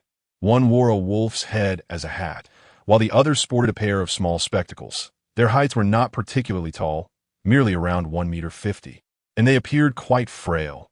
The boy adorned with a wolf-headed hat politely introduced himself as Pung Pung to Fat Hong, then pointed to the bespectacled boy beside him, stating that his name was Dandan. They expressed their profound gratitude to Fat Hong for promptly rescuing their lives. Fat Hong chuckled heartily, assuring them that it was a trivial matter, as anyone witnessing their plight would have lent a helping hand. While conversing with the two boys, he affectionately rubbed the fluffy head of the approaching bear cub. He remarked to the boys, "Your pet bear is truly adorable." Pet. The two boys' eyes widened in astonishment, and they erupted into laughter. "Isn't it so?" Fat Hong turned to glance at the seemingly irate bear cub beside him. The cub began to rub its face with its paws, and then, with a swift motion, flipped its entire bare face backward, transforming it into a bear-headed hat. Before Fat Hong stood a girl with an indignant expression. "Huh, she's not a pet. She's Lulu," the wolf hat boy Pung Pung exclaimed, pointing at the girl while bursting into laughter. "Ha ha, Lulu is the pet," the bespectacled boy Dandan chimed in, also laughing, only to be met with a fierce kick from the girl, who then hopped around, clutching her leg. That, Lulu, right?" Fat Hong said, feeling quite embarrassed as he addressed the fuming girl. "I didn't know. It wasn't intentional. Could you please forgive me?" "Humph." The girl bear, Lulu, crossed her arms and turned her head away, refusing to acknowledge him, "But I was wrong. I truly didn't mean it." Fat Hong scratched his head in distress. He had no experience in appeasing children, especially girls. Seeing that the girl continued to ignore him, the two mischievous boys swiftly cleaned up the remains of the venomous wasps while incessantly teasing from the sidelines. Fat Hong, feeling exasperated, wanted nothing more than to kick each of them in return. Observing the girl with her pouted lips, Fat Hong suddenly had a bright idea. He retrieved a few muffins from his storage space and offered them to her. "I sincerely apologize for this. Please accept these as a token of my contrition." The girl bear, Lulu, was evidently captivated by the aroma of the muffins. She cautiously accepted a piece, taking a careful bite. "Oh dear!" Her two sparkling eyes squinted into crescent moons in sheer delight. "All right, I forgive you," Lulu declared, her face beaming with happiness as she savored the muffin. And for some inexplicable reason, Fat Hong felt a twinge of tenderness towards her. Pung Pung and Dandan had completed their task of dealing with the wasps and were now working on the hive. They first poured the honey from inside into a large ceramic jar they had brought, then proceeded to peel away the useless hard outer shell of the hive, revealing the wax and unhatched larvae within, which they placed into another jar. Upon seeing Lulu blissfully munching on her muffin, the two boys smiled joyously. Once the boys finished their work, Fat Hong also handed each of them a muffin. After taking a bite, their eyes instantly transformed into crescent shapes as well. Pung Pung, after a few small bites, carefully tucked away the remaining muffin, stating he would take it back for Granny Lee. Dandan, upon hearing this, also ceased eating and packed his muffin away to share with his other friends. Lulu, noticing the two boys putting away their muffins, immediately wore a look of distress, lowering her head and trembling softly as if she were on the verge of tears. Understanding that these were good-hearted children, Fat Hong couldn't bear to see them upset. With a cheerful demeanor, he produced a large basket filled with muffins and placed it before Lulu, playfully urging her to cry harder, promising that all the muffins would be hers once she was done. He instructed the two boys to finish off the remaining muffins, assuring them that he had plenty more. Upon seeing the mountain of delicious muffins before her, Lulu's frown instantly transformed into a radiant smile. She flashed a bright grin at Fat Hong, who reciprocated with an equally silly smile. The two boys, too, joyfully devoured their muffins, casting blissful glances at one another.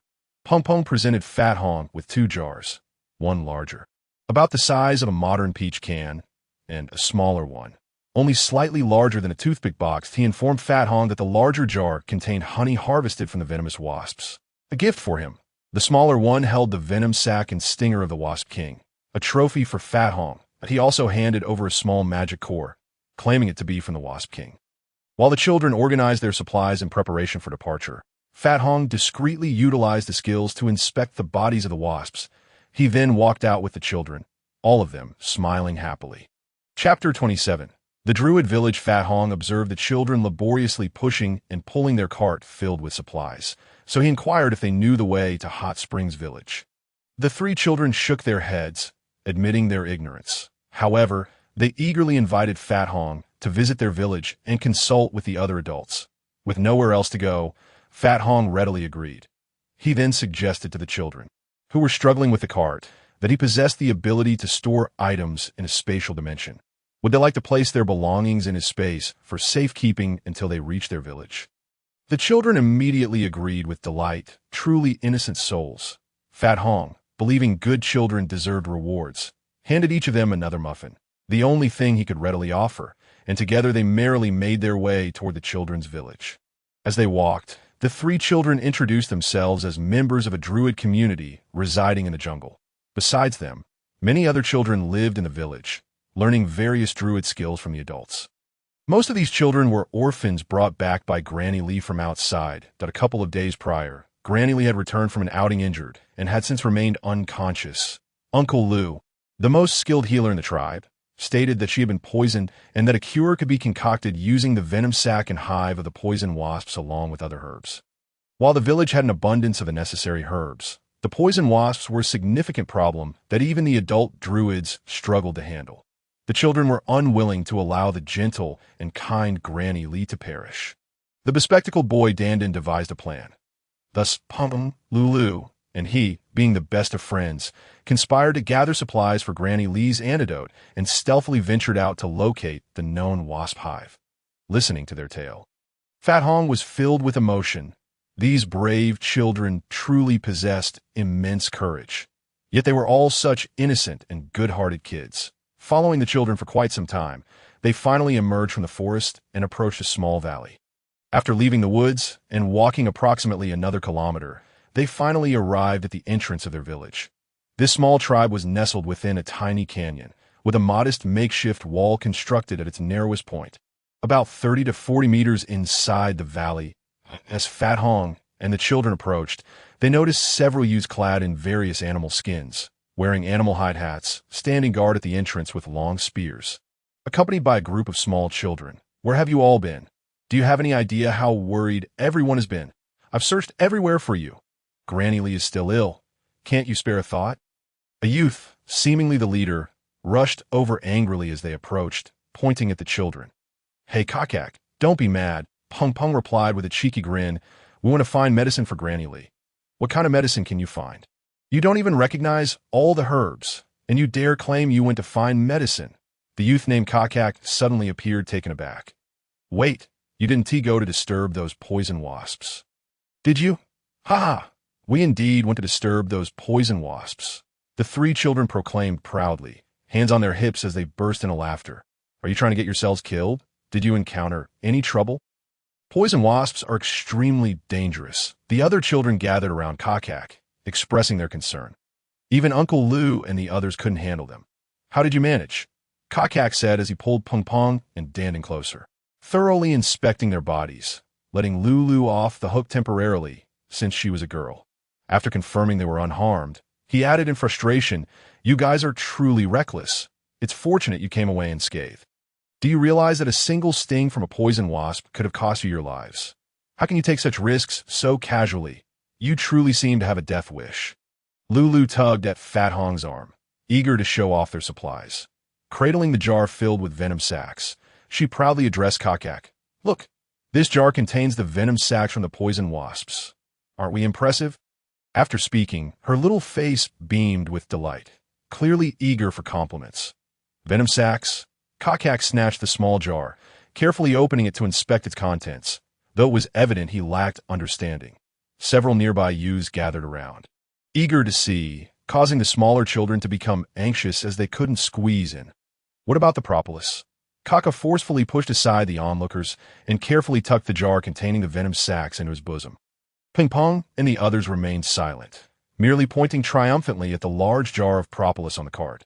Without further ado, Kaka and several youths lifted the jar and hurried toward the village, closely pursued by a group of small children who were shouting excitedly. Pang Hong gathered the remaining supplies and followed the three triumphant children into the village, while two small ones guarding the entrance looked on curiously as they entered. Struggling to push the village gate closed behind them, this village was not large, consisting of a simple dirt road that meandered into a modest canyon. The dirt path branched off into several paths, each leading to dilapidated wooden houses, numbering perhaps in the dozens. "Uncle Lou! Uncle Lou!" Kaka called out loudly while straining to lift the jar with the others. "What is it?" "I'm busy," a sturdy middle-aged man, clad in a fur coat and wearing a large bear head hat, emerged from a shabby wooden house, perplexed. Kaka and the others hurried forward, carefully placing the jar in front of the middle-aged man. Subsequently, Kaka gingerly retrieved the jar containing the venom sacs from his bosom and handed it to him, saying, "Uncle Lou, could you check if this is indeed the venom sac of a poisonous wasp?" The middle-aged man took the jar, cautiously opened it, and sniffed it, his expression turning serious as he nodded affirmatively. The youths and the children erupted in excitement, drawing the attention of several curious villagers from the surrounding dilapidated wooden houses. "Uncle Lou, take a look at this large jar filled with propolis. Please, is Grandma Lee saved?" Kaka urged anxiously. The middle-aged man hastily opened the large jar and, under the eager gazes of the crowd, took a small piece from the honeycomb inside and chewed it, resolutely confirming its efficacy. The children cheered in unison, and the adults watching wore expressions of joy. The middle-aged man took a piece of propolis, along with the venom jar, instructing several children to store the remaining propolis safely in the warehouse while he returned home to prepare an antidote with some herbs. "Who are you?" asked a small child, also wearing a bear head hat, curiously pointing at Pang Hong. "This is Brother Pang Hong." Pong Pong interjected eagerly. "He helped us obtain the venom sac and propolis and saved our lives." Upon hearing this introduction, the children burst into laughter, chanting, "Brother Pang Hong, Brother Pang Hong." The surrounding adults looked at him with gentle smiles. However, the mischievous children soon noticed Pang Hong's slightly forlorn expression directed at them. "Brother Pang Hong, is something wrong?" Pong Pong asked, puzzled that I've told you before. "My name is Ha Fong. Ha Fong. I asked you to call me Pang Hong, but my surname is not Pang, that I feel wronged. I'm not Brother Pang Hong. I prefer you call me Brother Hong or Pang Hong," he lamented. "But you are indeed quite plump," chimed in the small child, maliciously adding fuel to the fire. Pang Hong, nearly choking on those words, helplessly lowered his head, murmuring with a sigh, "As you wish, as long as you're happy." "Brother Pang Hong, Brother Pang Hong." The group of small children continued to cheer around him. So be it. This inadvertently solidified Pang Hong's title in this village. Pang Hong felt quite helpless about his physique, despite not eating excessively and maintaining a good amount of physical activity. The stubborn fat on his stomach refused to budge. Alas, all he could do was let out a resigned sigh. He retrieved the remaining supplies from the spatial storage, handed them over to be placed in the warehouse, and then produced a large basket filled with muffins, distributing them to the children as a gesture of goodwill. Each child, after taking a bite, displayed a blissful expression, having observed the village children earlier. Pang Hong noted that Kaka and the others appeared particularly frail. This sight tugged at his heartstrings, revealing that these children had likely never tasted good food, and probably even the unappetizing fare left them unsatisfied. Well then, continuing to dig into his supplies, Pang Hong generously shared with the surrounding adults as well, though they merely watched the children eat happily, politely refusing to partake themselves. Kaka and the other youths returned after placing the supplies and were startled to see Pang Hong distributing muffins to everyone, realizing too late that they had neglected to greet their guest in their earlier excitement.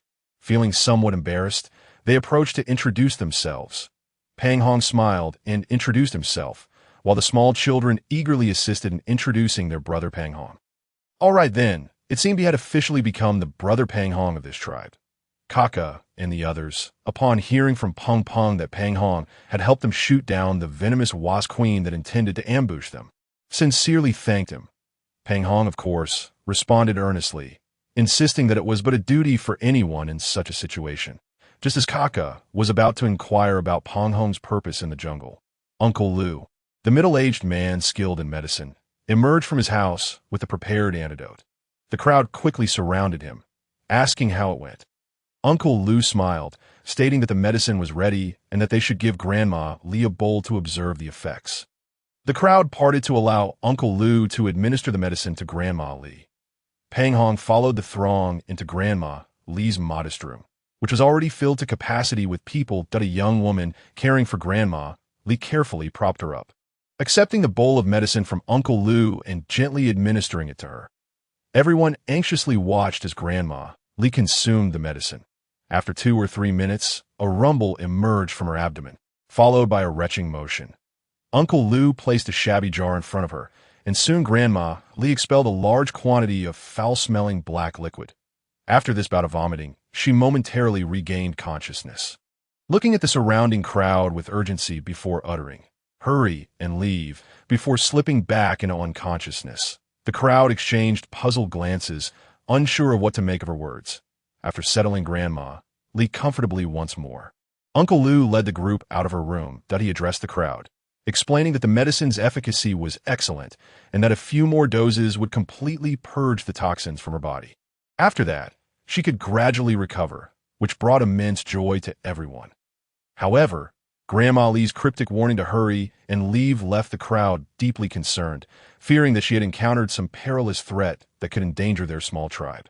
Yet, the idea of abandoning their long-established home based solely on such vague words felt unfathomable to them. Furthermore, since Uncle Lu mentioned that Grandma Li would likely regain full consciousness by the following day, they collectively decided to wait until she awoke to clarify the situation before making any decisions. After their discussion, Pang Hong inquired whether anyone knew the way to Hot Springs Village or any nearby human settlements. Most shook their heads in ignorance, but Uncle Lu stated he was unsure of Hot Springs Village's location, though he knew the routes to other settlements. However, he cautioned that these paths were treacherous and would require over 10 days of travel. Given the sudden influx of powerful creatures in the jungle, he advised against Pang Hong venturing out at this time. The individual most capable of communicating with the outside world was Grandma Li, who could transform into a flying eagle. Perhaps upon regaining consciousness, she could provide valuable advice. Hence, he invited Pang Hong to stay in the village for a while to assess the situation further. Pang Hong gladly accepted Uncle Lu's invitation, who then asked Peng Peng and Dandan to host him in their home. The two readily agreed. During dinner that night, Pang Hong noticed that the village's food primarily consisted of various fruits and roots, and it was woefully insufficient. The adults scrimped on their portions to allow the children to eat a few more bites, while the children, in turn, refrained from eating much, wanting to ensure the adults had enough sustenance. Witnessing this mutual selflessness moved Pang Hong, but most importantly, the food was genuinely unpalatable, and he found it nearly impossible to swallow. He produced a generous supply of muffins for everyone, explaining that he had plenty to share. Allowing them to eat without concern, he then brought forth thick vegetable soup, hard flatbreads, and various types of bread, inviting everyone to partake freely. The villagers, as hosts, felt a bit embarrassed, yet Pang Hong sincerely expressed his discomfort at seeing the children go hungry. Everyone happily enjoyed their meal, and Uncle Lu inquired how Pang Hong had arrived in their village. Pang Hong recounted the events succinctly, omitting the details of the betrayal, simply stating that the vine bridge had been unstable, causing him to fall. He then encountered the children, and so on. Uncle Lu, upon hearing this, sighed, remarking on Pang Hong's good fortune in surviving such a fall from such a height. He then called Peng Peng and the others over, giving them a stern reprimand for their reckless behavior. Although the three little rascals lowered their heads, feigning humility, their eyes darted around, revealing that the scolding had likely fallen on deaf ears. After admonishing the trio, Uncle Lu expressed his heartfelt gratitude to Pang Hong for his gallant assistance to the children and assured him that he could remain in the village, suggesting they reassess the situation after some time. Sigh, for the time being, this is all we can do. Chapter 28. The crisis emerges. Pang Hong, filled with perplexity, inquired why they did not seek survival in the human society beyond. After all, life in the jungle was fraught with difficulties, and the village's food supply was meager. Uncle Lu elucidated that the tradition of the Druids was to reside in the jungle, closest to nature, enabling them to learn and practice their various skills more readily. In the past, although the village's food exchanges were limited, they were barely sufficient for sustenance, barely sufficient. Observing the frail children, Pang Hong felt it should be more accurately described as barely enough to stave off starvation. The current scarcity arose because Granny Li, who possessed the village's only spatial storage equipment, would transform into a flying eagle and venture outside to barter the tribe's crafted medicines and foraged herbs for the food and essential supplies the village required. However, several days ago, while patrolling the surroundings, Granny Li was mysteriously injured and poisoned. She managed to return to the village, but has since remained in a coma, causing delays in food exchanges. Moreover, for reasons unknown, numerous more dangerous magical beasts have suddenly appeared in the surrounding jungle, rendering it increasingly perilous. Consequently, they were left with no choice but to scavenge for edible items in relatively safe zones. And the once abundant hares and other easy prey had become nearly extinct. Now, they relied on dwindling rations supplemented by foraged wild fruits, vegetables, and edible roots to fill their stomachs, but the areas safe for gathering were diminishing rapidly. If Granny Lee did not awaken soon, he would venture beyond the jungle with the storage ring to procure food or organize a group to hunt in the hazardous zones. Ultimately, he expressed his concerns regarding Granny Lee's condition. After all, she was one of the village's few experts, and her assailant must be formidable. Pang Hong also shared in this worry, as the looming unknown dangers were indeed unsettling. If only Sister Lai Leo were here, there would be no need to fret over food or dangers. While the two were engaged in a discussion about potential threats, Lulu, seated nearby, suddenly interjected with an innocent expression. Huh. Pang Hong looked at Lulu with curiosity. Sister Lai Leo is the strongest. With her in the village, we have nothing to fear, Lulu stated earnestly, to which the nearby little ones nodded in agreement. Not only was there no need to fear danger, but there would also be an abundance of delicious food. One little bean, with a face full of longing, exclaimed, the prey she brought last time was so plump. Indeed, we feasted on it for several days. The youngsters, including Kaka, wore expressions of yearning. Its meat was truly delectable. I wish I could have it again.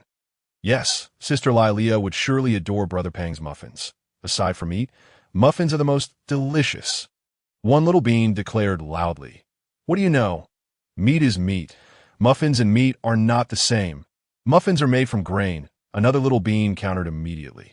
Meat is also food, and meat is delicious, retorted the rebutted little bean. Thus, the little beans divided into two factions, passionately debating whether meat or muffins were superior.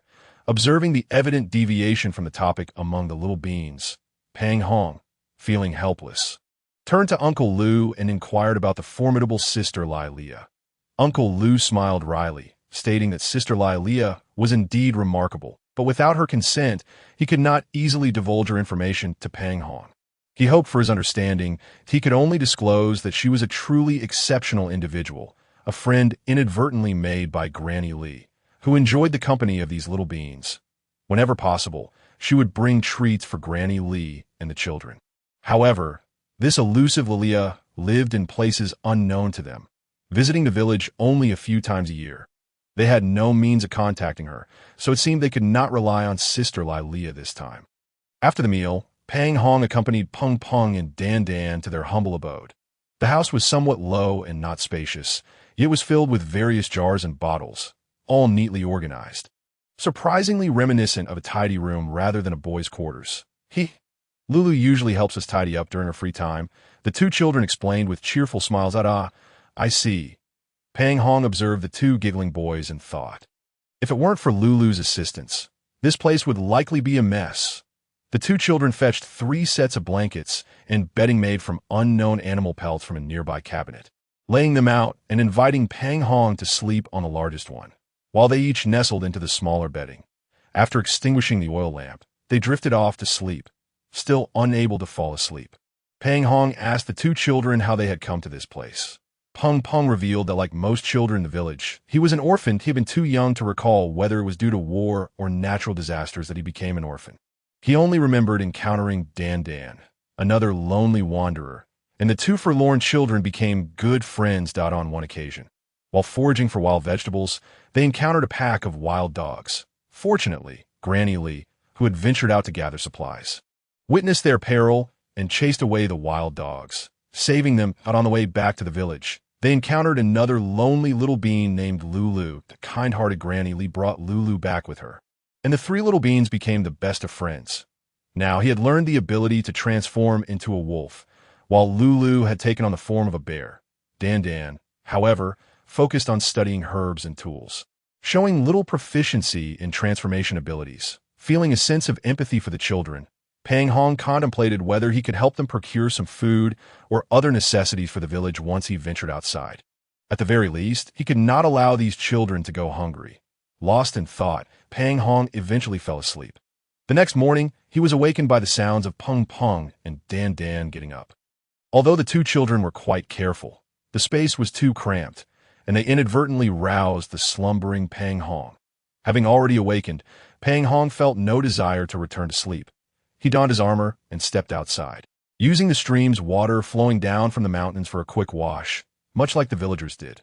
Once refreshed, Pang Hong called the children over, presenting them with a large stack of muffins for breakfast, which elicited joyous cheers from the little beans.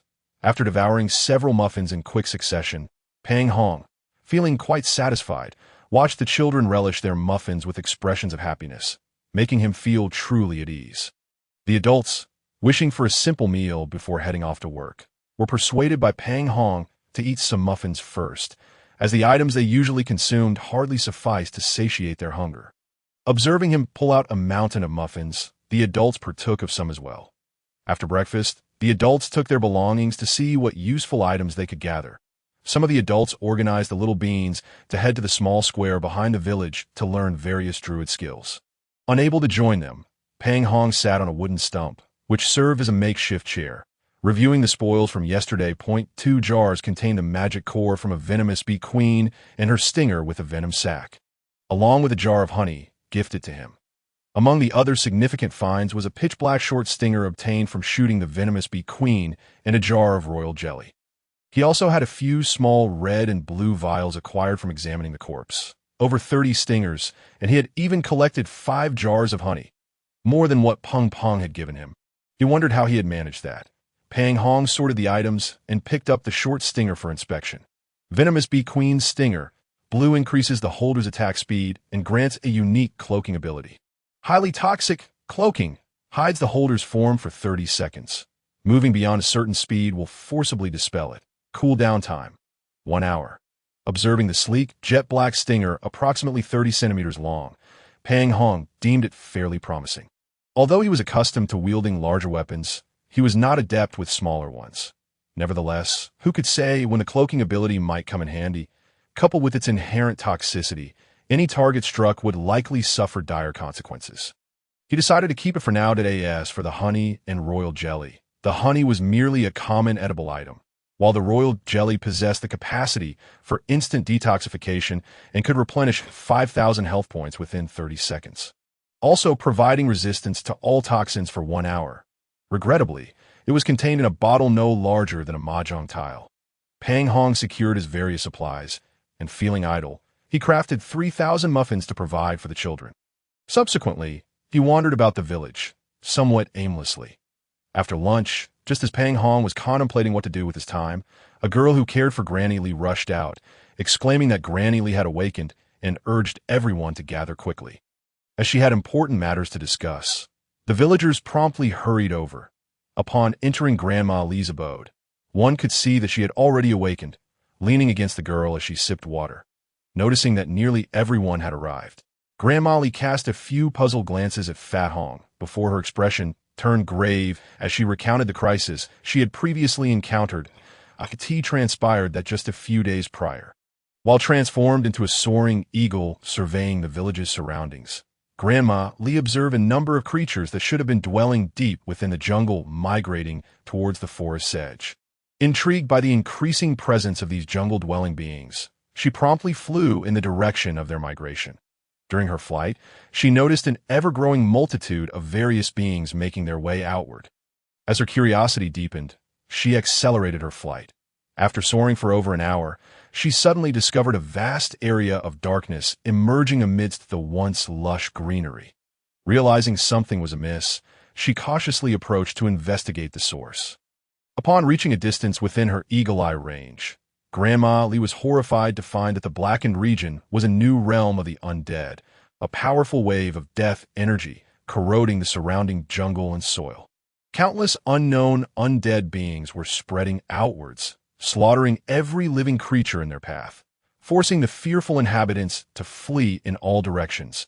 This exodus of beings, compelled to escape the undead, exerted immense pressure on the local fauna, driving them further into the periphery.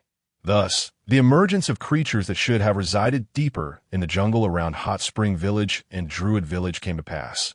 While meticulously observing the realm of the undead, Grandma Lee was unaware that she had been detected, triggering the defensive mechanisms of the undead below.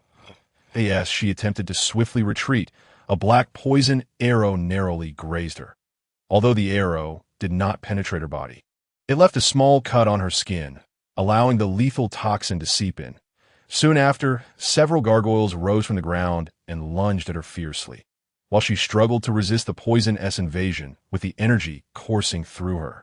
She hastened her flight to evade the pursuing gargoyles. However, as her speed increased, the toxin's grip on her tightened. The poison incessantly eroded her body, impairing her physical functions and slowing her flight, ultimately forcing her to dive into the jungle in an attempt to utilize the trees to escape her pursuers. With her agile physique and exceptional flying skills, Grandma Lee managed to evade and eliminate the pursuing gargoyles. Just when she thought she had safely returned to the village, she was alarmed to discover a gargoyle stealthily tailing her. Not wishing to reveal the village's location, Grandma Lee summoned all her strength for a final assault on it, but only succeeded in severely wounding the creature. Faced with the fleeing gargoyle and nearly depleted of energy, she could only return to the village with her last reserves, collapsing before she could warn the villagers. Upon hearing her tale, the crowd sighed in dismay, fully aware that the undead would retaliate. They began to deliberate on how to address the situation. The younger members, including Kaka, vociferously insisted on confronting the undead, while some of the adult druids, including Uncle Lou, furrowed their brows in contemplation before ultimately deciding to temporarily abandon the village and retreat to the forest. They resolved to communicate the situation to the major powers outside, confident that they would not overlook such a matter and would promptly inform the Church of Light, dispatching troops to cleanse the area. Once the threat was eradicated, they could return to rebuild their home. Upon hearing the outcome, the younger ones felt a surge of indignation. Grandma Lee, however, addressed them, saying, "In battle, regardless of victory or defeat, you may find it exhilarating. But what of the children?" Observing the bewildered little ones, Kaka and the others could only lower their heads in resignation. After deciding to relocate, Uncle Lou commanded everyone to gather their belongings, and once they were packed, they would set off immediately. Fat Hong informed them of his spatial storage abilities, offering to temporarily store their belongings to expedite their journey. Moreover, he had plenty of muffins to ensure a steady food supply along the way. Gratefully, the crowd acknowledged his offer and hurriedly began to gather their things. Under Grandma Lee's curious gaze, Fat Hong softly reiterated his origins, upon learning that Fat Hong had rescued Pung Pung and the others. Grandma Lee expressed her gratitude repeatedly, to which Fat Hong bashfully responded. He inquired about the approximate location of the undead realm and whether she was familiar with Hot Spring Village. Grandma Lee confirmed the direction and distance of Hot Spring Village from Druid Village. Fat Hong sketched a simple map of the 3 locations on the ground. Estimating the whereabouts of the extermination army dispatched by Plain City, he realized that, at their current speed, the troops would reach the undead realm within 1 to 2 days. Albeit veering off course and merely grazing the outskirts of the undead territory, Contemplating the distance between the undead realm and the extermination forces, Fat Hong couldn't help but worry about Peter and the others. Chapter 29. The Undead Assault. After quickly reviewing the rudimentary map, Fat Hong understood why Plain City had mobilized such a substantial force for the extermination. They must have been privy to some information, yet uncertain of the precise location and the enemy's strength, thus deploying an even more formidable army than before for reconnaissance and eradication. Listening to Grandma Lee's account, Fat Hong felt a profound sense of urgency regarding Peter's safety. Based on her description, the number of undead was alarmingly large, with numerous formidable units among them. The presence of flying units like gargoyles posed a significant threat to the extermination forces. Observing Grandma Lee reclining against her bedding, affectionately watching the girl attending to her while sipping water, Fat Hong cautiously inquired whether the toxin had been completely purged from her system. Grandma Lee replied that it was not entirely cleared yet, but a few more doses of medicine would suffice. Fat Hong then produced a muffin and gently informed her that it possessed restorative life energy. Grandma Lee accepted the muffin, smiling as she remarked, "Are you worried that I might save this delightful treat for the children?" Fabricating a benevolent fib with a comically exasperated expression, Fat Hong produced a large basket of muffins, grumbling, "This is your food for the migration. There's plenty. Eat as much as you like, that you'll have so many that you'll never want to see another in your lifetime." Amused by his disgruntled demeanor, Grandma Lee took a small bite of the muffin, savoring it as she chewed. "Surprisingly, your muffins are quite delectable." Suddenly, as she continued to enjoy the muffin, Grandma Lee paused, feeling a surge of vitality emanating from the morsel she had just consumed, gradually mending her toxin-damaged body. Though the energy was faint, it began to repair her physique. Realizing the muffin's beneficial effect, Grandma Lee wasted no time and began to devour it eagerly. With each bite, the life energy coursing through her began to restore her bodily functions, and she clearly felt herself improving. Seeing that she quickly finished one muffin, Fat Hong immediately offered her another. This time, Grandma Lee accepted without hesitation, eagerly consuming it. When Fat Hong extended another muffin, Grandma Lee chuckled and declined. "That's enough. Although it's truly effective, I'm already feeling quite stuffed up. I can't eat another bite." I burst, curiosity piqued, she inquired, "How did you make this muffin?"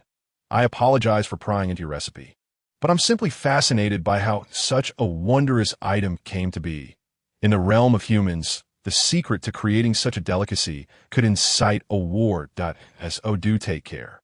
Chuckling, Fat Hong replied, "There's no secret recipe. It's one of my abilities that I can conjure food using magic, though currently I can only produce muffins." Grandma Lee gazed at him with affection, though with a hint of concern. She said, "This ability of yours can command great influence in human society, but it may also bring calamity upon yourself.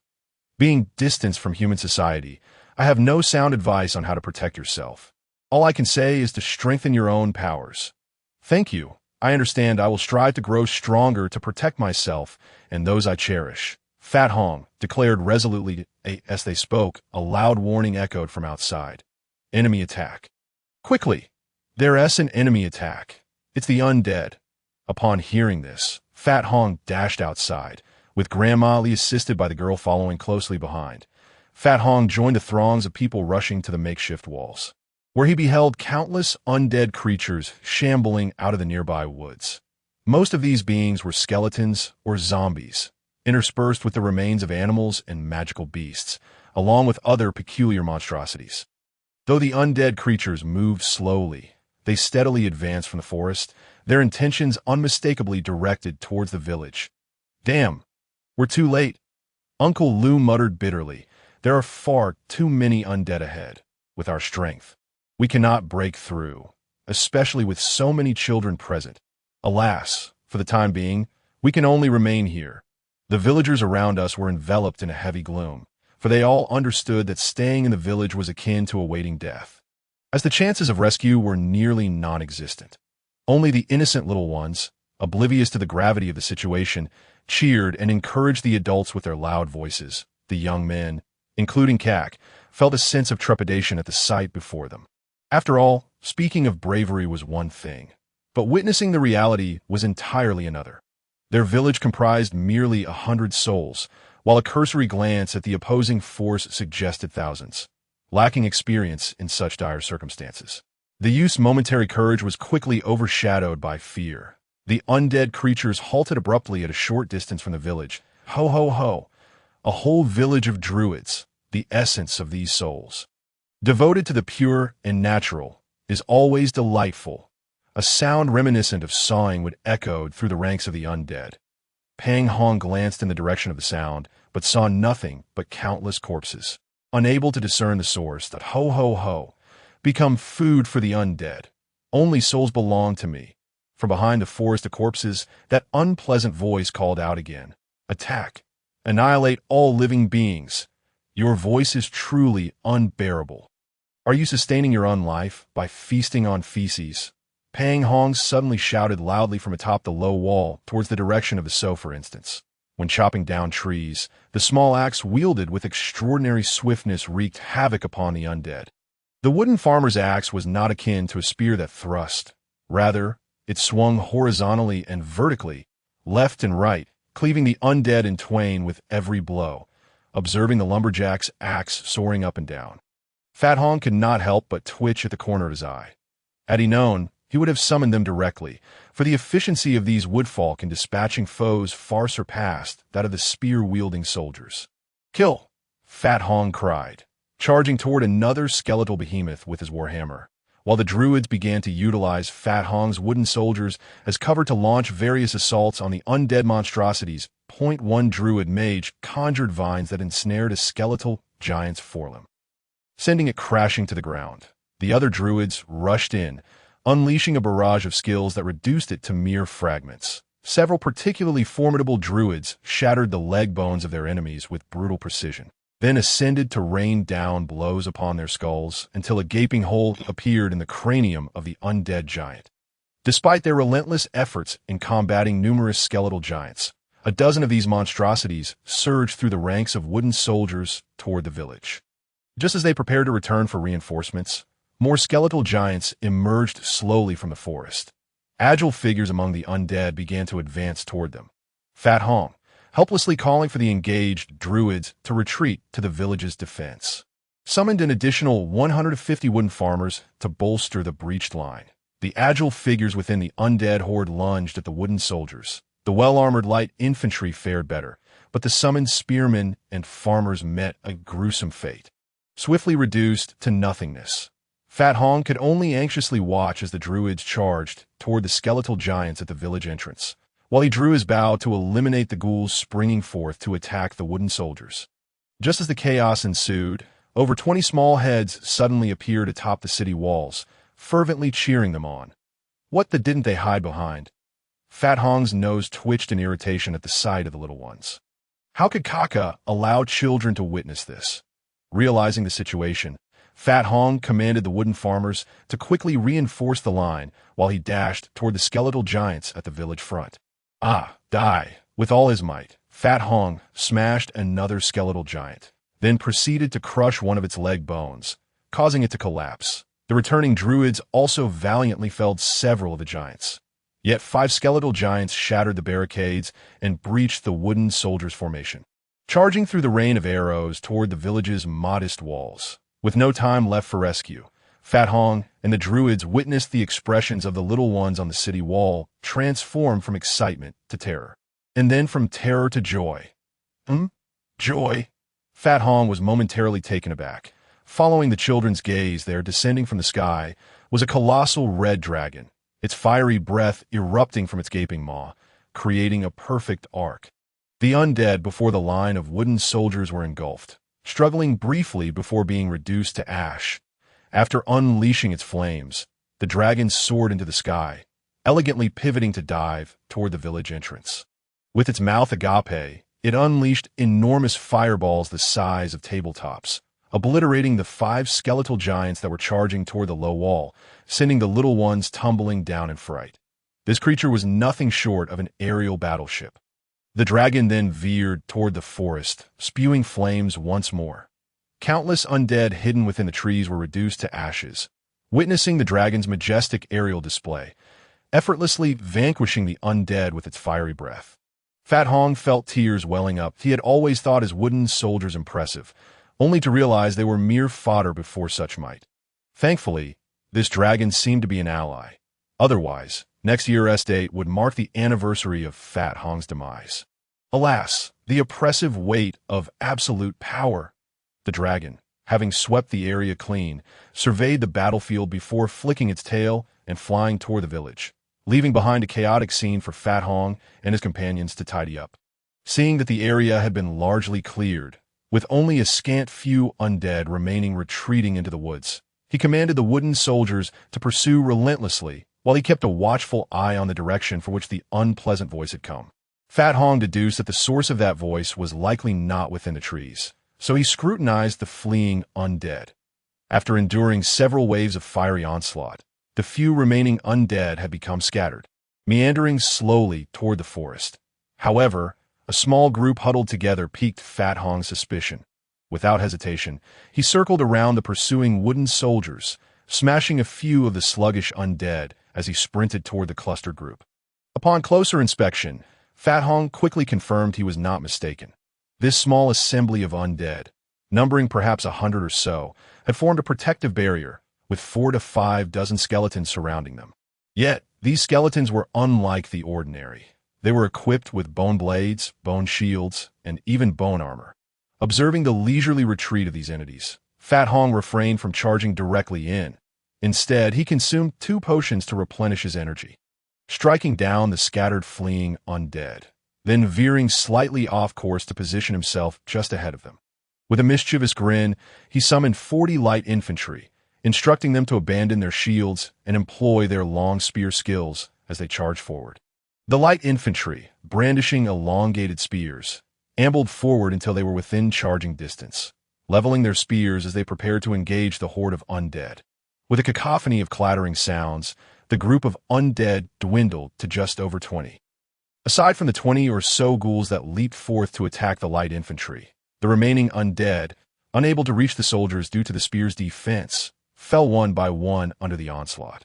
Following closely behind the wooden light infantry, Fat Hong simultaneously shot arrows at the attacking ghouls while cautiously observing the situation among the undead, as the light infantry systematically dismantled the undead like peeling an onion. Fat Hong spotted a cloaked figure among the thinning ranks of corpses. Aha! You won't escape.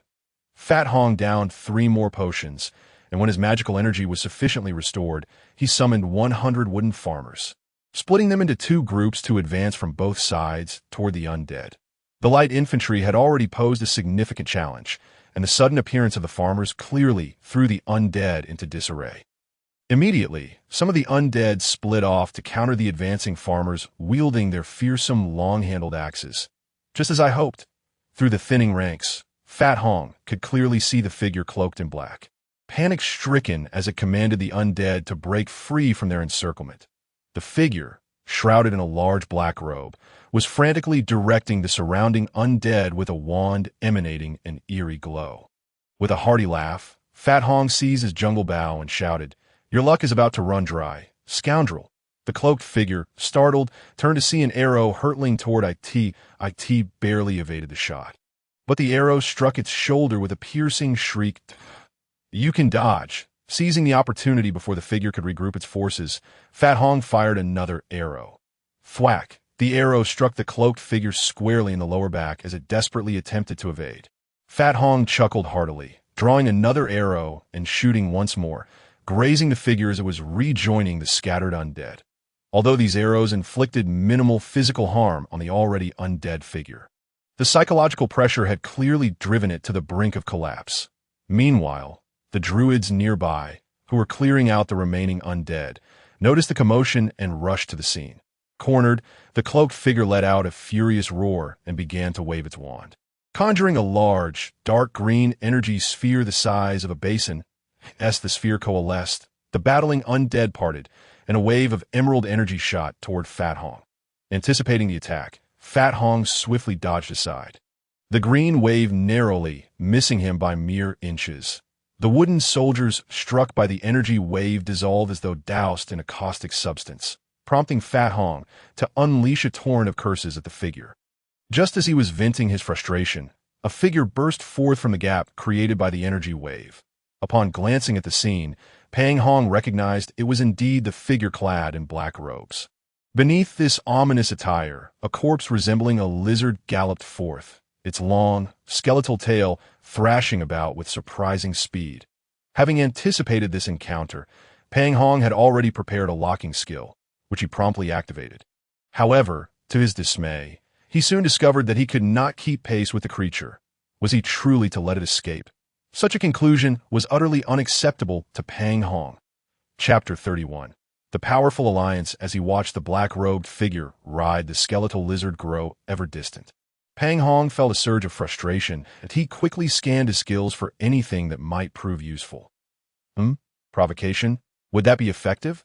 Well, it was worth a try. He thought to himself, anything was better than simply watching it flee. He directed the provocation skill at the creature's mount, suspecting that the undead's mental fortitude might render it ineffective. Lo and behold, to no avail. Again, still no effect, he continued to unleash the skill repeatedly. Convinced that he must eventually strike true, the black-robed figure regarded Pang Hong with a derisive laugh, exclaiming, "Ha! You may have the upper hand now, but I shall return soon, wielding power that will instill terror in you." Suddenly, to Pang Hong's astonishment, the skeletal mount executed a sharp turn, charging towards the wooden infantryman who had just dispatched the remaining undead. It seemed to bear an intense grudge against these wooden soldiers, as if they had previously wronged it in some manner. Meanwhile, the tormented soul, now in the form of a rotund figure, brandished a massive war hammer, beckoning to Pang Hong with a smug demeanor. Cursed be it, the black-robed figure, its composure shattered, frantically attempted to redirect its mount away from danger. But the creature responded as if it were a mere boulder, heedless of its commands, continuing its furious advance toward the wooden infantryman. Back so soon? Pang Hong mused, noticing the approaching figure of the rotund soul, who was now waving at him with a smug grin. The black-robed figure was nearly paralyzed with fear. As it drew nearer, Pang Hong gauged the distance, leaped into the air, and swung his war hammer down with ferocity, bellowing, "Let me witness your terrifying power." With a resounding crack, the black-robed figure was sent flying as if it were nothing more than a rag. It soared over 20 meters before crashing to the ground, blood spewing from its mouth as it desperately attempted to crawl away. Pang Hong approached slowly, raising his hammer high above the figure's head before delivering a crushing blow. "Where is your power? Your terror?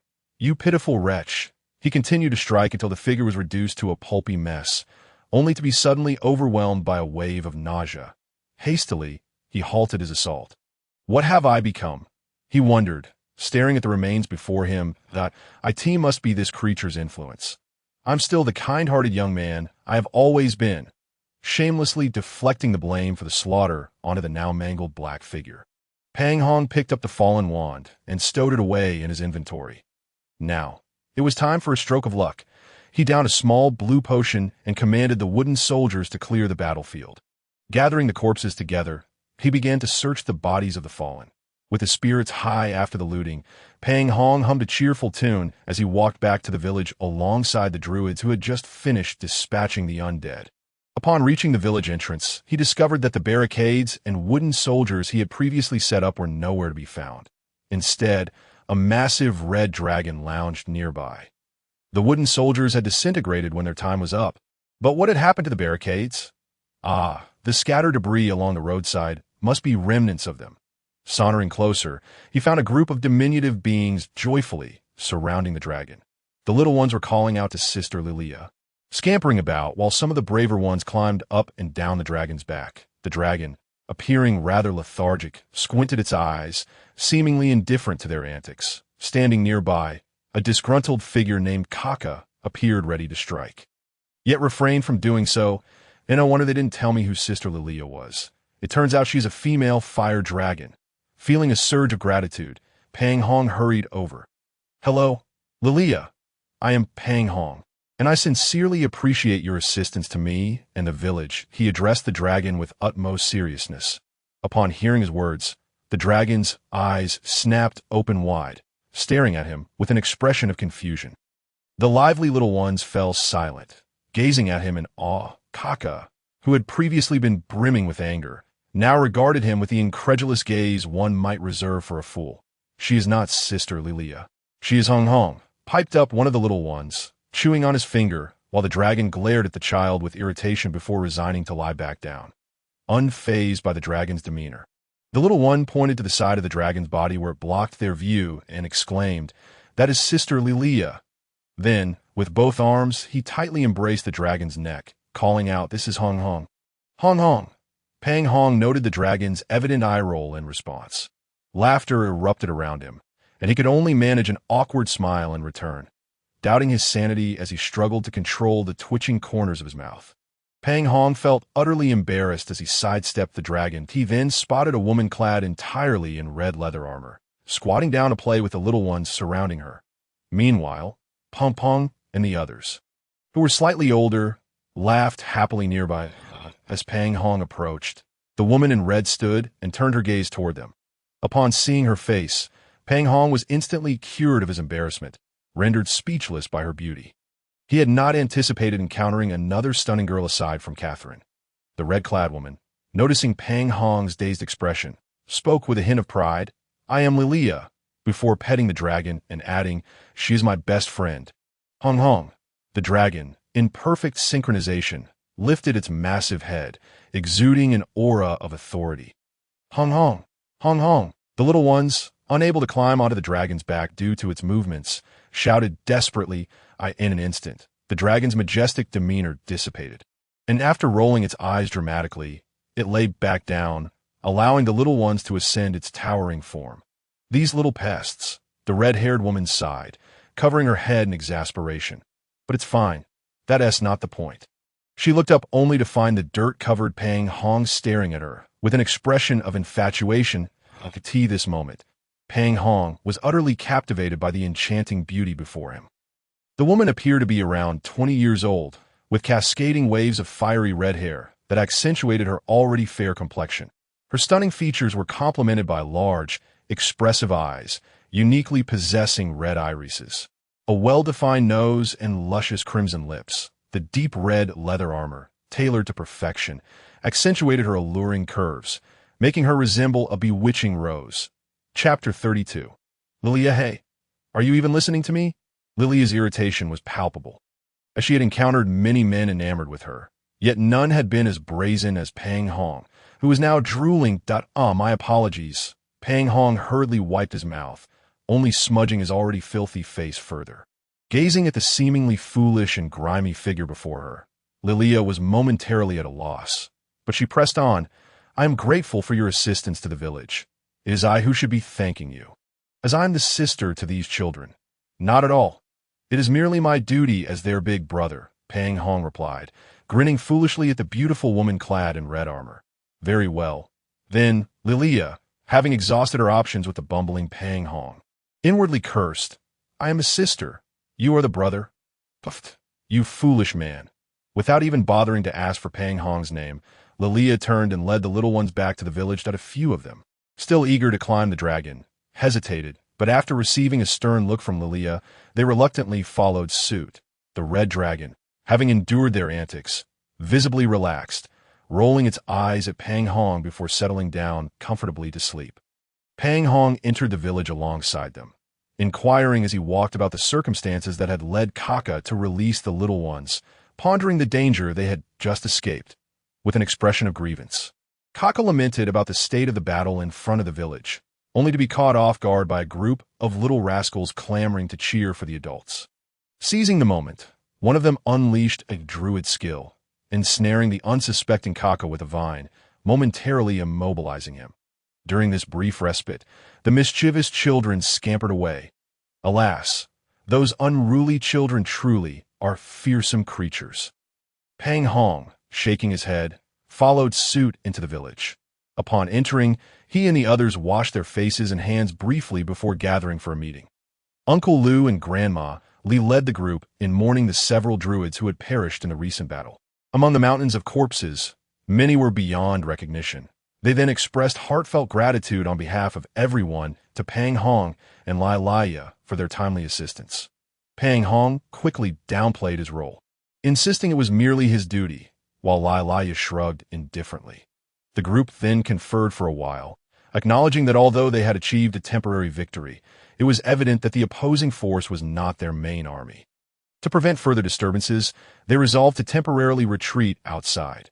Pang Hong hesitated before addressing the group, voicing his concern that his companions were not far from the undead space and fearing for their safety. With Lylaya present to protect the villagers, he decided not to withdraw with them. Offering his own rations to support their retreat, he now sought guidance on the path to locate his companions. Eager to assist them, Lylaya raised an eyebrow, stating that she possessed a spacious storage equipment, so Pang Hong could simply store his supplies with her.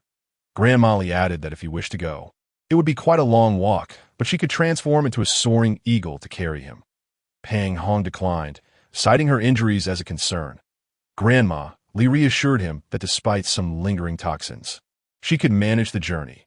Finally, the Druids announced that they would hold a funeral ceremony for those who had found the bodies before, with Lylaya's aid, leading everyone temporarily away from the village to seek refuge.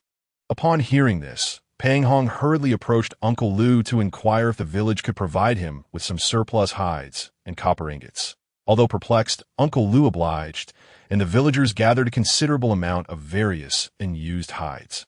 Creating a thick pile, a few lonely copper ingots lay scattered nearby. Pang Hong, unreserved, converted them into resources within his storage space and handed Uncle Lu a handful of gold coins. Uncle Lu was taken aback. Pang Hong sincerely explained that life in human settlements required various supplies, and lacking funds would pose significant difficulties. While the adults could manage, what about the children? Uncle Lu hesitated, but Lylaya, with a disdainful huff, casually collected the items into her own storage.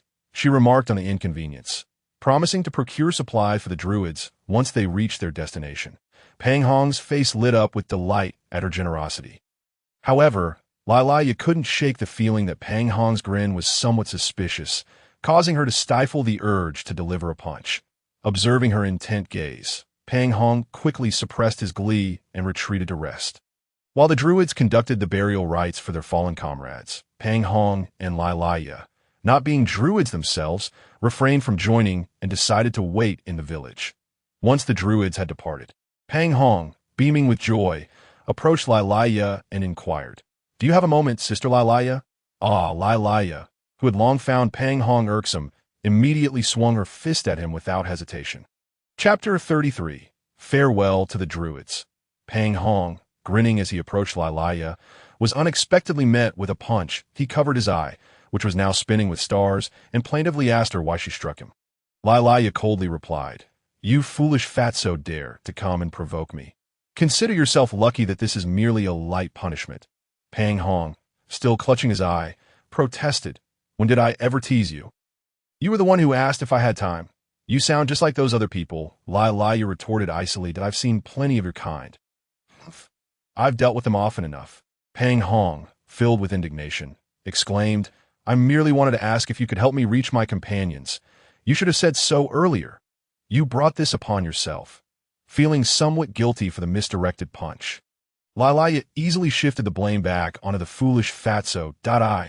I, Pang Hong exclaimed, exasperated as he plopped down on the ground. "I just asked a question, and you hit me." "Oh, fine, I'll let it slide this time. Next time, I'll wait for you to say more before deciding whether to hit you," Lylaya declared nonchalantly, lifting her chin. After hearing her words, Pang Hong, nearly choking with frustration, retorted, "Fine, you win. I just wanted you to take me to my friends. The road is simply too long, and I fear for their safety. However, with Grandma Li's condition improving, I still worry and hope for your assistance that I hadn't even finished speaking, and you started hitting me." Lylaya glanced at the pitiful Pang Hong, raising her well-defined eyebrows as she said, "All right, I'll help you. The undead won't be able to seek revenge for a few days yet, and the nearby magical beasts have already been scared off by my Red Queen. So, I'll take you there first and then return to deal with them." Pang Hong expressed his heartfelt gratitude to Lylaya. His heart brimming with joy, he envisioned riding alongside this stunning dragon knight on a mighty dragon. Whether holding her slender waist or her embracing his sturdy form, "Are you sure that S sturdy and not just chubby?" "Oh dear," Just thinking about it made his mouth water. Lilaya, noticing the goofy smile on his face, turned away, wearing a teasing smirk. You think you can play tricks on me? Silly fatso, you're not quite ready for that. Humph. In the area where Grandma Lee was injured, a massive platform constructed of rock and bones loomed over the ground, constantly eroded by death energy. Surrounding the platform were several enormous blood pools, into which countless undead beings were tossing captured creatures. Atop the platform, a gaunt lich was fervently channeling magical energy into a long, conical gem radiating an alluring glow. Waves of death energy surged forth from it, spreading out to corrupt the land beyond. Suddenly, a bone fragment behind him shattered. A Death Lord, lounging nearby, raised his head and mockingly addressed the lich. Your minions sent to deal with the little pests have failed. This place is on the verge of exposure. Humph, just a useless fool.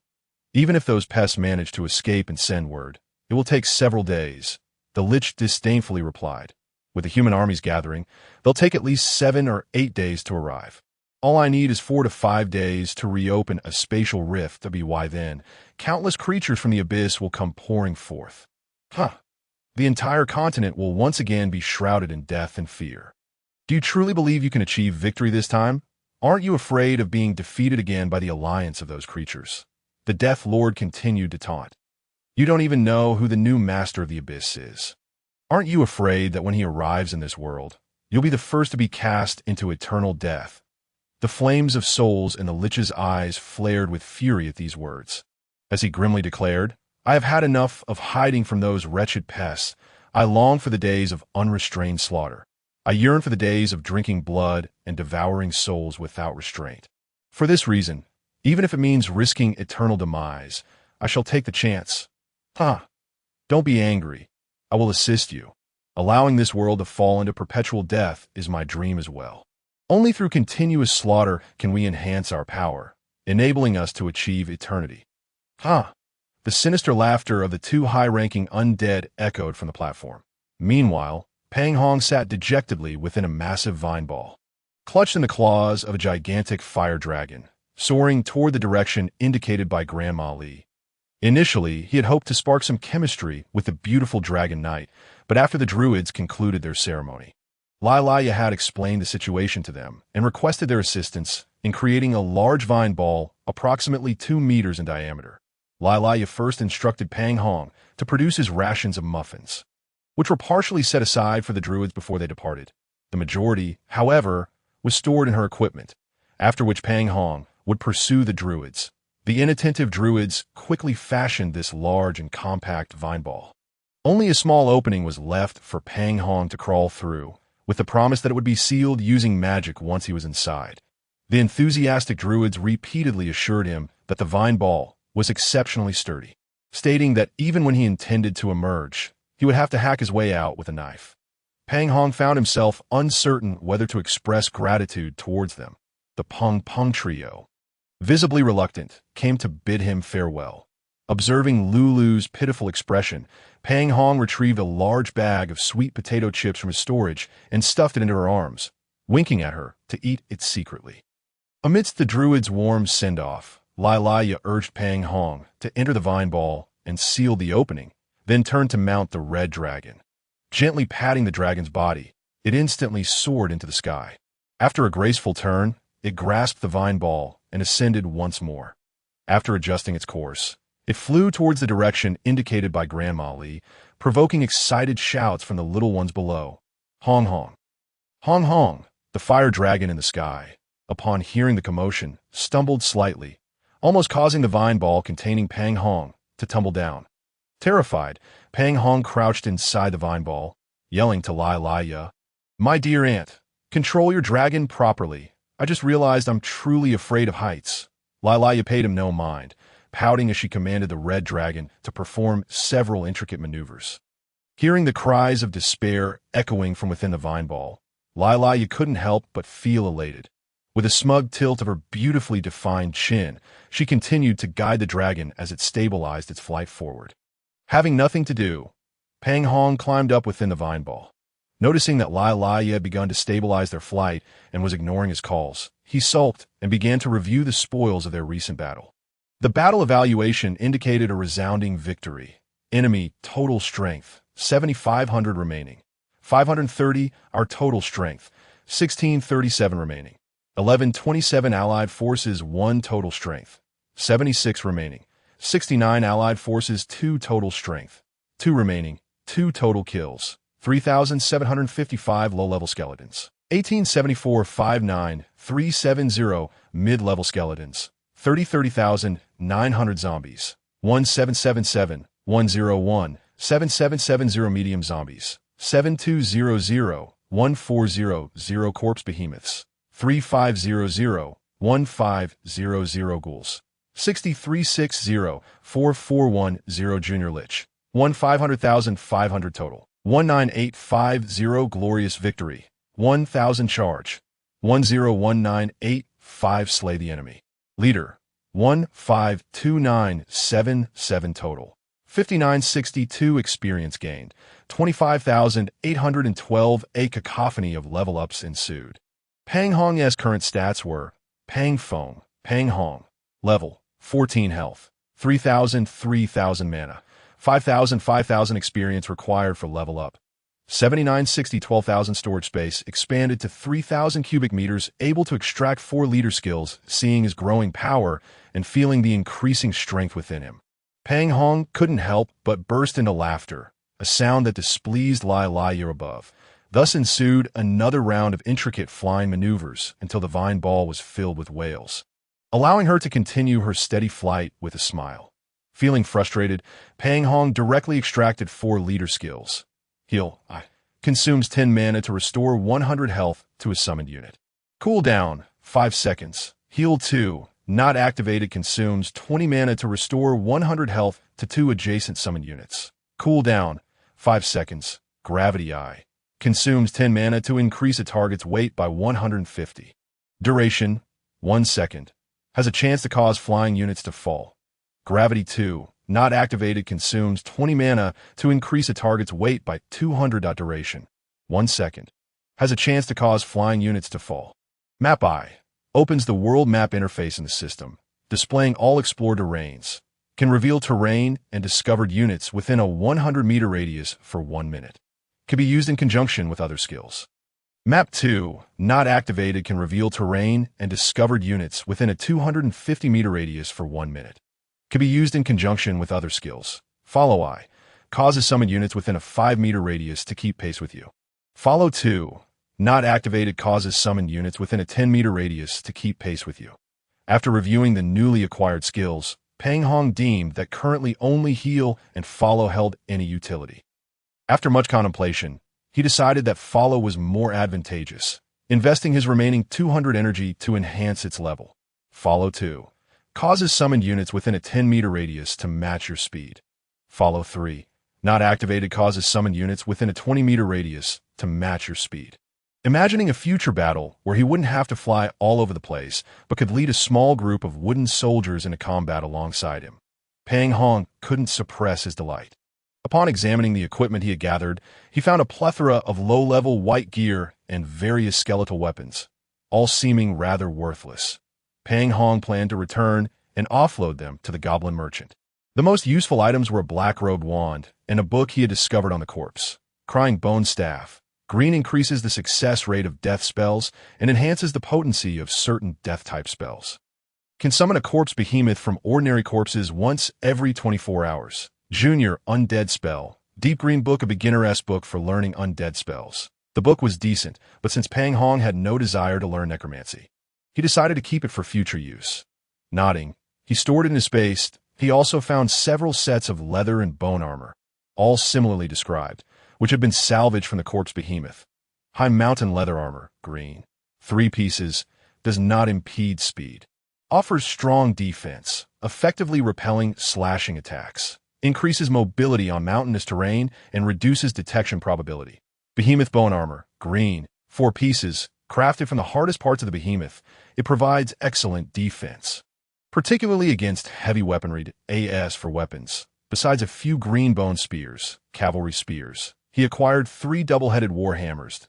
He felt that aside from 2 bone hammers and 2 pieces of leather armor that could be given to Peter and his companions, The rest could be sold outright. In total, he collected over 70 gold coins, along with various potions remaining after consumption. Currently, he had small red potions, 113 medium red potions, 57 large red potions, 6 small blue potions, 62 medium blue potions, 43 large blue potions, 7 small recovery potions, 3 large red potion. Restores 3,000 health within 30 seconds. Large blue potion. Restores 5,000 mana within 30 seconds. Small recovery potion. Instantly restores 30 health and 30 mana. Excellent. The more potions the better. If I can't defeat you, I'll just wear you down with potions. Ha ha! Realizing he might have drawn the ire of the tempestuous maiden above him, Pang Hong quickly covered his mouth. Fortunately, Lilaya ignored him this time and continued guiding the red dragon toward its destination. Chapter 34. Catching up with the team, having organized his skills and supplies, Pang Hong sat in the vine ball feeling utterly bored. He wanted to converse with Lilaya to deepen their relationship, but she was unresponsive. In his boredom, Pang Hong pushed aside some vines and peered upwards. There he saw the stunning beauty in red armor calmly seated on the dragon's back, her red hair flowing in the wind. With one hand resting on the dragoness back and the other near her mouth, she seemed to be up to something. Curiously, Pang Hong squinted to see that this fierce girl was happily munching on a muffin. Clearly savoring its taste, her beautiful eyes were crescent-shaped with delight. "Hey, is it tasty? I have some here," Pang Hong called out playfully through the gap in the vine ball. Lilaya was startled, realizing that this annoying fellow had caught her in the act of eating. Initially embarrassed, she quickly remembered that she had no reason to feel ashamed and shot him a fierce glare. Pang Hong observed how her previously delightful crescent eyes had transformed into fierce orbs resembling copper bells, her joyful expression now replaced by one of anger, her alluring red lips curling in a mischievous manner. After enduring yet another round of challenging maneuvers, the nearly lifeless Pang Hong lamented loudly to Lilaya, "Sister, what do you want? Just give me a straightforward answer." "Nothing. I'm just unhappy," Lilaya casually replied. "Seeing you makes me unhappy. I haven't done anything to you. I was merely planning to share some delicious muffins." Fat Hong continued to provoke Chu in the rot tan ball.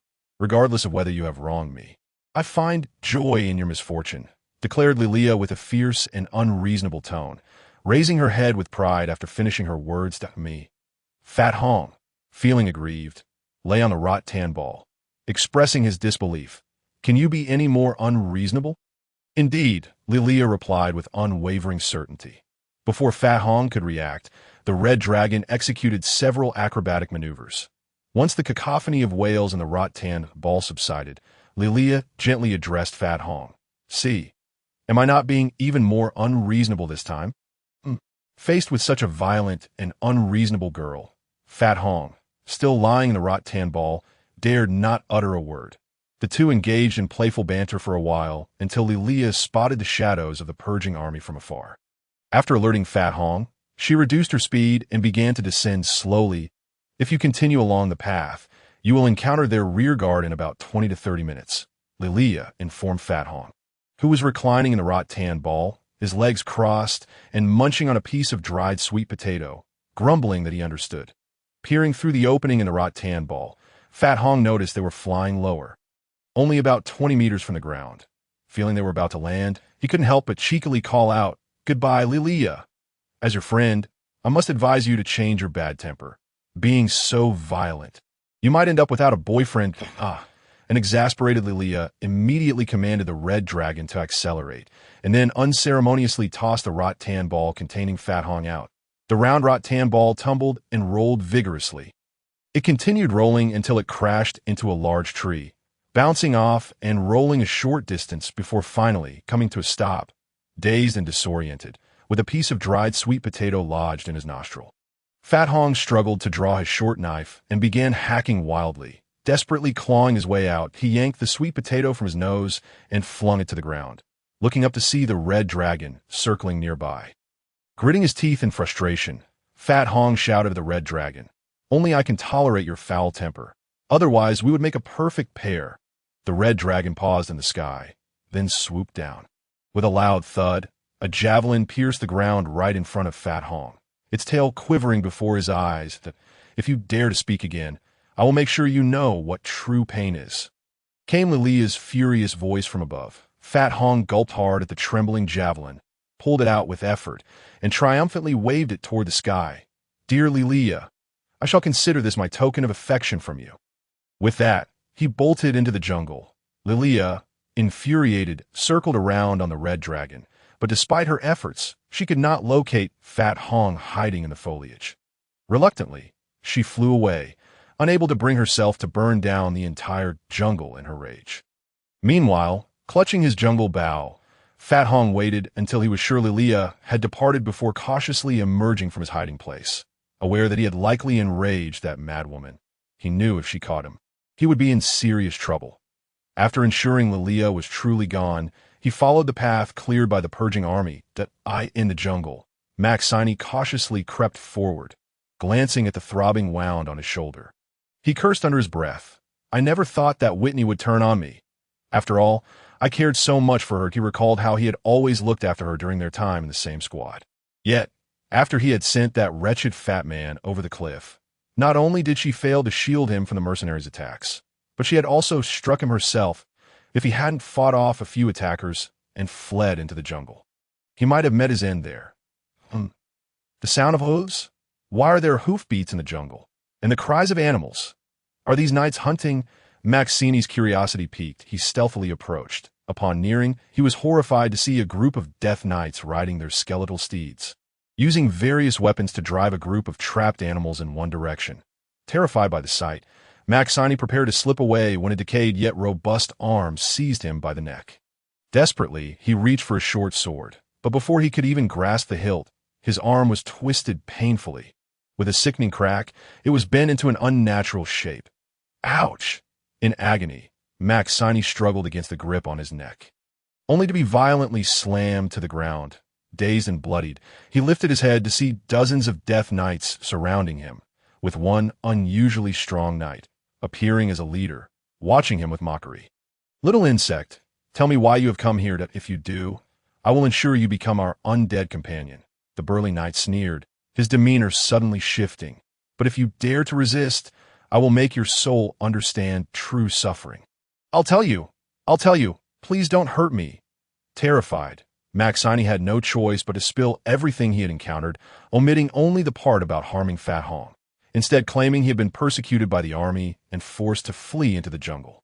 "Take him back," commanded the strong death knight to the others. One of the knights approached, yanked Maxine from the ground despite his pained cries, and unceremoniously tossed him onto the back of a skeletal horse. Then, mounting his own steed, he and his companions set off in the opposite direction, in a chamber atop a platform in the land of the dead. The Death Lord listened as the strong Death Knight reported. "My lord, I captured a little insect while hunting. I believe he has some information to share with you. Oh." The Death Lord chuckled at the sight of Maxine, who appeared utterly terrified. He slammed his hand heavily on the armrest of his chair, growling, "Little insect, tell me everything you know. Otherwise, you will witness the corpse gnawing at your flesh, and your soul shall descend into the abyss, enduring eternal torment." "Well, yes, my lord, I will speak. Please spare me." Maxine, unable to resist, recounted his encounter with the Death Knights, albeit omitting his attack on Fat Hong. "Oh, you mean to say there's a human army nearby?"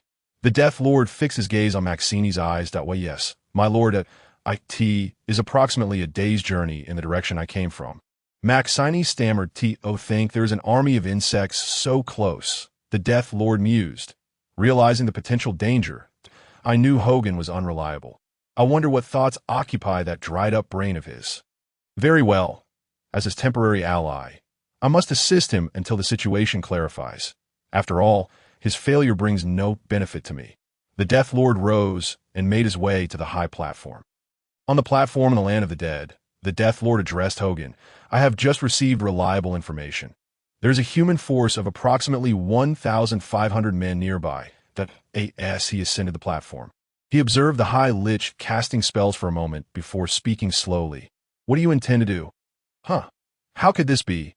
The High Lich halted his incantation, turning to the Death Lord with a puzzled expression. "How could humans arrive so swiftly? Are you certain your information is accurate?" The intelligence indicates that this army's mission is to cleanse the area surrounding a village to reduce the threat posed by various creatures in the forest. The Lord of Death, AO, regarded the Lich Lord Hogan with a serious expression as he spoke. However, I fear that our actions have already alerted the humans. I believe they have sent a reconnaissance vanguard. Damn it! Damn it! Damn it! Hogan exclaimed in frustration, waving his withered arm in exasperation. I never anticipated that those accursed reptiles would discover us so swiftly. I do not think they have, at least not for the time being. AO contemplated before continuing. According to the intelligence I have received, although they are not far from us, their trajectory does not lead here. This implies that this army will pass us by .o. Hogan was momentarily taken aback, asking curiously, so they're not heading our way? At least not right now, AO affirmed. What do you propose we do? Let me think, Hogan muttered, lowering his head as he paced thoughtfully atop the high platform, while the Lord of Death, AO, took his seat, observing him. Though their numbers may be few, since they are not advancing towards us, we ought not to concern ourselves with them. Hogan stated decisively that we require time. Since their objective is not here, there is no need to alert them. We shall continue our endeavors, withdrawing the hunting forces directed towards them to other areas, while dispatching scouts to monitor their movements. That is unwise. They could be detected by the elite forces among the human army, AO countered. Instead, we should position sentinels in their path to alert us when they approach. Upon hearing this, AO raised a decayed eyebrow and remarked, You make a valid point. Although I do not fear these feeble reptiles, our plans take precedence. For the time being, let us allow these creatures to be. Once our plan succeeds, I shall transform them all into my companions. Ha ha ha! Two sinister laughs echoed from the high platform. Fat Hong hurried along the established path, running for about 20 minutes before finally catching up to the slowly advancing troops, the rear guard. Upon seeing a filthy figure approaching, quickly formed a rudimentary defensive formation. The pike bearers lined up in a simple spear wall, while the archers readied their arrows, awaiting the command to fire. Seeing this display, Fat Hong waved his hands desperately while shouting that he was one of them, urging them not to take action.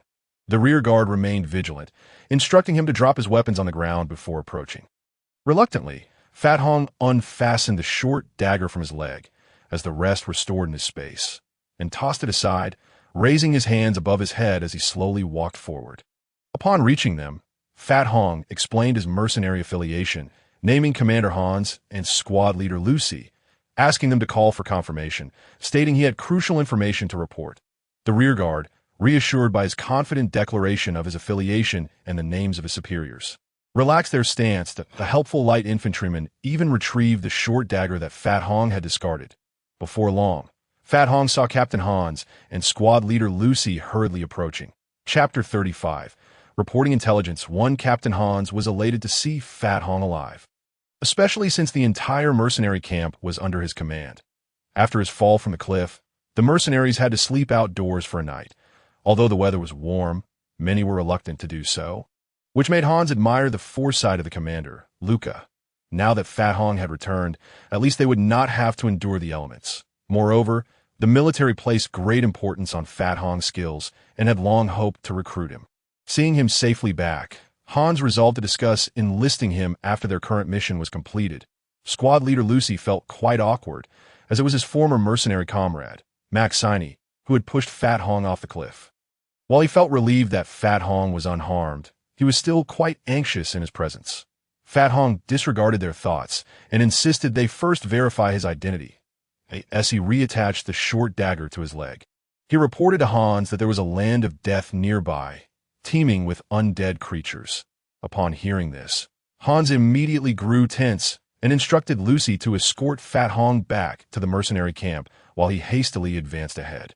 On their way back, Lucy sincerely apologized to Fat Hong, expressing that he had never anticipated Maxine would commit such a reckless act. Having seen Lucy's expression when he fell, Fat Hong felt there was no pretense in it and had always believed it was Maxine's doing. Hearing Lucy's genuine apology, he graciously stated that it was solely Maxine's responsibility and urged Lucy not to dwell on it. Lucy expressed his gratitude, albeit with some regret, informing Fat Hong that after pushing him off the cliff, Maxine had immediately been pursued by other mercenaries and had sustained injuries, fleeing into the jungle, where he was now lost. Faced with the dangers of the jungle, the mercenaries were hesitant to continue the pursuit. Lucy hoped Fat Hong would understand. Fat Hong could only resentfully respond that he hoped not to encounter Maxine again, for he would surely make him pay. Lucy likewise vowed that he would not let Maxine escape, as one who could harm their comrades was utterly unforgivable. As they conversed, they unwittingly caught up with the mercenary battalion. Regardless of their prior relationships with Fat Hong, all the mercenaries congratulated him on his safe return, and he jovially greeted them in return. While Fat Hong was joking with his fellow mercenaries, the slowly advancing column suddenly came to a halt. Before long, Hans and Commander Luca hurriedly approached. Upon finding Fat Hong, they ordered the various squads to form a defensive formation and directed Fat Hong to follow them to the front lines. Fat Hong trailed behind the two as they arrived at the front. Before them stood a makeshift large tent, surrounded by a group of elite infantrymen brandishing their weapons, all exuding an air of caution. Luca instructed them to stand aside, entering to report within the tent. Shortly, Luca emerged and beckoned Fat Hong inside, while Hans had to remain outside. Upon entering the large tent, Fat Hong saw only 5 individuals within, including the commanding officer of the army, Baron Schmidt. The Baron sat at the center, flanked by 2 high-ranking officers on his left and 2 robe mages on his right. One of the mages, gaunt and emaciated, bore a striking resemblance to the black-robed figure Fat Hong had slain, prompting him to instinctively reach for the short dagger strapped to his calf. One of the high-ranking officers promptly seized Fat Hong's hand, while another drew his sword to block his path. "How dare you? What are you attempting to do?" the officer shouted. Luca, alarmed, rushed to Fat Hong's side, assisting the other officer in restraining him. Feeling somewhat bewildered, Fat Hong did not struggle, but merely stared at the mage, asking, "A necromancer? How could there be a necromancer here? Ha ha ha." The mage let out an unsettling laugh before gesturing for the others to release Fat Hong and retreat to their positions, indicating for the soldiers who had rushed in to exit as well. He then addressed Baron Schmidt, saying, "It is quite all right, Your Excellency. I have encountered many like him before. We should expedite our inquiries regarding the intelligence we require." "Thank you for your understanding, Master Anku." Baron Schmidt nodded in acknowledgement of the necromancer. Turning back to Fat Hong, Baron Schmidt cautioned, "Mind your words and actions, young man. Not every necromancer is malevolent. Master Anku is more upright than most I have encountered." Though filled with doubt, Fat Hong politely bowed to the Baron and offered his apologies to Master Anku. Under their urging, Fat Hong conveyed that there was a land of death in the vicinity and recounted the experiences of Grandma, Li's discovery. "Are you saying that this land of death is situated not far from us?" Baron Schmidt queried, perplexed. "Yes, General," Fat Hong replied, unsure of how to address him, ultimately settling on General. "My friend Grandma, Li from the Druid village, provided me with a fairly accurate map." Fat Hong then retrieved a map that Grandma Li had sketched from his pocket, clearly marking the locations of Druid Village, Hot Springs Village, Plains City, and several other known villages, with a large black area denoting the site of the Land of Death. The officers and mage rose to observe the map closely. Master Anku measured the position with his hand, indicating a point near the Land of Death, stating, "If I am not mistaken, we are currently at this location." The others nodded in agreement. Baron Schmidt stroked his stubbly chin, fixing his gaze on Fat Hong and asking, "You are not deceiving us, are you? Understand that such matters are not to be taken lightly. Should the intelligence prove erroneous, do you know what the consequences are? Of course, I am not deceiving you. Regardless of what the consequences may be, I place my unwavering trust in my Druid companions." Fat Hong asserted decisively that moment.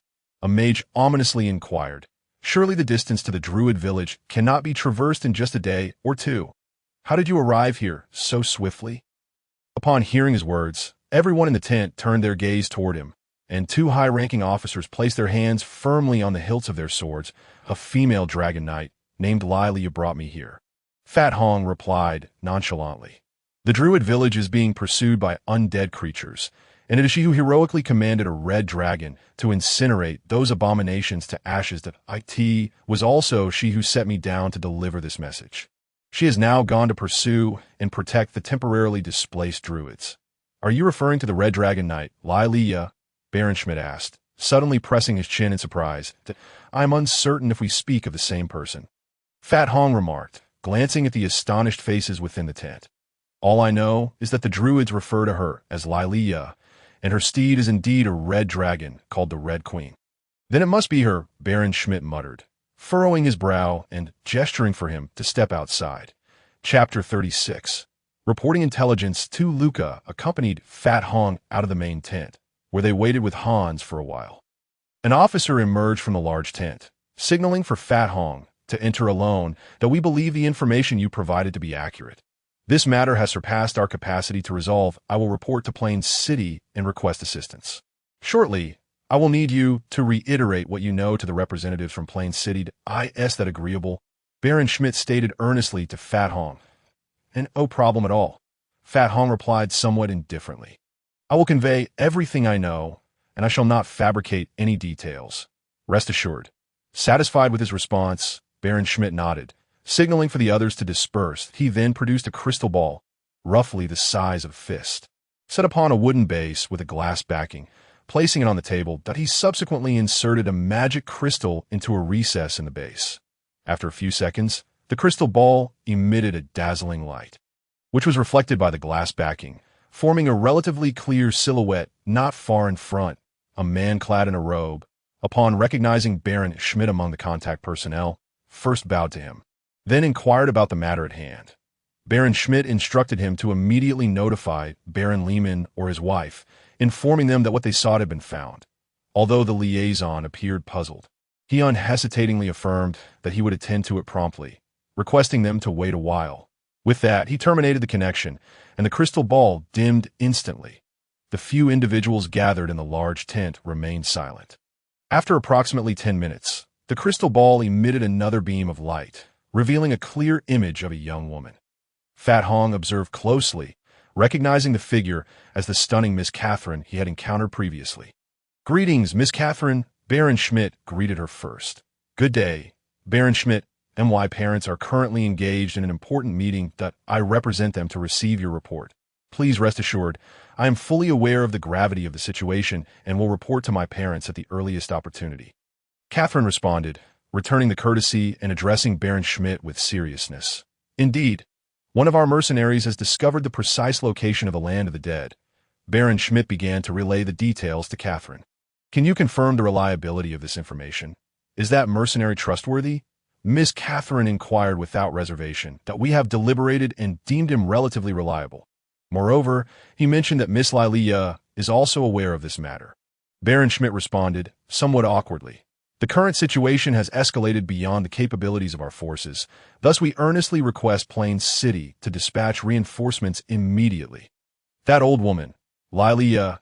Oh, my apologies, Catherine exclaimed upon hearing the name, her excitement momentarily surfacing before she quickly composed herself. Rest assured, my lord, Plain City has long been prepared with troops to address this issue. I will inform my parents right away. Reinforcements will depart without delay. I initially intended to meet that mercenary to ask him some questions. Baron Schmidt waved for Fat Hong to step forward. Fat Hong approached, awkwardly waving and saying, Hello, Miss Catherine. It is a pleasure to see you again. Excuse me?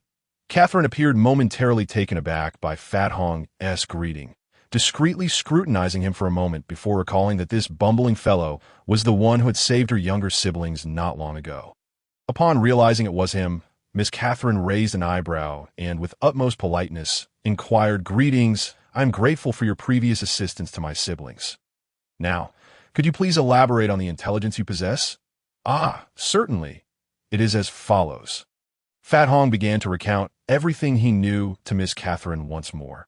Initially, he intended to say a few more flattering words to solidify his standing, but she simply waved him away, instructing Baron Schmidt to take his place. Baron Schmidt, pulling the visibly aggrieved Fat Hong away from the projection, proceeded to listen attentively to Miss Catherine's directives before terminating the connection and sending Fat Hong to rest. Fat Hong left the large tent feeling somewhat wronged, joining Luca to inform them that he was finished and heading back to rest. As the group prepared to depart, another officer emerged from the tent to relay orders for all units to assemble a nearby hill and erect sturdy encampments without delay. Fat Hong and his companions hurriedly returned to their squad, following the troops toward the hill. Upon arriving, they set about clearing the hill and its surrounding trees, using the felled timber to construct their encampment. Aside from a few personnel on guard duty, the rest immediately sprang into action. Following orders, Fat Hong's team also commenced their activities, with mercenaries wielding tools to chop trees and erect makeshift shelters while establishing various simple yet sturdy defensive measures. Meanwhile, in the Hot Springs village, Elder Winter routinely visited the teleportation portal. Following the previous teleportation advertisement by Catherine and her siblings, the portal occasionally saw a handful of visitors, prompting Elder Winter to make a daily circuit to observe. Upon arriving at the portal, he noted that aside from the two staff members, it was eerily deserted, devoid of any souls. The desolation elicited a sigh from Elder Winter, who pondered when the portal might bustle with activity akin to those in larger towns. Just as he lamented the inequities of fate, the portal hummed to life, and a massive light curtain rose. Elder Winter and the staff rose to welcome the guests. They were taken aback by the sight of a well-organized procession of elite cavalry.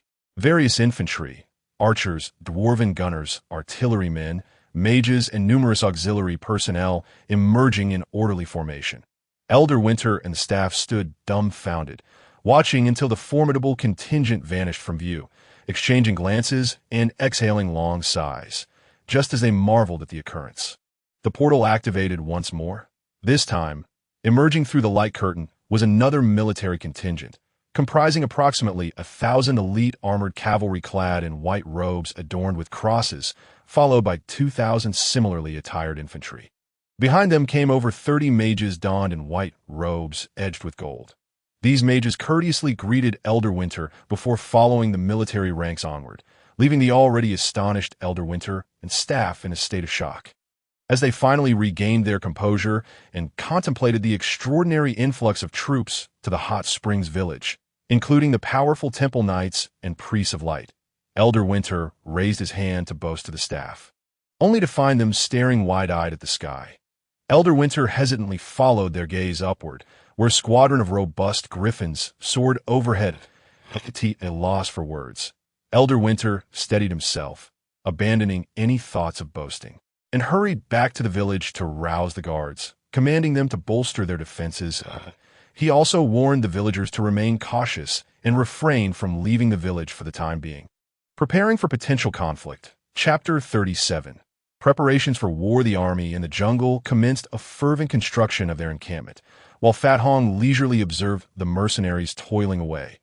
Although he did not labor himself, no one dared to voice their discontent, for he had summoned 100 wooden warriors, each brandishing an axe and fervently chopping wood. Through their collective efforts, as evening approached, a rudimentary yet remarkably sturdy encampment was completed. Not only were the main and auxiliary shelters erected, but the pertinent defensive structures were also thoroughly fortified. In summary, the army has exerted its utmost efforts. Subsequently, new orders were issued, ceasing the deployment of reconnaissance units and designating defensive zones for each contingent. In the coming days, regardless of the circumstances, all forces were instructed to hold their positions resolutely until the arrival of the new command. At long last, Pang Hong found himself reunited with Peter and the others. There was no alternative, as the camp was not particularly expansive. Consequently, the mercenaries were assigned to collaborate with Peter and his group in safeguarding the army's logistics and certain affiliated personnel, only to be called upon for combat in the event of an actual conflict. During this period, Pang Hong prepared an additional 5,000 muffins, distributing a portion to the mercenaries. Those who understood the benefits of the muffins expressed their gratitude repeatedly, while some of those who did not grasp their significance were left perplexed. As a result, a few mercenaries, aware of the muffin's utility, unscrupulously attempted to purchase one for a silver coin, only to be informed by others of the muffin's true purpose, nearly inciting a confrontation against those seeking to buy them. Now, all mercenaries in possession of the muffins carefully safeguarded them, placing them in relatively secure locations. Noticing the situation, Winter summoned several captains to demand an explanation, unable to conceal the truth any longer. The captains hastily divulged Pang Hong's involvement. Consequently, Captain Hans became informed, and from him Commander Luca learned the details. Ultimately, Baron Schmidt was made aware as well that in the makeshift central command tent of the army. Baron Schmidt gazed with concern at the seemingly simple-minded and somewhat foolish-looking Pang Hong, unsure of how to initiate the conversation. Eventually, the adjutant, unable to tolerate the awkwardness any longer, directly conveyed to Pang Hong that the army wished to acquire his muffins for future operations. Pang Hong readily agreed, stating that he had an abundance of muffins, but the adjutant and the Baron exchanged glances, indicating to Pang Hong that they could procure them at the price of 1 silver coin each. With the promise of rewarding him significantly after the battle, Pang Hong, glancing at the stars in the sky, left the Baron and adjutant exasperated, thinking to himself, what good is stargazing in a tent? After amicable negotiations, both parties settled on a price of 10 silver coins per muffin for a total of 2,500 muffins, amounting to 250 gold coins. The transaction was conducted with payment and delivery exchanged simultaneously, leaving both parties satisfied. Pang Hong first provided the adjutant with a sample muffin. Without hesitation, the adjutant brandished a dagger and inflicted a cut on his own arm, subsequently consuming the muffin. Witnesses observed the wound, which was not insignificant, quickly stop bleeding and heal. Baron Schmidt and his companions nodded in approval, all feeling gratified by this advantageous trade.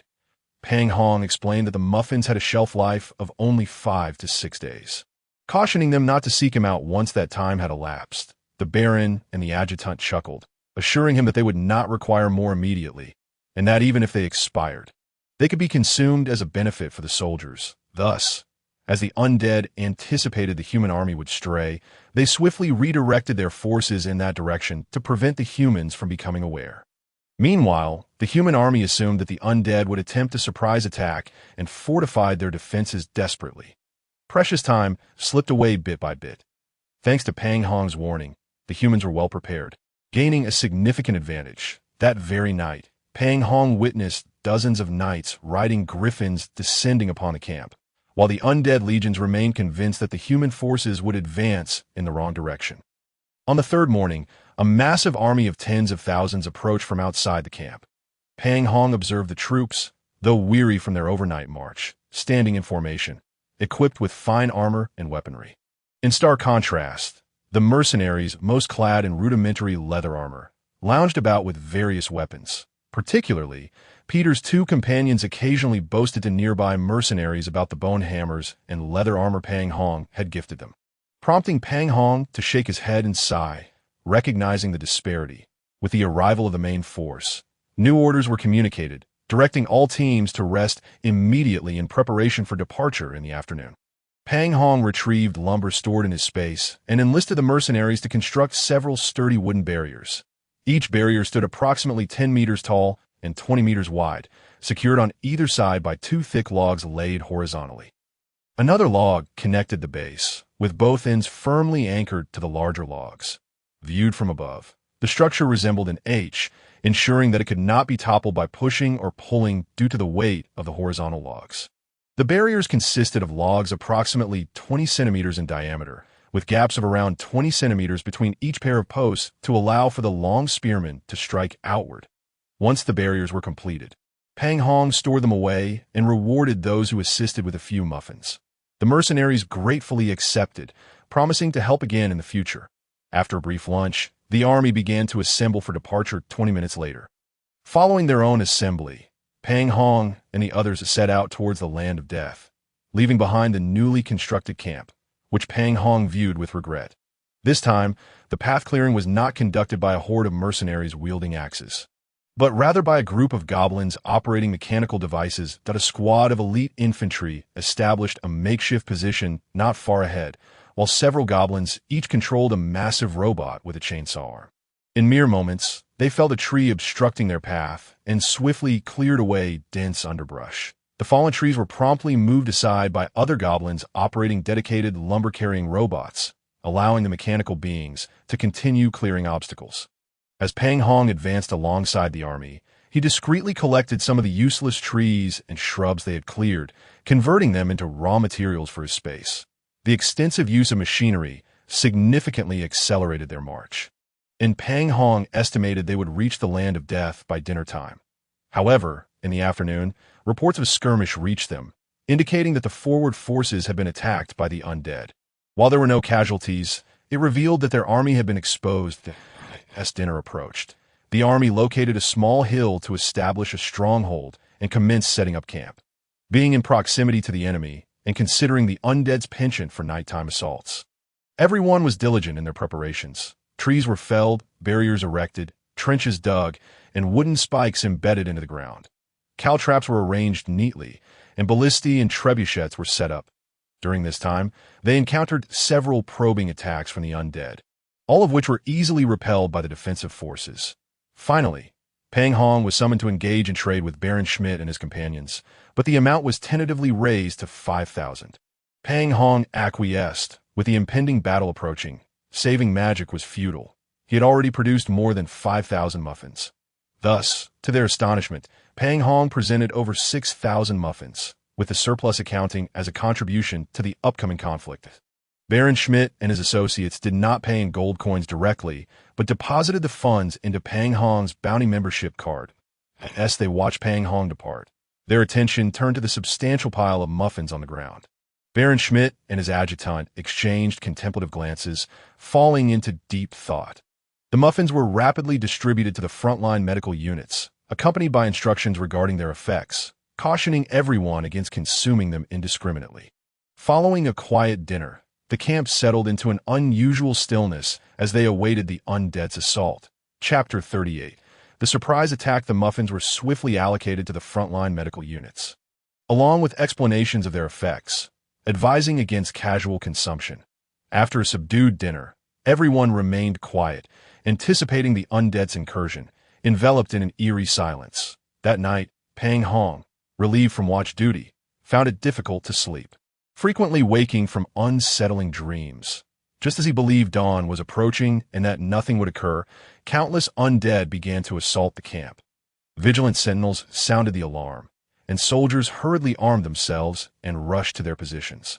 Pang Hong and his companions grabbed their weapons and rushed out, only to be ordered to remain in their camp and await further instructions. The undead employed their traditional tactics of overwhelming numbers, charging relentlessly toward the camp. In response, the human forces unleashed a barrage of arrows, which rained down upon the enemy ranks, followed by a volley of fireballs from their catapults and trebuchets. These fireballs, varying in size, arced through the air before crashing into the advancing hordes of undead, detonating with tremendous force and scattering their ranks into disarray, leaving behind towering infernos that illuminated the battlefield. Archers took advantage of the flickering flames, launching their arrows into the throngs of undead, while the frontline spearmen remained poised to deliver devastating blows to the encroaching foes. The long spearmen in the rear were also distributed a number of javelins, and they were now positioning them conveniently for subsequent throws. Not far behind them, countless heavily armored soldiers wielding battle axes and polearms stood ready to support the spearmen at the front. On a specially constructed large tower at the forefront of the human encampment, Baron Schmidt and two other senior commanders carefully accompanied a middle-aged woman clad in heavy armor, her beauty striking as she observed the battlefield. A lich, perhaps? Humph, the same old tactics. The undead have made no progress after all these years. The middle-aged woman appeared somewhat dissatisfied with the assault strategies of the undead, which caused the accompanying commanders to wear expressions of concern. Look there, only a handful of undead are attacking. The lovely lady gestured with her graceful arm toward the direction, stating, "Give them 10 minutes, if no ghoul or similar creature attempts a sneak attack. I concede defeat." Schmidt exchanged a knowing glance with his adjutant, who hurried off to make preparations. After 7 or 8 minutes, a cacophony of intense combat erupted from that direction. Shortly thereafter, a dozen fireballs were launched by catapults, wreaking havoc in that area. Moments later, a messenger dashed up to report that a large group of ghouls had attempted a surprise attack from that direction, but was repelled by the soldiers who had been well prepared. Due to their readiness, the casualties were minimal, with an estimated 1,000 enemies slain. Upon hearing this, the beautiful woman slightly curled her exquisite lips in a smirk, glancing at the sky, which was beginning to brighten, and coldly remarked, their primary objective tonight was merely to send the ghouls for a sneak attack. Now that the ambush has failed and dawn approaches, they should retreat. With that, she descended the tower accompanied by her female guards. After the battle, the soldiers were ordered to rest until 10 o'clock, after which they would have a hearty meal before heading to the death zone for a decisive battle. The command echoed from below the tower. Indeed, the undead soon retreated like a receding tide. They came quickly and departed just as swiftly, aside from a small number at the front continuing their assault on the encampment. The rest silently withdrew. Pang Hong and Peter had been idly guarding the camp for quite some time, listening to the sounds of battle diminish. Just as they were about to inquire about the situation, the order came that everyone was to rest until 10 o'clock and await new commands. Well, it seemed they had certainly won at the front. Many mercenaries casually grabbed a bite to eat before returning to their tents to make the most of their rest. Pang Hong had a few pieces of cake with Peter and soon lay down on a grass mat to sleep. To his surprise, he fell asleep quickly and deeply, only to be awakened later.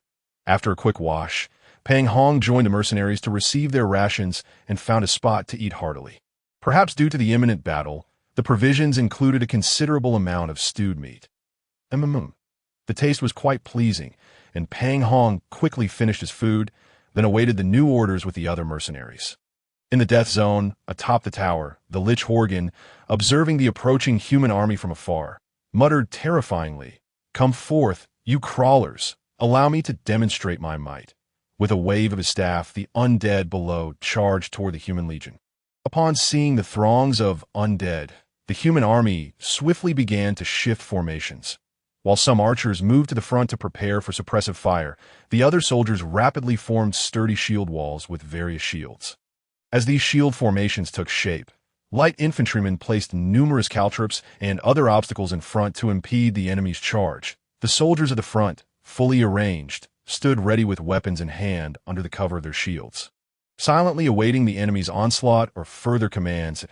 As the frontline troops began to set up barricades to thwart the enemy's charge, several logistics officers took out mobile watchtowers from their spatial equipment to establish them at various locations. The supply officers then brought out crossbows, catapults, and trebuchets from their storage gear, urging the logistics personnel to prepare them for use or quick assembly. Pang Hong and his companions were also dispatched to assist in organizing the catapult positions. Upon reaching their destination, Pang Hong promptly dispatched 100 farmers who, in no time, leveled several positions in preparatory areas alongside other mercenaries. However, tasks requiring technical skills, he thought, were best left to the specialists. After finishing their labor, Pang Hong, with some idleness, procured a few logs and collaborated with several equally bored mercenaries to construct a sturdy watchtower, which they erected that a few of them climbed the ladder of the watchtower, intending to observe the unfolding battle. Just as they noted that the undead seemed disinclined to allow the humans to comfortably complete their formations and were already launching their assault, a military officer climbed up and scolded them down. Reluctantly, they descended, only to see several unknown officers climbing up the watchtower they had worked so hard to build. Witnessing their hard work usurped left Pang Hong and his companions with an urge to set the watchtower ablaze. However, they decided against it, realizing that such an act would invite a mercifully lenient punishment of being dismembered. While the disgruntled group huddled together to vent their frustrations and boast, a sudden sound of whizzing arrows slicing through the air reached their ears. It seemed the archers at the front had begun their suppressive fire against the enemy. Pang Hong craned his neck, jumping on his toes, trying to see through the obstructing throng what was transpiring ahead. As he exerted himself in a fervent effort to jump, the catapult, fully assembled, unleashed its payload of stones with a fierce trajectory, propelled by meticulously calculated data. The undead, braving the relentless rain of arrows, charged desperately towards the ranks of humanity's soldiers. As they drew nearer to the formidable human army, a barrage of crossbow bolts, as thick as a child's arm, surged towards them. Following this, dozens of stones of varying sizes, launched from catapults and sling devices, rained down from the sky. These swift-flying arrows pierced through the horde, creating a bloody pathway as countless undead were instantly shattered by the immense kinetic energy of the bolts. The falling stones obliterated the unfortunate undead beneath them, reducing them to mere pulp or mush, before rolling forward and annihilating everything in their path. Soon after, a multitude of fireballs erupted from the movable wooden platforms within the human ranks. hurtling towards the throng of undead. Upon impact, these fireballs exploded with a deafening roar, sending countless bones flying in all directions amidst the violent blasts, as the remaining undead sluggishly approached the caltrops. A large contingent of skeleton warriors armed with various weapons staggered forth from both flanks of the human army, forming a somewhat disordered line as they advanced upon the undead horde. These skeletal soldiers were evidently far more formidable than the rudimentary undead. Moving W, a colossal crimson dragon soared across the sky, accompanied by countless flying eagle knights, casting a shadow over the scene below. Village Chief Winter, placing his cup down, abruptly rose to his feet. Grasping the long sword that hung on the wall, he numbly proceeded to inspect the village's defenses once more, following the advance of the troops. Pang Hong's contingent began to move forward gradually. After the officers had vacated the watchtower, Pang Hong, irate, rushed over and stowed the tower into his spatial realm, eliciting curious glances from the officers who had not yet departed. After assisting in tidying up the trebuchet, Pang Hong sauntered along with the troops when a sudden commotion erupted ahead. Upon closer inspection, nearly 100 gargoyles had inexplicably taken flight from the opposing high ground, launching themselves toward the human army. Simultaneously, a firework exploded in the air above the human ranks, and several griffin riders, waiting for orders in the nearby forest, urged their griffins into the air to confront the approaching gargoyles. An intense aerial battle commenced in the vast expanse of the sky. Despite their numbers, the undead gargoyles proved no match for the griffin riders, plummeting one after another and shattering into countless fragments. Pang Hong gazed up with keen interest, occasionally pointing and gesturing to the mercenaries beside him. As the human soldiers drew closer to the high ground of the Lich, the ground beneath them trembled violently once more.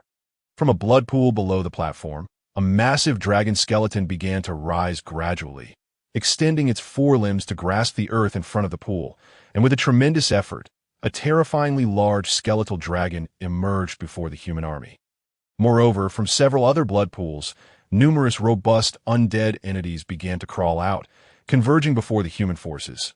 With the skeletal dragon soaring into the air, these undead beings slowly advanced toward the human ranks. Just as the human army reassembled to prepare for battle against the undead emerging from the blood pools, a peculiar undead army emerged from their left flank.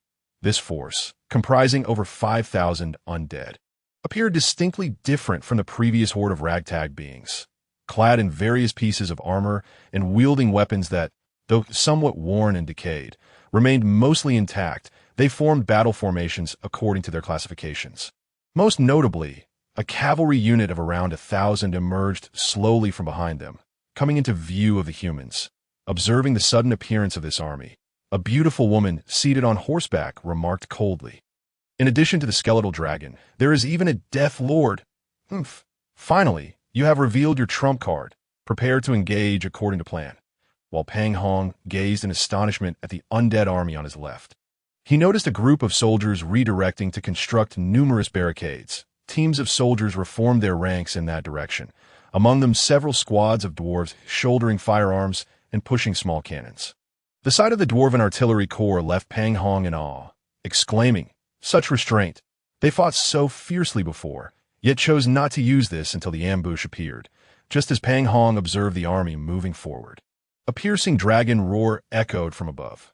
Looking up, he was astonished to see a gigantic skeletal dragon diving toward them, its maw agape as it unleashed a torrent of black fire. Be why my mother. Poisonous fire raining down. Faced with the oncoming inferno, Pang Hong was momentarily paralyzed with fear, crouching down and retrieving a shield from his spatial realm to protect himself, while the other mercenaries scattered in panic. As Pang Hong huddled behind a shield, bracing for the onslaught of poisonous flames, he waited in vain for an attack to come. Peeking from beside the shield, he beheld a massive protective barrier enveloping the human forces, intercepting the skeletal dragon's poisonous fire. Simultaneously, the griffin riders in the sky began to coordinate their assault on the skeletal dragon. Experienced logistics personnel chuckled at the sight of the frightened mercenaries. Wiping his nose in frustration, Pang Hong stood up, glaring at them and saying, "You should have mentioned the protective shield earlier. I nearly soiled myself." "Humph. What do you know? a familiar logistics worker replied with a grin. Though this magical barrier boasts formidable defensive capabilities, it can only fend off magical attacks and consumes an immense amount of magical energy, making it impractical for constant use. IT was likely deployed only upon seeing the skeletal dragon prepare to unleash its poison. Just this once, who knows how many magic crystals it consumed? We still don't know how many more times we'll have to withstand the skeletal dragon's poisonous fire. Fair enough, I concede this time. However, do not give me the chance to mock you. Chapter 41. The bitter battle. 3 Death Lord Aote observed as the skeletal dragon's multiple attacks were thwarted by the barrier, now being driven away by the Griffin Knights. With a deep sigh, he commanded, "Bapu, let the soldiers commence the assault." "Yes, my esteemed lord," replied the Death Knight Bapu as he set off. Watching the Death Lord's army draw ever closer, Pang Hong curiously inquired of the logistics personnel why these undead appeared somewhat different from the others. Most of these beings were once human soldiers or mercenaries, transformed into undead by the Death Lord or other means after their demise or capture. They retain many combat skills from their former lives and possess an understanding of tactical coordination alongside their fellow undead. Their speed is comparable to that of normal humans, making them a particularly dangerous type of undead. The logistics personnel responded solemnly as he regarded the organized undead ranks. While the Lich can produce various undead in large numbers and wreak havoc across the lands, the majority of the creatures they create are easily vanquished when facing our regular human forces. Only the slowly developing undead army, led by the Death Lord, poses a significant threat due to their organization and ability to maneuver in formation, unlike those who merely charge recklessly. Noticing Pang Hong's bewildered expression, the logistics worker concluded his explanation and returned to assist others. The undead soldiers formed relatively orderly ranks, raising shields to deflect waves of incoming arrows. Withstanding a barrage of stone projectiles and crossbow bolts, they steadily advanced toward the human army. Suddenly, a cacophony of explosions erupted, and the human forces unleashed a volley of gunfire. In an instant, many of the front-line undead soldiers were rendered tattered and torn. Despite their injuries, the battered soldiers continued to advance, shields raised defiantly, though their pace noticeably slowed. Following a command from a Death Knight, the rear ranks of undead forces yanked the damaged soldiers to the back and filled their places. Whoosh, whoosh, whoosh! Just as the human army braced for the undead's charge, countless skeletal arrows suddenly flew forth from the rear of the undead ranks, accompanied by terrifying wails as they plunged into the front-line human soldiers. The majority of the arrows, thanks to shields and armor, did not strike vital areas. Only a few soldiers were hit in unprotected spots, either falling or sustaining injuries before being dragged back for treatment by their comrades. As the two forces closed in, the undead army initiated its charge. After the barricades were breached, the human army retaliated with a charge of their own. The two fierce armies collided violently, with soldiers in the front ranks using their shield to shield themselves as they desperately thrust long spears or swords at one another.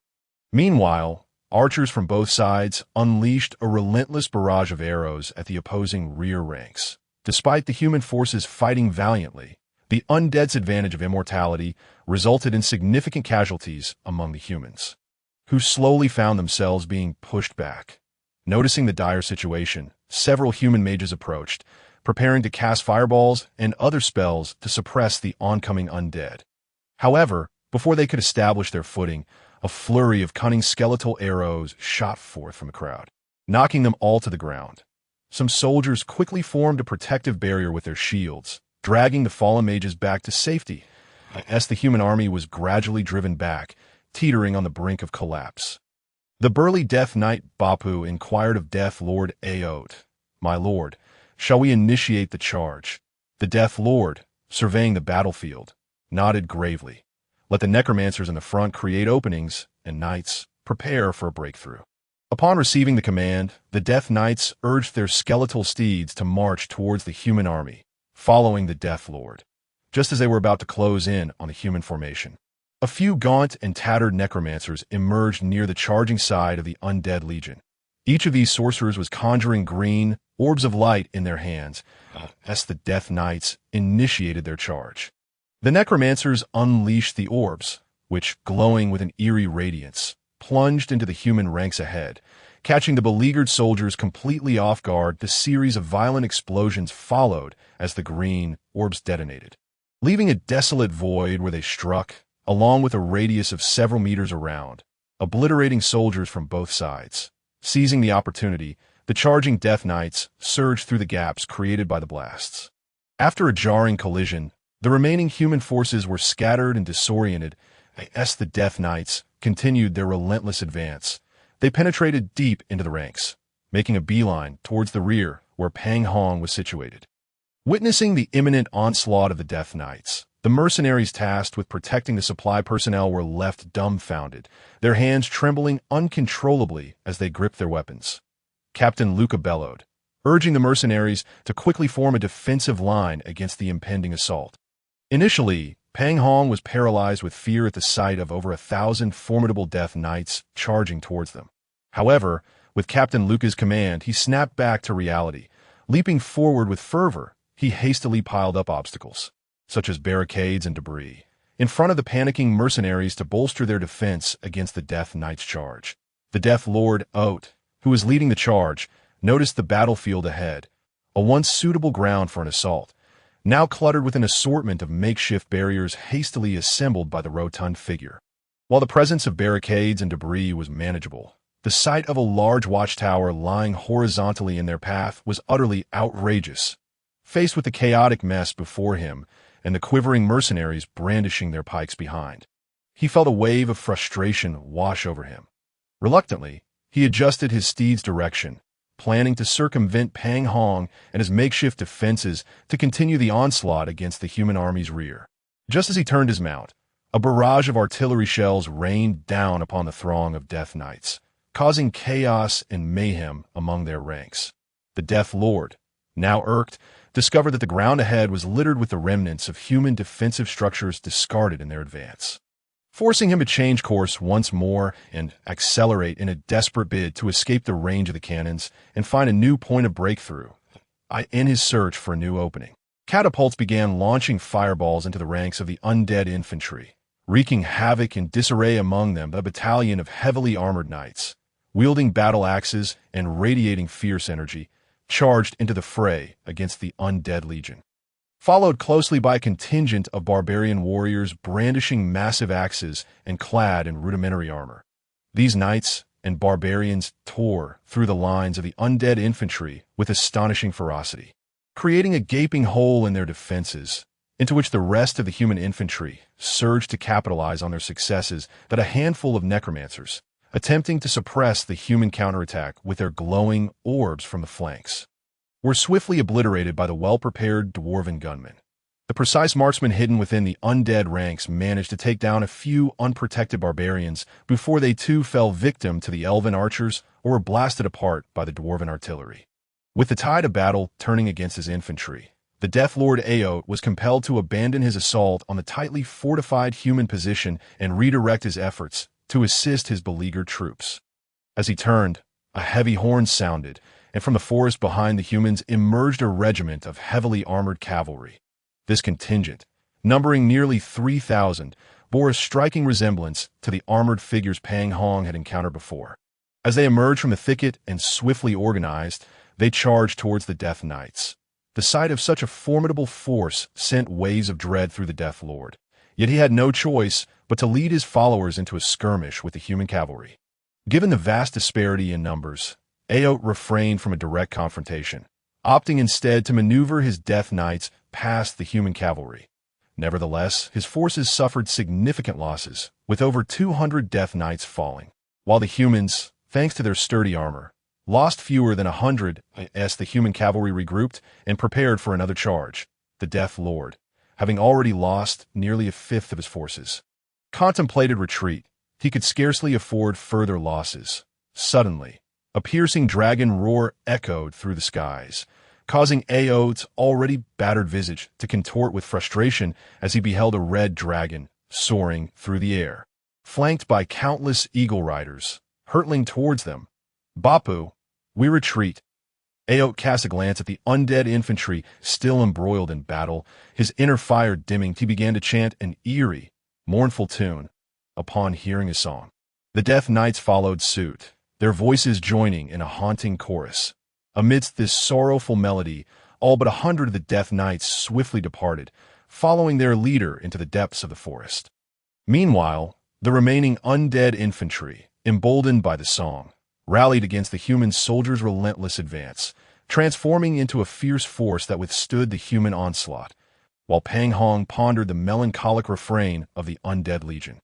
Captain Luca issued new orders to support the troops engaged with the undead, urging a swift resolution to the battle in order to concentrate their efforts on the remaining undead creatures. High atop a tower, the Archlich Hogan coldly observed the retreating Death Lord and glanced skyward at the approaching Red Dragon and its riders, seething with resentment. "Oh, you've given up, have you? I shall not. I will drag them all down into eternal darkness." With his magical prowess surging, more undead creatures began to crawl forth from the blood pools, including several flying beings that ascended to confront the griffin riders in the sky. The remaining 100 Death Knights, seeing the human cavalry charging towards them, spurred their skeletal steeds into a desperate charge. After a brief clash, the human cavalry trampled over the fallen Death Knights' corpses, continuing their advance towards the remaining undead. On the command tower, the beautiful commander of the human forces, wielding an exquisitely crafted monocular, observed a valiant human knight clad in blue energy, cleaving through multiple Death Knights with ease. Letting out a deep sigh, she remarked with resignation, wasn't she supposed to stay behind? Always complaining about her siblings' disobedience. "I dare say, she's the most unruly of them all." A nearby female guard chuckled softly. "My lady, your words mirror the old matriarch's past assessments of you." The commander's eyes twitched at the remark, and she retorted, "When we return, we'll deal with that little imp." She then refocused her gaze ahead. Pang Hong, having returned to retrieve the scattered items, now charged alongside the trembling mercenaries under Captain Luca's leadership against the undead infantry already entangled with the human soldiers. With ferocity, Pang Hong wielded his warhammer. Shattering a death soldier into fragments, he swiftly turned to assist Peter, smashing another undead soldier's skull. Observing the grim reality of fallen human soldiers from a distance had been unsettling. But now, amidst the chaos, Pang Hong's fury ignited, propelling him toward any death soldier he encountered. With the mercenaries joining the fray, particularly with Pang Hong's formidable presence, the human forces rapidly eradicated the remaining undead soldiers.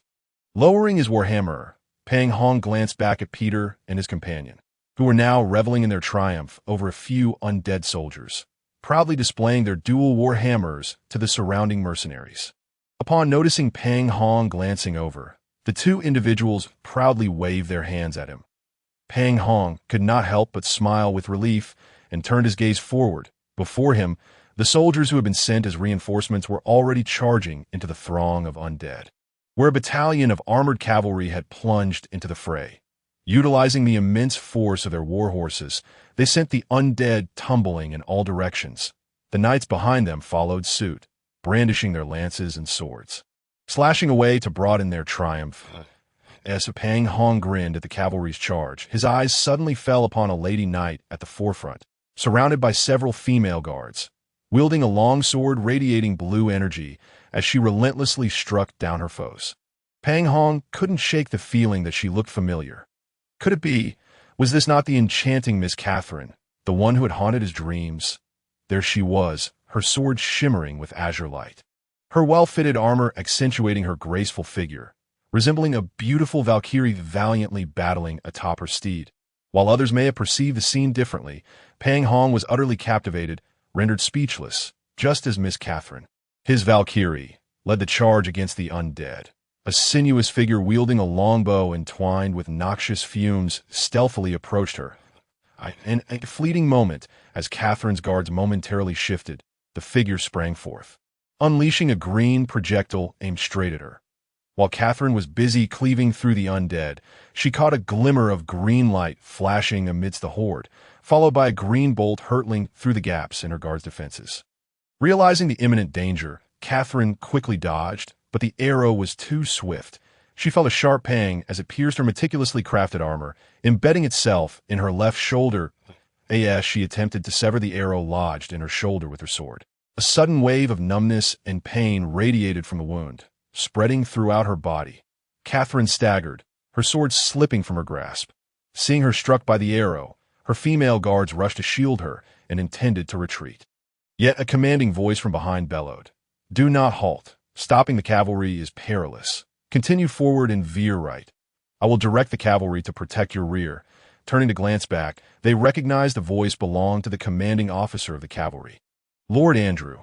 Catherine began to channel the energy within her body to combat the encroaching poison while instructing her guards to follow Lord Andrew's orders. The guards nodded and led over 50 knights to veer right, intending to circumvent the enemy lines as Andrew had advised. Meanwhile, the remaining cavalry under George's leadership pressed on against the undead. The female guards urged their steeds onward, supporting the now unsteady Catherine, striving to break through the undead's blockade and reach the safety of their ranks for treatment. However, for reasons unknown, some of the undead suddenly altered their course, positioning themselves to obstruct their path. Others, previously stationed elsewhere, began charging toward them, intent on preventing their escape.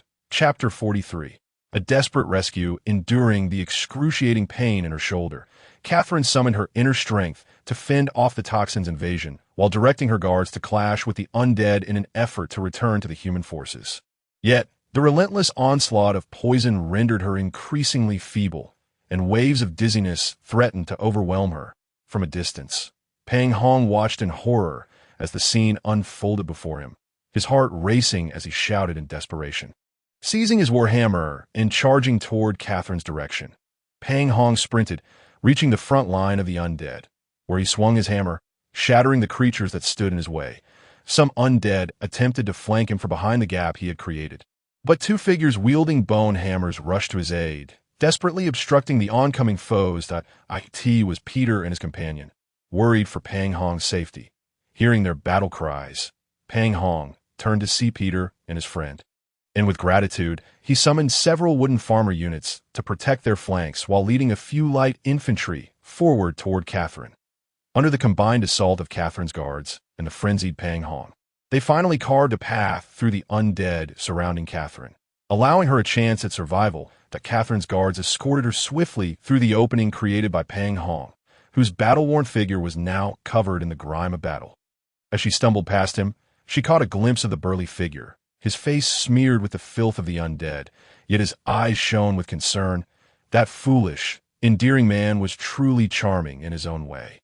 Just as this thought crossed her mind, the toxins finally overwhelmed Catherine. As she lost consciousness, that a female guard quickly pulled the fainting Catherine onto her own horse, alongside several other guards who urged their steeds to gallop back toward the human forces. The remaining knights formed a small cavalry unit, fiercely engaging the pursuing undead to shield their retreat. Pang Hong, seeing Catherine lifelessly draped across the guard's mount, felt a surge of panic. He smashed through the remaining undead, turning to lead Peter and the summoned units out of the enemy lines. The protective knights, witnessing their charge break through, immediately turned their horses to assist, helping the trio mount. Pang Hong ordered the wooden units to form a barricade to delay their pursuers while instructing the cavalry carrying him to pursue Catherine's group, assuring them he had a plan to save her. The cavalry, without hesitation, spurred their steeds onward toward Catherine's guards. The Catherine's guards swiftly traversed the path cleared by the human soldiers, carrying her back to the main camp. As they dismounted, a swarm of female guards led their horses and encircled the group with cloth drapes. They carefully placed Catherine on a straw mat, where a waiting healer, with the aid of the other guards, swiftly severed the arrow shaft and removed her armor. Upon seeing the darkened flesh around the wound in Catherine's shoulder, the healer inhaled sharply. That moment, a lady rushed in, anxiously approaching Catherine's side. Asking the healer, "How is she?" "Madam, the young lady has been struck by a poisoned arrow. The nature of the poison is currently unknown, and given the delay in administering an antidote, my abilities are limited." "I fear," the healer replied, her face a mask of distress. "What?" The lady staggered, supported by her guards. "Catherine, my daughter." Tears welled her eyes as she leaned down to embrace and kiss Catherine's now pallid face. But the guards held her back. Fearful of contagion, she gazed upon her unconscious daughter. Memories of Catherine's growth flooded her mind, and the lady struggled to maintain her composure, bolstered only by the support of her guards. Just as the atmosphere of despair thickened within the tent, a voice rang out from outside. "Make way! Make way! I have urgent matters." One of the ladies' guards turned to see who dared to cause such a commotion in the camp. Upon exiting the tent, she spotted an armored knight hastily approaching, bearing a hefty figure who was frantically shouting for a path to be cleared. As he broke through the throng, the figure dismounted with an ungraceful tumble. Ignoring his bruises, he quickly scrambled to his feet and rushed toward the tent, calling out loudly, "Is Catherine in there?" Initially taken aback by his inquiry, the guard instinctively nodded. "Thank you," the hefty man exclaimed, dashing into the tent without waiting for further response. Inside, amidst the sorrowful gathering, everyone was stunned to see the stout figure striding purposefully to the straw mat beside Catherine. Bending down, he lifted Catherine, who lay upon the grass mat, into his embrace. Before anyone could react, he swiftly extracted the poisoned arrow embedded in her shoulder, causing a jet of black blood to spurt forth from the wound. Just as the onlookers were preparing to unleash their blades upon the rotund figure, he brandished a small vial, uncorked it, and poured its contents into Catherine's mouth. Observing his peculiar actions, the beautiful woman hurriedly halted their violent intentions, silently watching as he administered the contents of the vial to Catherine. After consuming the elixir, Catherine let out a pained groan, and once more a gush of black blood erupted from her wound, followed by a foul-smelling black liquid that she expelled. Slowly, Catherine opened her eyes, gazing with confusion at the plump man who held her. Suddenly, she recalled how he had fought valiantly against the undead to carve a path for her. Instinctively, she asked, "Big man, are you a knight?" Taken aback by the question, the stout fellow stammered, I am not a knight." Observing the flicker of disappointment in Catherine's eyes, he quickly asserted, "I may not be a knight yet, but I shall become one, a knight who protects you from harm and brings joy to your days." Hearing his resolute reply, a satisfied smile graced Catherine's lips before she succumbed to unconsciousness once more. Under the watchful eyes of the surrounding crowd, especially those wielding knives, the stout man awkwardly laid Catherine back upon the grass mat. Chapter 44. Avenged Catherine, the female physician hurried over, shooing the stout man aside to reassess Catherine's condition. After a brief examination, she excitedly informed the beautiful woman, "Madam, all is well. The young lady is fine. The poison has been neutralized. She is merely weak at the moment, but she will recover once she awakens." Even without her words, the mother could see the color returning to her daughter's face, the pallor of her shoulder fading, and the visible improvement in the arrow wound. A wave of relief washed over her. And turning to the disheveled stout man, she bowed deeply, expressing, "I am profoundly grateful for your assistance in saving my daughter. The Blant family will surely repay your kindness." The surrounding crowd also bowed in unison to the stout man. "Ah, this is merely what I ought to do," he replied awkwardly, feeling somewhat out of place. After the woman had expressed her gratitude, she addressed him, "Though it is quite impolite, the battle is paramount. I must return to commanding our forces. Rest assured, we will reward your kindness afterward. Please excuse me." With that, she hurried away, accompanied by her guards. The physician glanced at the still-dazed stout man and urged, "What are you still doing here? The patient requires rest." With a start, he turned to leave, but paused and returned to Catherine's side. Under the physician's stern gaze, he trembled as he retrieved a blanket from his belongings and gently draped it over Catherine. Stammering, "It's new and used. Sleep well, and you'll feel better when you wake up. I'm going to avenge you now." With that, he dashed out. Emerging from the tent, he spotted Peter and his companion sitting on the grass. Panting heavily, upon seeing him, they exchanged knowing glances. The stout man cast a sidelong glance at the two fools and pressed on. The duo, seeing him emerge, approached with their bone hammers, asking what his intentions were. With fierce determination, he declared his intent to avenge Catherine, noting that Lady Lee had likely suffered at the hands of the same foe. The threat posed by a long-range assailant was daunting, especially since he possessed no second vial of royal jelly. Upon hearing this, the pair insisted on accompanying him. The stout man observed their trembling legs and, with a dismissive curl of his lip, inquired whether they intended to assist or merely hinder. Offended, they pounded their chests to prove their remaining strength, even as their legs quaked uncontrollably. "Rest for a moment," he suggested. His foremost concern was not the enemy, but rather Catherine's safety, hoping they could assist in guarding her while they recuperated. After some contemplation, they agreed, realizing their trembling legs would only slow them down. The stout man, wielding his war hammer, made his way back to the site where Catherine had been injured, summoning light infantry as he walked. After calling forth about 30, he charged into the throng of undead with them. Having carved out a small space, he erected a wooden barricade to shield himself and continued summoning 100 spear-wielding infantry to pierce the undead from behind the fence. At that moment, the Crimson Dragon, accompanied by numerous eagle riders, arrived on the scene. The dragon dove down, unleashing a torrent of flames upon the undead, which writhed in agony before being reduced to ash. As the stout man beheld the valiant figure of Lilia atop the dragon, he instinctively recoiled, pondering, what brings her here? Was she not escorting the druids from the mountain with the dragon's fiery onslaught? The pressure on the human soldiers diminished significantly.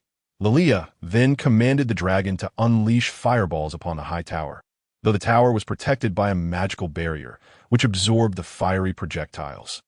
After several unsuccessful attempts to breach the tower's defenses, Lilia ordered the eagle riders to engage the flying undead embroiled in battle with the griffin riders, while she prepared to unleash another wave of flames.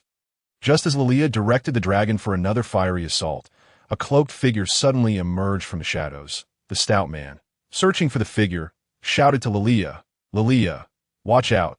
Just as he spoke, a green beam shot towards her. However, Lilia, prepared for the assault, deflected it with her spear. In a swift motion, she hurled the spear at the figure, who nimbly rolled aside, disappearing into the throng of undead. Lilia, poised to unleash another wave of flames, noticed that the skeletal dragon, now free from the griffin rider's assault, was approaching her, compelling her to engage it. Meanwhile, the stout man, engrossed in collecting spoils from fallen enemies, noticed the figure shifting positions in the distance and smirked. Quite skilled at evasion, aren't we? Fortunately, I have a tracking skill just for you. Let us see how you fare against my hammer. After downing a small blue potion, he released one side of the barricade and charged forward with the light infantry towards the elusive figure. As he swung his war hammer to dispatch the undead before him, he kept a watchful eye on the figure that continued to shift stealthily.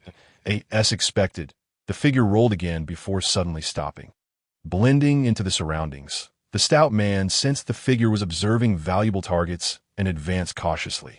Just as he closed the distance, the figure sprang forth, unleashing a green beam towards him. The stout man deflected the beam with his war hammer and swiftly employed his tracking skill on the exposed figure. As the stout man approached, the figure seemed to sense his presence, and the surrounding undead surged forward to block his advance. Suddenly, a flurry of sounds erupted above him, followed by a series of explosions as a dozen fireballs detonated nearby, scattering the undead in all directions. Turning back, he realized it was a squad of dwarven gunners providing fire support. Clearing his path, he gestured in gratitude and, turning back, charged towards the figure with his wooden infantry. The figure, having utilized the recent chaos to evade capture, rolled behind a large stone. Seeing the figure from a distance, the stout man feigned an assault towards the stone, taking advantage of the temporary lull in combat. He drew a spear from his belongings, brandishing it in his right hand while dispatching scattered undead, ever wary of the figure's potential ambush. Sure enough, when he was about 20 meters away, the figure sprang from behind the stone, launching another green beam at him. Anticipating the attack, the stout man dodged the poisonous arrow and hurled the spear at the figure. Just as it attempted to leap aside, it unexpectedly sank, caught off guard, and the spear pierced through its chest, pinning it to the ground.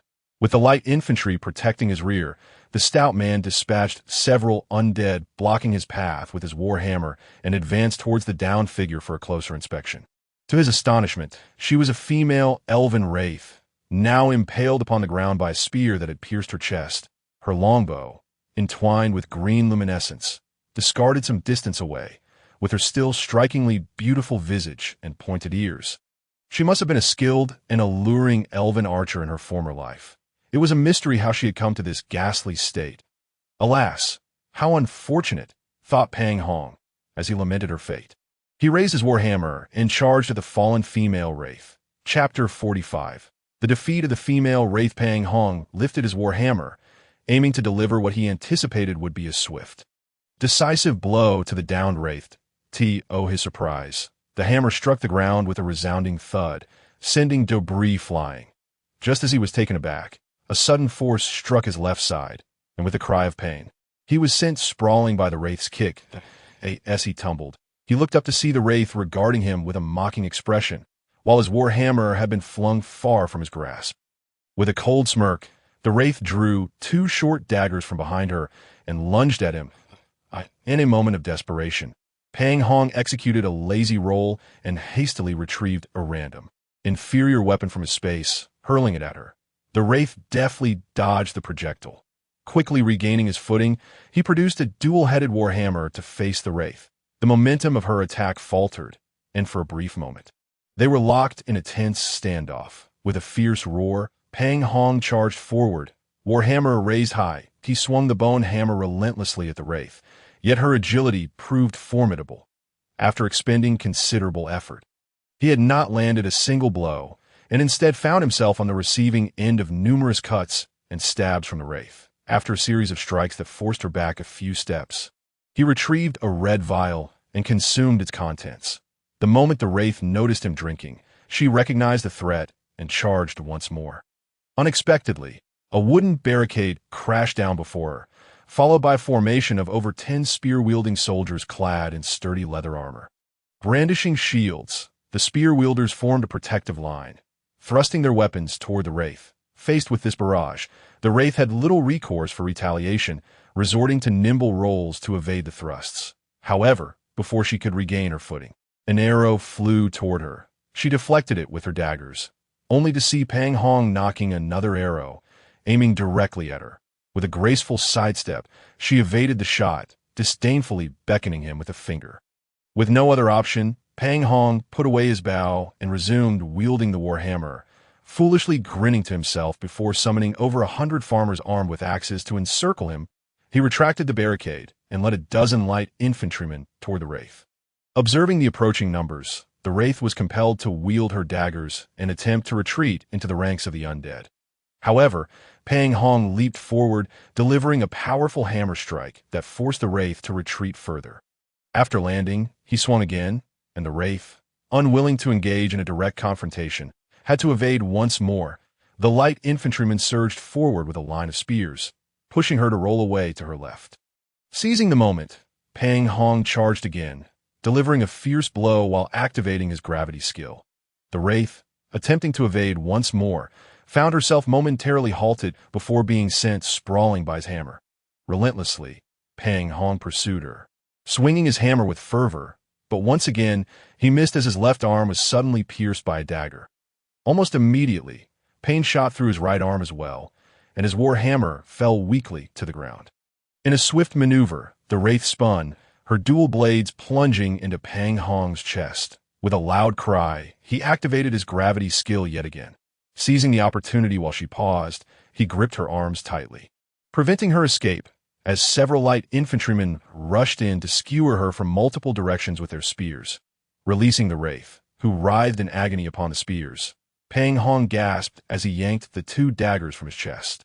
Stowing them away in his space, he quickly consumed 2 small red vials, then picked up his fallen war hammer and swung it down onto the wraith's head, who was still struggling on the spears. Looking upon with a gravity-skilled dart aimed at it, the skeletal dragon, which had been circling incessantly atop the high platform, suddenly paused and then vigorously flapped its wings to ascend once more. Yet mere moments later, it halted again, continuing to flap its wings as it tried to rise. The flight path of this skeletal dragon resembled an electrocardiogram, fluctuating up and down, until with a mournful wail, it plummeted down towards the high platform, accompanied by the incessant cries of the rotund creature. Pang Hong, at this moment, a sanguine shroud enveloped the entire platform, gradually converging at the apex. Shortly after the skeletal dragon fell through the remaining gap, the entire high platform was consumed by the blood curtain. Over 100 white-robed knights who had entered the blood curtain first rushed to the steps below the platform, abandoning their steeds as they propelled their milky white aura upwards along the steps. Although these knights possessed combat prowess superior to that of mere mortals, the number of undead beings defending the high platform continued to multiply before them. The attacking white-robed knights were outnumbered, and the narrowness of the steps severely hampered their progress. Just as the white-robed knights found themselves in a dire predicament, a chilling dragon's roar echoed through the sky. Suddenly, a colossal skeletal dragon descended, crashing onto the steps above them, scattering bone fragments in its wake. The undead creatures along the path were sent flying as the massive skeletal dragon rolled downward, as the fallen dragon drew closer. The knights hastily fled to safety on either side. Just as they steadied themselves, the skeletal dragon, along with countless undead beings it had knocked down, tumbled past them, crashing to the ground with a resounding thud. The white-robed knights atop the platform stood in a daze, watching as the skeletal dragon struggled and let out a final mournful wail, its bones shattering with the sound, collapsing into a heap of shattered remains. Once the white-robed knights regained their senses, they glanced back at the steps, realizing that the undead beings which had just obstructed their advance had been nearly eradicated by the fallen skeletal dragon. Only a few scattered undead remained on the steps. The leading white-robed knight quickly called to his comrades, and they surged up the steps. Amidst the skeletal remains below, a pudgy hand suddenly emerged from the pile, followed by with a sigh of resignation. One mused that should the task prove futile, it would indeed be necessary to procure a superior weapon, as the formidable presence of Pang Hong joined the fray. The undead creatures atop the tower were swiftly dispatched. Several white-robed knights brandished their weapons, surging through the gaps torn by the undead, towards the Grand Sorcerer Hogan, who was in the process of opening the abyssal gate. The Grand Sorcerer Hogan, staff in hand, pointed an approaching knight, and in an instant, a flash of green light erupted. The knight, unable to evade in time, was pierced through the chest by this emerald beam. Collapsing to the ground, his body enveloped in shadows. Witnessing the tragic demise of their comrade, the remaining knights raised their weapons in fury, charging at Hogan. In response, Hogan tapped his staff against the ground, conjuring a dark green barrier that encased him. The knight's swords struck the barrier fiercely, leaving cracks upon its surface, but failing to inflict any harm upon Hogan, nor did it hinder his incantations.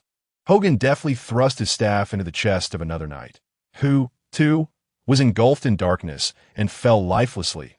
As some knights continued to assail the barrier, they cautiously dodged Hogan's retaliatory strikes. Meanwhile, Hogan remained unperturbed, simultaneously initiating the portal while parrying with his staff under the protection of the barrier. Almost as the knights shattered the barrier, the white-robed knights below had cleared the remaining undead, charging towards Hogan with renewed vigor.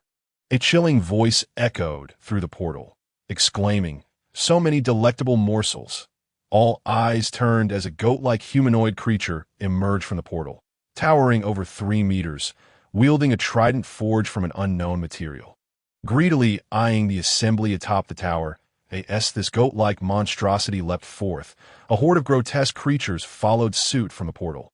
"Abyssal monsters, slay them all," commanded a small leader among the white-robed knights, who swiftly directed his comrades towards the emerging beasts. Meanwhile, he and a few knights launched a desperate assault on the Grand Lich Hogan, intent on sacrificing their lives to close the portal. The other white-robed knights clashed with the abyssal demons. Though the demons were formidable, the knights were not to be underestimated, especially with their adept teamwork. Thus, the battle raged on with neither side gaining a clear advantage. Yet, as the abyssal creatures continued to pour forth from the portal, the fate of the mere 100 white-robed knights seemed sealed. Aware of their impending doom, the knight leader led a fierce assault against Hogan, exchanging their lives for blows. Hogan, with a cold, mocking smile, thrust his staff into the ground. A wave of frost radiated outward, instantly encasing several armed white-robed knights in ice. Hogan then pointed his staff at one of the encased knights, and with a flash of green light, the knight's face darkened as he perished on the spot. That Hogan's sinister grin widened as he aimed his staff at another knight, who struggled in vain against his icy prison, only to be met with another flash of emerald light, creating a small black hole in the nearby wall. That Hogan's attention shifted to a rotund figure who had unexpectedly deflected his staff with a bone club. Before Hogan could retaliate, Pang Hong struck fiercely, sending Hogan reeling. Thankfully, Hogan's potent magical defenses absorbed the blow, or he might have met his end then and there. Before Hogan could regain his footing, Pang Hong, accompanied by a throng of axe-wielding wooden soldiers, unleashed a flurry of strikes upon him. Were it not for Hogan's formidable magical protection and his evasive maneuvers, he would have surely been overwhelmed. Fueled by resentment, Hogan's eyes blazed with a fiery determination as he conjured a magical ring that thrust Pang Hong and his wooden soldiers aside. Raising a long, pointed gemstone high, he proclaimed, "I offer my immortal life to you. Fulfill my wish." With a thunderous roar, the Grand Lich Hogan unleashed a blinding radiance from the gemstone. The already open portal expanded rapidly, growing large enough to allow two monsters to pass through simultaneously. Visible waves of energy surged from the gemstone into Hogan, enveloping him in a thin layer of icy armor. Standing atop the tower, adorned in his shimmering ice armor and wielding his staff, Hogan held the gemstone aloft. Pang Hong, struck with alarm, raised his bone club and swung fiercely at Hogan. Yet Hogan stood resolute, allowing Pang Hong and his wooden soldiers to attack without resistance. The frantic strikes from Pang Hong felt as though they were meeting an impenetrable iron barrier, causing him to recoil with pain. Desperate, he summoned a few light infantry to aid him in the assault against the Lich, brandishing his club once more. However, after a prolonged barrage, not a single shard of ice from Hogan's armor was dislodged. The Lich coldly observed Pang Hong and declared, "Ha ha ha! I have devoted my eternal life to it, and in return, it grants me the strongest defense, until the portal connecting to the abyss is fully opened. Ha ha ha! Let this world descend into eternal death alongside me." As Hogan's laughter echoed, the gemstone's eerie glow intensified, and the portal expanded even further, now boasting a diameter of over 10 meters. With countless monsters surging forth in light of this unfolding chaos, Hogan, brandishing the gemstone, laughed maniacally at Pang Hong. Observing the white-robed knights being overwhelmed by the onslaught of creatures, Pang Hong quickly summoned dozens of light infantry to assist. Joining forces with the previously summoned wooden soldiers, the futility of his strikes against Hogan weighed heavily on him, and in a moment of desperation, he lunged for the long, pointed gemstone, intent on seizing it. As Pang Hong's hand made contact with the gemstone, he froze in shock. Sensing his bewilderment, Hogan sneered, "Foolish human, with your strength, you cannot hope to wrest the fallen stone from my grasp. Spare yourself the effort and enjoy your last moments." Suddenly jolted back to reality, Pang Hong glared at Hogan, retorting coldly, "Do not revel in your triumph too soon." Chapter 48. Victory atop the tower. The Grand Lich Hogan sneered at Pang Hong, "Foolish human. Do not squander your efforts.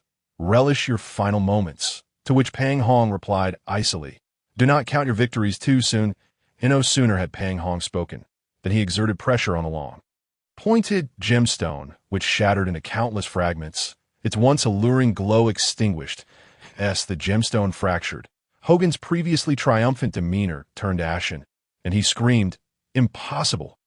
Amidst his terrified cry, the armor that had sustained him crumbled to dust.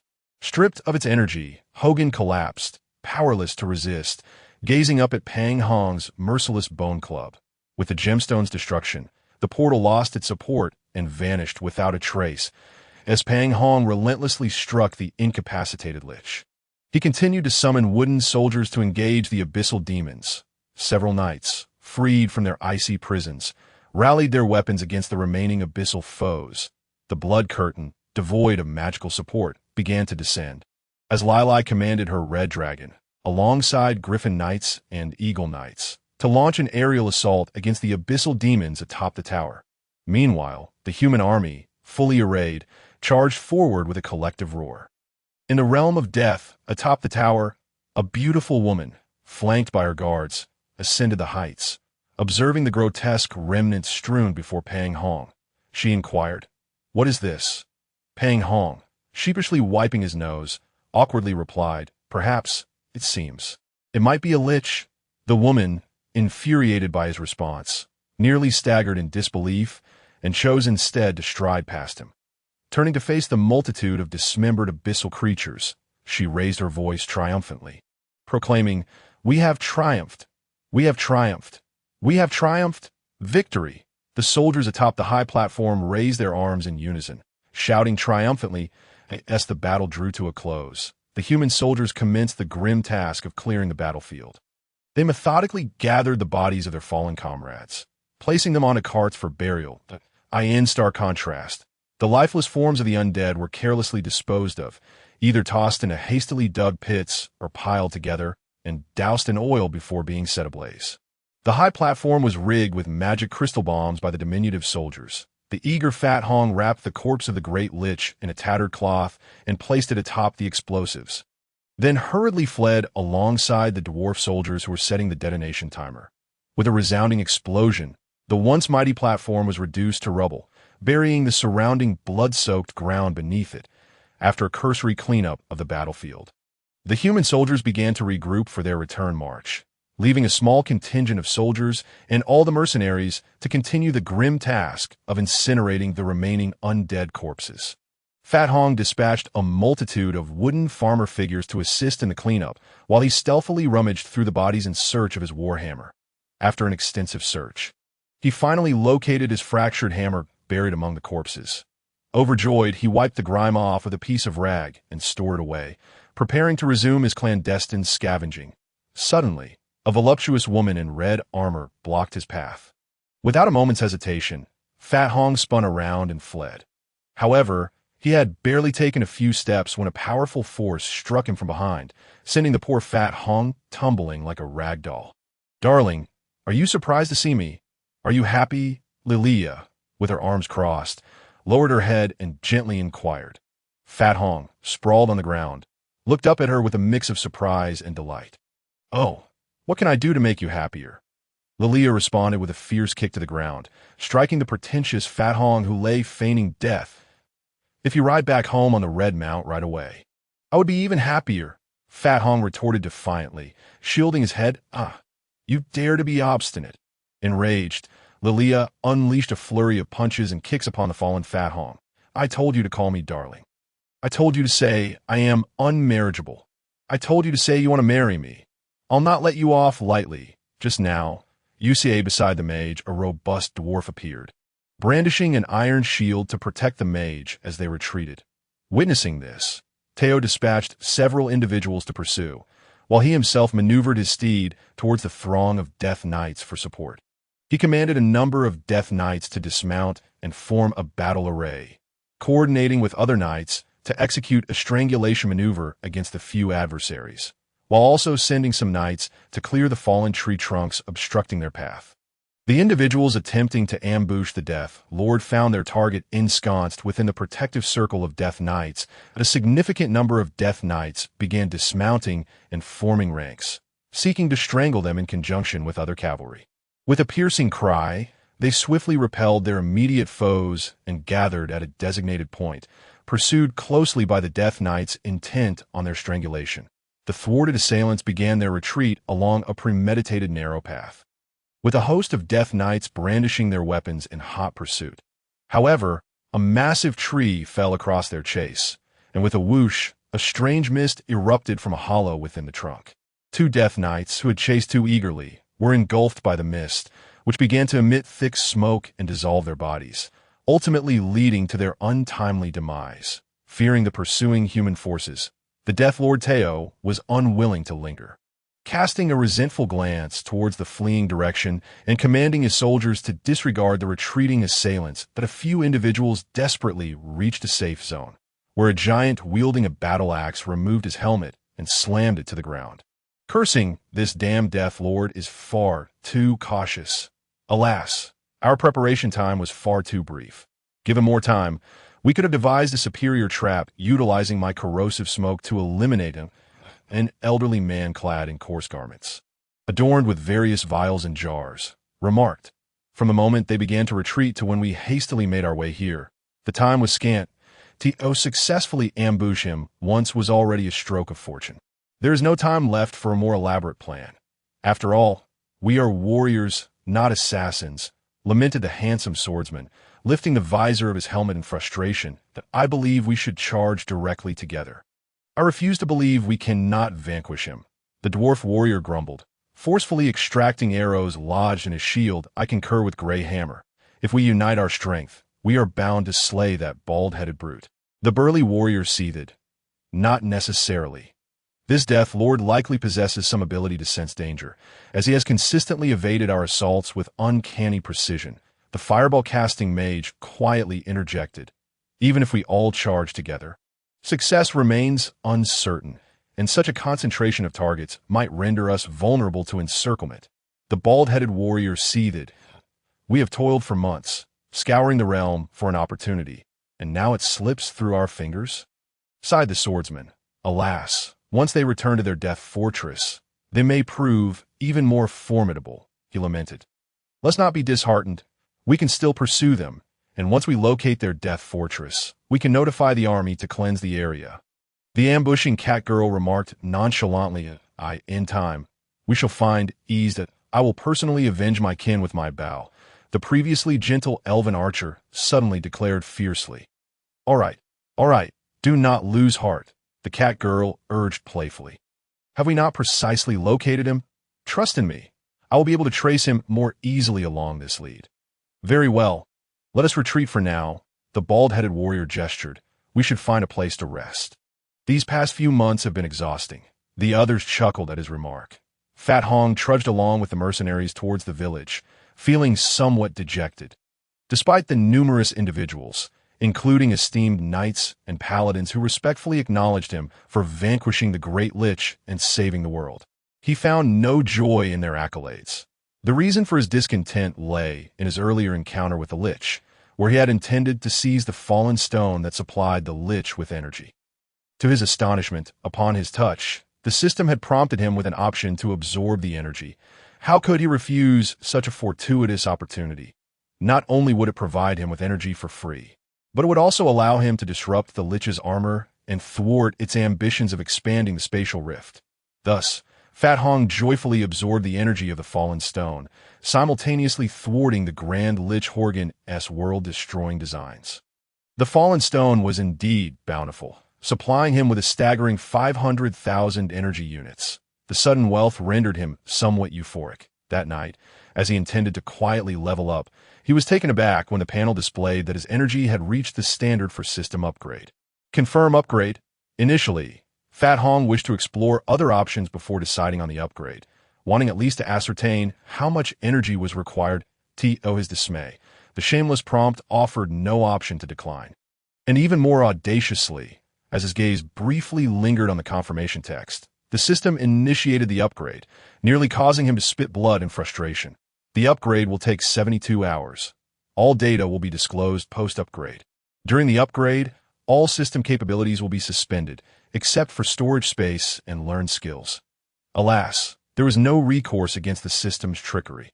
After wandering in despair for a while, he resolved to inspect the bounty he had acquired. Gazing at the mountain of weapons and various potions amassed in his storage, a flicker of joy ignited within him. Upon further examination of the high-quality equipment he had obtained, his spirits soared. Among his spoils were the dark elf poison bow and the bloodthirsty twin daggers acquired from slaying the female lich. Dark elf poison bow, deep blue, a finely crafted longbow utilized by the tainted night stalker. Arrows loose from it carry a deadly toxin. Poisoned, arrows shot from this longbow will bear toxic properties. Piercing, there's a significant chance of penetrating the target's armor, with higher quality arrows increasing this probability. Coordination greatly enhances the user's speed and accuracy in archery. Arrow speed. The released arrows possess a velocity of 200, making them difficult for opponents to evade. Silent twin daggers, blue. The defensive short blades of a night stalker, razor sharp and deadly. Sharpness possesses a chance to pierce the opponent's sturdy armor. Silence. When wielded, they are utterly silent. The perfect accomplice for ambushes. Bloodletting.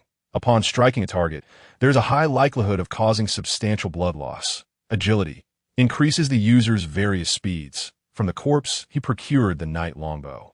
Night Short Sword and Night Guardian. Night Longbow, deep blue. Night Walker significantly reduces the chance of detection during slight movements at night, enhancing visibility in darkness. Piercing, there is a significant chance of penetrating the target's armor, with higher quality arrows increasing this probability. Coordination greatly enhances the user's speed and accuracy in archery. Arrow speed. The released arrows possess a velocity of 200, making them difficult for opponents to evade. Night Short Sword Blue, Night Walker. Increases movement speed at night, greatly reducing the chance of detection. Silence. When wielded, they are utterly silent, the perfect accomplice for ambushes. Bloodletting. Upon striking a target, there is a high likelihood of causing substantial blood loss. Agility. Increases the user's various speeds. Night Guardian, Blue Leather Armor. Night Walker. Increases movement speed at night, significantly decreasing the chance of detection. Greatly reduces detection while hidden. Lightweight. Reduces the user's weight by 50, enhancing agility. Blink. Instantly teleport up to 15 meters within visual range, with a cooldown time of 30 seconds. All these were equipment suited for archers or assassins. The Lich had also gifted him 2 magic wands and a robe, which Fat Hong deemed unnecessary to examine. He merely glanced at the skeletal dragon, which presented him with a delightful surprise. The dragon bone greatsword, golden, a colossal 2-handed sword crafted from the remains of a mighty dragon, possesses astonishing destructive power. Frenzy. It has a chance to increase attack speed by 200 while simultaneously augmenting weapon damage by 500. Bloodthirst. Restores 5 health points for each target slain. Shockwave. When the target's armor remains unbroken, there is a considerable chance to inflict a shockwave attack, dealing 50 weapon damage. Poison Flame. The broad blade ignites with a searing poison flame, inflicting continuous poison damage upon all units it touches. The Poison Dragon Spear, golden, fashioned from the vertebrae of a colossal dragon, boasts remarkable destructive capabilities. Piercing. It has a substantial chance to penetrate the target's armor. Knockback. If the armor is not penetrated, there is a significant chance to knock the target back. Bloodthirst. Restores 5 health points for each target slain. Poison Flame. The spear's shaft blazes with a fierce poison flame, dealing continuous poison damage to any unit it comes into contact with. These 2 weapons, particularly the Dragonbone Greatsword, are exceptionally advantageous for Pang Hong, who is accustomed to wielding heavy weaponry. The spear will undoubtedly prove useful in the future.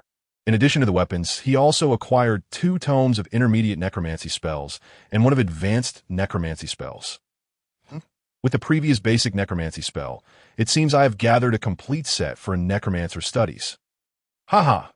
After securing the books, he turned his attention to various potions, among which the most precious were 5 bottles of comprehensive recovery potions and 6 bottles of antidotes. Point 1 instantly restores all health and mana, while the other can nullify any form of poison afflicting the body, regardless of type. The system is truly remarkable. Feeling a sense of small joy, Pang Hong and his fellow mercenaries returned to Hot Spring Village in a line. After receiving their respective salaries from the officer, they dispersed to their homes, each seeking their own mothers. Hot Spring Village had just been relieved of its alert status by Mayor Winter, and villagers, along with some mercenaries, eagerly inquired about the events that had transpired.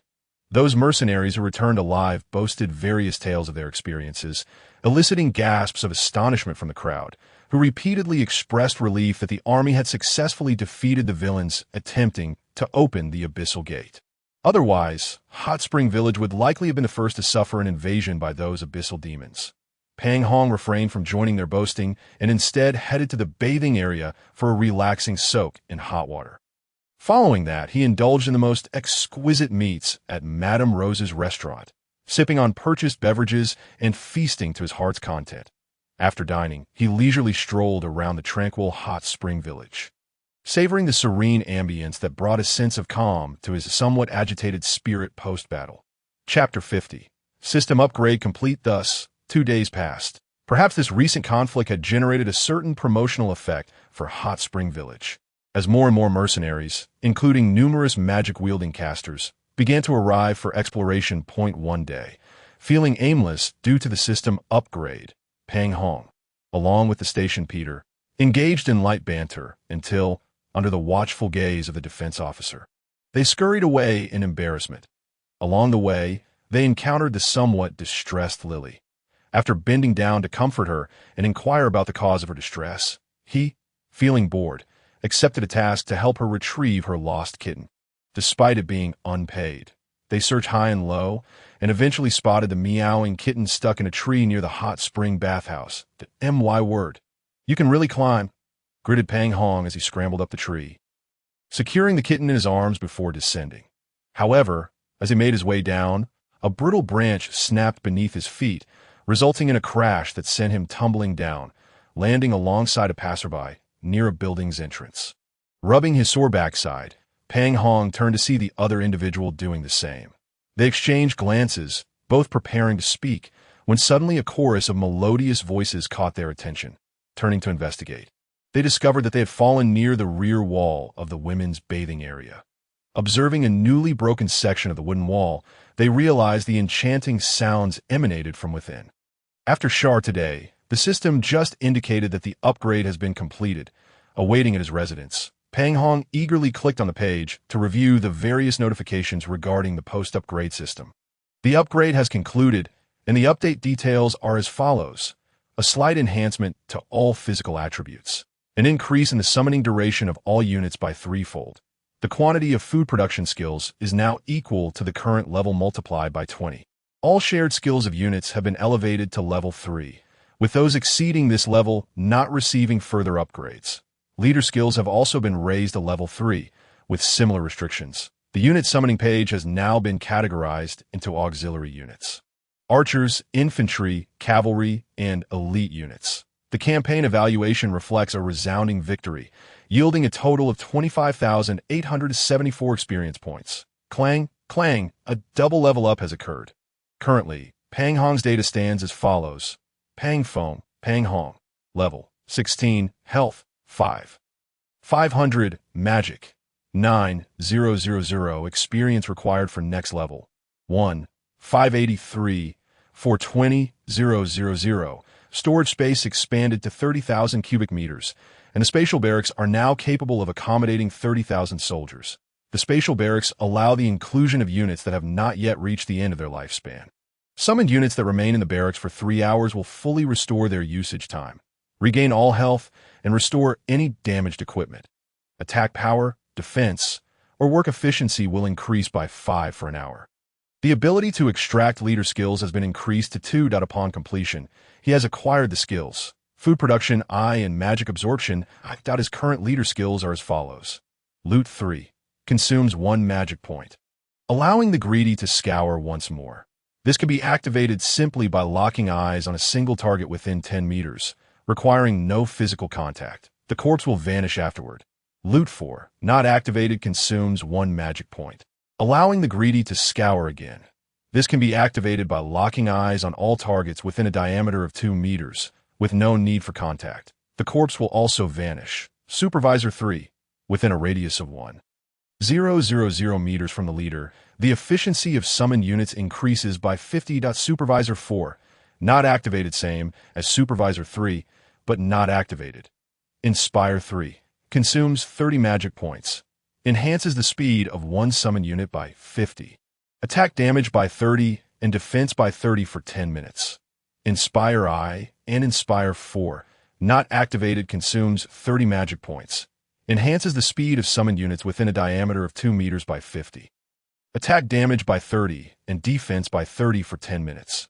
Divine Gift of Water 3, creates a well with a pulley to provide a water source, consumes 500 magic points. Divine Gift of Water 4, not activated, creates a pressurized well to provide a water source, consumes 700 magic points. Resource Management 3, allows for the compression of stored supplies to their minimum required quantities to reduce waste. Target conversion is selectable. Resource Management 4, not activated, same as Resource Management 3, but not activated. Food Production 3, consumes 300 magic points, producing current level multiplied by 20 rye bread, each restoring 800 health within 20 seconds after consumption. Food Production 4, consumes 400 magic points, producing current level multiplied by 20 rye bread, each restoring 1,000 health within 20 seconds after consumption. Lock 3, consumes 30 magic points to lock onto a target within line of sight, lasts for 5 minutes with a range of 1,000 meters. The target cannot escape your sight during this time and range. Lock 4, not activated, consumes 40 magic points, with a duration of 10 minutes and a range of 1,500 meters. Provocation 3, consumes 30 magic points to provoke a single target, with a high chance of redirecting their attack towards the nearest summoned unit. Provocation 4, not activated, consumes 40 magic points to provoke a target within a diameter of 2 meters, with a certain chance of redirecting their attack. Perception 3 consumes 70 magic points, scans and displays non-hidden units within a radius of 500 meters, lasting for 2 minutes. Note: hidden units below 3 levels lower than oneself will still be displayed. Perception 4, not activated, consumes 100 magic points, scanning and displaying non-hidden units within a radius of 1,000 meters, lasting for 5 minutes. Healing 3 consumes 30 magic points, restoring 100 health to summon units within a diameter of 3 meters. Cooldown time, 5 seconds. Healing 4, not activated, consumes 40 magic points, restoring 100 health to all summon units within a diameter of 5 meters. Gravity 3 consumes 30 magic points, increasing a target's weight by 250 for 3 seconds, with a significant chance of causing a single flying unit to fall. Gravity 4, not activated, consumes 40 magic points, increasing a target's weight by 300. Map 3 permanently displays terrain detected by oneself or summon units within a radius of 500 meters. Can be used in conjunction with other skills. Map 4, not activated, same as Map 3, but for 1,000 meters. Following 3 ensures summoned units within a radius of 20 meters match your movement speed. Following 4, not activated, extends this effect to a radius of 40 meters. Water Production I consumes 100 magic points, producing current level multiplied by 20 filled water pouches. Each restores 200 magic points within 20 seconds after consumption. Water Production 2, not activated, same as Water Production I, but restores 500 magic points. Magic Absorption I consumes 10 magic points, continuously absorbing the target's magic. Lasts for 10 seconds, absorbing 10 magic points per second. Magic Absorption 2, not activated, consumes 20 magic points, absorbing 20 magic points per second. The shared skills of the units have been enhanced to include Efficiency 3, increases work or combat efficiency by 40. Efficiency 4, not activated, increases work or combat efficiency by 70. Healing 3, each unit utilizes required mediums for healing, restoring 100 health within 70 seconds. Cooldown time, 10 minutes. Repair 3, each unit utilizes required mediums to repair damaged tools or equipment within 70 seconds. Cooldown time, 10 minutes. The shared skill of Repair has been upgraded to level 3. Now, the unit skills are Efficiency 3, increases work or combat efficiency by 40. Efficiency 4, not activated, increases work or combat efficiency by 70. Healing 3, not activated, each unit utilizes required mediums for healing, restoring 100 health within 70 seconds. Repair 3, each unit utilizes required mediums to fully repair damaged equipment within 70 seconds. Cooldown time, 10 minutes. Repair 4, not activated, same as Repair 3, but for 60 seconds. Chapter 51, Reinforcement. Acquired the branch unit of light infantry. New units of heavy infantry and various branches of infantry have been obtained. New units of longbowmen and branches of archers have been acquired. New units of light cavalry and their branches have been obtained. Pang Hong was particularly delighted by the emergence of new units, especially the heavy infantry and cavalry. Upon opening the system page, he discovered that the summoning unit page no longer resembled a skill tree. Instead, the options for auxiliary units, archers, infantry, cavalry, and elite units were distinctly enumerated. Upon accessing the infantry unit interface, it became apparent that beneath the light infantry icon, there was not only a newly illuminated heavy infantry icon, but also several unlit icons flanking both sides. Pang Hong first examined the heavy infantry option. Heavy infantry, equipped with robust armor and shields, serves as the backbone of both offense and defense. Materials required: wood 2, leather 0.2, copper 2. Consuming 35 mana, it can engage in battle for 3 hours. Upgradable equipment includes exquisite weapons, not activated, exquisite armor, not activated, and shields, not activated. Skills that cannot be upgraded: Formation V, Charge 3. Formation V, usable with 5 or more individuals. After formation, attack power increases by 50, and defensive ability increases by 50. Lance increases lance length by 50, cannot wield a shield.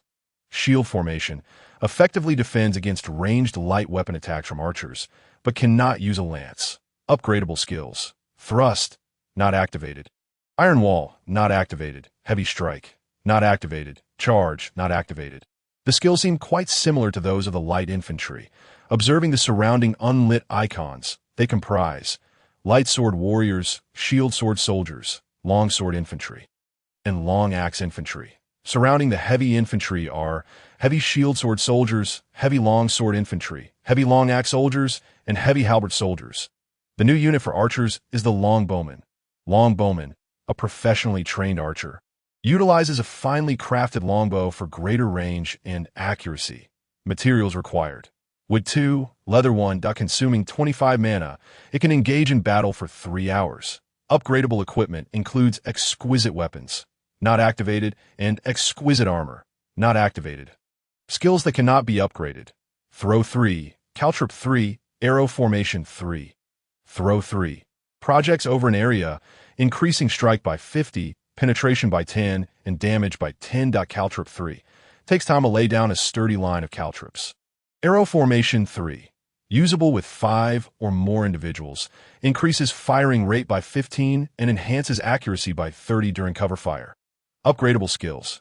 Rapid fire, not activated. Precise shot, not activated. Fire arrow, not activated. Unactivated related units include hunters and crossbowmen. Upon seeing the remaining energy after upgrades, Pang Hong was utterly dismayed. The once 500,000 energy had dwindled to merely 100,000, but it felt as though there was nothing new post-upgrade. How could so much energy be squandered? Even if he maxed out all skills, he probably wouldn't utilize even 1/10 of it.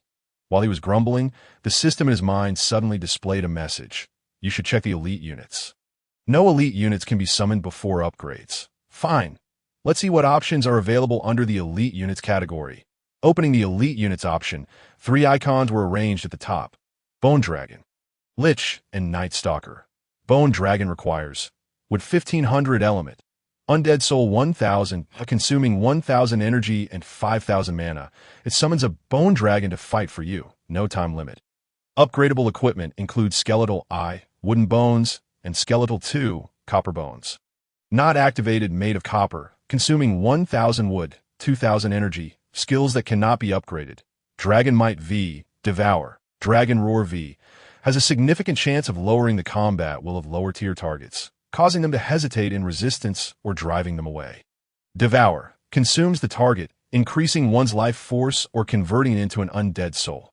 Upgradable skills. Poison Flame, not activated. Bone Spike, not activated. Poison Fire Spike, not activated. Lich requires wood 400, cloth 100. Element. Undead Soul 500. Consuming 800 energy and 3000 mana. It summons a Lich to fight for you. No time limit. Upgradable equipment includes Undead Tome Eye.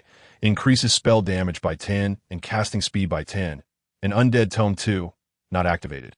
Increases spell damage by 25 and casting speed by 25. Backpack Eye. Can carry 10 units of compressed materials. Backpack 2. Can carry 20 units of compressed materials. Skills that cannot be upgraded. Soul Absorption.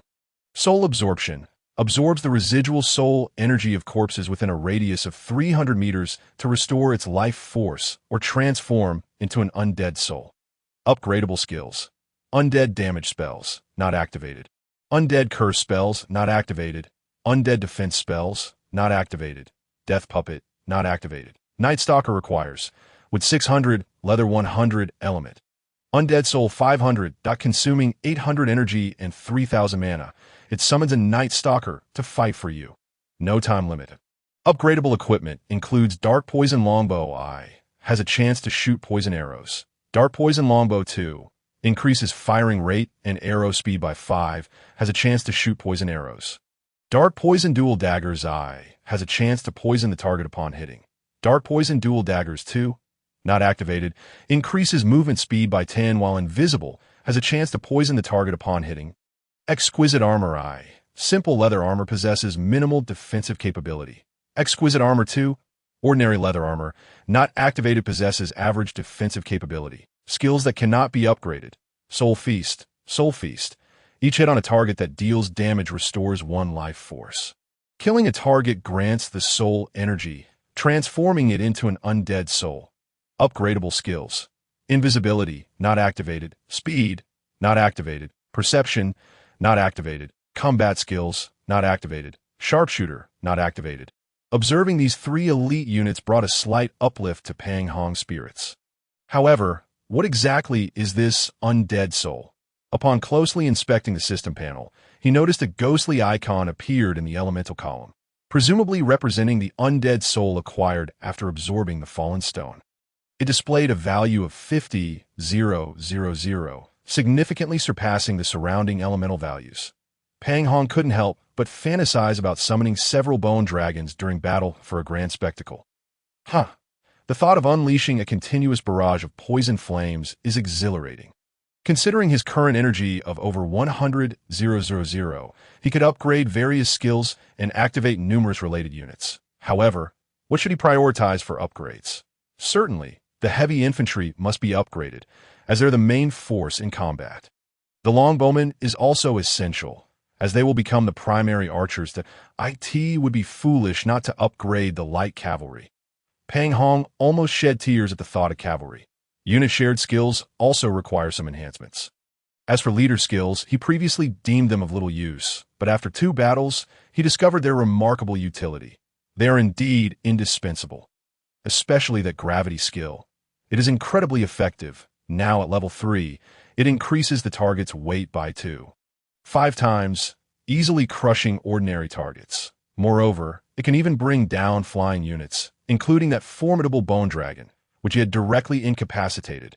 Imagining those skeletal behemoths, a gravity skill would quickly render them useless. Why exhaust himself in arduous combat?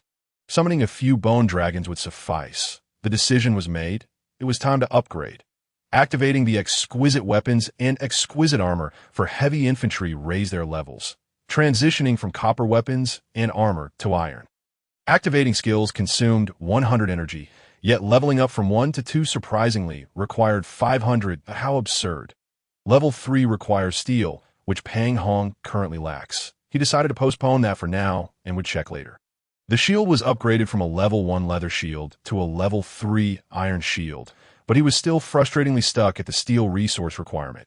The 3 upgrades collectively consumed 2,200 energy, 200 copper resources, and 200 iron resources. Initially, he intended to max out all upgradable skills, but reaching level 5 sufficed, saving a significant amount of energy.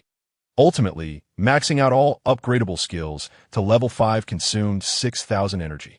The upgradable skills for the heavily armored infantry are as follows. Upgradable skill. Charge V. Max level when arranged in formation. There's a certain probability that they will collectively lunge forward, increasing attack power by 50 during the charge, with a chance of causing the opponent to crumble. Iron Wall V. Max level increases defense by 50 when arranged in formation. Heavy Strike V. Max level increases attack power by 50. Charge V. Max level initiates a charge towards the target. During the charge, the strike against the target increases by 70, with a chance to scatter the enemy formation. The medium required to summon the heavy infantry has changed to 2 wood, 1 leather, and 2 iron. For longbowmen, it costs 600 energy and medium resources of 50 copper and 50 iron. Upgrading the weapon to level 2 is also hindered by the medium steel that it costs 600 energy and medium resources of 100 leather and 50 copper to upgrade to copper-plated leather armor, max level. Spending 3,000 will allow for the skills rapid fire and precision shooting to be maxed out, costing 900 energy and 30 fire elements to upgrade the rocket to level 3, max level. Rapid fire V. Max level increases shooting speed by 50. Precision shooting V. Max level increases shooting accuracy by 50. Rocket 3 explosive arrow. Max level can launch 10 explosive arrows every 12 hours. Upon striking an object, a violent explosion occurs, splattering burning oil in all directions. The explosion diameter is 2 meters, and the oil splatter diameter is 5 meters.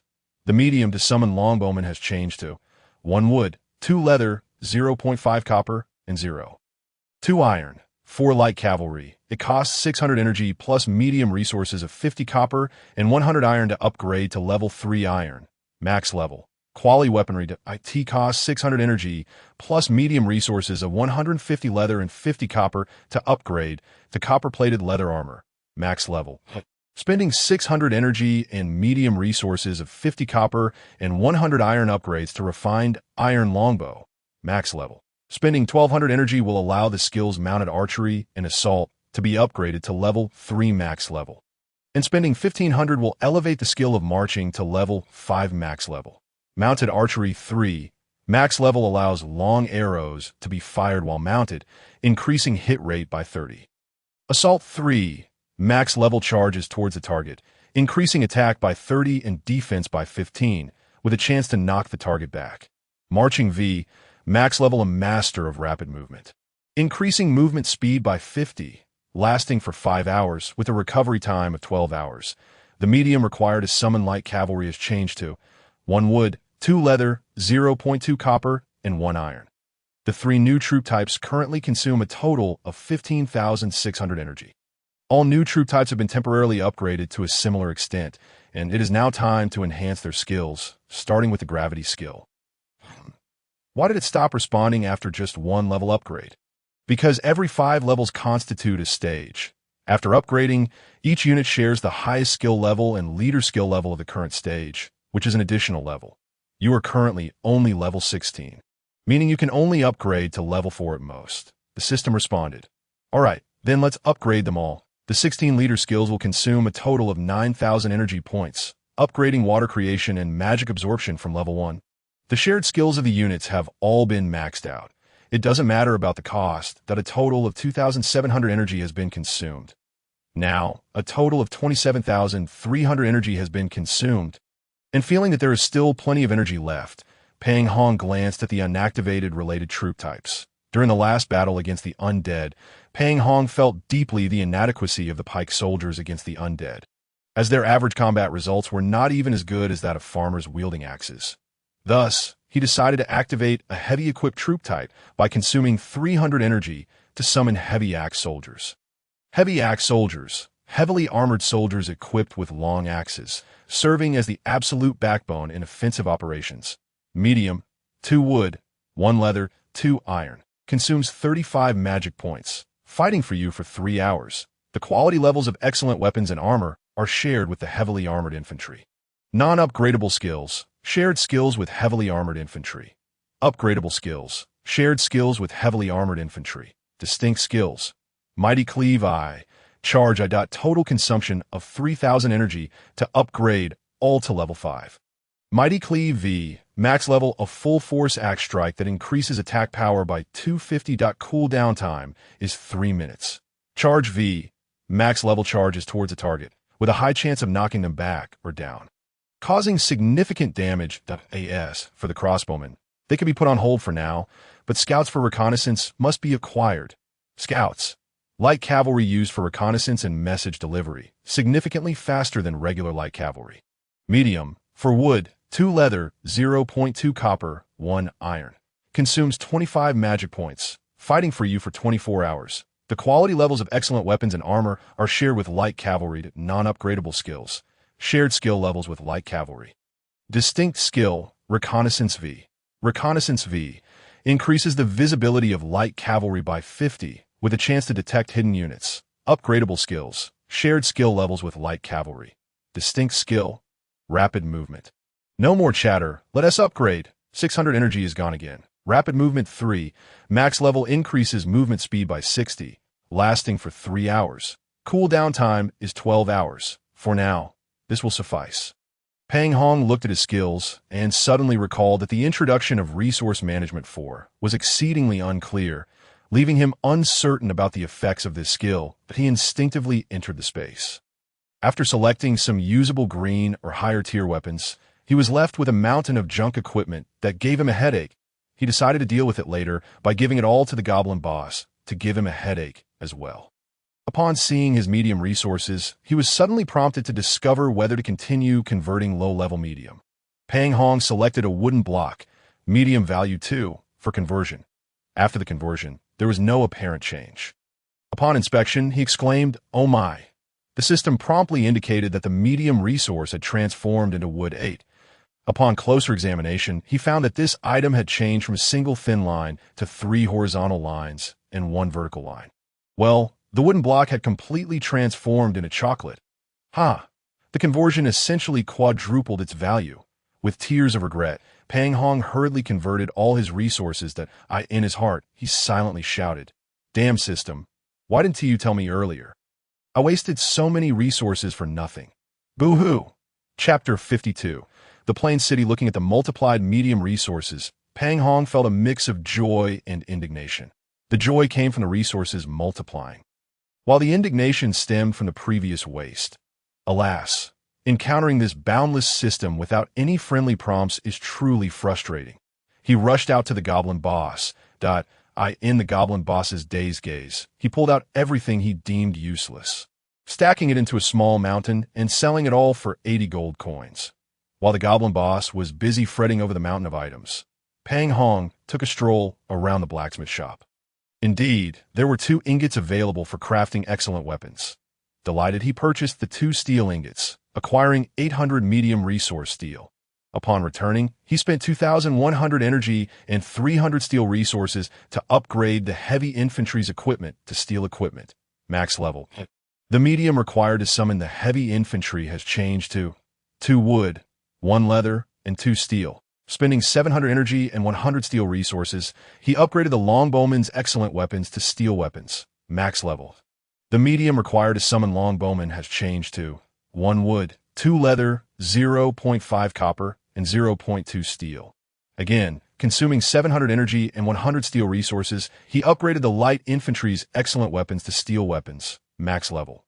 Having consumed a considerable amount of energy and medium resources, Pang Hong finally upgraded the useful troop types to a satisfactory level and began to enhance the elite troop types, spending 1,000 copper, 2,000 iron, and 5,000 energy. He upgraded the bone dragon to iron bone. The next level requires 4,000 energy and 2,500 steel.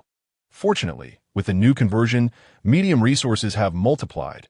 Otherwise, he would not have enough copper and iron resources. Currently, there is still energy available, but Pang Hong truly lacks medium resources of steel that he has no choice but to seek opportunities to procure some from larger locations. Spending 3,300 energy, he upgraded the skills Poison Flame, Bone Spike, and Poison Fire Spike to level 3. However, he discovered that upgrading the Poison Flame skill again required 1,000 energy and 10 poison elements and 10 fire elements. The Bone Spike skill requires 1,000 energy and 20 bone resources. The Poison Fire Spike skill requires 1,000 energy, 20 bone resources, 10 poison elements, and 10 fire elements. This energy is manageable, and he has some fire elements. But what are these bone resources and poison elements?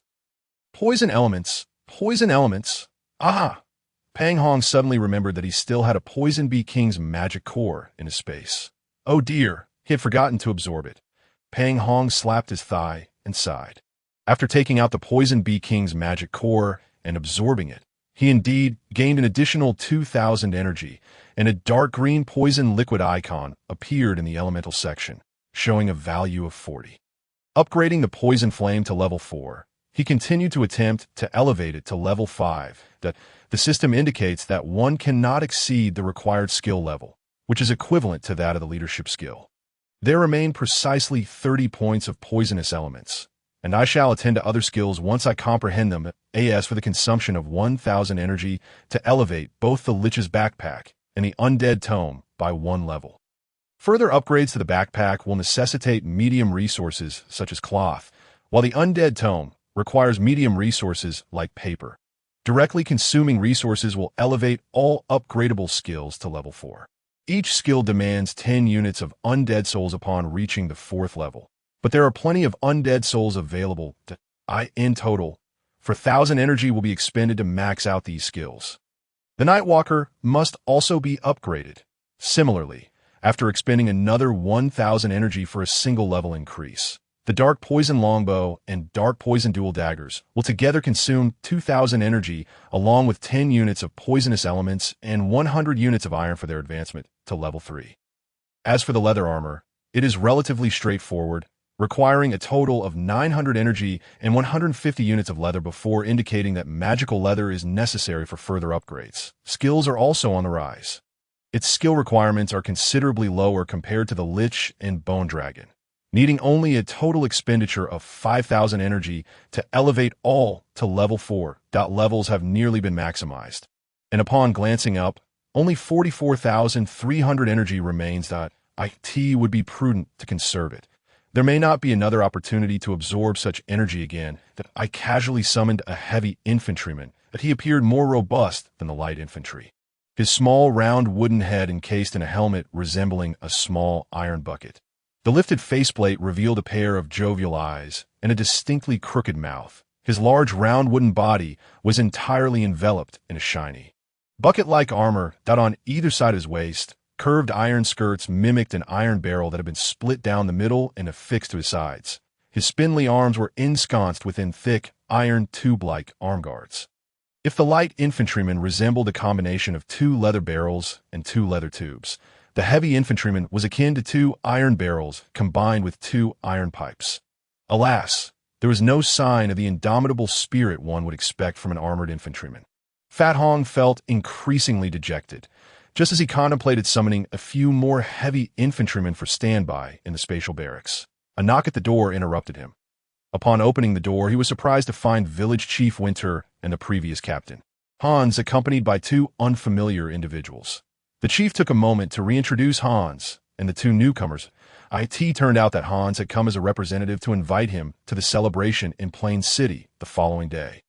Subsequently, Hans earnestly extended the invitation on behalf of Plain City to Fat Hong, who was also quite eager to see what the city had to offer. In truth, he was curious about the beautiful girls there, and he readily accepted. The group exited Fat Hong's cramped abode and made their way to the vicinity of the spatial gate. There, they discovered Peter and Wayne awaiting them.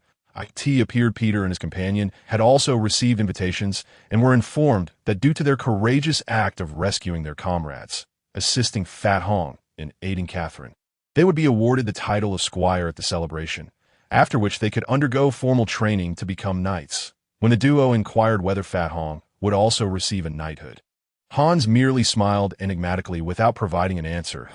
The spatial gate opened. The group stepped through one after another. Fat Hong entered with trepidation, fearing the emergence of unknown dangers. Ultimately, it was akin to walking from one room into another.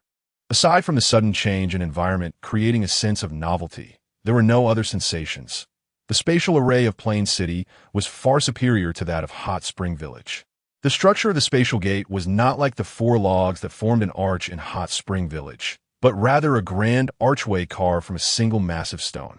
Looking back at the intricately carved giant arch and the throngs of people moving in and out of the spatial gate, Fat Hong felt a profound sense of disparity. Later, do not inform him that this was the remarkable work of an earth mage. While it appeared impressive, it was a relatively simple spell for earth mages. There were not just one, but several such spatial gates. Fat Hong observed at least 4, each situated approximately 100 meters apart, bustling with people and activity, unlike the desolate atmosphere of Hot Spring Village. For safety reasons, civilian teleportation gates were located outside the city, designated within a small town specifically for this purpose. This small town was situated a short distance from the main city to prevent enemies from utilizing the gates for surprise attacks. Within the main city, encrypted teleportation gates were installed for wartime or emergencies, but in the event of conflict, both sides would promptly establish spatial disruption arrays to prevent the enemy from using the gates to transport troops and supplies. They boarded a carriage that awaited them as they traveled towards Plain City. Fat Hong observed the road, where mages, elves, dwarves, orcs, and others, who were seldom seen in Hot Spring Village, walked about like ordinary people. The inhabitants of small towns truly lack exposure. One of the individuals accompanying Hans glanced at Fat Hong and his friends, disdainfully thinking to himself, "A few fools who don't even realize their extraordinary luck in being bestowed knighthood." Fat Hong caught a glimpse of this individual's contemptuous expression and felt a surge of irritation. However, he could hardly blame others for looking down upon the actions of himself and Peter, who were indeed country bumpkins. Observing Hans sincerely introducing Plain City to them, Fat Hong thought to himself, "Fine, I shall endure." Yes, they rode in the carriage towards Plain City, listening to Hans's narration. Fat Hong gradually gleaned an understanding of the region. Plain City and its territories were collectively referred to as the Plain Territory, located in the northeastern part of the empire's domain. The city itself was established on a vast plain adjacent to the life forest. Hence its name. The fertile plains produced an abundance of grain, making this territory one of the empire's two major granaries, particularly significant for the mountainous Prol Empire. The region's borders were defined by the life forest to the northwest and the vast Radiance mountain range to the north. With only a few narrow paths leading to the Orc territories, with its vast expanse of arable land, Plain City not only controlled a major granary for the empire, but also boasted nearly 30,000 of the empire's most elite cavalry and over 100,000 various infantry to safeguard the northern front from the fierce incursions of orcs and other dangers. Due to its strategic importance to the empire, only the emperor's most trusted officials were appointed to govern Plain City and oversee the Plain Territory. It stood in parallel with another significant granary of the empire, the running Deer City in the west. The shapes of their territories on the map resembled a pair of wings extending from the royal capital, Flame Dragon City. Hence they were referred to as the Empire's Twin Wings or the Dragon City Twin Wings. The spatial gate was not far from Plain City. After a journey of less than 10 minutes, Fat Hong and his companions beheld the towering city encircled by a wide protective moat. Upon crossing the drawbridge and nearing the city gate, even Fat Hong, who had encountered ancient city walls before, was profoundly awed by the towering walls constructed from massive stones. The walls before him were composed of extraordinarily large stone blocks, towering at least 40 to 50 meters high. Fat Hong was unsure if all walls were similarly imposing, but just the walls near the gate instilled a sense of dread in any onlooker. Furthermore, the dense array of defensive mechanisms atop the walls and the broad moat would pose a significant headache for any assailant. The wide and clean streets bustled with people and vehicles, with a diverse array of individuals continuously flowing through. Many were adorned in fine garments, while in the corners, beggars could still be seen pleading for alms from passers-by. The buildings lining the streets were constructed beautifully and sturdily, the majority being brick and stone structures. Unlike Hot Spring Village, which predominantly featured wooden constructions, the carriage finally came to a halt in front of an upscale inn, its exterior exuding elegance. Hans led them into this splendid establishment, leaving them 3 sets of fine attire and informing them that someone would arrive to escort them to the celebration the following morning before taking his 2 assistants and departing. The inn's room was a spacious triple occupancy, extravagantly decorated. The expansive area, exceeding 200 square meters, was adorned with luxurious carpets and furnished with various exquisite wooden furniture and gold and silver decorative items. Fat Hong found it comfortable enough, but Peter and his companion, the country bumpkins, were utterly ecstatic.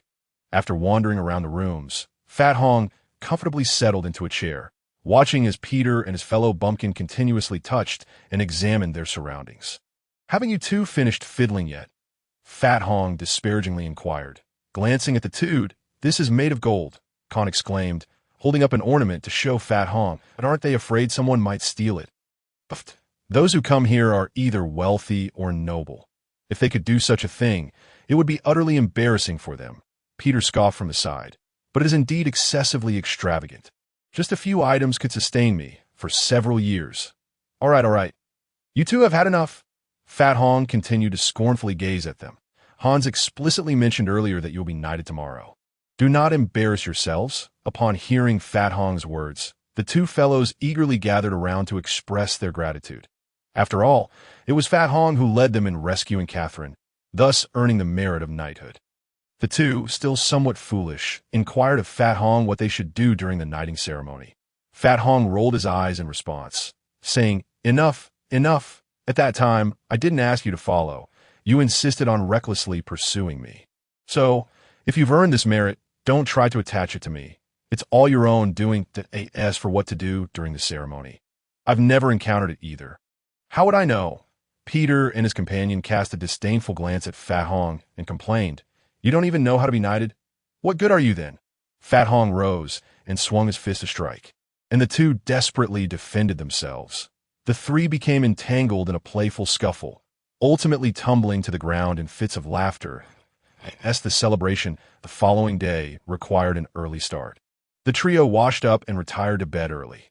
Throughout the night, they could only hear the two restless fellows tossing and turning in their respective beds. Fat Hong urged them to stop fidgeting and go to sleep. The two, brimming with excitement, told Fat Hong they had never imagined becoming knights. They had always thought being high-ranking mercenaries would suffice. Now, as they lay down, their minds were flooded with chaotic thoughts of what to do during the knighting ceremony and what life as a knight would entail, preventing them from finding rest. Fat Hong, I believe your contributions in this campaign were the greatest. What do you think your reward will be? Peter turned to ask Fat Hong. How would I know? That Hans is being all secretive and one T say. Fat Hong replied nonchalantly, while secretly pondering that titles of knighthood mattered little to him. He would prefer to receive the magnificent Catherine as a reward instead. I believe Fat Hong at least deserves the title of Viscount. After all, not only did he save Miss Catherine, but he also vanquished a powerful lich, preventing it from opening a portal to the abyss. Surely, that counts as saving the world? I think such merit is sufficient for a Viscount. If the Emperor himself were to bestow the title, perhaps a Count could be in order. Peter exclaimed enviously. Oh, by that time, Fat Hong would be so impressive. He could flirt with all the lovely maidens and young brides. Shut it. Fat Hong retorted angrily. Don't go saying such things. If that reaches Catherine's ears, it will be disastrous. I don't know how I would end up suffering, but you two brats 1T escape a beating. With a chuckle, the group laughed and soon fell into a peaceful slumber. Chapter 53. The knighthood ceremony as dawn broke. The restless fellows hurriedly rose from their beds to freshen up. Upon donning their newly assigned garments, they discovered that even Fat Hong's outfit fit him remarkably well. How the City of Plains knew their sizes remained a mystery. After they finished the breakfast delivered by the inn, Hans arrived with a young man, but he introduced the young man as a ceremonial officer who would briefly instruct them on the necessary etiquette for their knighting, hoping they would remember it well. Fat Hong and the others nodded eagerly and began to learn from the young officer. Rather than immediately teaching them various etiquettes, the officer brought out a document and solemnly inquired of Fat Hong. Mr. Hong, as you're of a different race, I must conduct this inquiry. Please go ahead, Fat Hong responded. Are you from the 9 provinces? The 9 provinces? You say I am from the 9 provinces? Indeed, individuals with black hair and black eyes like yours are exceptionally rare on the continent. Historical records mention someone who resembled you, claiming to hail from the 9 provinces. And where is he now? Regrettably, the information on this individual from the 9 provinces dates back 200 years. Oh, I see. And you? Haha. I am a Huaxiao person, just like those from the 9 provinces. We share the same roots, lineage, and blood. Fat Hong jested earnestly with the officer, knowing he was unaware. Finally, the officer asked, would you be willing to become a citizen of the Prude Empire and strive for its rise? After posing several questions and recording the responses, the officer looked up at Fat Hong and said, I am willing to fight for IT that moment. The image of the radiant Catherine flickered in Fat Hong's mind. The officer nodded in satisfaction, stored away his notes, and began to teach them the simple etiquette they might use during the ceremony. After a few rounds of practice, Fat Hong and the others had memorized these straightforward protocols. The officer reassured them not to be nervous, as other ceremonial officials would provide prompts during the knighting. The group, accompanied by Hans, boarded a carriage heading towards the venue of the celebration. Upon arriving at the square, they found it already filled with throngs of people waiting for the festivities to commence. Disembarking the carriage, Hans guided them through a side entrance into the venue. After walking a short distance, they spotted a young man directing others as they prepared for the ceremony. This young man was Julian, the son of Viscount Bartley, the administrative officer of Plains City, having recently returned from the imperial capital. He was responsible for assisting with the organization of today's event. Hans discreetly informed the trio, he will oversee your proceedings from here on out. Congratulations to you all. Before long, we shall be colleagues. After exchanging pleasantries, Hans left them temporarily to confer with Julian. Shortly after, Hans returned with Julian and the 3 individuals who had looked down upon Fat Hong the day before. To say that Julian was handsome would be an understatement. He stood at least 6 feet tall, with striking golden hair that dazzled the eye. His handsome face bore rosy lips and pearly white teeth, complemented by bright, clear eyes that exuded a hint of coldness. With a straight nose, smooth skin, and delicate, pink-tinted lips, his features were exquisitely crafted. His well-built physique, clad in a slightly fitted, luxurious outfit, showcased his form without appearing bulky, although he wore a sword at his waist. It only enhanced his refined demeanor. Hans made brief introductions among them. While introducing Fat Hong, the individual behind Julian whispered a few words in his ear. Julian's expression tightened momentarily before he resumed his previous composure. Once Hans bid farewell, Julian warmly greeted Fat Hong and the others, and then guided them to the room where the other newly appointed knights were gathered as they were about to leave. Julian smiled at Fat Hong and said, "I sincerely thank you for protecting Catherine during the battle against the undead. Should you need anything, please do not hesitate to ask." Huh. Fat Hong felt a stir within, thinking, what does this pretty boy mean by saying, "I protected Catherine"? Who does he think he is? Despite his thoughts, Fat Hong maintained an impassive demeanor, responding with a seemingly earnest tone, "Oh, don't say that. I wasn't doing it for anyone else. I fought fiercely solely to protect Miss Catherine. Otherwise, I wouldn't have been so valiant." Observing Julian's slightly pained expression, Fat Hong felt a surge of satisfaction. "You think you can outsmart me?" Little pretty boy. Just then, several striking figures approached them. It was none other than Lady Catherine and her entourage of guards. "Hong, you've arrived." Catherine's expression remained stern, yet her voice carried a hint of softness that she herself seemed unaware of. Though not clad in armor, she wore a fitted military outfit that, while less ornate than an evening gown, accentuated her perfect figure to an unparalleled degree. "I didn't have the chance to thank you last time. I hope you can forgive me," Catherine said with her characteristic coolness. "I'm exceedingly grateful for your assistance to me and my family." It was nothing." Fat Hong scratched his head, feeling bashful. "It was merely my duty." Ha. Observing Fat Hong's foolish demeanor, Peter and his companion couldn't help but roll their eyes, thinking, what a disgrace to our trio. Noticing the two engage in their conversation without regard for others, the knight Julian, while maintaining a neutral expression, seethed internally. After exchanging pleasantries with Fat Hong, Catherine merely nodded at Julian before departing with her beautiful entourage. Julian, filled with resentment, remained cordial as he introduced Fat Hong and the others to several other individuals who would also be knighted during the ceremony. These individuals, upon meeting Fat Hong, expressed their sincere gratitude and respect for the warrior who had slain the powerful lich and thwarted the invasion of abyssal creatures. Fat Hong reciprocated by expressing his genuine admiration for their courageous battles, stating that it was his fortune to fight alongside such brave individuals. As the conversation flourished, Julian, feeling disgruntled, slipped away. Once outside, a murderous intent suddenly clouded his handsome face.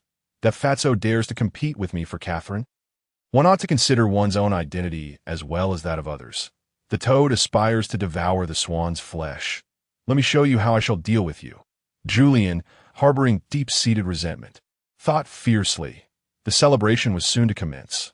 Amidst the cacophony of cheers, Count Lehman, the Lord of Plain City, ascended the ceremonial platform with his lady, delivering a lengthy discourse filled with heartfelt platitudes, provoking yet another wave of applause from the audience.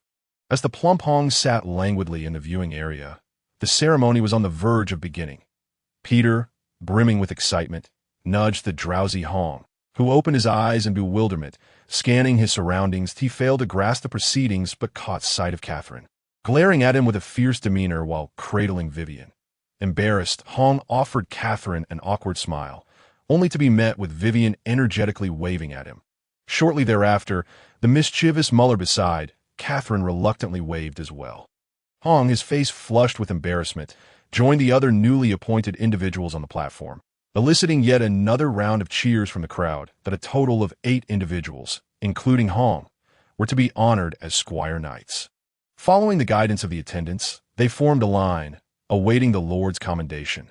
Count Lehman, eschewing unnecessary words, first expressed gratitude to the knights and encouraged them to strive for further accomplishments. He then proceeded to individually bestow honors upon each of them, with priests from the Church of Light offering blessings to the newly minted knights. Hong observed the legendary Count Lehman, who, contrary to expectations, appeared somewhat frail rather than robust, his hair reminiscent of Catherine's flaxen locks. framed a remarkably handsome face. He must have been quite the charming figure in his youth. Contrary to Hong's preconceived notions, there was no glint of cunning in his gaze. Instead, as he conferred honors upon the aspiring knights, his eyes radiated a profound and piercing intensity. This was not in accordance with the tales he had heard. Was he truly a debauched nobleman? The elegantly attired lady accompanying Count Lehman was none other than Lady Sophie, the commander of the Lich War and Catherine's mother. Today, she adorned herself not in armor, but in a resplendent gown, which accentuated her regal yet striking appearance. Wait a moment. The priest from the Church of Light, approaching to offer blessings, appears strikingly familiar. Upon closer inspection, Hong gasped in disbelief. Wasn't this the lecherous scoundrel he encountered in Warm Village, peeping at women while they bathed? Miser, in high spirits today, had been assigned to Plain City to bestow blessings upon the new knights. He reveled in the lavish hospitality and looked forward to receiving a token of appreciation upon departure. With a countenance of purity, he ascended the platform, preparing to bless a recently honored knight. Why does it feel as though a scorching gaze is upon him? Could it be that he has a devotee admiring him? Turning around, his previously saintly expression contorted in shock. Good heavens! Wasn't this the lecher he encountered in Hot Springs Village? The two exchanged glances filled with daggers, each mentally vowing to vanquish the other. It was only when the audience erupted in cheers for a newly honored squire knight that they mutually withdrew their glares, resuming their respective duties of elevation and blessing. With each knight honored on the platform, the atmosphere was charged with applause. Hong, having achieved the most significant merits, was designated to be honored last, as he stood before Count Lehman. He noticed a hint of mockery in the Count's otherwise profound gaze. "Young lad, do tell me honestly, do you wish to become my knight or Catherine's?" The Lord inquired softly, bowing his head toward Hong. Taken aback by the unexpected query, Hong was momentarily at a loss for words. Beside them, the Countess's striking yet austere visage twitched slightly as she discreetly pinched the unruly Count, clearing his throat. Count Lehman straightened up and declared, "In recognition of Mr. Hong Feng's courageous actions and exceptional performance in battles against the undead, he is hereby appointed as a Baron of the Empire. The specifics of his domain will be determined upon his return from the night training camp." With a sword poised upon the kneeling Hong's shoulder, Count Lehman proclaimed, "Hong Feng, do you vow before the gods and mankind to protect the weak, safeguard women and children, obey your commanders, lords and king, and to valiantly fight without faltering, regardless of how arduous, humble, or perilous the path may be?" "I do," Hong exclaimed loudly as he knelt. The Count shifted the sword from Hong's right shoulder to his left. "Arise, Baron Hong Feng. May you successfully complete your training and become a true knight."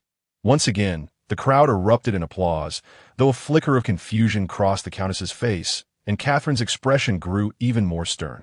Only Julian reveled in silent amusement.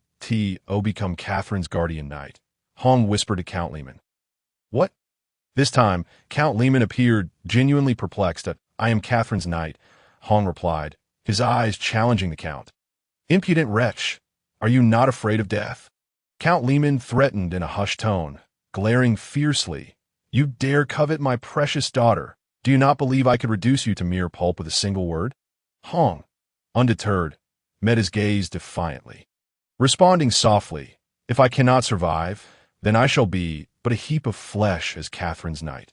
With a stifled laugh, Lady Sophie, the Countess, could no longer contain herself, quickly regaining her composure and adopting the demeanor of a frosty queen as she rolled her eyes and departed from the scene, dragging the flustered Count away from Hong.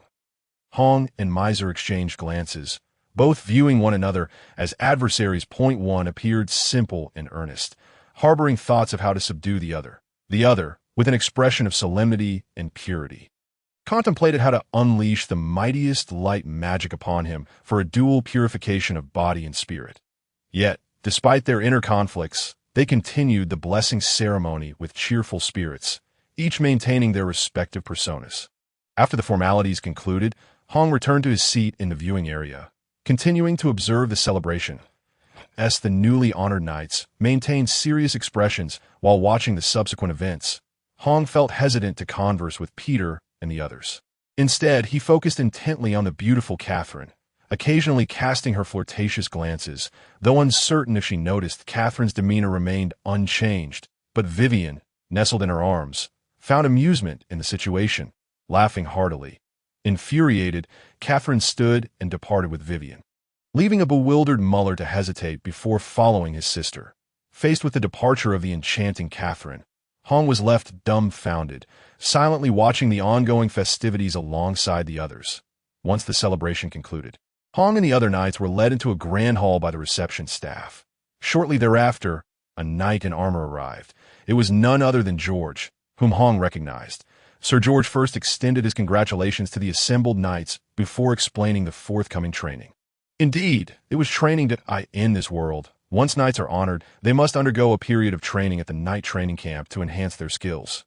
Knights are categorized into two types, those of strength and those of honor. Strength knights possess abilities commensurate with their titles, while honor knights often earn their titles through military achievements, predominantly being civil officials.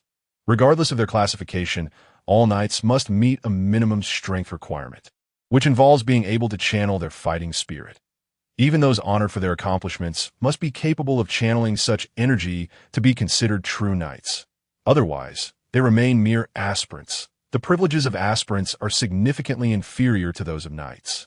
Lacking any of the benefits associated with knighthood, shed the label of aspirant, one must possess the ability to channel fighting spirit. Thus, lords with the means have established knight training camps to expedite this process, aiding those who gain titles through merit in becoming genuine knights. This could be considered a form of welfare upon successfully channeling their fighting spirit and attaining the status of a true knight. Those knights of strength can engrave a circle of swords, shields, lances, or other weaponry around their knightly insignia to signify their prowess. Honor knights, conversely, may only adorn their insignia with a circle of flowers of any kind to denote their status. George provided a brief introduction to the newly appointed knights, informing them that the instructors at the knight training camp would subject them to rigorous training. They are also expected to train diligently in order to awaken their fighting spirit and become true knights. Although the training camp primarily focuses on teaching them how to harness their fighting energy, various combat techniques, weapon usage, and horsemanship are also encompassed within the curriculum. After concluding the discussion, they dispatched someone to escort them to a military camp located in the city of Pingyuan. Very well, a new chapter of life is about to commence. Chapter 54. As guards Chapter 45. The so-called Knight Training Camp is a designated area within a military camp in Pingyuan City, set aside for the training of a select few individuals. The knight who brought them there introduced several instructors before taking his leave. One instructor informed them that starting from the following day, they would embark on their knight training, which would last for a month. During this period, in addition to specialized training in harnessing their fighting energy, they would also learn the basics of swordsmanship, spear techniques, and horsemanship. Most importantly, they would study military organization, as well as the communication and execution of various commands. After the briefing, subordinates were assigned to arrange 2 rooms for the group. Each room could accommodate 4 individuals. And Pang Hong, along with his companions, shared a room with a large fellow named Norton. Upon first encountering this knight Norton, Pang Hong was taken aback. Norton was an imposing figure, towering at least 2 meters tall, his muscles as solid as rock. His fierce visage was particularly striking, accentuated by a prominent scar above his left eye, which made him appear fearsome whether he was angry or pleased, in short. This man could frighten even the most stoic child into tears. Initially, Pang Hong cautiously conversed with this intimidating figure, only to be surprised to discover that beneath his formidable exterior, Norton was actually quite shy and earnest. Blushing when teased by Pang Hong and his friends, it turned out that Norton, like Peter and the others, hailed from the village and had been recruited into the army due to his robust physique. He had distinguished himself in battle against the undead and was knighted for his valor. As they chatted, a sense of familiarity grew among them, although Norton maintained a rather fierce grin throughout their conversation. The following day, after breakfast, the knight instructors conducted a series of training sessions. They began with an hour of running and physical conditioning, before gathering in a spacious room designated as a classroom. At this point, a relatively slender instructor began instructing them on how to absorb the ambient energy in the environment for storage or activation. The initial focus was on developing their sensitivity to energy, seeking out and absorbing it from their surroundings. Following the instructor's guidance, the group began their practice. Peng Hong mused that this seemed quite similar to the qi cultivation practices from China. However, having never engaged in such training, he could not ascertain how qi cultivation truly felt. Perhaps there was indeed a commonality. He resolved to practice diligently and see if he could eventually harness enough power to vanquish all living beings within a 10-mile radius with a single strike. Despite their earnest efforts, none of them succeeded by the end of the morning. The instructor remained patient, assuring them that the fighting spirit could not be awakened instantaneously after lunch and a brief half-hour rest. Another instructor commenced swordsmanship training, focusing on the combat techniques associated with the longsword. The techniques were few and unembellished, comprising common military combat skills. They trained until dinner, after which they washed up and resumed their energy sensitivity practice. Finally resting around 9 o'clock, Peng Hong felt a sense of joy at the training camp's requirement for bathing before bed, sparing him from the unpleasant odor of stinky feet. Moreover, there were no late-night emergency drills, allowing them to sleep soundly until dawn. Days passed in a similar fashion, with the training content and formats evolving slightly. The trainees gradually began to sense their energy and activate it, but little else changed. Of course, Peng Hong's longing for Catherine deepened with each passing day. As the training period neared its conclusion, Peter and his companions successfully awakened their fighting spirit, while Peng Hong found himself devoid of any such progress. Not even a whisper of fighting energy. The once patient instructor, who often reassured them not to rush, now felt exasperated at the sight of Peng Hong, whose inability to harness his energy seemed to vex him greatly. The instructor's frustration manifested itself as blisters forming at the corners of his mouth. Peng Hong, too, felt anxious. He could clearly sense the ambient energy around him, yet he could not absorb or activate it. And no matter how hard he pondered, he could not unravel this mystery. So he continued to practice diligently according to the instructor's guidance. Calm down, take your time, that you're clever enough to awaken your fighting spirit, Norton gently encouraged Peng Hong, who was becoming increasingly frantic. Peng Hong shot a sideways glance at Peter and the others, who were reveling in his predicament, and turned to Norton, asking, Norton, how did you manage to awaken your fighting spirit? Please, enlighten me. IT involves absorbing the surrounding energy into your body, and once a sufficient amount is stored, you can activate it from within. Norton replied earnestly that I did just that, but alas, I cannot absorb or activate anything. Peng Hong lamented. What a shame for such a hefty figure. After a month of training, you haven't even managed a little puff. Peter and his companions erupted into laughter, nearly rolling off their beds. That you're asking for trouble. Peng Hong leapt from his bed, raising his fists and charging at the two. Peter and his companion were equally defiant, and soon the three were embroiled in a playful tussle under Norton's bemused gaze. The following morning, the instructors conveyed a new task to the training knights. That evening, the Lord's Manor would host a banquet, and several of the trainees would serve as guards to ensure the safety of the manor. Entrusting the security of the Lord's estate to these trainees was a symbolic gesture of recognition for their impending graduation. That afternoon, Peng Hong and his companions received fitted half-armor and finely crafted war halberds. Clad in their polished half-armor and wielding their gleaming halberds, they rode to the Lord's Manor. Each was assigned a post, primarily to stand guard at the entrance, as the actual security of the manor was still entrusted to experienced guards patrolling the premises.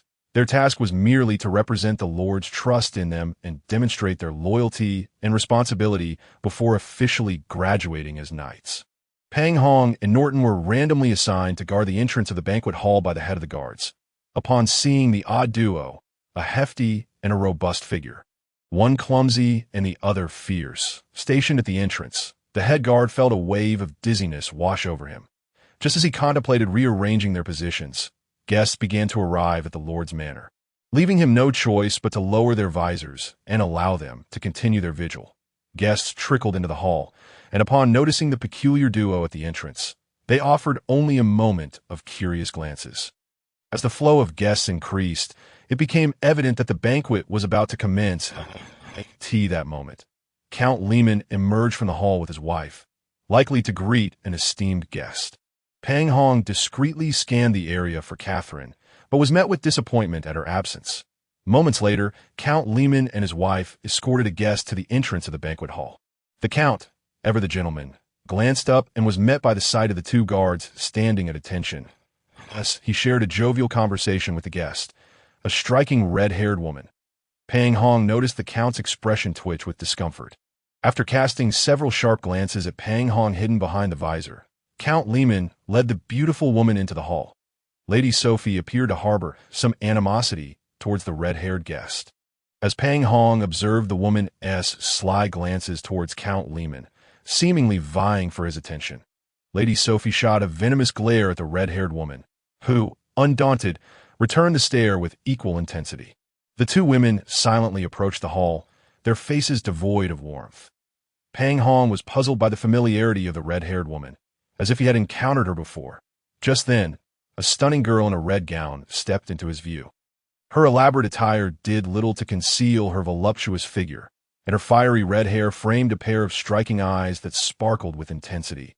Pang Hong gasped inwardly. Oh my goodness! What is she doing here? The newcomer was none other than the fiery and tempestuous Lilia. As she sauntered past him in her elegant gown, Pang Hong was gripped by a cold sweat. Fearing she might recognize him, "Don't see me. Don't see me. You can't see me," Pang Hong fervently prayed in his heart. Miraculously, Lilia seemed oblivious to the presence of the guard, her graceful steps leading her into the hall. As she disappeared from view, Pang Hong exhaled a sigh of relief. What's this? Have you lost interest in me? The visor of Pang Hong's helmet was suddenly lifted by a delicate hand that Lilia's alluring visage appeared before him, her playful smile revealing a hint of mischief. Oh, why are you sweating so much? Would you like me to help you wipe that off? The fierce and elegant demeanor of Lilia, who spoke through clenched silver teeth while continuously gripping her right fist with her left hand, as if ready to strike, frightened Pang Hong greatly. Beads of cold sweat formed on his brow as he hurriedly replied, No need. No need. I've always missed you to my not standing guard. I can't just casually greet anyone. Please go inside and enjoy the banquet. There is plenty of delicious food. Eat well. Are you hoping I'll indulge and turn to a pig? Lilia tightened her little fist even more, her teeth gritting as she coldly retorted, If you remain single. Would that please you? And no, that's not what I meant. I merely wish for you to eat and drink well. How could I want you to become a pig? I don't know what others think. But I've always hoped you would become even more beautiful. Pang Hong anxiously explained, fearing a beating ditto. So you're saying that I'm not beautiful now? Lilia said with a sly smile directed at Pang Hong. No, no, no. You are indeed very beautiful now. But considering your age, you can only be regarded as a budding flower. As flowers bloom, you will only become more exquisite. Cold sweat trickled down Pang Hong's nose. Oomph, at least you have some sense. Satisfied with Pang Hong's words, Lilia cheerfully ascended the steps into the hall, casting a provocative glance back at him. Having narrowly escaped a crisis, Pang Hong found it curious that the challenging gaze did not seem directed at him. Just as he was about to wipe the cold sweat from his forehead and ponder slowly, he felt a more chilling gaze appear beside him. Gradually turning his head, he was astonished to discover that the owner of the gaze was none other than Catherine, who was holding Vivian's hand. Humph! Catherine scoffed, ignoring Pang Hong completely as she waved at the smiling Vivian and entered the hall. Pang Hong, feeling a bit dazed and unsure of what to do, was suddenly interrupted by an irritating voice. What is the meaning of these two? Who allowed them to stand at the entrance of the banquet hall? Soon after, Julian's face, which Pang Hong detested, came into view. One of the guards nearby explained to him that these two were the knights currently undergoing training, assigned to ensure the safety of the banquet as part of their responsibilities before graduating. No matter who they are or what ceremony they are performing, their appearance is simply disgraceful for the Earl. Replace them with two more presentable individuals and let them guard the back garden's gate. Julian ordered, casting a disdainful glance at Pang Hong. You. Although honest and simple, Norton was instantly enraged by such humiliation. Calm down, my friend. Pang Hong quickly embraced Norton, who was embroiled in the situation due to him. But we are knights, and we deserve due respect. Norton exclaimed angrily. You are not yet a formal knight. Big guy. Right now you are merely a soldier, just like this ill-mannered fellow, Julian said, pulling out a handkerchief to delicately wipe away non-existent dirt from his hands. Do not stoop to his level. He is quite formidable. As Pang Hong held Norton tightly, he nodded to a guard, signaling for them to be taken to the back garden. As they walked, he winked at Norton, saying, "Do not be angry. We cannot provoke him. He commands the Earl's guards, that a person capable of overseeing the Earl's safety. How formidable must he be? We should proceed cautiously and follow orders." Completely unable to comprehend his words, Norton suppressed his anger and followed him to the back garden to stand guard. Julian cast a contemptuous glance at their retreating figures, only to find the surrounding Earl's guards initially staring at him with cold sweat, then shooting him resentful glances before returning to their posts. Initially a bit confused, Julian stepped into the banquet hall, suddenly realizing that he had been outmaneuvered by Pang Hong. This fat fool claimed that I can command the Earl's guards. Doesn't that imply my authority surpasses that of the Earl? And the insinuation that my actions could threaten the Earl's safety? Julian thought, feeling somewhat guilty. These guards might also develop a sense of fear due to my actions, and certainly wouldn't take my words seriously anymore. This fat fool is truly cunning. With just a few words, he has undermined my advantageous position among the guards. Damn that fatso. I won't let you off easily. Julian angrily tossed the handkerchief aside into a nearby corner. Sighing, he listened to the beautiful waltz playing in the hall, embracing Vivian.